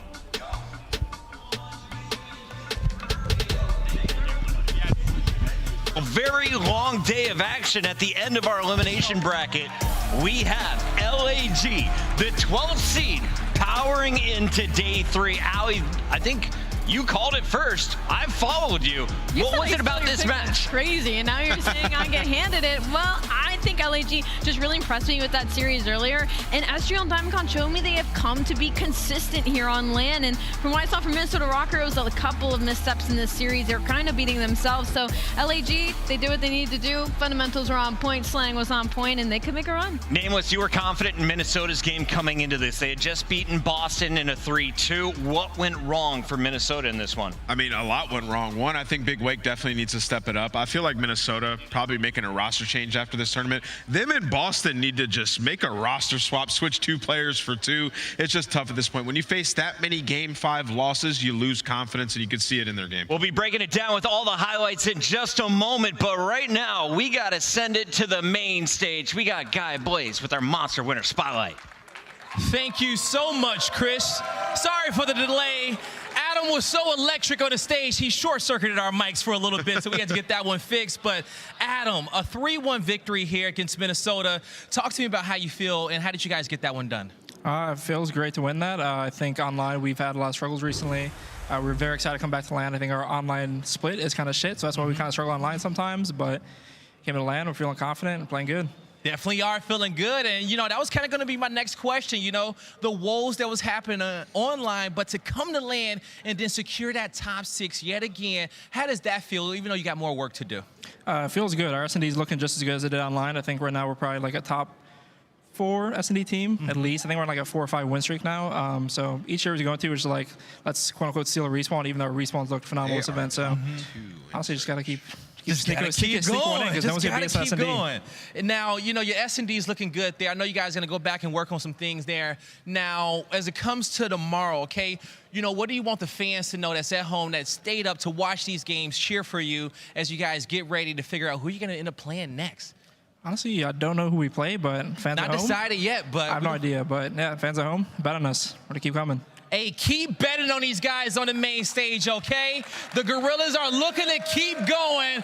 We'll see them tomorrow. Chris, let's break down the rest. Thank you so much, Guy Blaze. Congratulations, Assault and the Gorillas, for getting the final dub of the night. And I just want to say, Gorillas proved something to me personally, and that was their mental fortitude, just the strength. We came in 10 a.m., Fame and crew were already scrimming. They're already warmed up. I said, how do you feel about your first round matchup? He said, oh, we're going to play 2 today. We got to make it till Saturday. They did exactly that. They set a goal and they accomplished it. They did accomplish it. And it wasn't those search and destroys, just like they said in that interview. They're very proud of their game 2s. And honestly, they've shown me that they're really expanding that map pool even as we go deeper into this bracket. And on the flip side for Minnesota Rocker, things to take away, their hardpoint was just not there the entirety of this day. They lost both of them in the Boston series and was able to pull out that Neslo, but you can only do that but so many times when you go up against a team that's going to go head-to-head to you in those game number 2s. Yeah, I'm really impressed by LAG, man, in the turnaround. As Chris said, like, the mental strength to be able to lose every single series up until your final one online, and then come into LAN and get top 6 is absolutely ridiculous. And then also, this is a revenge game. They played Minnesota at the last major, lost for the top 4 placing. So,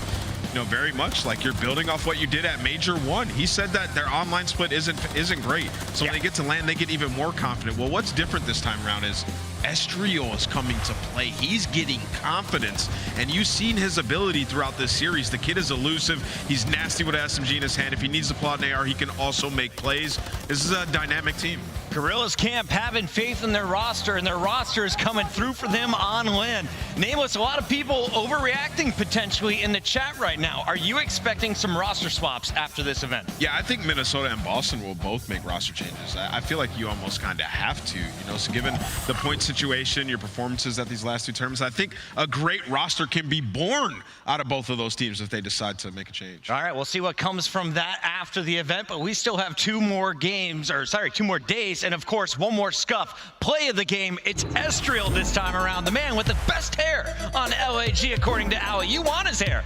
I do want his hair, but I don't want the work that goes behind it, because taking care of curly hair is very, very difficult. But Estriel was simply that guy when it came to this map number 2, dropping 11 kills overall. This is something we had yet to see from him. We've seen him do well in the respawn, but to take over a search and destroy like this, we had yet to see, and it was just being annoying, consistently getting into the face of Minnesota Rocker and just taking advantage of every little bit of of information that they gave him, he pounced on it right away. And if you notice, they changed the way they played. They sort of played around him a little bit, getting tacks up, thrown through the street. He would go up towards P1, play his life, and then make plays later in the round. That's what I wanted to see out of this team, and it's working, man. He went 11-4. Everyone talks about Linz being that potential Rookie of the Year candidate. I think Estriel is trying to put his name in the hat with this performance this weekend. That's your Scuff play of the game, but it wasn't the only game today.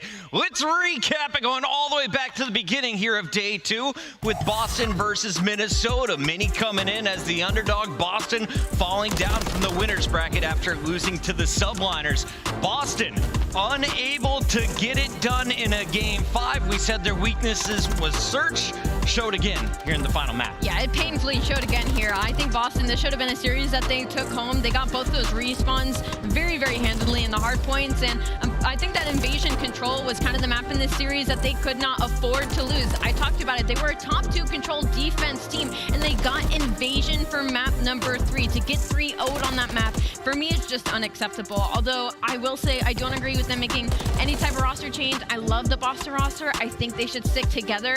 I think it's just a couple of mistakes that they're making in these series that are costing them very, very big in the long run. If they won a few of those round 11s online, I think everyone's perception of this team is totally different. But at the end of this second LAN, they still only have 5 match wins. Yeah, you know, honestly, I feel like they do need a roster change, but then when you contextualize it, you even think about the New York series, they could have went up 2-0, True. right? And been in such a different spot. But maybe that's just the story of this team, man. We did see, you know, some improvement out of a guy like Snoopy. We were sort of waiting on him to have his big moments. He had them throughout this tournament, but at the end of the day, you're out first. You're in a tough spot when it comes to points. Great stuff from Vivid in that game 5. 13-6 performance earns him MVP honors for Minnesota in the opening match. Match 2, rematch of the battle for LA. And we just saw the Thieves take this one online. A lot of people in the venue were expecting the same result, but the Gorillas had something else in mind. I personally was one of those people that expected an LA Thieves win. I think LAG has definitely proved themselves to me a little bit, but this series wasn't really one of them, simply because there was still a couple of shortcomings that LA Thieves kind of beat themselves and sold themselves a couple of rounds, like that round 11 and high rise. I think LA Thieves should have won that 6-4 because how slowly LAG was playing on the offense, and LA Thieves could have taken advantage of that as they did previously. But I will say the resilience from the LAG, just the fact that Estriel was able to take over high rise, going 20-10. Huge just unbelievable stuff out of the LA group. In our third matchup, we said hasta luego to Miami Heretics, the hometown team unable to pick up a map here in the elimination bracket. They get wiped by Optic, they get wiped again, and they are now finished at 9 through 12 back-to-back finishes on land. Royal Ravens power into our top 8. Yeah, you know, Royal Ravens look scary. I mean, I will say that's a team that, you know, they've had trouble against the Heretics in the past. They were 1-6 map count against them throughout this title.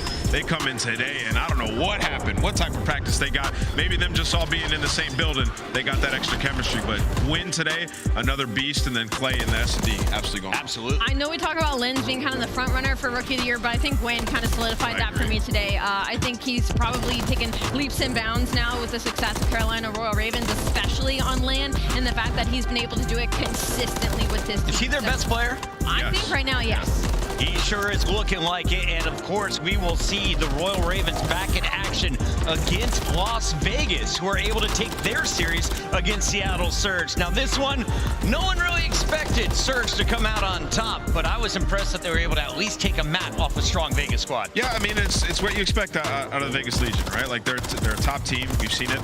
There's some separation between, you know, 5 and the rest of the league, and they're that cutoff point. And in this series, attached with another masterclass, he had 15,200 damage. Woo. Next up on his team was 12,800. The man is laying down shots. He had almost a 1.4. So yeah, if Attach's putting up performances like that, you're gonna win. And we saw Nero sort of have some big moments throughout this. You're seeing it on your screen right now in the highlights, fixing the issues that they had in their series to start the tournament. So for Vegas, looking to make that loser bracket run.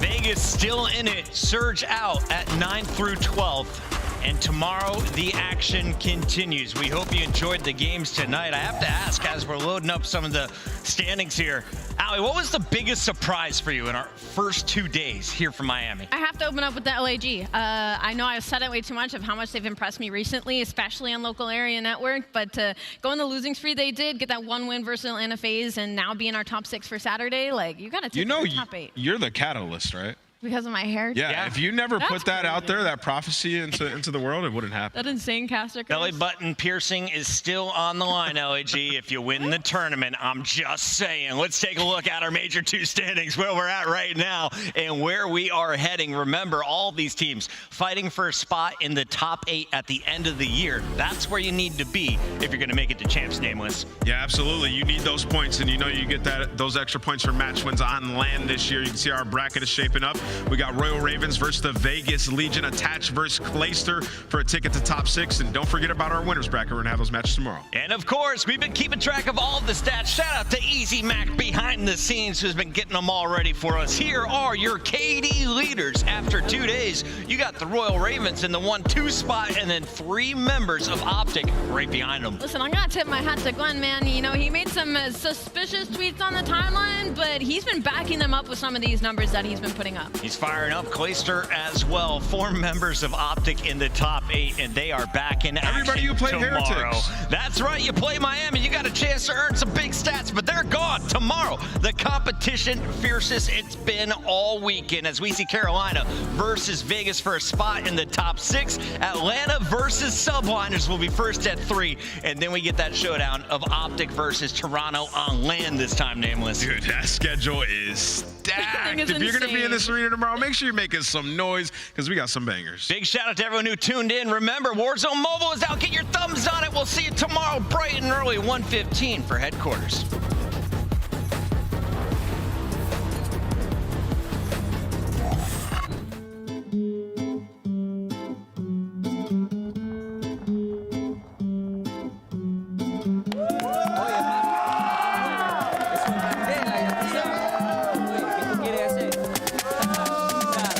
Dime si quieres bailar conmigo así. You looking in, I know you want it, como tú mueves ese cuerpo, yo no puedo controlar.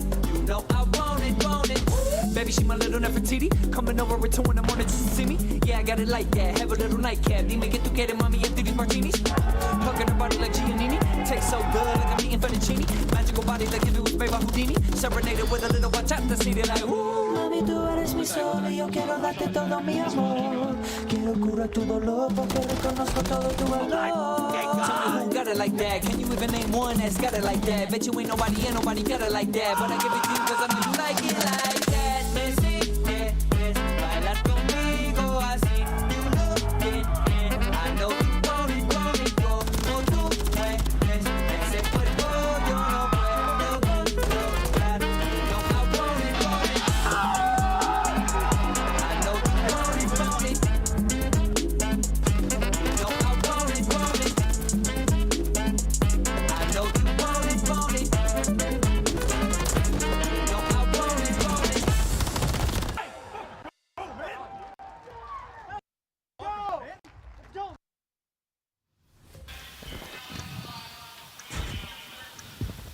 They're both back. Nice, 1v1. He's probably gonna be mid-court. Nice! Oh my god. Holy Holy Let's go, boy. Good job, bro. That's That was huge, disgusting, man. I don't know where I stand up. I thought when you said you hopped, when you bombed, you hopped it. He was. Two Swifters.